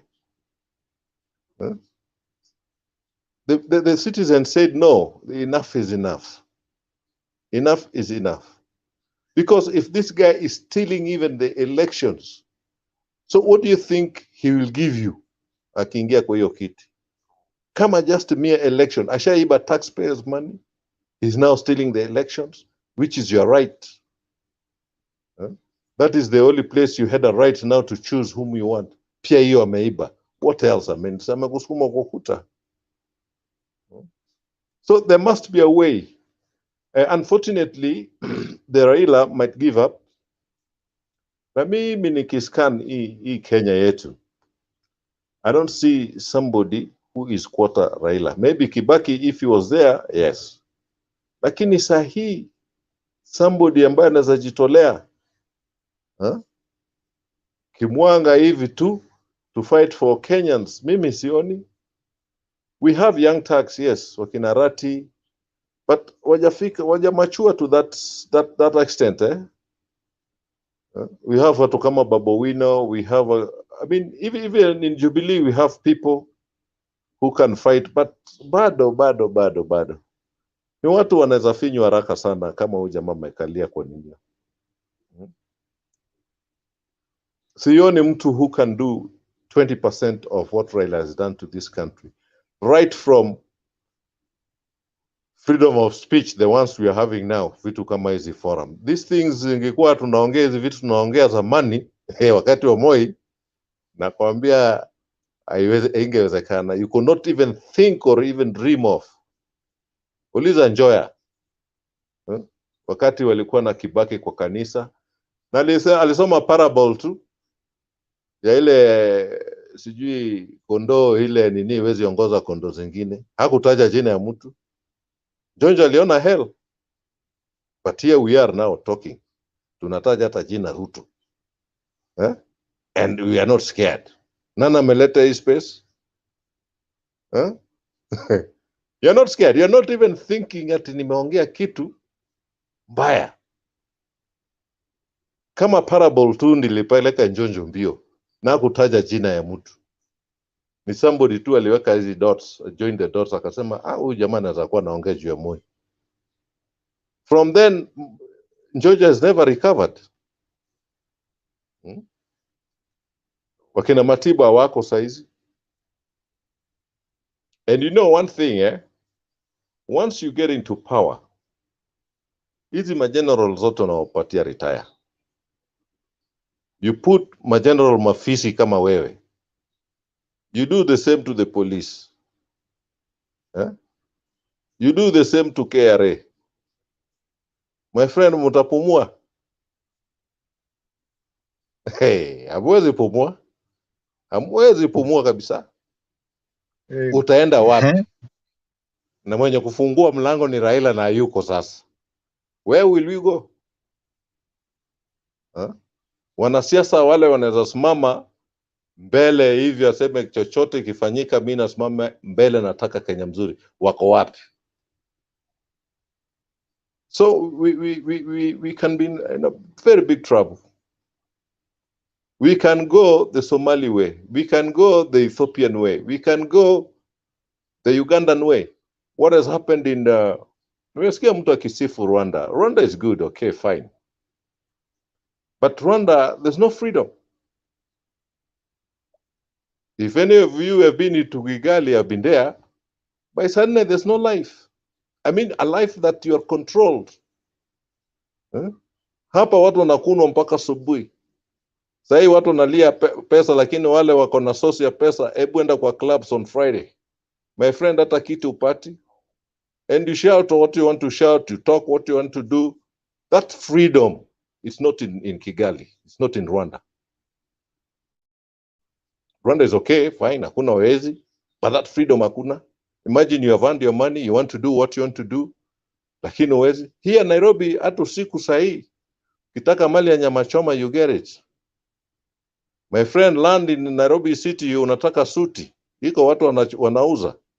You're going for an interview, utapata. So, we have a freedom unprecedented.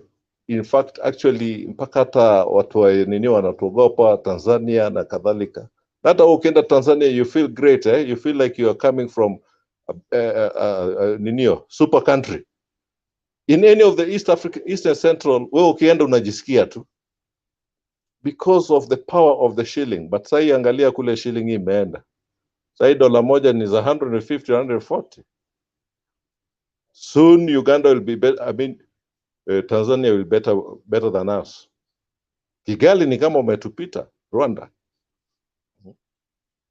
And you know the population of Rwanda, the whole population of Rwanda, hawezi zidi population ya maprofesa wale wako Kenya. Just imagine. Tukitoa tu maprofesa tu, tupeleke Rwanda, utakuta ni wengi. And we tunakaa ni kama watu wajinga, sijui nini, I don't know what's happening with us. Uganda is stable, sahii tunanunua mayai kwao, hata mahindi, imagine.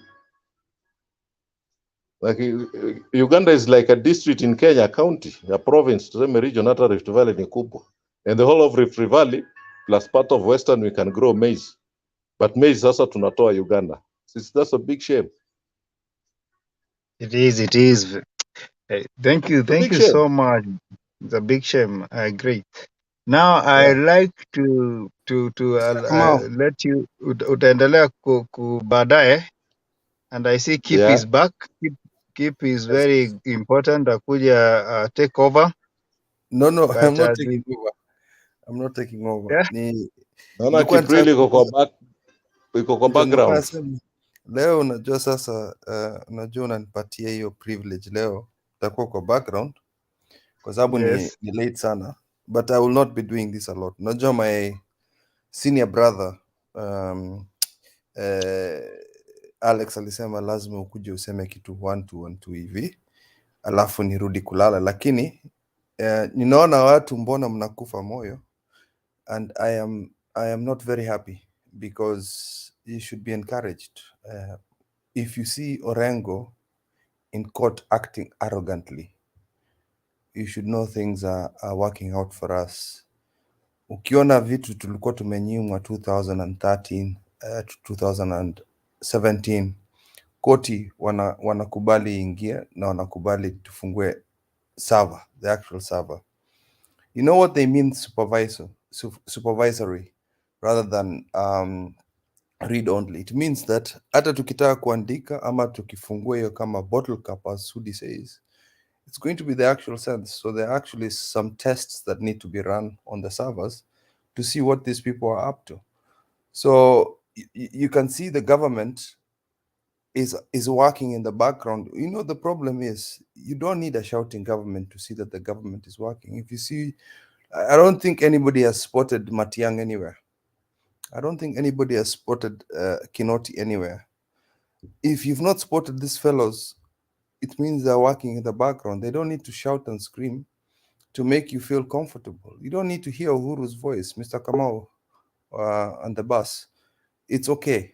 Kenya, the Supreme Court looks like it's working to find the truth. I mean, none of you had predicted that the Supreme Court will allow us investigating ghost centers. And that's just one of the bombshells we're expecting. If these guys are asking for extra time to to try and get this ghost polling stations, which they're trying to say is you ghost center. I mean, it's not ghost center. Is it a center or a polling station? Trying to play with some jargon. It's not working. If it's a center, give us the polling station, Basi. We want the whole stream. So they cannot play any tricks with you people, because unless they can answer that fundamental question, they've been caught there. That is step number one, because calculating from what Sospita, one of the bloggers here, said that we have about from the 700 people that are supposed to vote in each station, the country is expected to only see about 36 or 34,000 polling stations. So what is this story about 46? So it means even after they got caught, they added the 10,000 that was not expected. So that is the first step of nullification of this election, meaning that the whole IEBC is rotten. And what I think should happen is the whole IEBC should be disbanded. Why Baba looks a bit down in the BBC, he knows that that process has to go through. The process of actually destroying this IEBC part, and it's going to take a little more time than he expected, meaning that we allowed them to try and steal with this 10,000 polling station, but Museo is still more powerful in terms of his nation's love, that he could get to that 51%. But I think we all know that that man was on 70% of the country. Kamau's clan and tribe had voted 40% for Baba. Martha Karua had actually delivered. So hii narration tunaona kwa bloggers that is making us feel very upset is not true. Martha Karua delivered. Sabina Chege delivered. Uhuru Kenyatta delivered. The Kikuyu nation is with us. So don't castigize them, because Nakuru, Meru, Kiambu is Azimio. Those are governors we need back. Those are senators we need back. They stole those from us. So, and that is where most of these polling stations are in. The Supreme Court is clever enough to pick this 11 polling station, a mixture of real and fake ones, so that they can demonstrate that. So they avoided Central. There's a reason why they did that. They went to our stronghold and then they went to their stronghold so that it doesn't look biased. There's more. 11 of these were picked for a reason, and the reason is we don't have time. And the time we have to prove we can work with only 11 now. And once that, the whole institute needs to drop. And that is why Baba looks a bit down. But we won. We won. Relax. Everything is under control. And my litmus test is kwamba mzee ako relax. I mean, si mzee, Orengo is relaxed. When Orengo is stressing, that is when we are a bit stressed out. So musijali, Mr. Kamau on the bus ametoroka kidogo, lakini sasa tutaendelea kidogo, mutanipermit kwa background for now. I think tutawaacha mama aongee kidogo. Mama Selina, tuambie. Hey, Kip. Naona watu wanaongea na unasema kuhusu Orengo.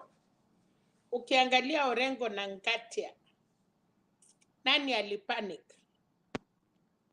Ukiangalia Tito Muigai na ule lawyer mwingine ya baba Paul Mwangi, na ule lawyer ya baba alimwambia Ngatia kama mambo imekuwa ngumu mjiusulu. So for me, I have a lot of confidence na hiyo sava na najaribu kusoma. Unajua hii mambo imekuwa mingi. Unaenda mahali ingine unasikia Chebukati anasema afadhali aseme ukweli. Aya, kidogo unaona Shole na Makurumen wanatatisha agents. Supreme Court akusema turudi kwa polling station tuongee na maagent. Agents walimaliza kasi yao. What we only need to see is the form 34A na 32. Hiyo tu. So if these people are not panicking, isi ma threat ya women rep ya Washingishu is for what? You have done your work. Kama wewe umeshinda, kura 34A iko correct, 32P iko correct, then why are they worried? So Azimio wamerelax kwa sababu hakuna kitu mbaya amefanya. Ya pili, submission ya Ngatia wanakuja kulete mambo ya Orengo kulienda na not Orengo, Tuchu. Supreme Court ametupatia 9 points. That is what we will listen.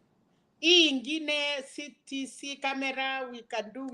They don't have chance for that. And if they can want to waste their time, wakuja watuambie vile Supreme uko ilienda.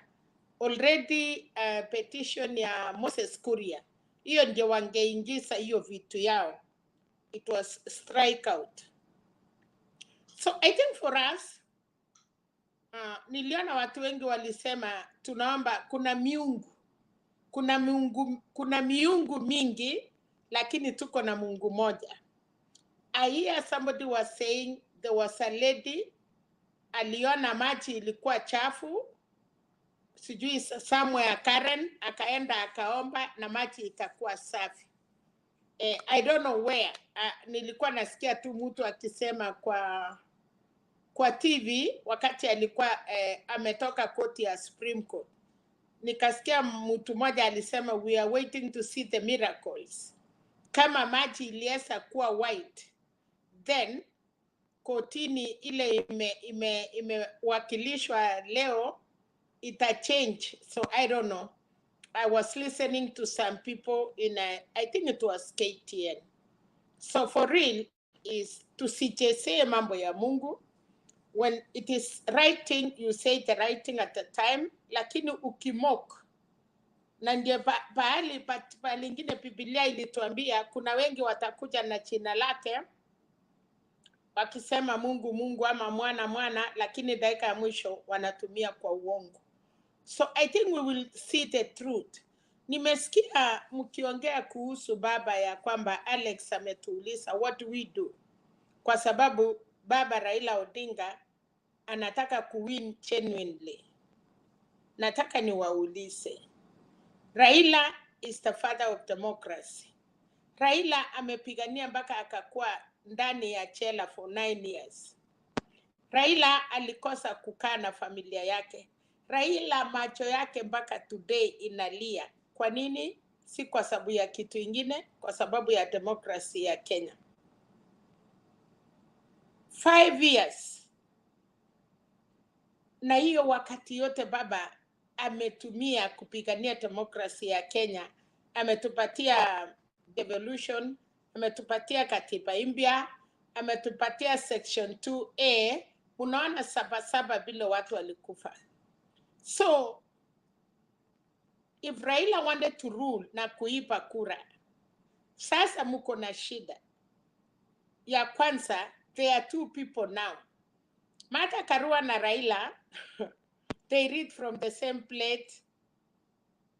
Kwa sababu hawa ni watu walikuja wa 92 wenye hawachui kununua kura. They really want you to follow them and vote for them. Free democracy. And that is Martha Karua. Now, hii watu wawili wamekutana. I don't know, Kamau, I see you are back. You know Martha Karua from Central. And you know politics ya Martha Karua, policies yake, hata watu ya Keshoko. Amechakuliwa bila kununua. She cannot use money.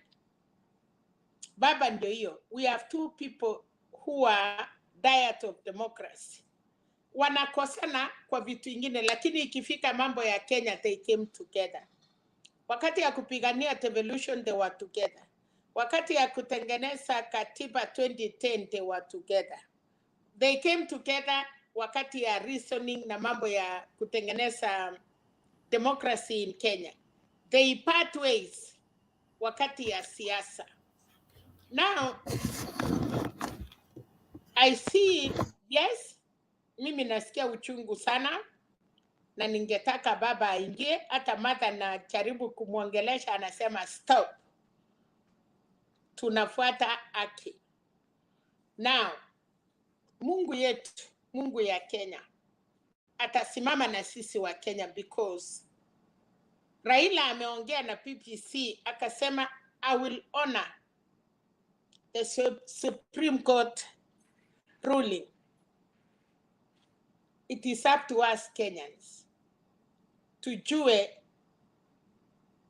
baba ana hasara, amefanya kazi yake. Luther Kings, he never been the president, lakini china yake mpaka today is still alive. Kwa dunia mzima. Sai hatuoni maana ya Raila, hatuoni maana ya baba, but in future we will be regretting and we will be trying to go Raila way. Tukifanya makosa ama koti zetu wakatae kufuata ukweli, and they have chosen na wameona. I think Martha Koome is another person.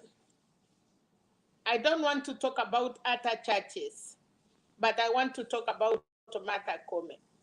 Martha Koome ni hiyo group ya kina Raila, hat wale watu wanapigania democracy. She has been a church, amuchaisikia corruption kutoka kwake. So we are dealing with people who really love democracy, and I think Martha Koome plus other churches watadecide kwa beneficiary ya Kenyans. Nimeona, sijui kama watu wengi wameona hiyo. Nimeona, I think was it Sudi or somebody amequote ya kwamba jaribu kuchange matokeo ya katiba and then you will see. So, wakati baba Ruto alitangazwa, Azimio waliongeleshwa na walitulia. We need peace. na maintain hiyo peace mpaka wakati huu watu wako kotini. It is now again another way round. In case things iende opposite, we also want them to maintain peace. Na maintain peace si kutisha watu. So I want to say thanks for giving me this opportunity. Lakini tungetaka tufananuliwe zaidi. Unajua as watu wenye hatujakuwa kwa hiyo maneno ya katiba sana. I'm a lawyers, but we are still opinion leaders. And opinion leaders, even though they are not lawyers, they can see and they can know what is going on. Kwa sababu ya lawyers ni vile wamesomea. But an opinion leader ni ile wisdom amepatiwa na Mungu. So I think so far, so good. Wakati mnapoanza mpira, ingawa mimi mama sijui mambo ya mpira, but ninaonanga ninafuata vile mmetuambia sijui hii ya Arsenal na sijui ingine inaitwa gani.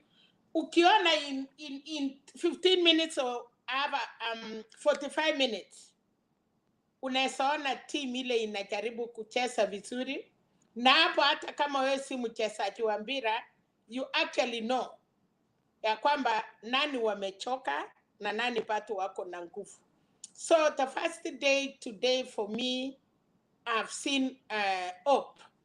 Kwanza ile petition ya Moses Kuria imetupiliwa mbali. Second, kuna hizo petition zilikuja mwingi ya mwisho, na ninajua kuna ile walikuwa nataka kwanza sana, walikuwa nataka ile ya 4 commissioners watupiliwe mbali, na hiyo ndio ilikuwa shida yao. Na ninashukuru the Supreme Court wamepatiwa commissioners hata kama ni 15 minutes, kwa sababu naona walipatia 1 hour. Na nikaona pia I think the Chief Justice ama the Deputy President ya kotini akisema, well, the 4 commissioners, if they want to allocate their time kwa sababu ya Paul Muite, so they have their lawyers, but still they can, in that 1 hour, if they want to accommodate Paul Muite. So naona kuso hawa ndio watu wanajua maneno ya katiba, na nimefurahi nimekuona because utatusaidia. Well, for me, Paul Muite ameikuwa lawyer ya IEBC. Na anajua hiyo uongo yote walifanya, hiyo ukarabati yote walifanya 2017, 2013. He knows everything. And that is why walijaribu kumblock. Na nikasikia mpaka wakati Orengo aliongea, he was allowed to come in. My happiness is that the 4 commissioners wakipatia Paul Muite hata kama ni nusu, aseme something that he knows because of our country, I think mambo itaenda vizuri. Wacha nisikize kwa sababu hii ni wakati ya wasomi wale wanataka kutuambia, but I think mimi kama opinion leader, I think we are ending in the right direction. Thank you so much. Mama Selina, asante sana kwa sababu ushikani itarudi kwa Kamau.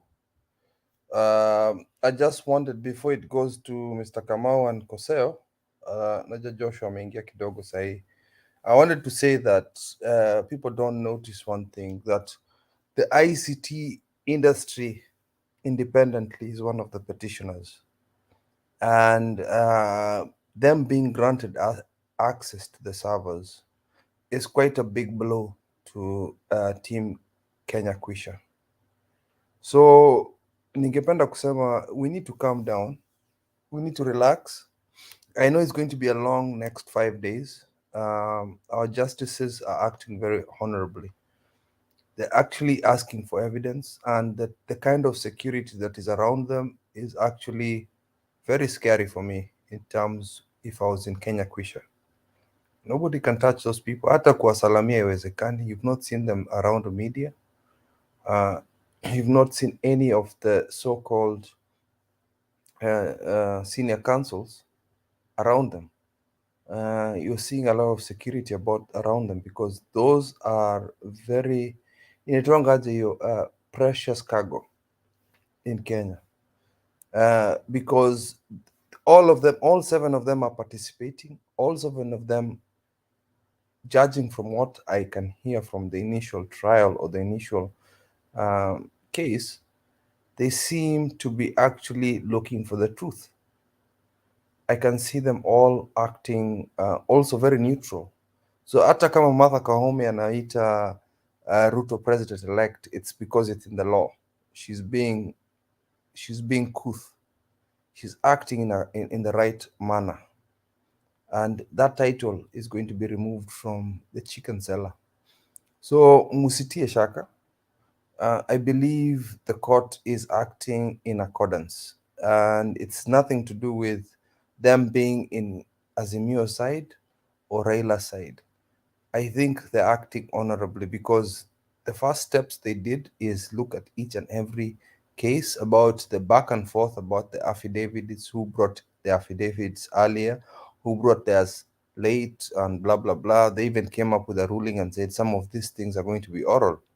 So when they say oral, it means that you can rebut some of these affidavits orally, meaning they're also being reasonable on both sides. But most of what Ruto's team came up with had been rejected because some of them, when I say Ruto, it also includes Chebukati. It looks like some of them they need more time to kind of fudge things around. But some of what they had planned for the last 5 years cannot be executed in mere hours. And that is why the tight deadline is 2 weeks after the elections. It means that whatever questions need to be answered have to be done within the lifespan of 2 weeks. So I'm just saying that hata ukilipa billions of Kenya shillings, there are certain things that it requires time. And I'll give you a parable, and Mama Selina anaweza jua hii kitu. You can go to an IT firm and explain to them the same thing and say, okay, I have one woman. One woman takes 9 months to bear a child. And what Kenya Kwanza is telling me is, so what if I brought 9 women? Can I have one child in 1 month? That's the kind of logic they're telling us. So if it takes one woman to bear a child in 9 months, what if I brought 9 women? Will I get one child in 1 month? Hello, Keep. Yes. We hear the voice, but we don't see Keep. No, unfortunately today, Koseo, I'm going to disappear in a second. Occasionally I break the rules. Like today in court walisema senior counsel privileges. I'm going to disappear, don't worry. The rules still stay the same. We want to make the stream still beautiful. I'm going to be leaving, don't worry about that. Or later on. Eh? Yeah. So just bear with me today. I have not slept for 24 hours. I have been very excited about Kakamega and Mombasa. So it's just that I'm going to sleep in the next 6 hours near the kazini. It's been exciting for me. I've been very happy. So I don't want you to see my bloodshot eyes and sleepiness. It's not professional. Anyway, so tukisema kwamba IEBC is caught in between a hard place and a rock, it makes sense. They are cornered, and hata ujinga yetu hapo kama Azimio, the court is calling us out. But Orengo has acted very professional. I'm not even Mama Selina. This is between me and Mama Selina. I'm not a big fan of Philip Burgor. She knows why, but it's okay. They're acting well. Sholei and Murkomen need to go in the abyss of political death. I've just told you that, so musifikiri incitement, because they are threatening ROs. That should not happen. So Mr. Kamau, if you bear with me, because you're the chairman at the moment, nilikuwa nataka kusikia kitu kimoja kwa huyu mtu anaongeanga mingi sana, anaitwa Hosea. Hosea, Yeah, sijui lakini Hosea. before Hosea aingie kuna Nyongesa. I think Nyongesa has not spoken, eh? Basi Hosea, kuna because Hosea will have a lot of time because he is our senior counsel kutuelezea sawa. mambo. Where is Nyongesa? Nyongesa, speak and then we hear Hosea in a few. Nitakuwa huko nyuma, but Okay. yes, Okay. thank you. Good Thank you morning, very much. everyone. Good morning, everyone. Morning. I'll just be okay. I'll just be brief. Huh? I'm a little bit okay to considering the yesterday's being the first day of hearing. I think at least I'm seeing something positive because the petition that the last petition that is it an affidavit or a petition that was forwarded by Ruto's team lawyers to stop the 4 commissioners from the court. At least being this thrown away was a part of the positive part of it, because Nikama is like the 2 thieves are going to steal. Then after stealing, during the sharing is like you disagree. After disagreeing, then one of the thieves says, no, because you are not giving me this, I'm going to report you. Then he becomes part of the petitioner. Now he's like giving evidence of whatever happened. So the 4 commissioners are like they are popping holes in the IEBC Chebukati's cases as he's trying to defend. The 4 commissioners are now popping holes. So it becomes very tough for them to defend. Because considering even the affidavit that came from Chirera and the other commissioner, it's very, very heavy when you compare it to the Chebukatis. Because Chebukatis, what he only followed the narrative that Uda had been spreading around like 1 week back, when they came out that the court, the case is about Uhuru and Ruto, not Raila and Ruto. So they came out with that case. So that's why they started now dragging Tuju into it, and even the military, to show that it is the state that was frustrating Chebukati. You get? So that's the direction they wanted this case to go. But according to the Martha's directive, the 10 points, at least it's on a positive way, because now he's going against that, whatever the expectation. And it will be very hard for their lawyers to, that's why they're confused.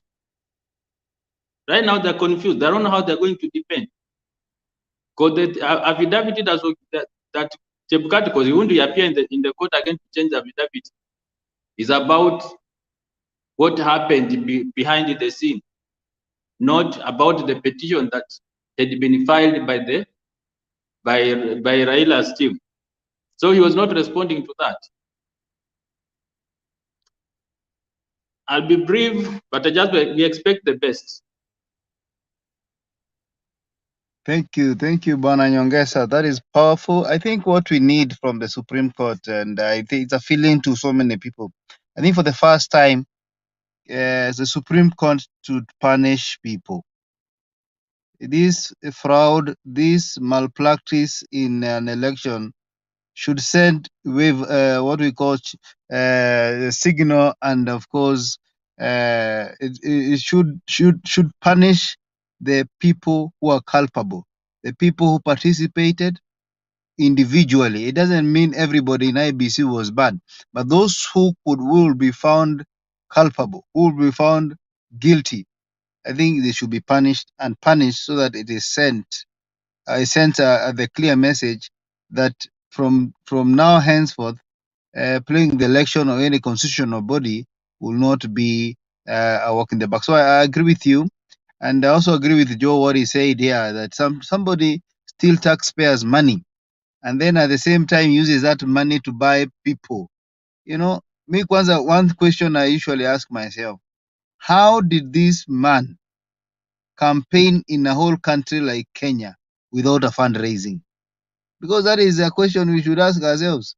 Kenya is no joke. These billboards you're talking about and posters and choppers, how did you pay for that? And if you paid with selling chicken, how are you planning to recover the money? You know, those are questions that are actually that are bothering majority of Kenyans. Kuiseo, now it's your time. Now network yangu inanisumbua sumbua, so nikiepa, you also take the moderation because you're a senior bana. Thank you, sir. The floor is yours.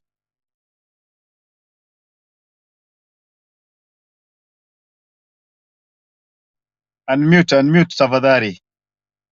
Oh, thank you. I was just saying good evening. Some greetings to Joshua, Joe, P Sugar. Do you have anything to do with Mumia Sugar, Nyongesa, Mama Seli, and PK? Oh, sorry, this is K. Good evening to all of us. I would like to say that things are going on well, and I'm just praying that what I'm seeing is what is happening. You know, I keep saying here sometimes that for us people who do a lot of research and analysis, sometimes we see things before they happen. If I'll go straight to the point, the issue of access, which came up as part of the consolidation of the cases. I'm going to talk about the access and then the issue of the influencing of voter suppression, which was expected to come from the Kakamega and Mombasa issues. Now, before that, I want to talk about the issue of the IEBC representation. Now, as some of you have already mentioned, Paul Mwite has always been the IEBC lawyer. And I hope most of us followed what was going on there. The reason why the Gidu Mugai was picked over the other ones is because it came first in the order of presenting the responses. Well, that is what appeared to me that the Supreme Court decided to do. The argument was that, okay, it's like there are two lawyers representing the first respondent. Remember, the same Gidu Mugai is Professor Gidu Mugai is also representing Chebukati, but Chebukati is the second respondent. So the first respondent is IEBC. IEBC, by being a corporate, that is my view now. They are entitled to decide on which law firm or which lawyer is going to represent them. And if you remember the issue at hand, it is more of a commissioner decision, policy issues, and call it tradition or whatever the IEBC keeps doing. Now, I'm not so sure that in the past, you remember the Supreme Court, not the Supreme Court, the Gidu Mugai side was trying to say that that is amounts to procurement, that getting the lawyer was part of the procurement, which rests on the CEO. Now, that the CEO is the one who went there to have the Gidu Mugai as the representative, as the lawyer, so be it. But then we may quickly backtrack to what happened in the past. These lawyers who have been representing IEBC, is it the CEO who has been appointing them? There lies in the matter. I do not, if you listen keenly to what senior counsel Paul Mwite said, that matter is not yet settled.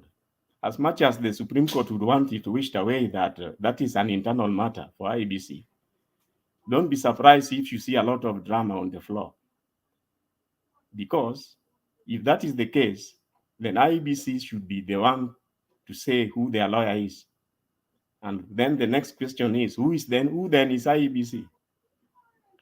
The CEO, as far as I'm concerned, can not only prosecute, implement what the commissioners have decided for IEBC. And then there lies the further questions which is lingering in our heads, all of us.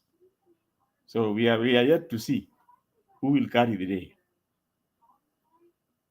If it turned out that in a worst case scenario that they were not properly appointed, well, they may be rendering free service to IEBC. Maybe at the time of payment, who will approve the payment to the lawyers?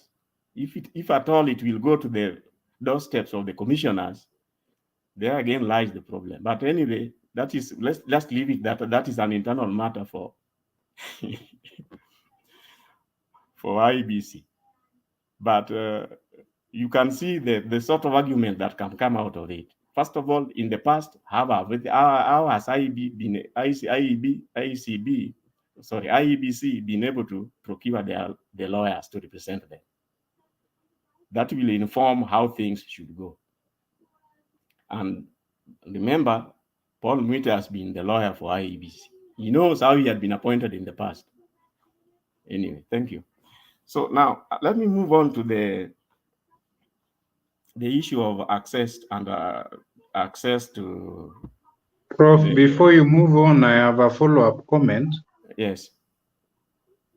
You know, the court put forward certain premises in the ruling and said that they wouldn't want to interfere with the decision of who represents IEBC, which I thought was a very good reasoning. What I don't understand is, how then do they decide that it is now Githu's team and not Paul Mwite's team that represents the commission, when they have already said, and validly so, and in a very sound reasoning, that they wouldn't want to enter into determining who represents the commission as a corporate body or the first respondent. When you put forward such an argument, logically, you should just say it is none of the business of the court, so that you are free to reason to whoever that comes to before court and claims to be representing the first respondent. I don't understand how the court, I think this was one instance where the court was not very fair to us. You know, Nyang'au, did I greet you? True to your name. Eh? No, you did not greet me, of course, but a professor doesn't have to greet a junior fellow. True to your name. Bwana Kuseo, before you continue, yes. Makiadi has come, eh? Yeah. And therefore he'll take over from here. So, endelea lakini. Why? I hope you are not scared. Makiadi, I hope you are not scaring Mr. K. No, can you hear me? K, thank you so much for holding forth. I really appreciate it. Asante. And let me just deal with what Nyang'au is saying. Nyang'au, I think you missed one point. In the beginning, I said the reason why Githu was picked is simply because their response came fast before Mwite's. Hiyo tu. Kuseo. Yes. I'm sorry, I was in the background. I'm babysitting my son after amemaliza kulala, and then I'm going to come in. But I'm impressed what Kea said. Huyu jamaa anaitwa Nyang'au. Nyang'au. You know, I looked for him the day I couldn't get him. So Nyang'au, you know, in Dodwo you are called Ondiek. No, he made a correction yesterday. And in Luya or Bukusu, is that Makoha? Richard, can you guide us on that? That is correct. That is correct. Ondiek and Makoha are my identities. Although we need to expunge the name Chebukati from the Luya dialect, we can have a petition to that effect. The Bukusu Council of Elders needs to think about that as a surname. You see, if you are called Chebukati, you might not really be able to integrate with the Kenyan people. Yeah, that is I'm true. sorry. I'm sorry for bringing that, but I was divulged yesterday to understand that in Bukusu, I went to Lugulu Primary School and tulienda na watoto wa Mwangale, and I came to understand that in Bukusu, Makoha means Ondiek. Ondiek means Nyang'au, and Nyang'au in Kisi means something different. Anyway, Makiadi pole to bringing that, but it made me laugh a little bit in my house. Thank you. I'm sorry. Yeah. Okay. Welcome. Nyang'au, I think I'll just take it a little far. Why that name is funny to most people. Maybe some of you know why. The reason being that Nyang'aus and the Ondieks, they like eating following the lion. And sometimes when a lion has eaten, sometimes it carries the remaining pieces, maybe going home or something like that. And the pieces will go swinging like a human being's hand. So one time, I think the Ondiek came across a human being who was walking and he was swinging his hands left, right, left, right, left, right. Now, the Ondiek got confused. Daktari, is that part of your submission? Ama ni story sasa umeanza? No, it is an update why most people are smiling when at the mention of Nyang'au. Tell us about IEBC. Wachana na maneno ya Nyang'au, ndio tusonge mbele. It is just ending the next few seconds. So, because they like meat so much, and one time it came out, watching a lion moving left, right, with the meat swinging, the bone meat swinging at the mouth, it came across a human being walking in front. And it got the idea that this was just meat which was about to fall.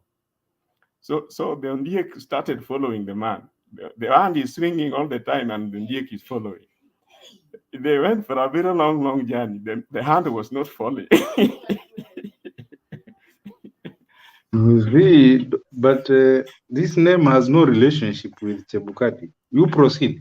Answer my question. You see, it is not sound reasoning, Prof, to argue that as a court we have no jurisdiction to determine who your lawyer is, and then at the same time determine that we are going to give audience to Githu Muigai and not Paul Muite. It is not illogical. It can't be logical. Please don't come to that conclusion. It wasn't like that. Let me tell you what happened. As I've told you, both lawyers were properly appointed. For me, actually, the IEBC issues are either consensus or majority. And that is why Mwite is behaving the way he's behaving. And that is, if you listened earlier what I said, this matter is not yet over. There is going to be nothing because... Sir, yes. When did Paul Muite... 2017. No, hold on. You've not even had my question yet. I've not asked you anything. I'm asking you, when did Paul Muite file his response to the petition? He filed it late after the one for Githu. Exactly. Yeah. So you understand where the judges are looking this from. No, I'm trying to explain to Nyang'au. I know. Nyang'au wanted to understand why. Yeah, I know why they went to the Githu side. Yeah. I know why. So I'm saying it's not that they preferred Githu. It's because... No, what I'm saying is this, Jose. In the beginning, the IEBC was supposed to respond to the petition, right? And it was supposed to respond to the petition within the time frame that was given. Unfortunately, the four commissioners used Paul Muite, who filed the response after. So, in fact, it is at the discretion, or the court can decide to give audience to Paul Muite's response at their own will because it was filed after the time had elapsed. That is it. But what Nyang'au is saying, eventually they settled on Githu, which is the truth. Why? First, because of what you have just said. And even if they had a choice, For them, any of those people qualify, according to the Supreme Court, would qualify, so long as IBC says, according to their internal requirements, whoever they say should be the one. But now that there are two, they took Gidus for the reason that it was there first. They had even read it, they had even dealt with it. So as far as they are concerned, IEBC as a corporate had already filed their response. But as you say, they are still at liberty to listen to Mute's. And that's why I was saying that going forward, there will be nothing, now that Mute is in there, there will be nothing to stop him from presenting his version of that defense for IEBC. No, Muite is not representing the IEBC. I'm saying you're missing the point. No, Muite is there for the four commissioners. Yeah. But once on the floor, he starts prosecuting the IEBC issue. Who will stop him, and for what reason? Why it would will amount to reopening that case. Remember, why would Muite do that? Listen, remember, the Supreme Court didn't give a ruling. They said they don't want to get involved in the IEBC issues. Let me ask you a question. Daktari. So the Supreme Court told Muite he cannot appear before it as the lawyer or counsel for the IEBC as a commission. But then they allowed Paul Muite to appear on behalf of the commissioners as individuals. Exactly. Right? Just like Gidu is also appearing for Chebukati as an individual. Are you aware of that? Gidu Muigai is appearing for Chebukati. Yeah, and he's appearing for the commission itself. Yes, and he already filed a Correct me if response. I'm wrong. Yeah. So there is no way Paul Muite can go before the court and start discussing issues as if he is representing the IEBC commission. Listen. You know, the same way Chebukati is second respondent is the same way Juliana is third respondent. And when you are prosecuting Chebukati's issues, they'll be touching on IEBC. There's a very thin line dividing these two cases. So there will be nothing to stop me from digressing. Sir. Let me ask you, who is the lawyer, who is the counsel for the first respondent? According to the Supreme Court, they took the first person to give a response on behalf of the IEBC. When the reason why it is Gidu came to too much, the Supreme Court said what they don't want to get involved in the internal affairs of IEBC. As for the reason why they took Gidu's response, it's because it's the one they had in their hand. So as far as they are concerned, the first respondent, they already have a response. It wasn't a ruling. So in other words, Muite was not barred from representing the IEBC commission as such. Let me ask you a question. Yes. When the Supreme Court told the commissioners, 4 commissioners, if they can accommodate Paul Muite, because like if they had to throw him away, then they say in 1 hour that the 4 commissioners with their lawyers then accommodate Paul Muite. So I hear my friend here Rich is saying Paul Muite near 4 commissioners. I think 4 commissioners, everybody has their own lawyer. But they have other lawyers. They have other lawyers. Waliambiwa wa accommodate Paul Muite and the crew in 1 hour. So which means Paul Muite anaweza ongea kwa mambo ya IEBC still, because our commissioners waine ni kama wana awako pamoja na chairman Chebukati. So Chebukati lawyer and now Paul Muite and the rest will be fighting together. So I think you are not so wrong kusema anaweza ongea about IEBC. He can without any, and something else which I wanted to point out. Let me play Remember, a video. the Azimio petitioners have accused. I want to play a video here for you. As members of IEBC. To that extent, you realize that Gidu will not be defending them. Matiari, can you play that video first? Banner. I know the video you want to play. Can you play the video first so that Kuse can understand? Thank you, Makiadi. Hold on. I have issues with my connection. Wacha endelea tu kidogo. Tengeneze. Okay. What I wanted to point out is that you see, as much as the Juliana, for example, is being a respondent under IEBC issues, which is verifying and tallying of the ballot from 34As and what have you. Those are issues falling under IEBC as a corporate. So if Mwite is coming in to defend them, you realize there's no way you can avoid talking about the same. They are accused. They are also accused persons under the IEBC Commission banner. So this issue doesn't have a very straight line in between Juliana, the commissioner, and the IEBC, the commission, on one side.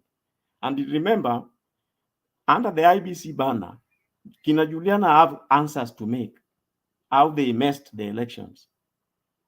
And as much as But he is Prof, going to be protecting just a minute, for Prof. Chebukati, When you sit in a board, isn't it normally isn't it a normalcy that majority vote, simple or 2/3 or whichever that your corporate constitution prescribes, should take the day? exactly. Why would the minority say take the day before such a serious court? That's my question. You see, if you have four among that is against why the we are three, saying that's why the Supreme Court just said because they don't want to get involved. Do you understand that? They don't want to I get hope involved. I Who is the understand. bona fide lawyer? They don't want to get involved. Then why don't they listen to both? My question is, if they don't want to get involved, let them listen to both. Now, then what are we prosecuting here? That is not, we are not competent to prosecute that. Leave that to the Supreme Court. Why they Makiadi. didn't? Yes. Makiadi. Yeah. I'm sorry, and I don't like being out of order, especially it's my son trying to sleep. That's why I'm out of video. Nitakuja in the next 10 minutes. But I want to help Kuseo here. Who is speaking? It's Alex. I can't see you. Public participation. Usiende nyuma ya curtain. Usiende nyuma ya No, curtain. I am coming in the next few minutes. Just come when please. you're ready, Alex. There's no problem. I'm talking to public participation. Usiende nyuma ya curtain. Hiyo ni kuvunja sheria, but ni sawa. Endelea, Alex. Okay. I want us to remember what Tom Ojienda said today. Do you remember what he said? That it's like you have already conceded. Do you remember how he finished his statement, Kuseo? I do, yeah. And why did he say that they have conceded? He said we have two professors in this petition, I and Gidu Muigai. And Gidu Muigai is not ready to do what? No. And you are a professor also. Kuseo, you are a professor. What did he say? They asked him to concede. And I want Kenyans to understand. What did he say? That it looks like Gidu Muigai is not ready to do what? File what?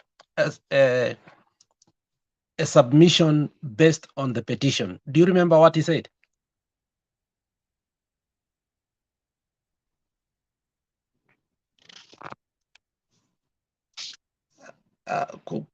Kuse, I'm talking to you. I want, because I'm guiding you.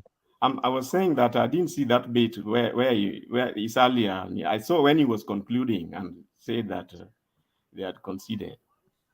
Okay, hold on, Mr. Makiadi. Daudi, do you remember? And I think we spoke about that earlier. Do you remember what Ojienda told? Do you remember what Ojienda said, Daudi?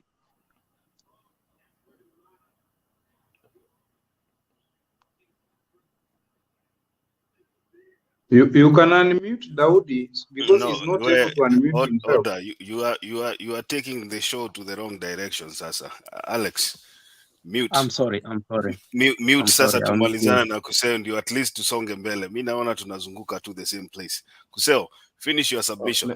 Twende mbele. Let me finish. Then I'll play a Basically, what I video. was saying is, I think the Supreme Court ought to have dealt with that issue because IEBC are the first respondent. And it is true that issues at IEBC, the way Nyang'ao is saying, are either by consensus or majority at plenary of the commissioners. And that is why I brought in the issue all along. This is not the first time IEBC is being represented in a court of law. Now, if in doubt, that is what the Supreme Court ought to have done. How does IEBC as a corporate appoint their lawyers and legal representatives? They would have settled on Mwite if that was the case. But for whatever reason, I think they had already read the submissions presented by Gidu. And because they keep complaining about time, they were not prepared to go over the other secondary submissions. But if you look at it, even legally, when they realized that they may not be accurate on their decision, they decided to say, okay, even internal. In other words, they don't want to get involved now. They don't want to be seen to be taking sides. So I think for that, Nyang'ao, you can understand why things went that way. But Kuseo, let me ask you a question here. Whose duty is it to choose lawyers for the petitioners? It is the commissioners.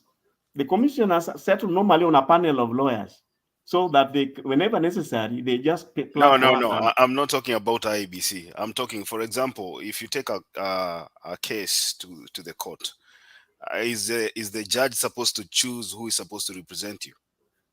No. Kuseo, can I answer that for you? No, they don't. That is why the commissioners say, and that is what Nyang'ao is saying, and that's what Nyang'ao is saying. He's trying but to. I'm agreeing with him. Yeah, he's trying to mean that the Supreme Court should have chosen a lawyer for the IEBC. No, it is by the corporate. No, that's not what I mean. What I'm saying is that when you are seated as a judge. Okay, I don't know. Sorry, Professor, for interfering. I don't know who is when talking. you are seated as a judge, the parties before you will bring on record the lawyers that will represent their interests. So if we have IEBC that has two sets of lawyers, as a judge or as a court, it is outside your jurisdiction to determine which among those two or multiple compositions of lawyers should represent the best interests of those parties. I mean, that is the argument that the deputy DCJ made before she made the awkward conclusion that we are going to listen to Gidu.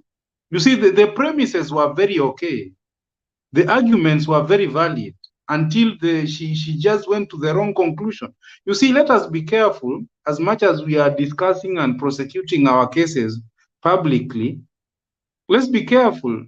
I mean, as much as we are fighting for justice and fairness, once the judge says it is none of our business as a court, that is a very valid argument.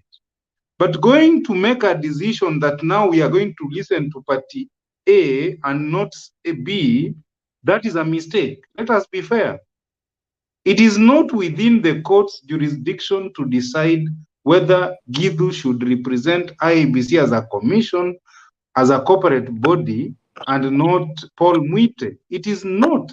Once you argue like that in the premises, the conclusion must be and should be that you should let that corporate body, which is an interested party, to make its decision. And should they come with the two sets of lawyers, you listen to them as a court, and then you retire, you make your ruling and decision.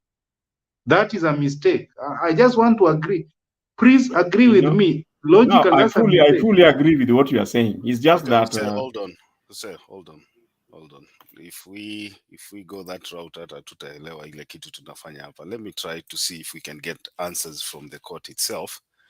Let me see if I can play a video here so that. Hope you have Mwite on it, eh?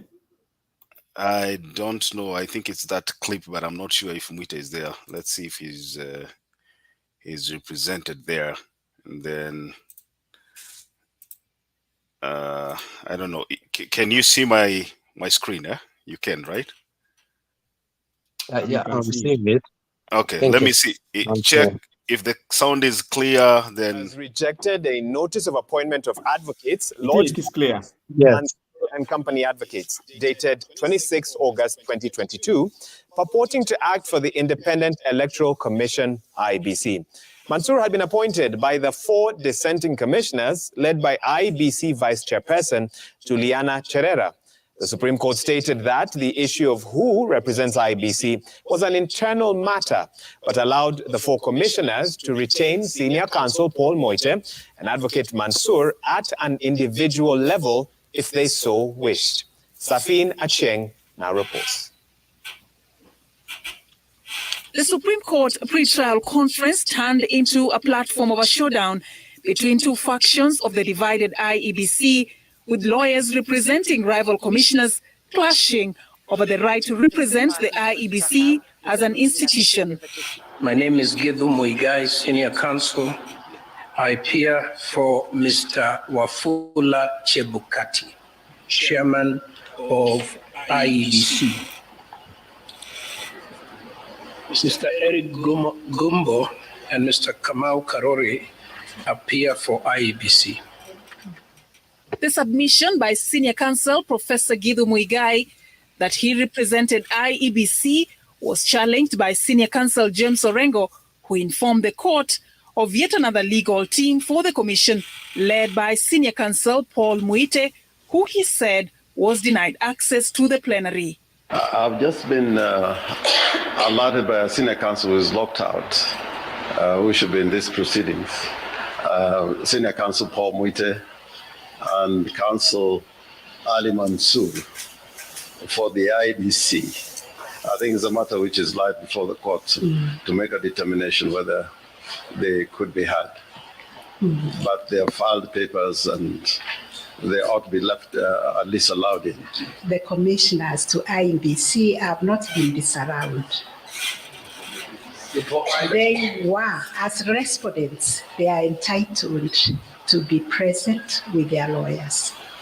That clarification from the Chief Justice, however, did not cool down matters, as the existence of the 2 factions of the IEBC played out in the courtroom. My lady, probably I'm not understood. I've not been understood by the court. There are 2 factions of the IEBC, so to speak.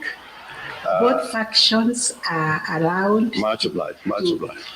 participate in the proceedings with their lawyers. Legal teams representing the rival factions of the commission clashed, each claiming to have the right to represent IEBC.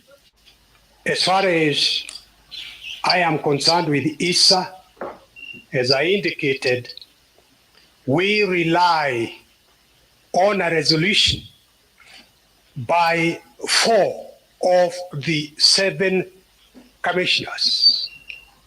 We have stated in our pleadings that we are legitimately representing the commission. Our colleagues have filed the pleadings on the basis of instructions, I believe, by the CEO, who we say the CEO implements instructions from the commission. The commission is a corporate entity.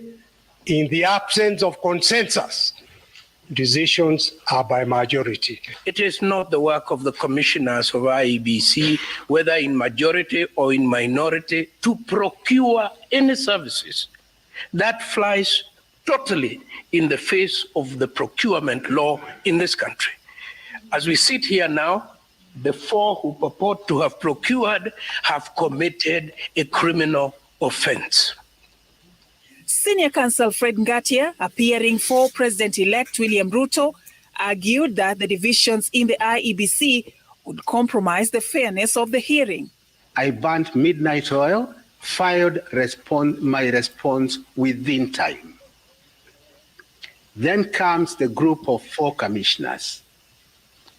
On 26th August, they have filed a response to the petition. They are filing this under the pretext they are respondents. They file a response. It is not a response. It is a new petition. Why can't all of them appear for the IEBC? All the senior counsel can appear for IEBC so that the court is richer with submissions from all parties, so that we hear the Chebukati faction and the Cherere faction, and I think the court then can make a good decision. After retreating for about 3 hours, the 7-judge bench declared it won't be drawn into the IEBC fights, terming the question of legal representation an internal matter. It is not the business of the court to determine who represents the IEBC in whichever formation. There is an internal issue which must be resolved by the IEBC, its commissioners, and other internal organs. The Supreme Court then struck out the notice of appointment lodged by Issa Mansour and company advocates. The notice of appointment filed by Issa and company advocates is struck out. The 4 commissioners are at liberty to deploy and utilize the services of Senior Counsel Paul Muite and Issa Mansour advocate if they deem it necessary in these proceedings. The court's directives set the stage for the full hearings starting Wednesday that will see the 2 factions at the commission facing off over the disputed outcome of the August 9th election. Safin Acheng O.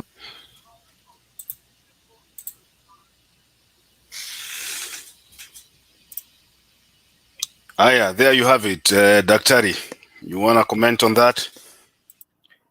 I think what I can say is maybe just what I said in the my opening remarks, that this thing is far from over. For the reason, remember, when you talk about IEBC Commission, Juliana is in there, Chebukati is in there, and all the other commissioners are in there. Now, in trying to defend them, how are you going to draw a line for Paul Muite, assuming that you restrict him only to the 4 commissioners? And whatever he's going to use to address the court, you can't throw it away. You can't throw it away. So the Supreme Court did not handle, according to me, did not handle that thing properly. They ought to have given the IEBC some later, maybe by afternoon, come up, give us one, whatever it is. You see what the professor is trying to talk about, that the CEO is the one who does procurement. He does procurement after he has been instructed by who? By the commissioners. He cannot single-handedly decide to procure without the involvement of the commissioners. The instructions on what to procure comes from the commission. So Gidu, I don't know why Professor Gidu is making such a statement on that platform. That is how it is. Let me ask you. Let me just. No, Prof, you agree with me. You have hold already on, agreed. Yangau, hold on. Now we have to have some discipline when it comes to unmuting our mics. Until the moderator allows you to speak. Let me ask you a question, Kuseo. Yes. So you're saying the court should have given the IEBC an opportunity to go out and discuss this issue and come back with consensus, exactly, right? Exactly. Who is the IEBC? The 4 commissioners plus Chebukati. That is the IEBC. IEBC. You are not what helping does the us C stand because for? hold on, Kuse, you are not helping us because these people are not in agreement up to now, and that is why they are called the 2 factions. And then you want to tell us here that the court should have allowed these 2 factions to go sit out and agree on who is going to represent both of them. But Richie, you think these that's people possible? still go to office as IEBC No, commissioners. I think Kuseo. These people still go to office unless you have a pre-made mind, Richard. IEBC commissioners got a description. It is the chairman plus the 6 commissioners. Richard. Ahead, Alex. Go ahead. I want Kuseo to give us a break a little bit so that even us, we can make a contribution on regard to this. And I'm sorry. Alex, let me finish and then I'll give you the break you need. It's like this. Decisions, the way Paul Mwite has put it, is the way it is. The chairman, the CEO, does procurement on issues passed by the commission. He cannot go under his bed and come out and start procuring judges, lawyers from this way to represent the commission without involvement of the Southern Commissioner. He can't. As much as they have disagreements, the IEBC commission is still in place and constitutional and working. Richard. The disagreements are their own internal issues, but the commission is still there. Anyway, I want to leave that. Let me go to the issue of the servers. No, Kuseo, wait. Kuseo, hold on. I mean, Kuseo, sometimes you bully us here. I mean, No, and I don't like made my contribution regarding the commission issue. That is what I'm saying. Hold on, Kuseo. Then why don't we respond to that before you move to another thing? Why do you want to move everything? Alex, hold on. Okay. Alex, hold on. Now, you want to speak. Kuseo, hold on. I'll give you an opportunity to talk about the issue of the servers. So just hold your horse there. Alex, you want to say something? And I want to say on this, I want you to play the video for Tom Ojienda. And I like how he finished. This is what Tom Ojienda said. And I want Kenya to listen. He said that the lawyer for IEBC is Guidu Migai, and is not willing to file a petition on them. And because of that, he has conceded that they have allowed this thing to go. And remember, Kiharu, who is the Attorney General this time around, is not going to be the amicus.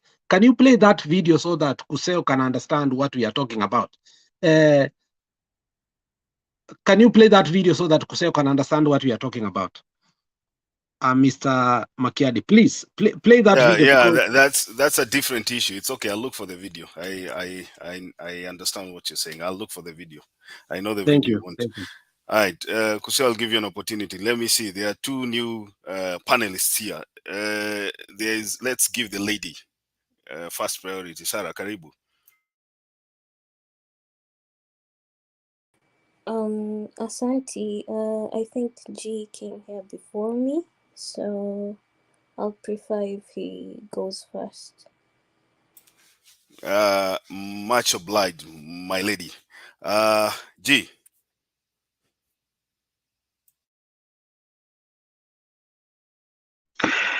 Alex, mbona unanichekelea bwana? Hold on, G, and I know my friend Richie will love this. Unajua wewe ni mtu wa the other side na tumekupea privilege, saa ingine unakuja hapa unatubuli, but it's okay. Tulipea Duke platform leo akatubuli, na watu walinitukana huko chini sana kwa sababu nilipea Duke almost 3 hours to involve with us. I hope you are not going to misbehave. I hope, G, you are not going to misbehave. Last time you abused Mzee Nyumba, and Nyumba has never come back. Because of you, I hope you are not going to abuse our Honorable Rich Makiadi. But you are my best friend, you know that. Thank you. Go ahead. Nauliza swali, nani ameingiza G hapa? Ni wewe Alex? Mimi sikuingiza G. It's me.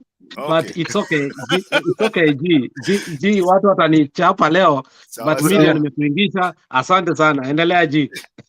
You know what, Alex, the only thing you're not being on the last time you was here, and Kuseo can tell you, we had a very nice conversation.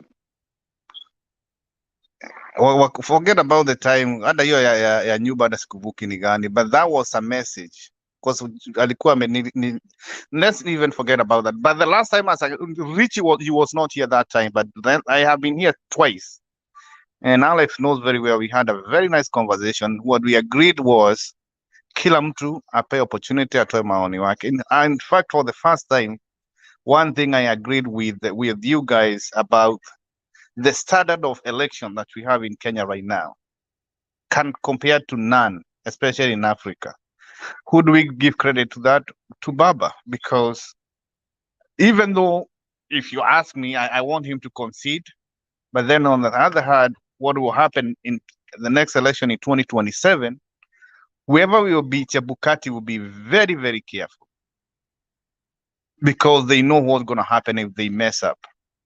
But my understanding of the procurement, because there's a procurement procedure, and I don't think the chairman is in charge of procurement. It doesn't matter whether how do they procure, for example, the ballot papers, the technology, and all that. There is a process, there is a procedure. So the commissioners, in my own opinion, have no role. These are like a director. There's who runs this thing day to day, the CEO. Now, what's the name of that word? Not the commissioner. Chiloba was the word. What position was Chiloba? He was the CEO. Yeah, the CEO.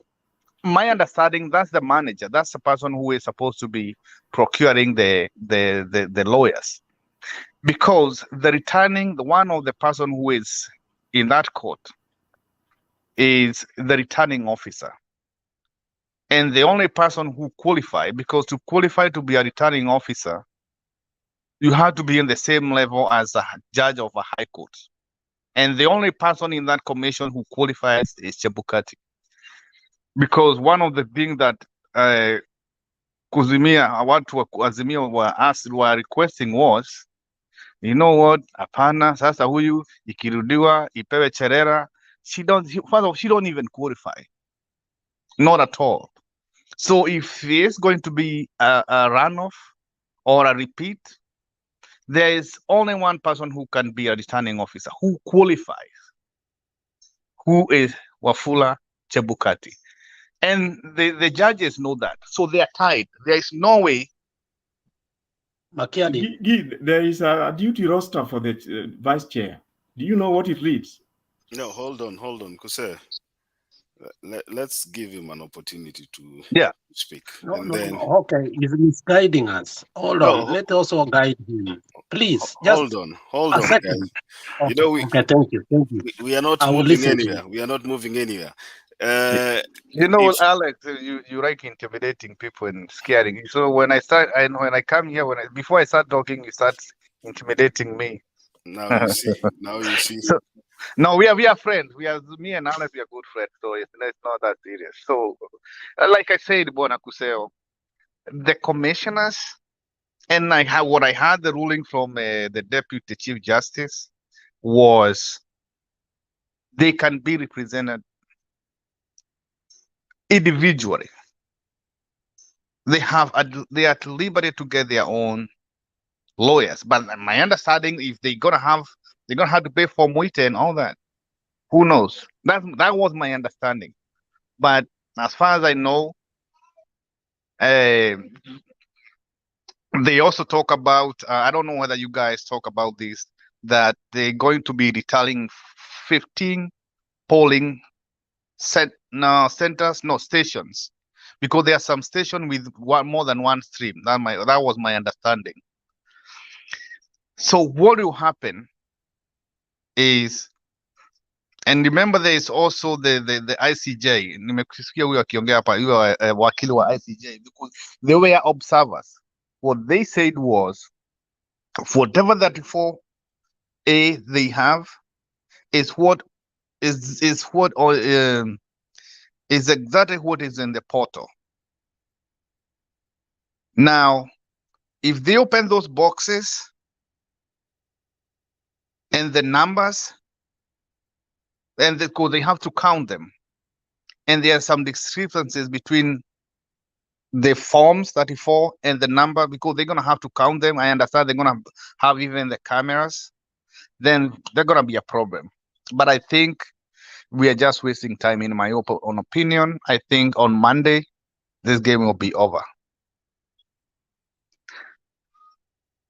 Okay. Thank you, Bwana Richie. Asante sana. Mi niko na swali ya kwanza kwako G. I hope you'll take the least time possible to answer this. In case the chairman of the IEBC is not in a capacity to announce the president, who will do that?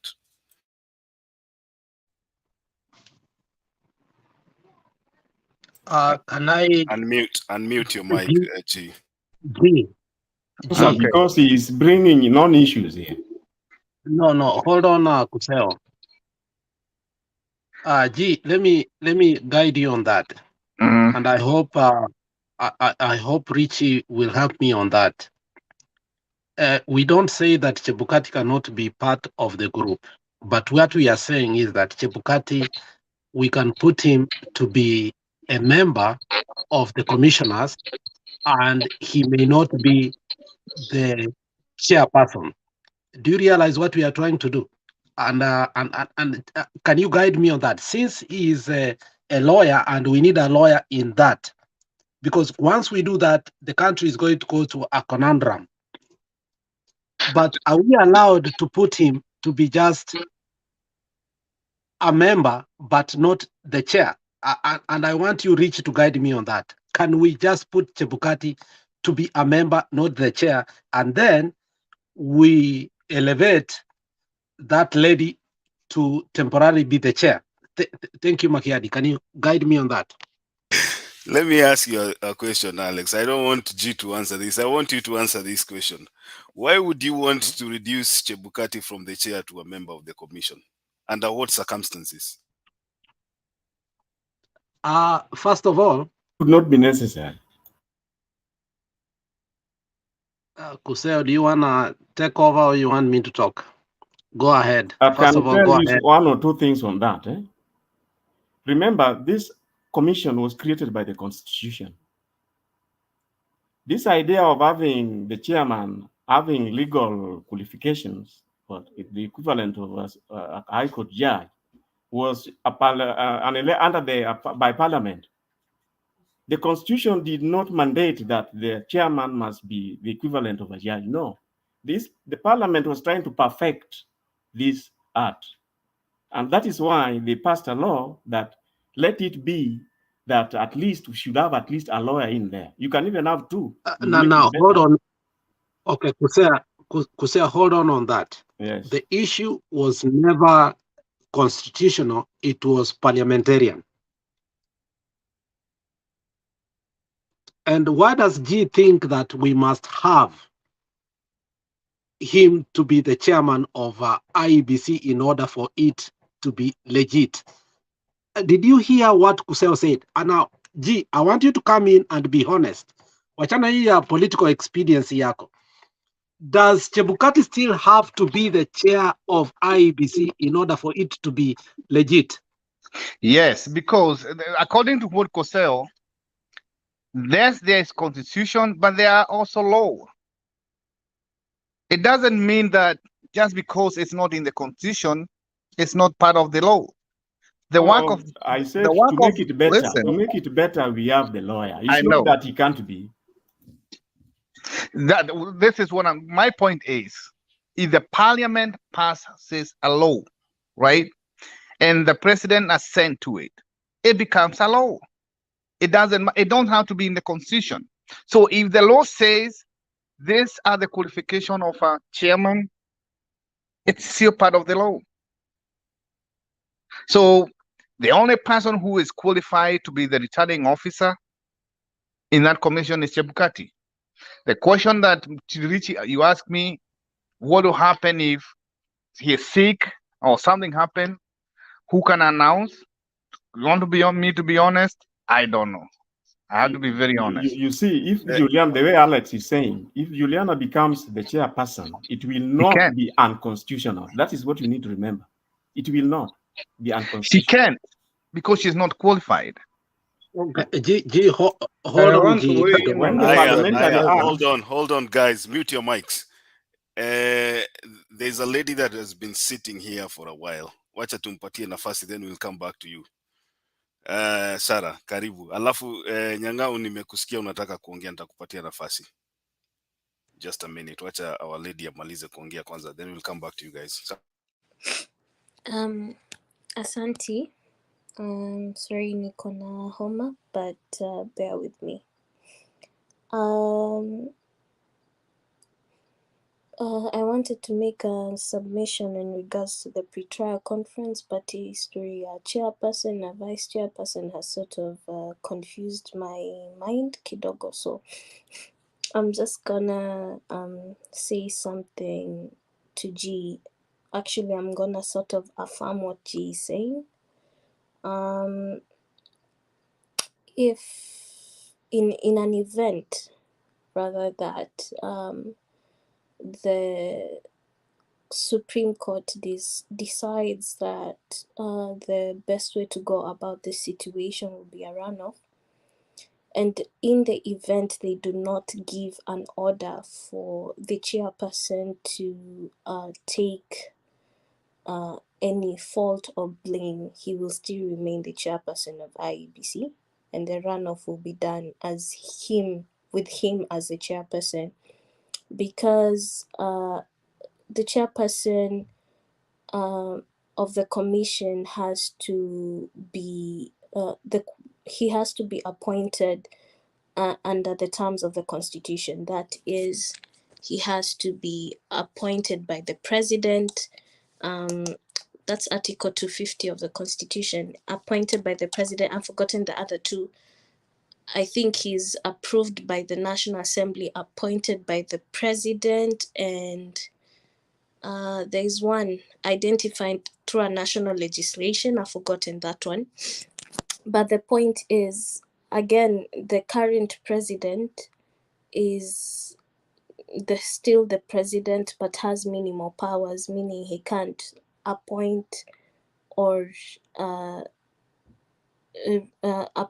remove any member of, I'm not sure of the commission, but the cabinet. He can't do that. He can't make any appointments, so his powers are very limited. So in a situation where the seat of the chairperson remains void, obviously, in that event, the vice chair, it's automatic. It doesn't need to be, sort of discussed about. The vice chair takes charge. She won't be the chairperson, but she will take charge because she is the vice chair. She's the second in command. So, yes, that is in regards to what G and Kuseo and Alex were all discussing about. I'm gonna say something short about the pre-trial conference. I think it was very good. The standard set by the 7 judges was amicable. It was peaceful. It was calm. It made a lot of sense. And I mean, for anyone, both the aggrieved parties and the ones who are defending, I think they would agree that whatever the judges are able to come up with in the long run is going to be fair, very fair, because of how they have carried themselves and how they have decided to broach the subject. That being said, of course, I found that the judges were put on a tight spot in regards to IEBC, and there was a lot of back and forth with the lawyers. That is Gidu Muigai and the cohort, and Paul Mwite and the cohort. And of course, it was only fair, and it was actually good for them to sort of isolate themselves from the internal issues of IEBC. But in the long run, they were able to give leeway for the 4 commissioners to have a representative and to be heard. And similarly, the minority faction, led by the Wafula Chebukati and co, are also going to be represented. So there's a fair share of representation in regards to the IEBC. Aside from that, I noted that there was a lot of issues in regards to time, and they spent quite a lot of time on the affidavits and the responses, and those petitions which had come in late or otherwise. So they spent quite a lot of time on that. I think pretty much they wasted a lot of time on that, because rules are rules. Rules have to be followed. If a party were not able to satisfactorily meet the demands of the time, then they should allow the court to proceed. Either way, I believe they were able to come up with a solution for that, and it was a fair solution. We can't really state much, but thus far from the rulings that the preliminary rulings that were given, I think it was in a good note. I am waiting for what will come out from the scrutiny. Hopefully, through the sampling of those 15 polling stations, the court will be able to determine whether the petitioner's claims are founded or are unfounded. So, so far so good. I plead with people to be patient. We also cannot preempt what the honorable justices will think about, or will make a decision with regards to the case. But what we can do is try to see within our boundaries what is advantageous for us, what was disadvantageous for us, or try to see whether it's going on the right path or not. So yes, that's what I had to say. Hi, thank you so much, Sarah, for your contribution. I would want to, I'm looking for a video here, but I'd want to give Nyang'au an opportunity to make his remarks. I know he's been wanting to do that. Yes, may I proceed? Very well. One thing I want to draw your attention to Article 140, subsection 3 of our Constitution, where the Supreme Court and our current Constitution have to make a decision within 14 days. So those 14 days, based on the pretrial session today, they have two options. They can either uphold the declaration or nullify the declaration. You can go to the Constitution of Kenya, Article 140, subsection 3, section 3. Those are the two options. That informs the reasons why they sampled 15 out of the multiple proposed polling stations where scrutiny needed to be done. So let's be alive to that fact. So in the best case scenario, we are going to have to go for a rerun. In the worst case scenario, of course, we are going to have His Excellency William Ruto declared president. Now, in terms of our realistic expectations and analysis, let's also agree that the fact that IEBC comes to court as a divided commission is good for the ordinary person, is good for you and me, because we are going to be exposed to interests of the most ordinary person, so that if there was anybody who was acting for anyone's interests, those are going to play out in court. I like the fact that although I don't agree with the reasoning of the court, that they decided that they are not going to interfere, but at the end of the day, they settled on one faction. That, in my opinion, was not very logical. I don't agree. But it was determined. We have to accept that. That's a fact. We now have Professor Githu Muigai, who will represent IEBC, the first respondent. The majority of the commissioners, who are 4, had proposed another council to represent them.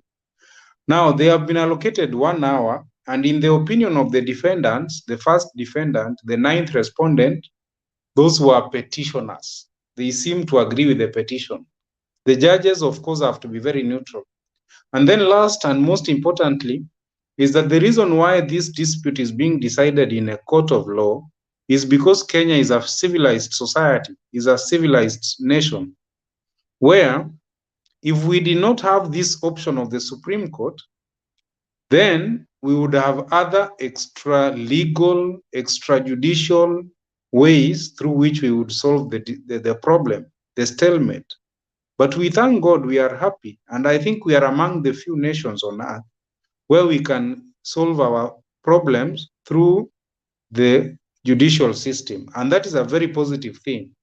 So as much as you are there engaging with people, they ask you about your country, what's happening, I think let's emphasize this part so that at least we have many people who really understand what is happening in the Kenyan political atmosphere. Thank you. Aya, sawa, wacha nicheze hii video moja alafu tuendelee. Really, can I ask him a question before he go, or anyone else? No, hold on. Okay. I have a small application that I thought I would bring to the court's attention. Due to late service of responses, the first respondent, the first petitioner in petition number E007 prepared responses and a further affidavit that were brought to the attention of the registry, but were rejected because of the question of time. In the same breath as my learned friend Professor Githu Muigai, who has not filed a response to an application by ISA, we would seek leave, Your Ladyship, to file the affidavit. It's a small further affidavit of only 44 paragraphs, which is as a result of late service, Your Ladyship, and submissions by the first petitioner in E007.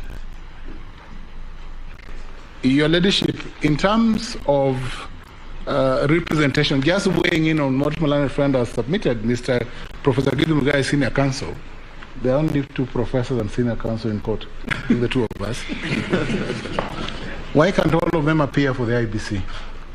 All the senior counsel can appear for IEBC so that the court is richer with submissions from all parties, so that we hear the Chebukati faction and the Cherere faction, and I think the court then can make a good decision.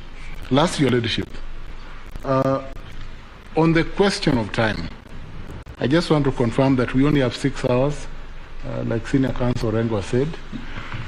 And Alex, hiyo video yako haikufika mahali ulikuwa unataka. It's 1 minute 45 seconds. Imekatikia hapo. Yeah, and let me say this. Where is G? G, let me tell you one thing. I'm not Casey. When you look at in that video, Professor Ojiende told you that you have only 2 professors in the Supreme Court, ambaye ni yeye and Githu Muigai. And it's okay. One is kwetu na one ni yenu. It's okay. And we are balanced. It's okay. But on this, amewambia when he's finishing, that you people need to concede. And the reason you need to concede is because Githu Muigai, who is your lawyer, has refused to file a response to the affidavit. Do you understand what that means?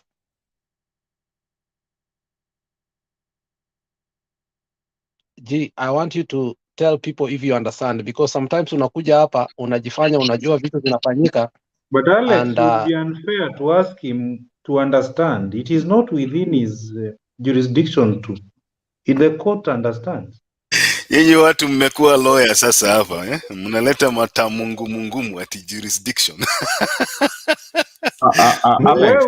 Alex, I thought Karori filed a respondent. Karori and the other fellow. And Gumba. First of all, just hold on, Kuseo. Can someone tell me something here I'm not understanding? Because I think I missed something. So how did they come out with the 15 polling centers? If you allow me to tell him why.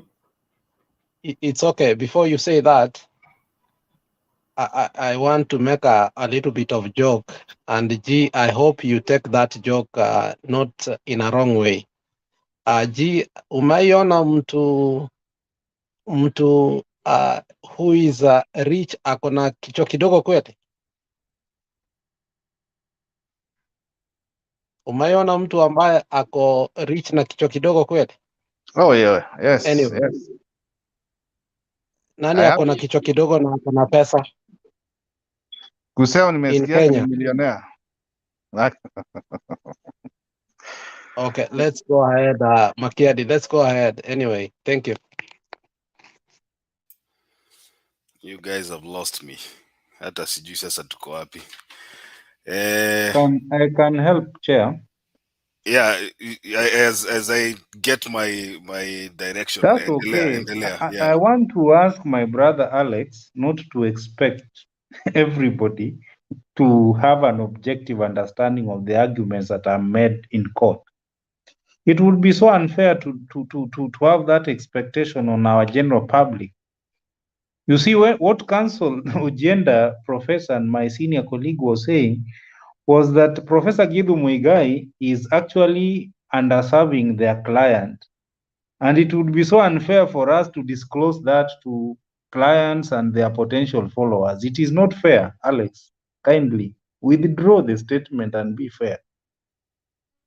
And I agree with you. What Githu Muigai was saying, I don't know, when you remember the 2017 petition, the Attorney General was the amicus with us. This time around, he has said no. And what we are seeing is this. Githu Muigai went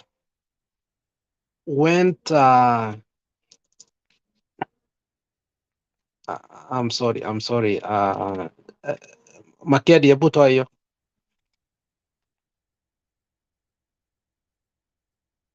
Endelea. Yeah, Githu Muigai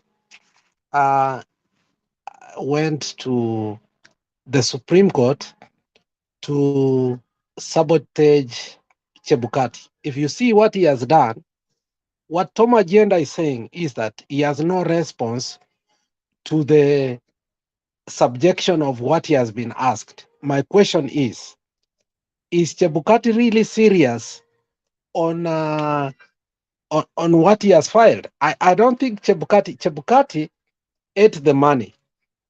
And I want to be serious to what I'm looking. Chebukati alichukua pesa.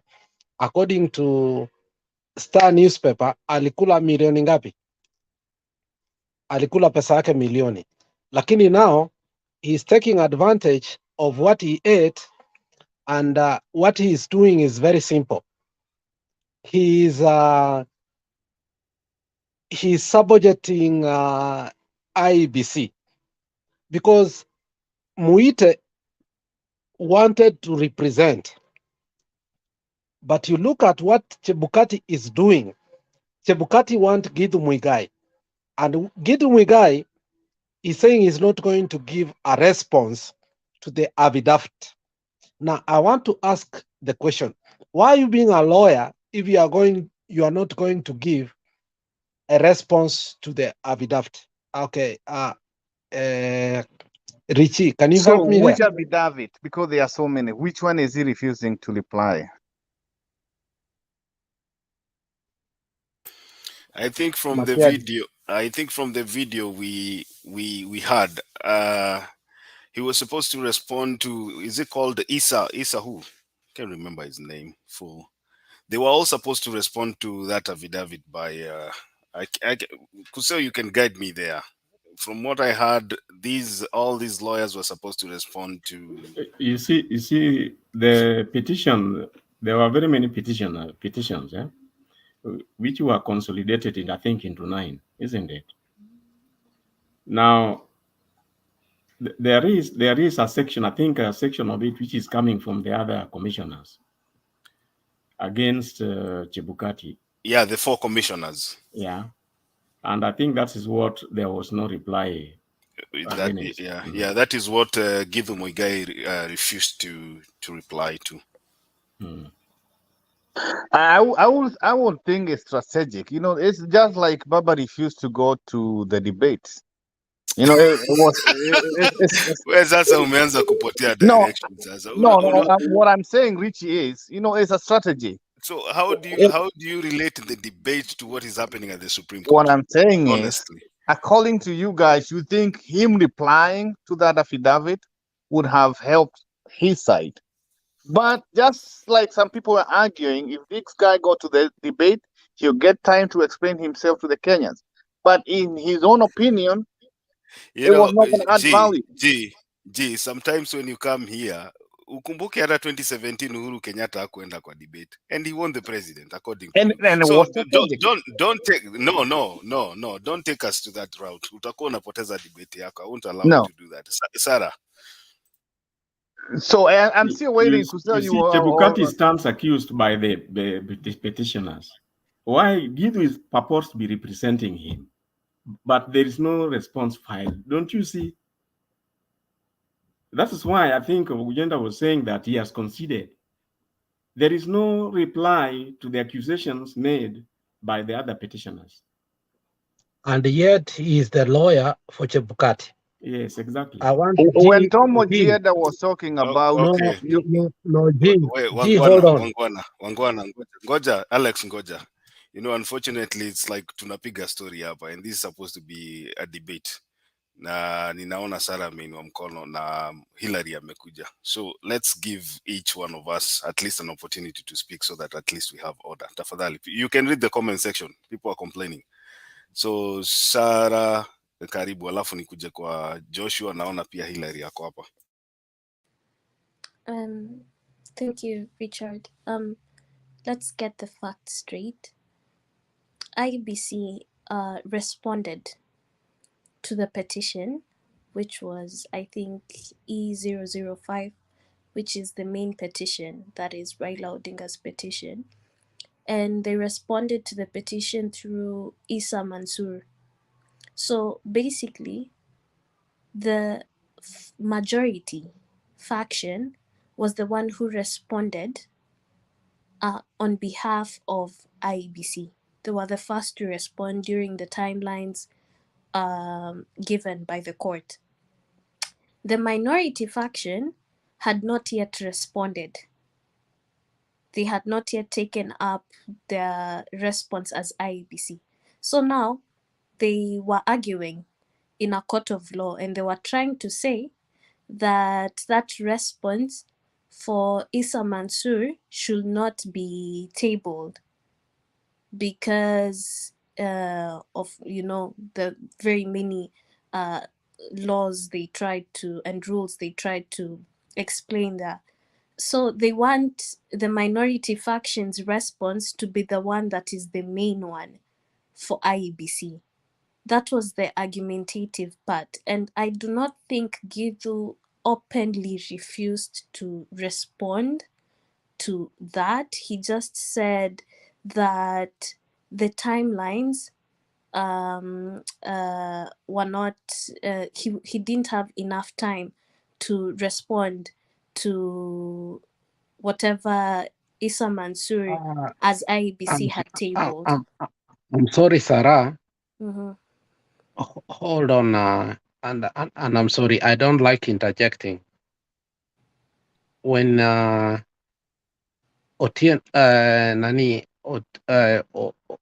Ojiende anaitwa nani? Tom Ojienda. When he responded, he said, "We have how many hours?"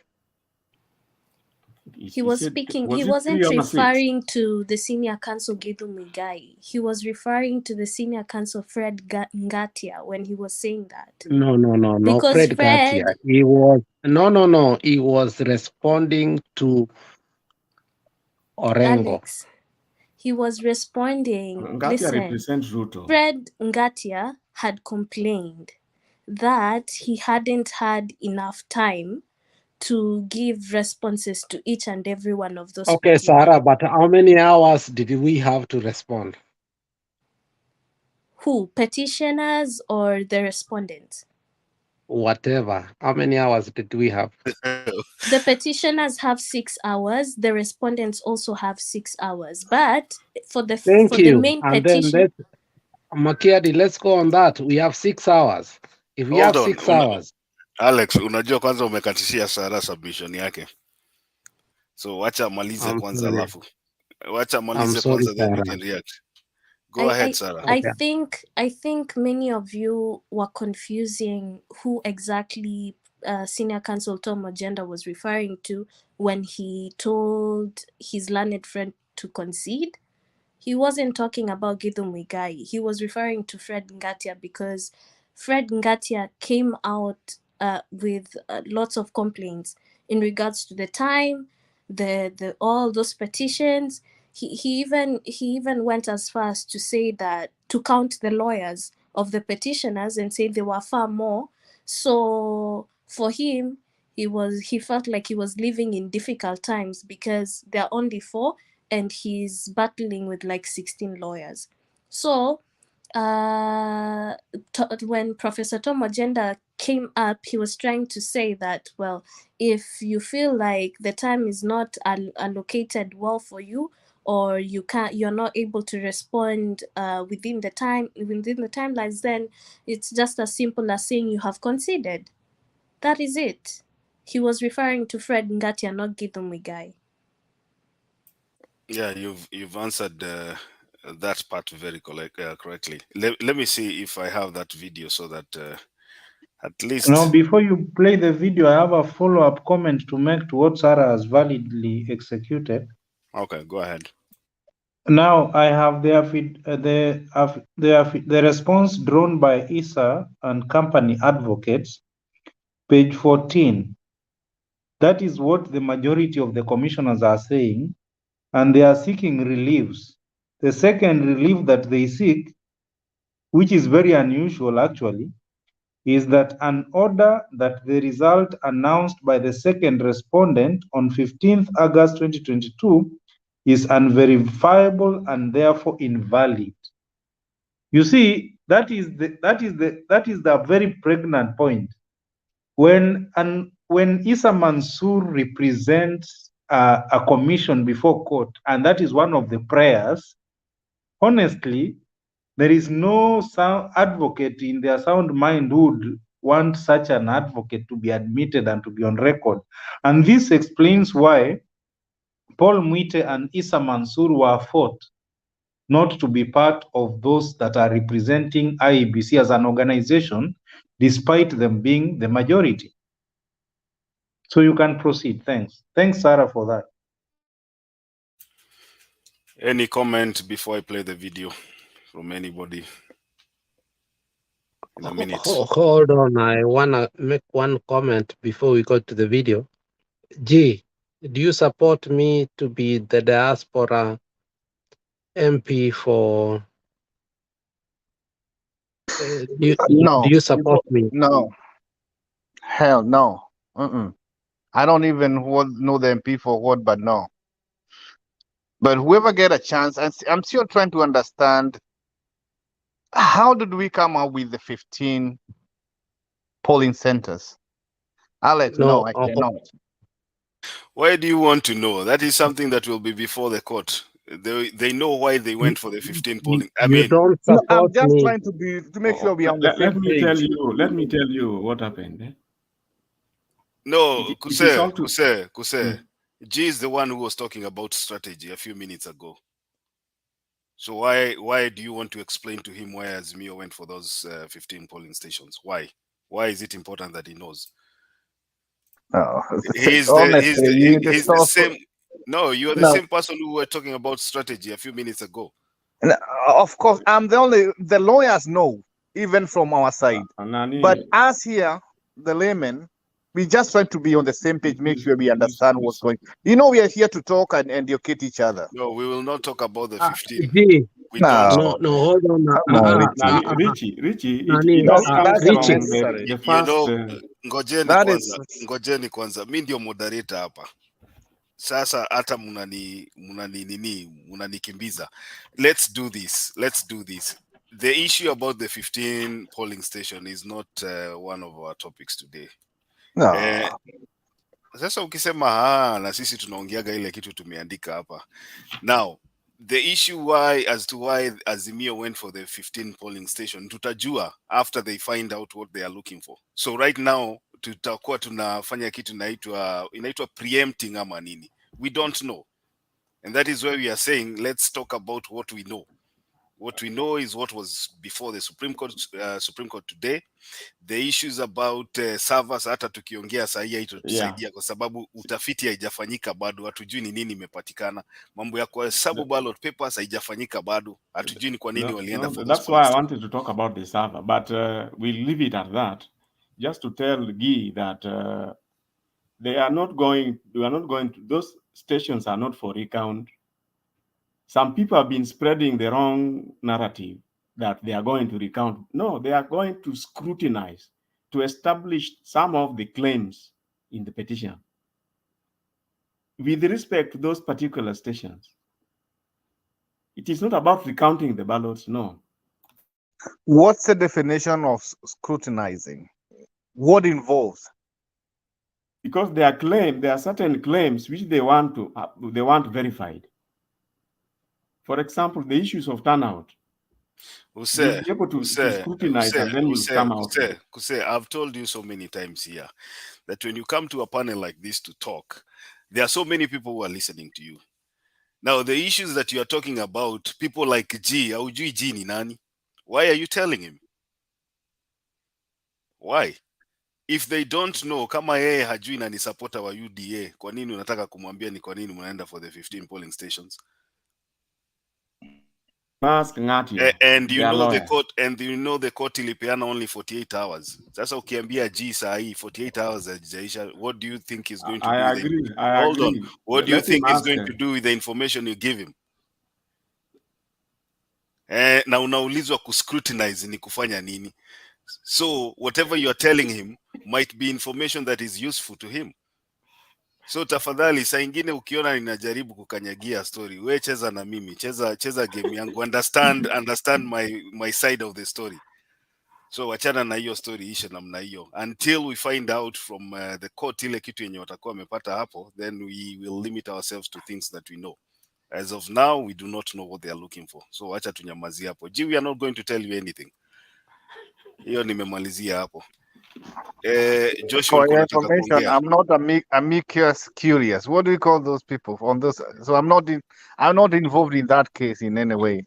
I've not said you're involved. I don't know what you want. That's what you're trying to tell. No, I'm just saying I don't know why you want that information. I don't know why. By the way, you answered my question, Richie, because I didn't know how they came. So according to what you just said, Azimio requested this particular. That's all the information because I didn't know how they came out with. How did the judges came out with the 15 polling centers? I didn't know. It is not the judges. It is Azimio, but we also don't know why. That's all I wanted to know. How did they do that? How did they talk about? So according to you, it is Azimio who requested, and that's why I was asking. That was the only question I was asking. There's more than. Yeah. So hata sisi hatujui, hata we ndio ungetuambia ni nini mlifanya kwa hizo 15 polling station ndio tuulize. Anyway, Joshua, wacha nikupatie nafasi uongee pia wewe. Alafu tuende. Yes, nimeona kama G ametuweka hapa na hapa. I don't know akona intention gani. You don't know intention that he has. But I just want to tell G that the 9 termination that court is going to determine in the ruling, 9 of them, all of them, zote Ruto apiti hata moja. All of them, I'm telling you, the 9, you know, sometimes I really sympathize with Ruto, Chebukati, na the deputy president-elect, Gachagua. They are very lucky that they have women who have faith, wanawake wenye imani. like the president-elect has a wife who can pray for water to turn dirty water to maji safi, and then Gachagua akona bishop, and then Chebukati also have a woman who is very strong. He even asked the public to pray for Chebukati. But on this, whether they are very women of faith, this thing, Chebukati, Ruto, they will not escape. The 9 determination that the court say that are going to determine this case, they'll not escape. That one, I want to tell you, whether you like it or not, the 9th determination that I saw yesterday, hata moja itamshika Ruto. So this election is going to be nullified. That one, put it in the bank. Wherever you are, just go and relax and know that on 5th, either Raila will be declared as a president or we are going for rerun. So to me, I'm preparing for rerun. You know, at first, niliogopa kidogo, but now when I saw yesterday the determination that was put before court, I was looking one by one, and I saw all of them. Never even a single one Ruto will escape. So let's prepare for rerun, or Mungu akiingilia Raila pe ushindi, because at the end of it Raila won this election. Sina mengi ya kusema, Richie, I'm just up, I'll talk later. Safi, wacha tuende kwa Disha. Mjambo nyote. Okay, let me try to debunk on about the lawyers for IEBC. Like, who is a legitimate counsel for IEBC? When it comes to IEBC and the procurement of services, that lies squarely with the CEO of IEBC. The question of who is a majority or is a minority does not arise in terms of procurement of services for IEBC. You remember even the procurement of like the ballot papers, everything that does concern the procurement of IEBC services. The chairman is the commission, like the commissioners are not involved in the procurement of services. So the only person who is legit, if the CEO procured the services on behalf of the IEBC, then Githu Muigai is a legitimate counsel of the IEBC. The commission is just run like a company, like there is a board of directors and there is a CEO and the other executives. When a company like Safaricom is procuring like maybe accounting or cleaning services, the board of directors are not involved in the procurement of those suppliers. So the reason why the court declined to deal with the issues of who is a legitimate counsel is because they already know at the back of their mind that in terms of the issues of procurement of the legal counsel, that lies with the CEO. The only fortunate thing is that the other commissioners have been given a leeway to present their own counsel. Even when it comes to the Supreme Court, with the 7 judges, when it comes to procurement of services to do with the Supreme Court, it lies with the registrar. That's the same case with the CEO of the commission. Let me go to another thing about the scrutiny of the servers and the ballot papers and the ballot boxes. For me, I think that is where the case will really lie, because it will form like the foundation of what really happened in this election. We really don't know what happened in those polling stations or what happened to the ballot papers, and I hope that there are no staffing or removal some of the ballot papers. We are told that there are some seals on those boxes. I don't know how secure they are, because if somebody tries to stuff in or remove some ballot papers, I'm not sure how it goes. But in terms of the scrutiny of the servers, I think that will be more open, and you can be able to get all that happened in the servers. One other thing about the I saw the Okia Umtata raised an issue of his argument is that the 50+1 should include the rejected ballots. That when calculating what constitutes the 50+1 is 50+1 should be the total of votes cast, not the votes, the valid votes. Should be the total of total votes cast. But in the ruling of 2013,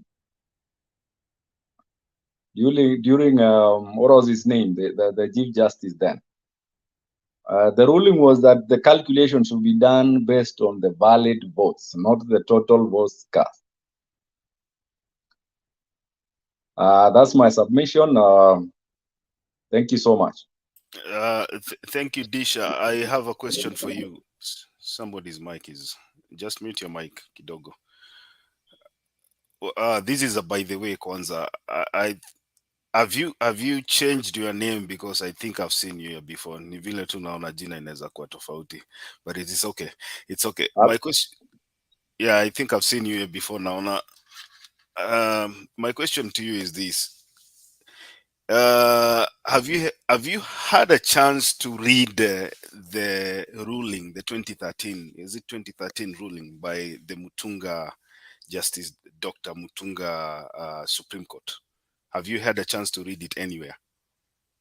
I haven't read the all of it, but I know some specifics about it. Have you seen it anywhere? I've just seen the summary. No, have you seen the judgment itself? I haven't seen the judgment. I just read the summary of the judgment, because that was a summary on how it went through, but I haven't seen the whole judgment. Okay, if you come across that judgment, ukuje utuletea hapa pia sisi tusome the 2013. Haya, question number 2 is this. Let's reason on the issue of valid votes being what is the basis of somebody being pronounced as the president-elect. Let me ask you, so what is the idea behind taking the valid votes and then counting that percentage? And if you get a 50+1%, then that person is the president-elect. And then when you come to the turnout, you do not differentiate between, if these people came to vote, did their vote count as a valid vote, or was their vote spoiled? Why is it that the turnout has to be everybody, but when it comes to the vote, you have to separate, you have to split between valid and invalid or spoiled votes? I don't know if you get my question there. I get your question. I also thought that the percentage of, on my side, I also thought that the percentage of the score should be on the total votes, not the valid votes. But there was an argument that when you say you want to count the rejected votes, okay, who has the rejected vote been casted to or upon? So that is the argument. But for me, I thought it should be the total votes. But there is an argument that a rejected vote is not cast onto anyone. No, we have so many I don't know. We have so many votes that would not probably go to any candidate. We have rejected votes. We have invalid votes. We have stray ballots, right? We have disputed ballots. But then if you ask yourself, if I came to the ballot, to the polling station and casted my ballot, I mean, I voted for somebody, then if you do away with that, wouldn't you be disenfranchising a voter, whether it counts as a valid vote or whatever, disputed vote or whatever? I get what you're saying. I also understand that, and that is my thinking as well. But I'm not sure how the court will interpret, but the interpretation before, like in 2013 and 2017, was calculated on the valid votes. I'm not sure. If you look at the form 34A, there is total registered voters in the station. Then there is below on that column, it is the total valid votes, and then at the bottom you indicate that you see the PO writes down there how many rejected votes. But I get your point. Me too. I think the percentage should be based on the total votes, regardless of whether it's rejected or not. But we wait and see whether they'll base it on that or base it on what has happened before.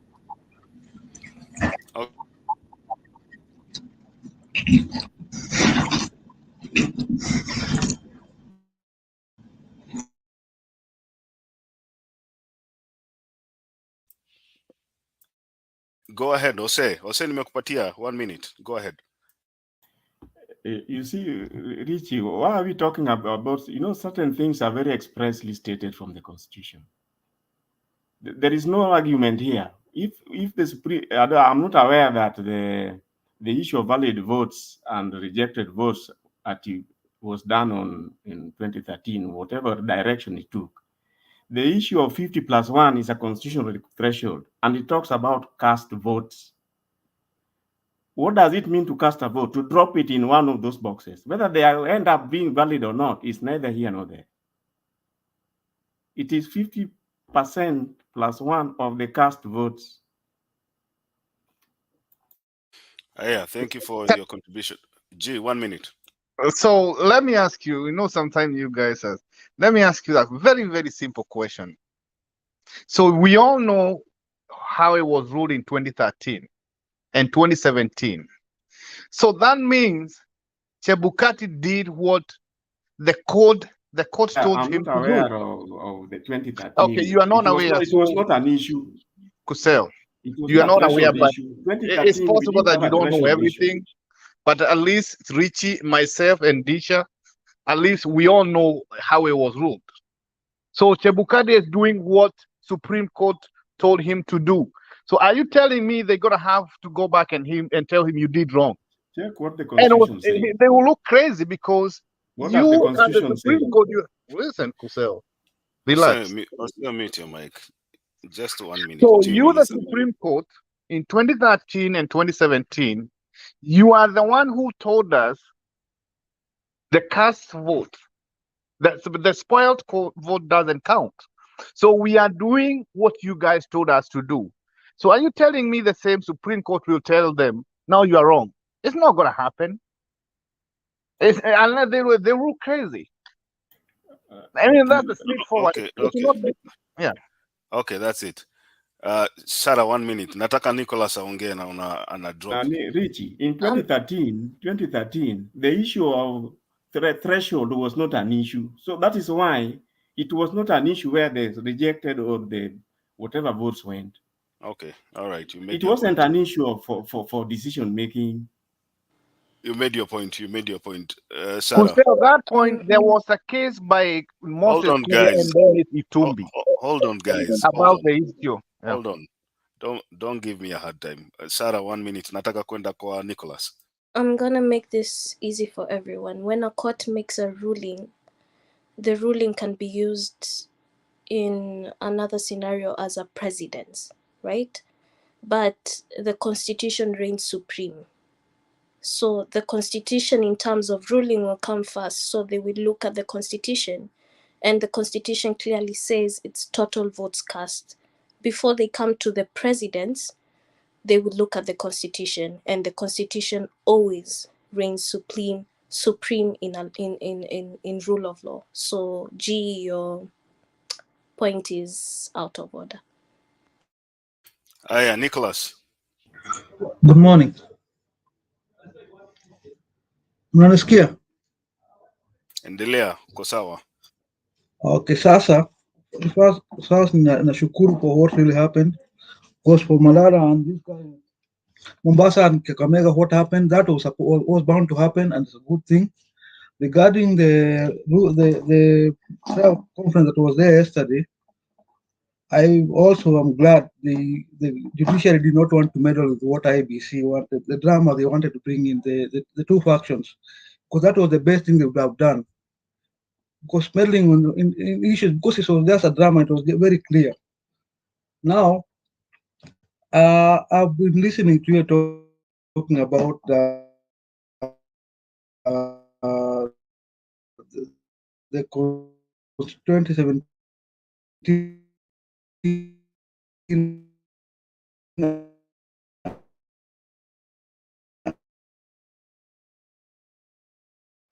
petition.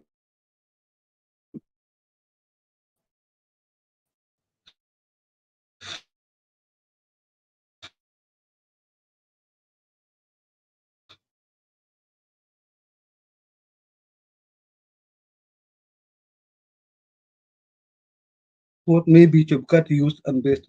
Now, thirdly, whatever the issues to be determined yesterday, I think even the judiciary also were trying to play safe. They wanted to deal with the real issues and forget about this drama, because even you could see when Kato Kigen talked, he was talking about security, so as if he was thinking the issue of bombers will come back to the Supreme Court. So I'm glad what happened yesterday, and I know we are going for a rerun either way. So let's just wait for the rerun and we forget about the other dramas. So here there will be no winner. Let's go back to the ballot. Let's get the president that we want. That's my submission. Aya, sawa sawa, sijui nimehakiwa ama nini. Nani wana highlight? Alex, niwe una highlight hizi vitu hapa. Who is this? I don't know who is. Anyway, sawa sawa. Aha, nilikuwa nimefika wapi? Oh, Ose. Nilikukata. Ebu. Yeah, go ahead.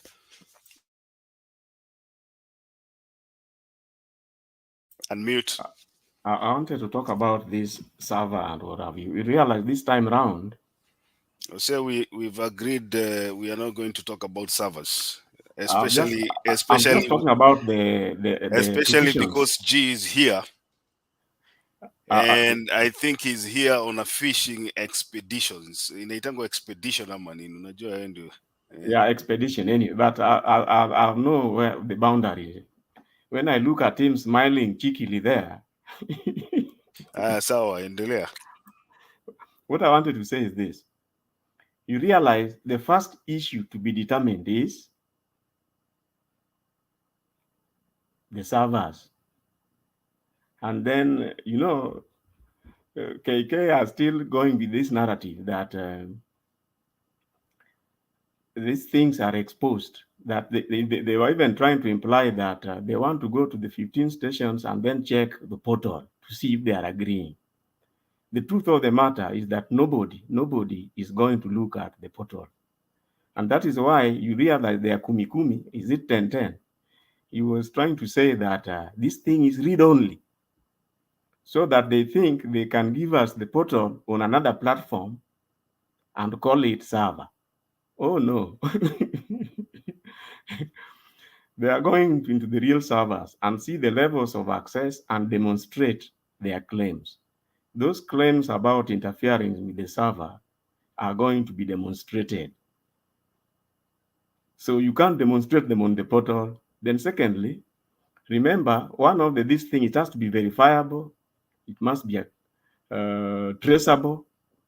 Now you realize what these fellows put on the portal, those PDFs, you can't even tell which has come from which location. They'll realize that the JPEGs are amassed. So nobody is going to use that server, that the portal. No. Nobody is going to use the portal. They are going to use the servers and demonstrate the infiltration and the malpractices that took place there. And that is why when somebody came up to say that the scrutiny is going to be on read-only, then they were told, no, it is not going to be on read-only. Now you are supposed to be, when you look at the Form 34As after transmission, which should be real time, within 2 to 3 minutes, they realize they want to demonstrate that some of the Form 34As ended up on the portal after 5 hours. You get, they are still being intercepted the other side, and then they upload at their own time. Then secondly, you can't trace where they came from. According to the system, you remember one of the issues to be determined is whether the system that was acquired met the requirements that were stated. There were specs which were stated. In other words, you must be able to tell where a form has been transmitted from. You must be able to tell the time it was transmitted and how long it has taken to end up at the server. Now, the PDFs at the portal, none of that can be read. You can't tell whether somebody just sat at Bomas and was submitting 34A transmissions from 34A transmissions. Now, that is why they have started with this. In other words, if you get the first determination right, you remember in 2017, it came at the tail end, they refused to open the server. In other words, if the determination takes place, they'll go straight in deliberating verbally, orally rather, on the findings in the servers. So there may be no need for those other submissions of who visited, who went where. No. This thing may be determined on day one, just that by the end of day one submissions, that is likely to be the thing. And anyway, I think I want to leave it there. You said Guy is having a Mwakenya there. He might. I say we don't know why he's here today, especially now that the Supreme Court has said within the next 48 hours, make sure you scrutinize. So G is trying to find out what we mean by scrutinize. He wants to know the details of what the Supreme Court means by scrutinize. Yeah, I want to finish by talking about to determine whether the postponement, cancellation of those elections, Kakamega and Mombasa and the others, amounted to suppression of voters. It will be found so. It will be found so for the reason, remember, Kakamega, Nairobi, Mombasa were the ones which were the few that were involved in the court cases. By the time they were being printed, they were the only 4. Now, from what I know about security printing, you cannot proceed to print before you get an approval from the customer. Because security printing is so involving and is so expensive, you must get the artworks approved. Now, if they prove that the delays was a scheme to delay this thing, they are likely to find. You remember, that is the second, I think it's the second determination for the Supreme Court to find out whether that was deliberate move to suppress Azimio voters in their strongholds. That will be so. Now, secondly, the other proof for it is the postponement, the unilateral postponement by Chebukati, which was retracted by the courts and pressure from Wananchi. Why?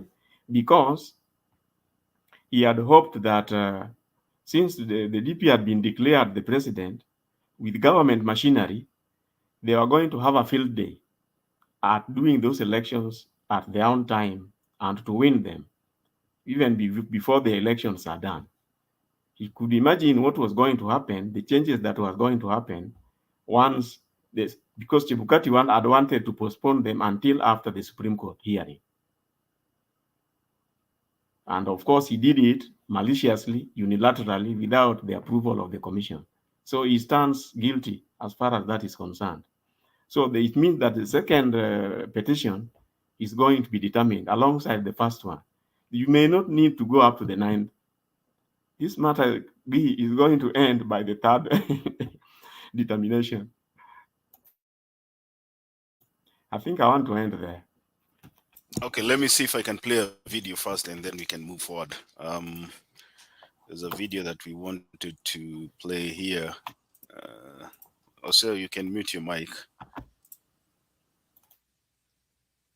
And then let me see.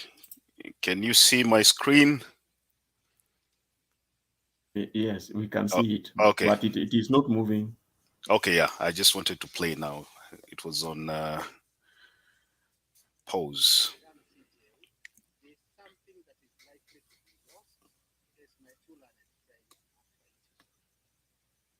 And it is so important, it could compromise really the fairness of the hearing which you have endeavored with so much effort to craft a way forward. It is this. 8 petitions were filed against my client within the 7 days cast in stone in the Constitution. It is the first time in this republic that 8 are filed. In 2013, there were 2. But because of the ingenuity of this side of the court, we now can file very many, all intended for the same purpose. That aside, I burnt midnight oil, filed my response within time. Then comes the group of 4 commissioners. On 26th August, they have filed a response to the petition. They are filing this under the pretext they are respondents, they file a response. It is not a response. It is a new petition. There are new claims, new grievances, new grounds for nullification of my client's electoral victory. Senior counsel. Yes. I think I already was delivered on their participation as respondents. If you could just allow me 1 minute. What we are addressing is whether they should be represented by lawyers. I was dealing with the response that they have filed. And that is the point that I think Malane's friend, Githu Muigai, was alluding to. Will that response still be on record, or are they limited to the affidavits that they have filed and which have been allowed? Because if the response is also part of the record, a response filed or a new petition filed outside time, I do not know whether I need to respond to it and whether it will be admitted by the court, notwithstanding the strictures in Article 1. I hope we've got a new senior counsel. What we are doing is the application of whether we should allow counsel to represent the 4 commissioners. As you can see, the 2 factions are insisting they are representing IEBC.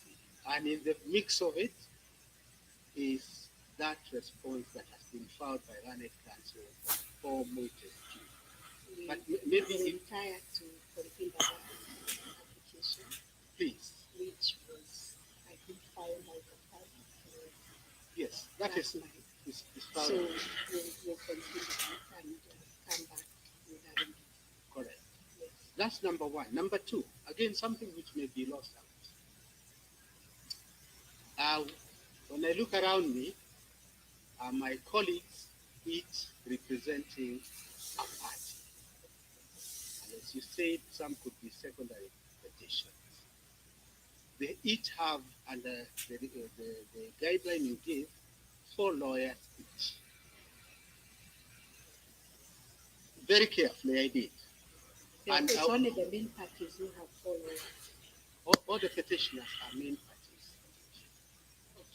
All the petitioners are main parties. Say, for example, petition number 1, we have my learned friends, 4 of them, and the same goes for each petition. I don't know why the noise is being generated. Speak. I can see a battery of governor. Is each 2-2? Or Mr. Ngatia, the other petitioners have 2. 2-4. Oh, very good. So we really have no reason to complain. Thank you so much, my lord. Nonetheless, actually, that makes my work much easier. Each has 2, they are 8, 16, or against the nullification of one person. And then that one person, we limit him to 4. I appreciate I'll be the first one to say we are living in difficult times. But surely it will be very difficult for me, and I say this in all fairness, to be able to master a defense against all the 18 lawyers when all we have is the 2. Let me say the last thing, Madam Chief Justice, because your fairness is legendary. The total time given my learned friends, all the 8 of them, is 8 hours. I have been allowed 3 hours. I would have requested you, Madam CJ, if there's any way you could allow me at least half the time that my opponents have, so that I could at least be able to master a defense in relation to petition number 5, the primary, and the proxy ones, the 6 of them. That is all.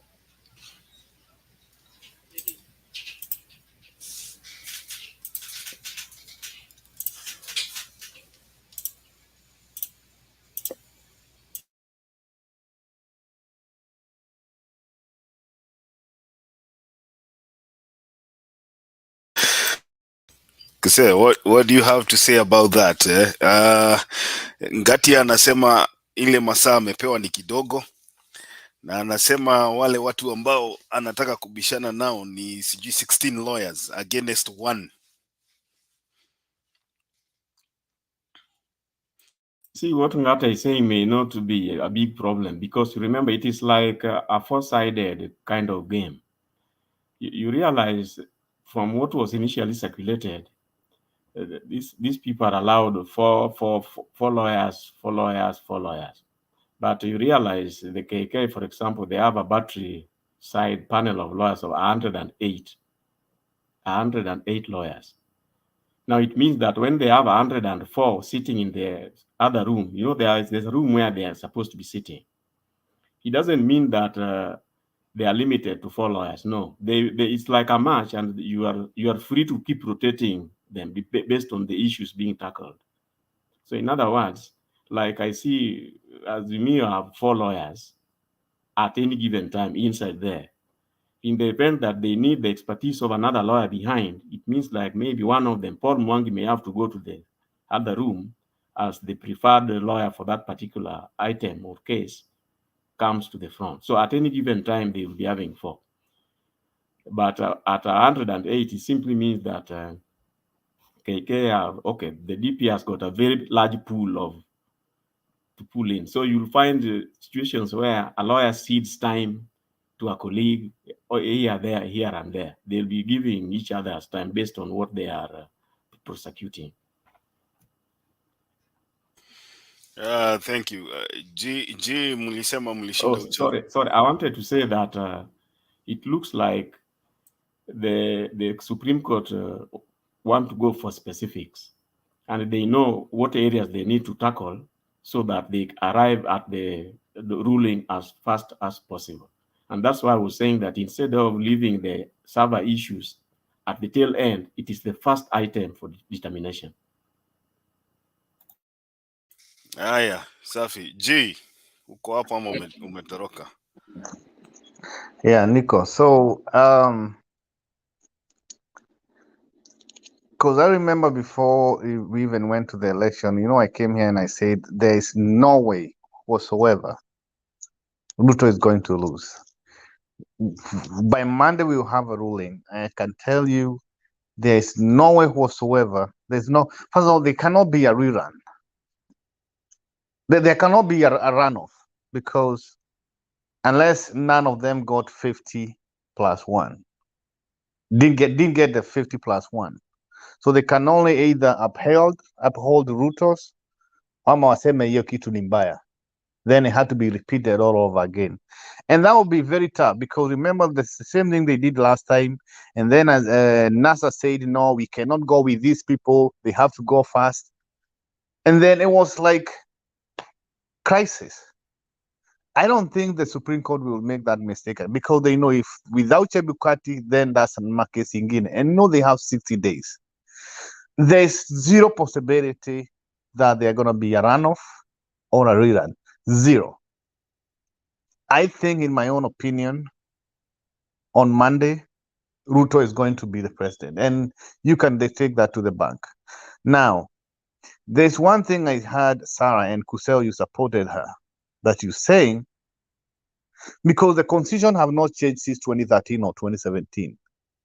Other than Ouko and Martha Koome, the other 5 judges were the same who ruled the spoiled vote doesn't count. So there's no way whatsoever they're going to come back and say, now this time, let it count. Because they will ask, I mean, why did you tell us? Because we did what you guys told us. The court told us to do A, B, C, D. This is what we did. And then your argument and Sarah's was like, they're going to go by the constitution. It's the same constitution that I was saying in 2013 and 2017. Nothing has changed. So I'm looking at all the grounds, all the 9. I don't think the other one was the one that the one for John Gedongo. He don't even know the document that he is presenting the one for 2017. And I don't need to be here to know what's going on. All I need, if I need to know where you are right now, Richie, and what you are wearing on what you had for supper, I just need to call Itumbi. Because this guy, remember, he had a clip between Commissioner, what is it called, Aganya and Tuju. How does these guys get these clips? So I don't need to be here to know what's going on. We know how we can get, even I can tell you who you have been talking to today and what you talk about. And I can even drop a clip here. You'll be shocked. Yes, Sawa. Thank you. But again, we're praying for the best. But I know, in my own opinion, there is zero possibility that they're going to be a runoff or a rerun. Richie. Okay, I like just the way. Something on hold on. You see, in 2017, 2013, the issue of rejected was not for determination. Kuse, today you've gone rogue. No, he's misquoting me. You have a lot of opaqueness today. Because you are not. In 2013, the issue of the rejected votes was not for determination. Listen. This time around, 50+1 is an issue for determination. That is why they'll go by the constitution. It was recognized in 2013, but it was not on the floor as an issue for determination. It was actually. No, it wasn't. So I have muted both of you because you are not letting me speak. Kuse, I've muted you, I've muted G. Na leo Kuseo nimeona ni kama ningekuweka kwa nini huko, kwa quarantine. Leo umekuwa rogue. You've begun showing a lot of opaqueness today. Okay, so let me go to Nathan kwanza, alafu tutaenda kwa Sarah, alafu turudi sasa kwenu. Nathan, karibu. Asante. I hope you can hear me. Uko sawa bro. Awoland. Safi. Sasa kuna vitu mbili nataka kugusia because I had the conversation jana and I want to reiterate to it and then possibly speak to today's topic. And then before that, of course, I congratulate the guys who actually did the magic and akina Alex, akina baba V, akina Daudi, and everybody else. I know those guys did what they had to do because they actually gave us the money. So comes to my point is this, see ati kuna anything, but we need people who can address. Alex knows my pain and my fear and everything. People who can address the pain, the youth.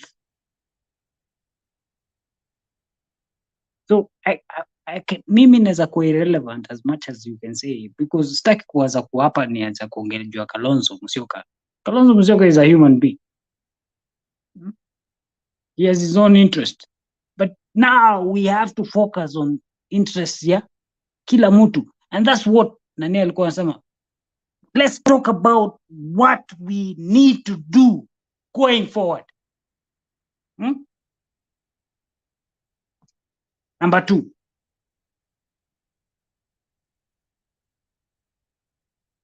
Wacha tuachie koti ifanye kazi yake. Ikiwezekana, because if you're not in that space, please don't make yourself be in that place.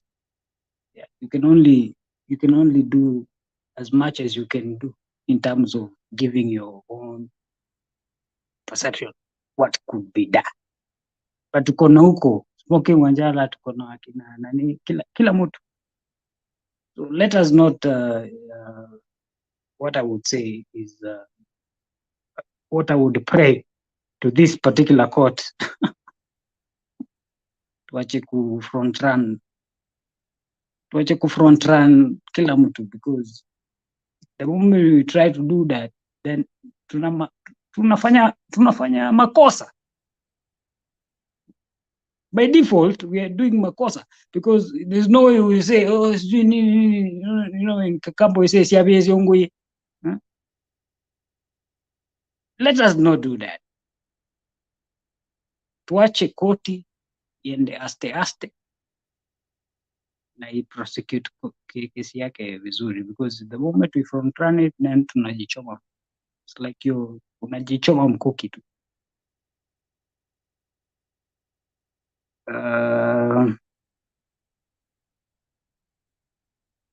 Nothing else I can say unless I'm asked a question, because Nania was here, Alex was here yesterday. He was asking so many questions. Thank you. Haya, sawa, safi Nathan. Mlifanya kazi mzuri sana pande ile ingine. Good job. Tulikuwa tuna argument kubwa sana hapa, lakini mlideliver. So good job.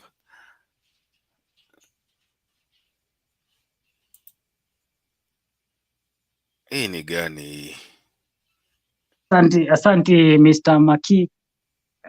What we did is that we made sure PK was here last night. PK, Siston PK. And what we did is that we mobilized people like we said, it's going to be a wiper sweep. Itakuwa wiper. Nimekubali. Bro, if you remember, if you remember, and me, I went under and I said, let us just sit back, because you cannot talk. You just go and talk to the voters. And me, I went to the ground. You understand? I went to Kitui. I had the mood. Now watu wote wanaona uso wangu, they know me. So I went to Kitui. I had little time in Machakos because I knew Machakos governor had actually moved to whatever. So I had to lock Kitui. So Kitui, Makueni people know me because nilienda nikafanya kilimo huko. you know, Richie, we did this kwa imani. Kazi safi, kazi safi. Thank you. Asante, asante. Okay. Alex, kama ni wewe unapuliza nini comments hapa kwa screen, can you stop? You're getting me distracted. I don't know who is doing that.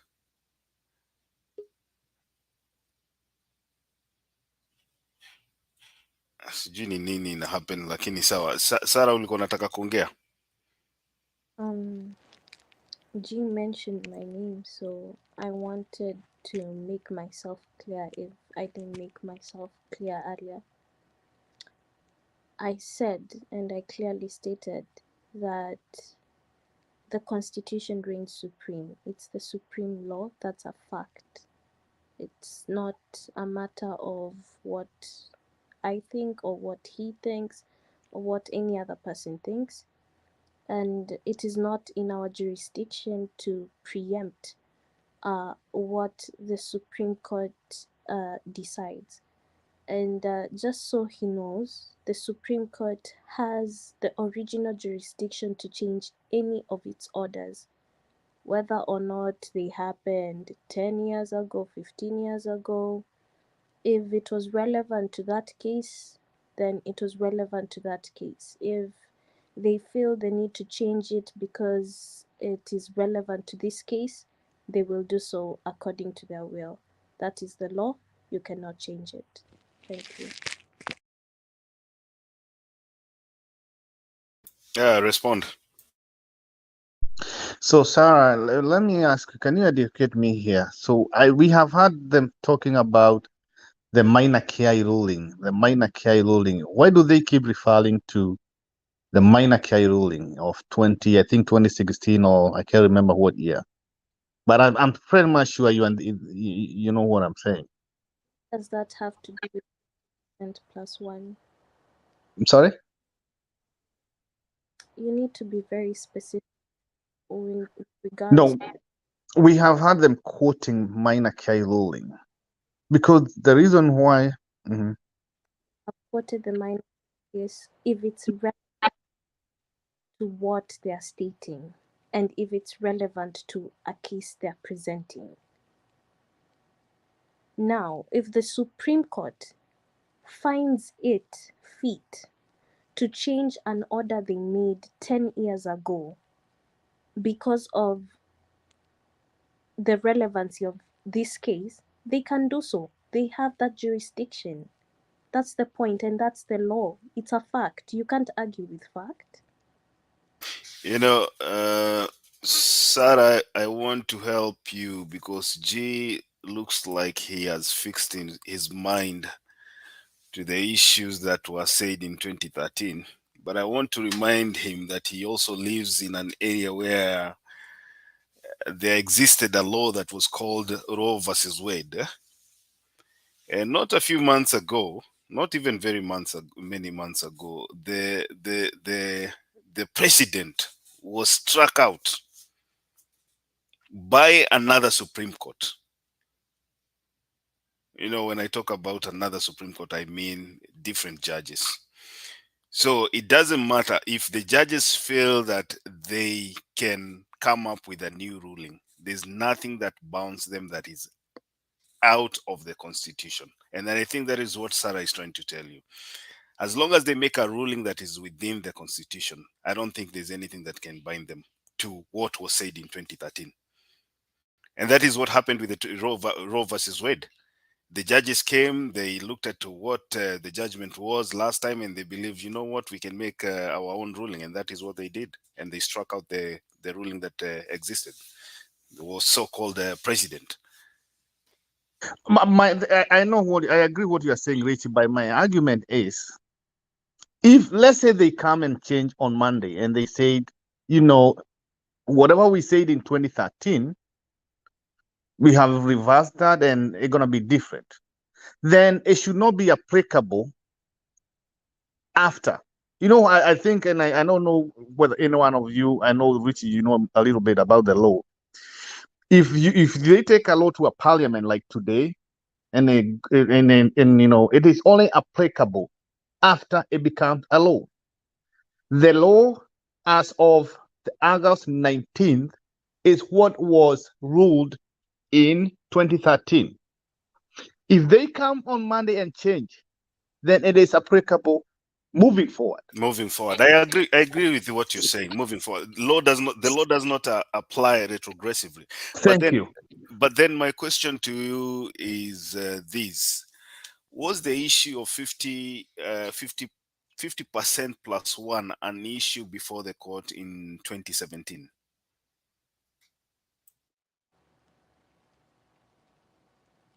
In 2017,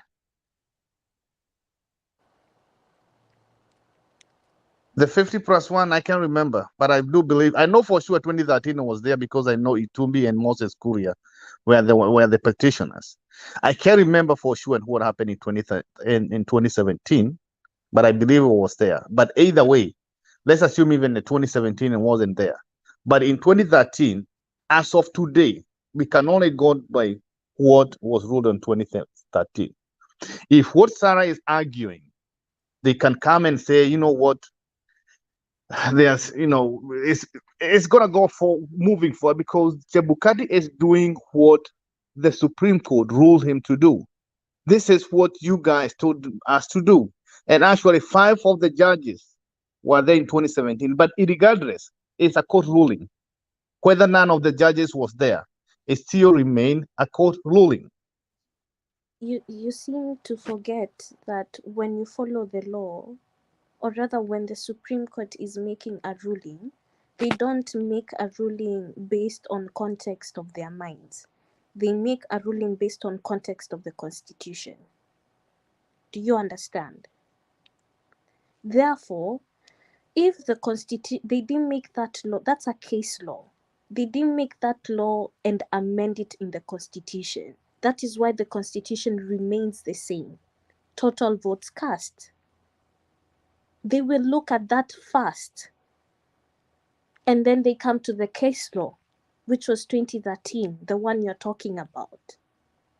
Now, if they deem it fit that it is relevant to this case, then they don't need to strike it out.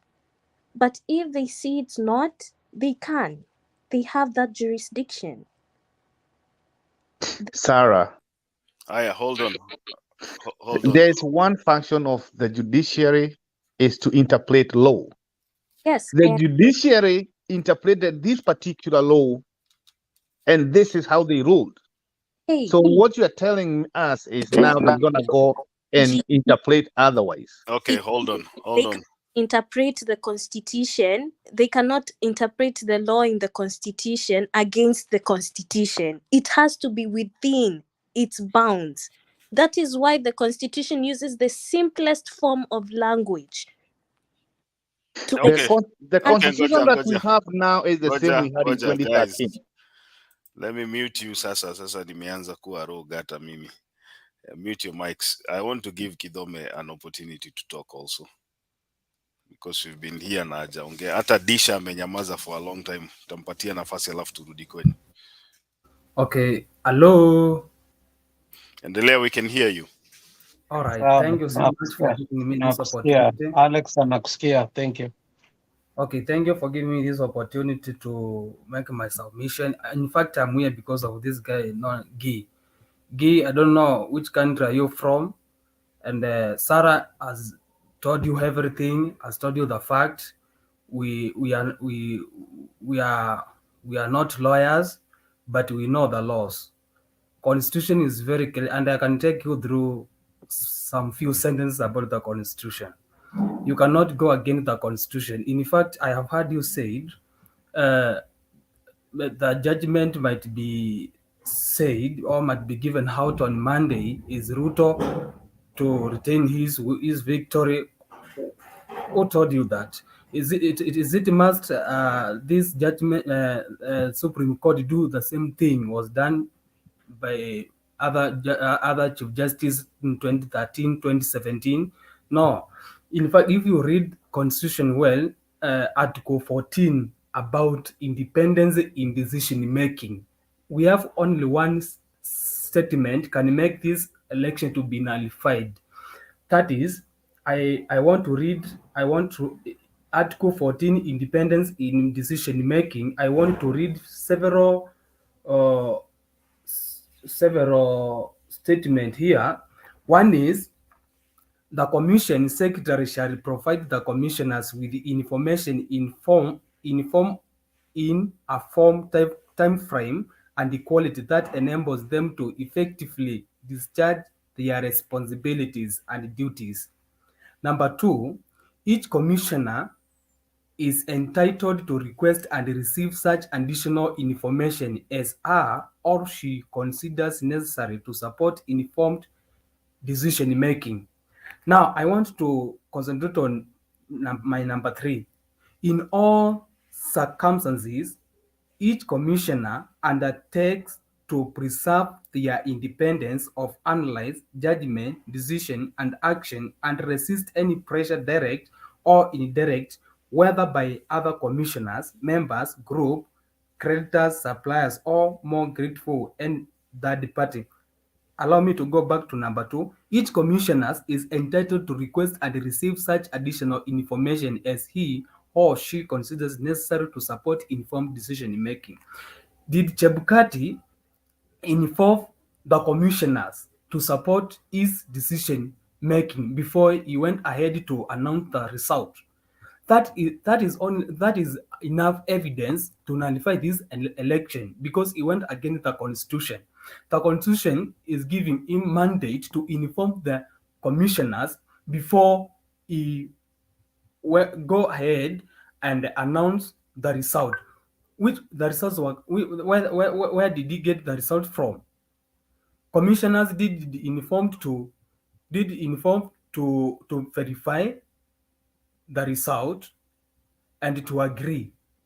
Yeah, this is the result we have got. Now we are able, and that is the card. Now after verification, then he will be given go ahead to announce the result. But he failed to inform the other commissioners. Then, unless a unanimous decision is reached, any matters before the commission shall be concurrence of a majority of all the members present during the meeting. There was no unanimous reached between by the commissioners. They wasn't reached in that unanimous. So Chebukati did his own thing. He went ahead and do something he was not supposed to do. His work was just to announce, according to the constitution, was just to announce that the results were verified by commissioners. But he went alone and closed himself in a certain room to verify from 34C alone and come out with the numbers where commissioners didn't know where he got them from. So Guy, stop taking us back. We know what we are talking, and the panelists here knows what they are talking. If you are being brainwashed by your mans, please stop. The constitution is very clear. Makiadi, I was here because of this guy. I was at sleep, but nikasikia vile anaongea hapa ati sijui Ruto, we take it to the bank, Ruto will be sijui announced as a winner. Are you a judge? Are you a chief justice? Soma law. We are not lawyers and we did practice the law, but we know about the law. Makiadi. Am I allowed to respond? Ngojeni. No, just hold on. Just hold on. G. I have been advanced mentioned. Can I? Ngoja kidogo. Let me add on that alafu ujibu. Hold on, G. Ngoja. Alex, ngoja. I came here for you. No. I'm going to respond no matter what you. Hold on, Makiadi. Alex, ngoja. I want to give Wycliffe nafasi kwa sababu wako kwa barabara. Alafu we'll come back to people on the panel hapa. Wycliffe. Asante sana.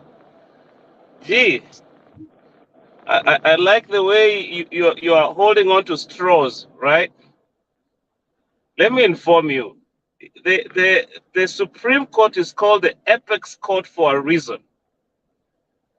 They are the only court allowed to change their rulings, right? If they had made a ruling earlier and then they can decide to make changes according to the facts that they are receiving.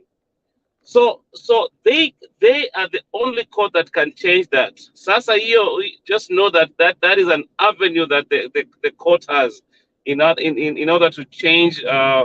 If there's a previous ruling that the Supreme Court made, they can make a change to that ruling and rule it in a different manner. Wacha nikwambie kitu kimoja, sometimes it's good to be honest with yourself,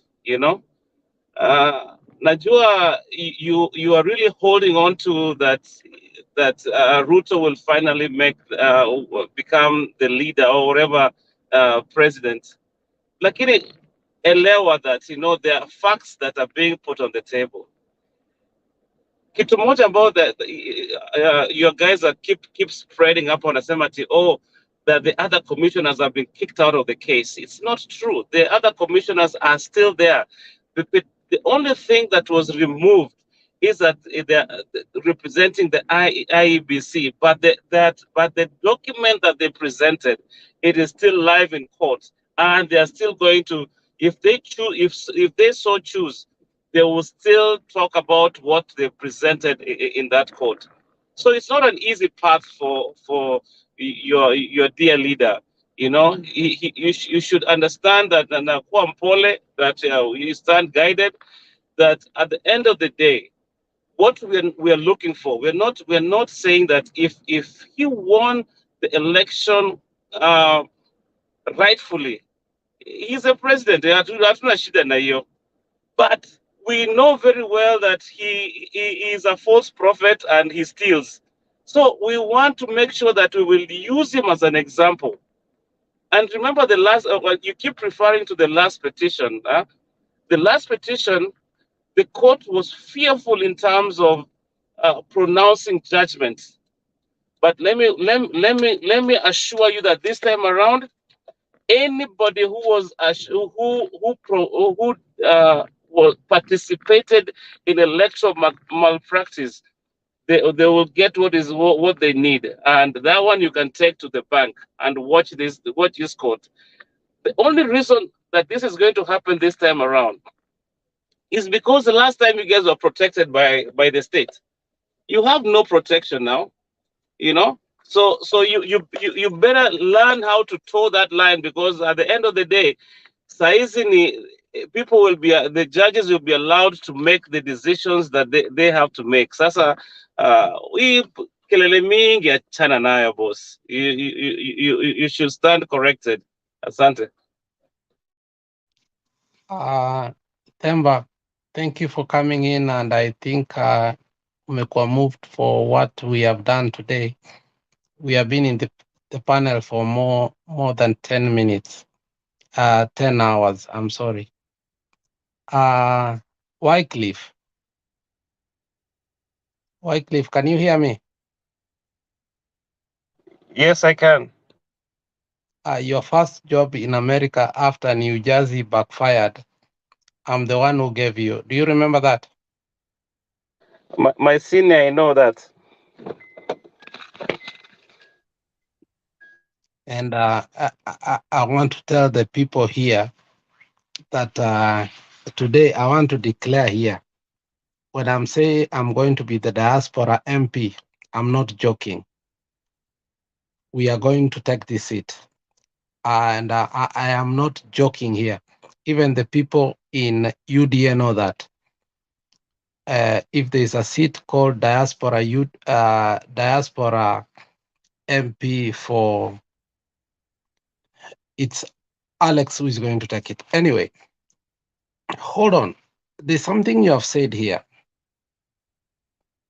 And I want us, G, naona umefura uso kabisa. Unaona vile umefura uso hapo? Alex, make your point. nataka aone vile amefura uso. Nathan, umeona vile G amefura uso? Alex, make your point. Make your point.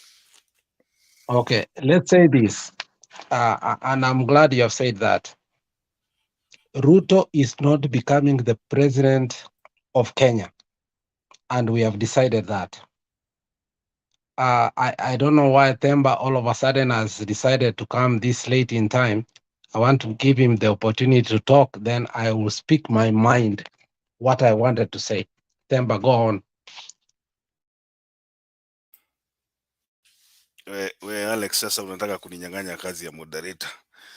Sasa nitafanya namna hii. Haya, sasa we ndio moderator sasa.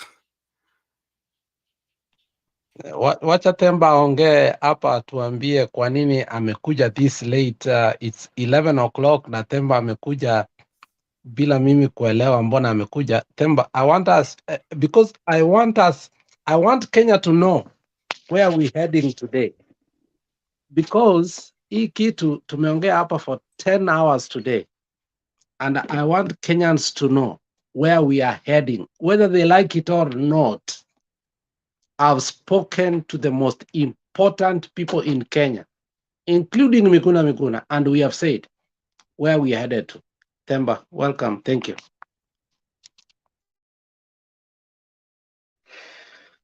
I want to say hi to all of you. G, Alex, Disha, Nathan, my friend Sarah. Today you decided you're not putting on something similar to mine. It's our too. Baba the Fifth and Wycliffe. Point of correction, Bonathemba. When you say hi to Alex, there are two Alexes. I think you can see that. So when you say hi to Alex, say Alex times 2. Where's the other Alex? You can see him. Siona amepotea, ako wapi? Na wewe unampatia steering. Where is he? Just look at this guy. Na unampatia steering. Can you take over, Bonathemba? Wacheni mchezo bwana. No, I came here. I mean, I liked. Yeah, Mary Jones. Kuna fan wangu anaitwa Mary Jones kule kwa nini, kila wakati lazima tume salamu. Mary Jones, nimekuona.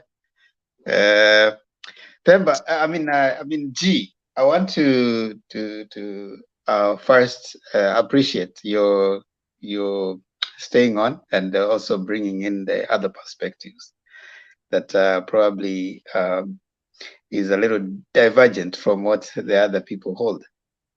The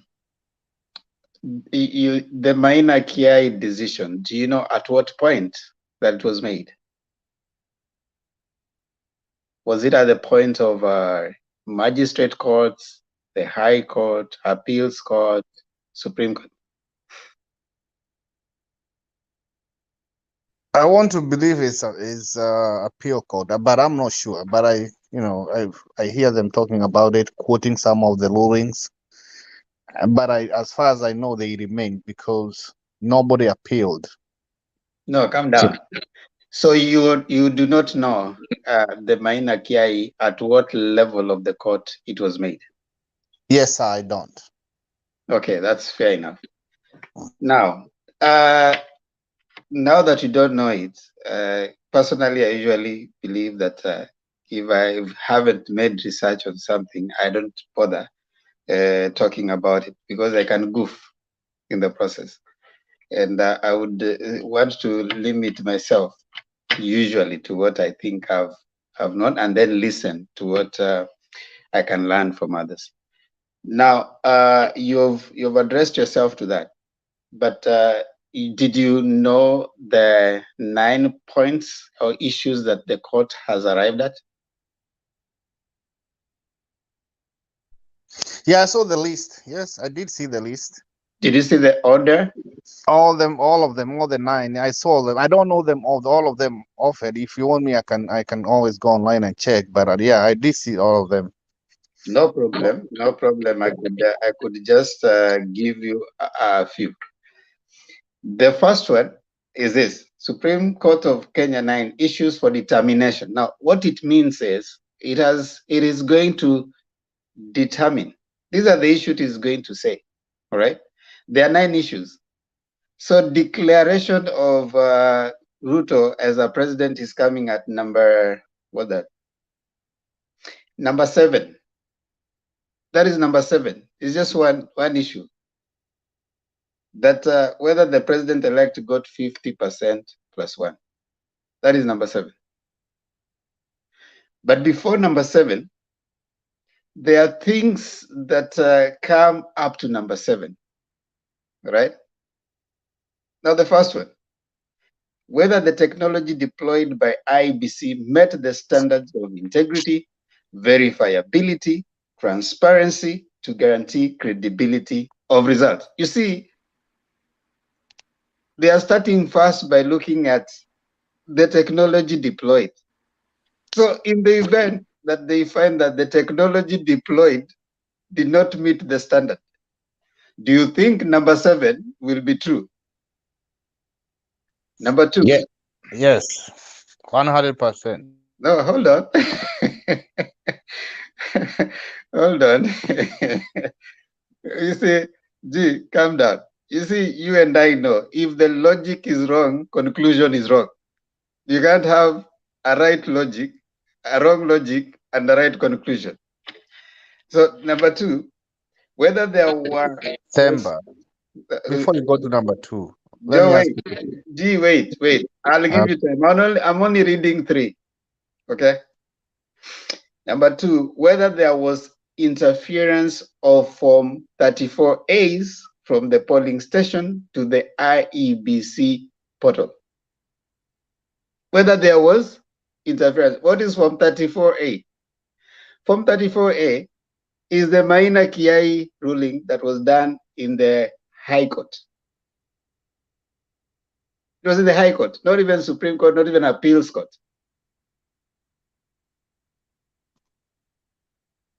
So what happened? There was a ruling that was done that it was at the Appeals Court. This is what the ruling said, that the voting at the station, at the polling station, is final. So what they're saying is, was there interference? Now, for you and I, depending on which side you argue from. So you may argue, and that's why now we are at the Supreme Court. Your side of the divide is arguing, and according to their response, we will want to hear what they had to say, because the petitioner says there was interference. So your side will have to prove that there was no interference. Okay? So in the event, like in the event that number 2 is found that there was, if the court therefore finds, what you are right when you say that, okay, fine, it will be found, because as at right now, the case is in the Supreme Court. Okay? So here you are free to say, yes, the court will rule this.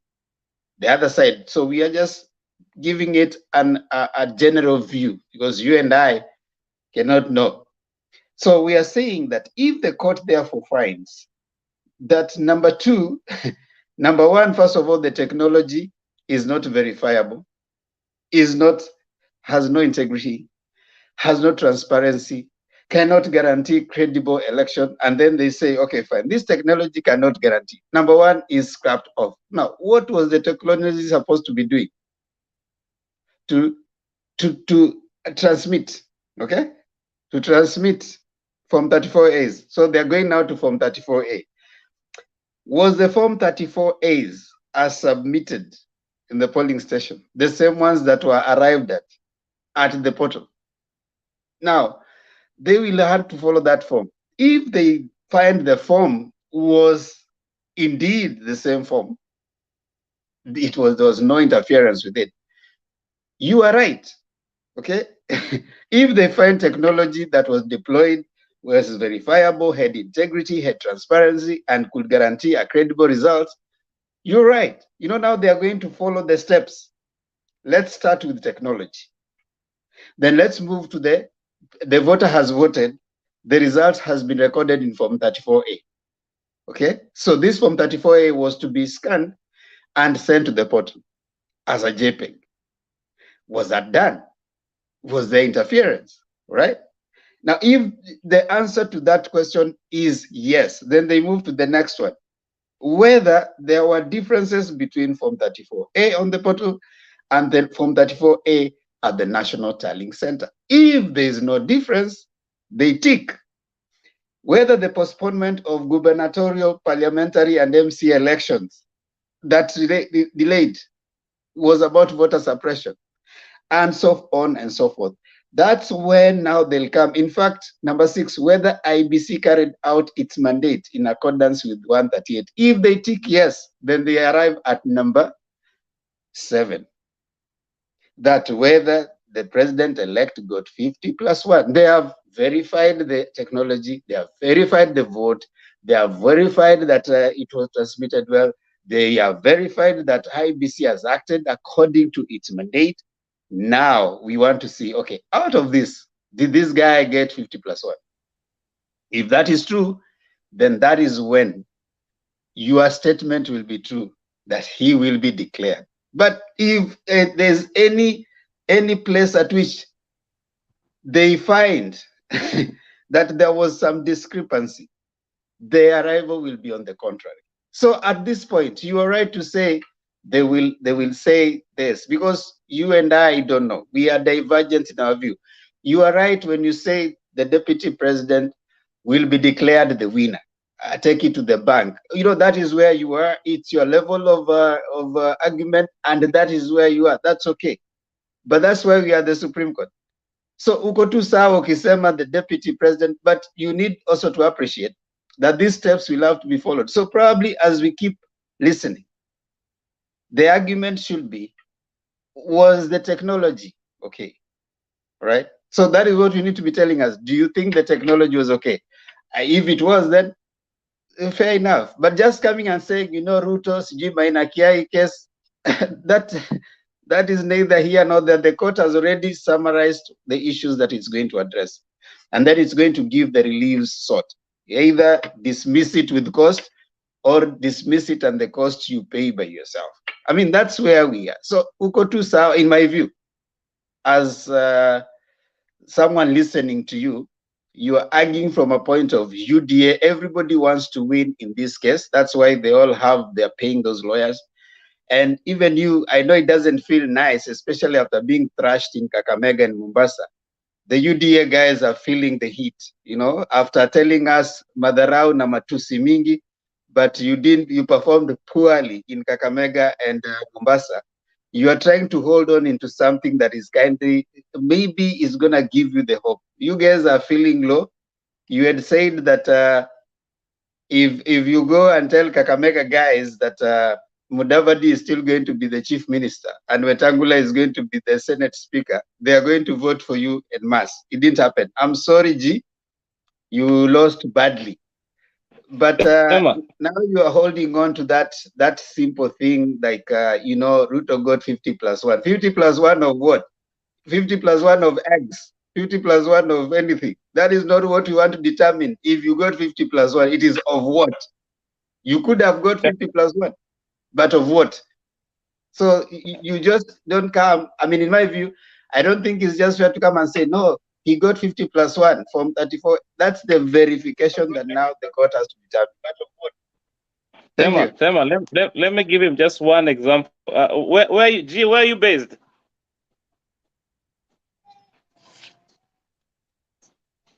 Where are you based? Missouri. Yeah. Perfect example. You know the case that's going, that what happened at the Supreme Court in the U.S. There was a precedence for how many years? Roe versus Wade. It's the same court that set that precedence, right? Did they overturn it? Sasa changamka vitu kama hizo, you know that that's the only court that can change.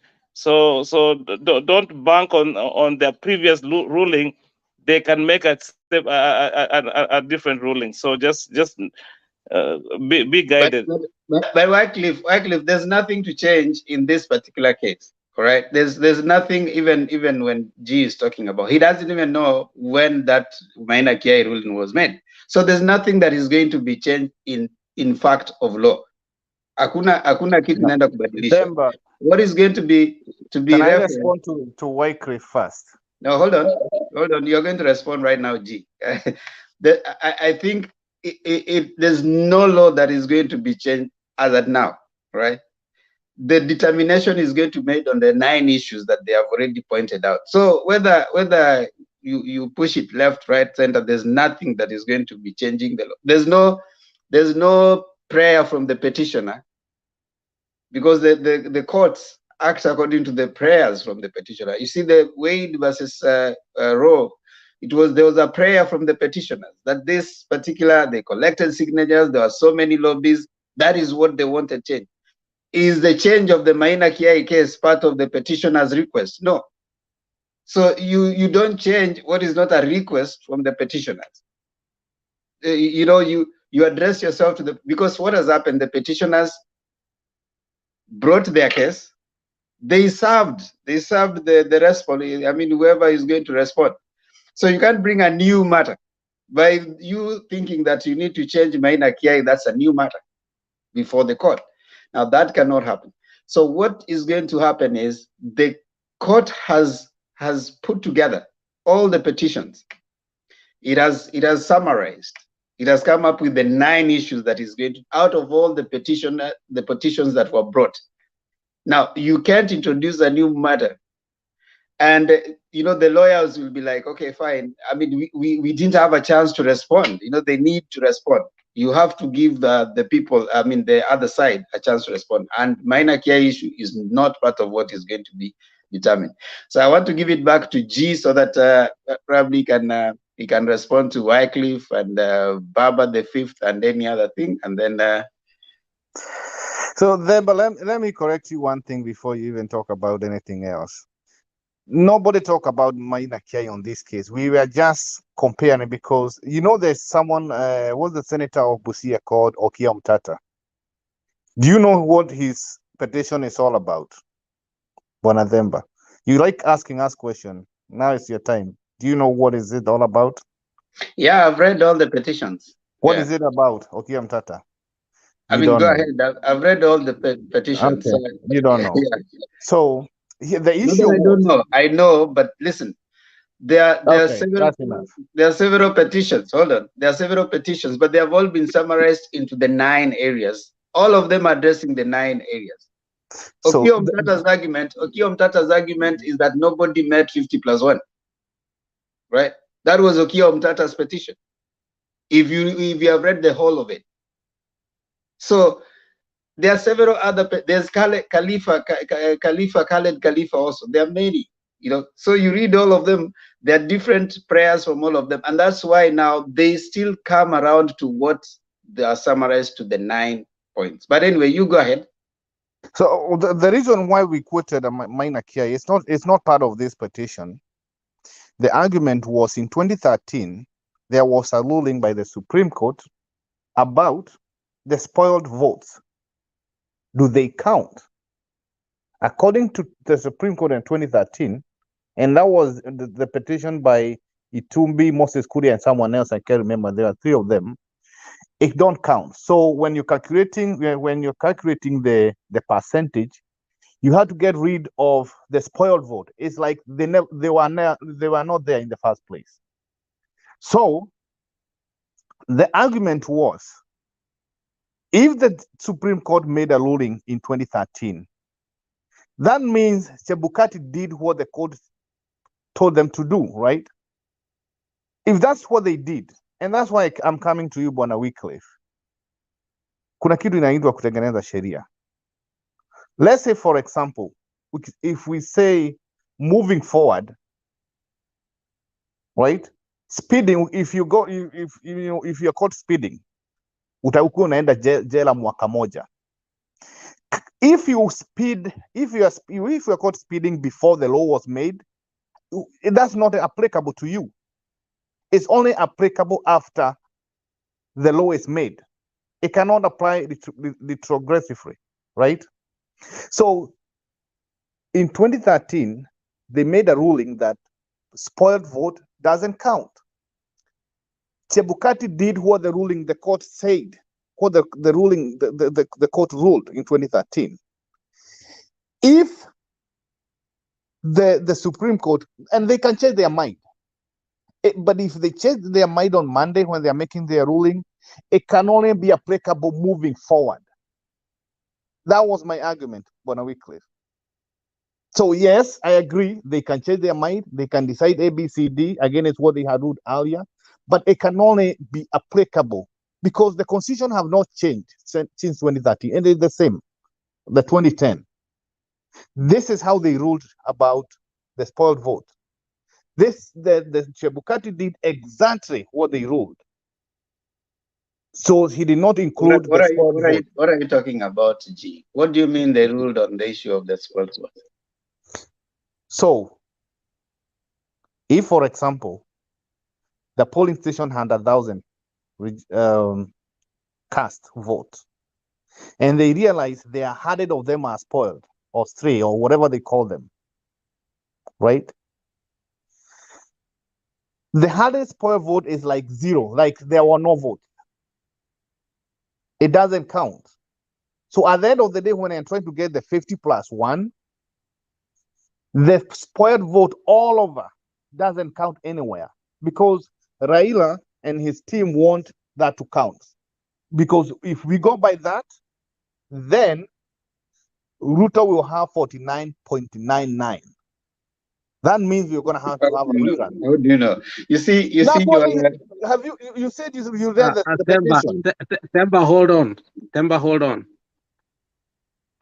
G, you said Ruto will have what?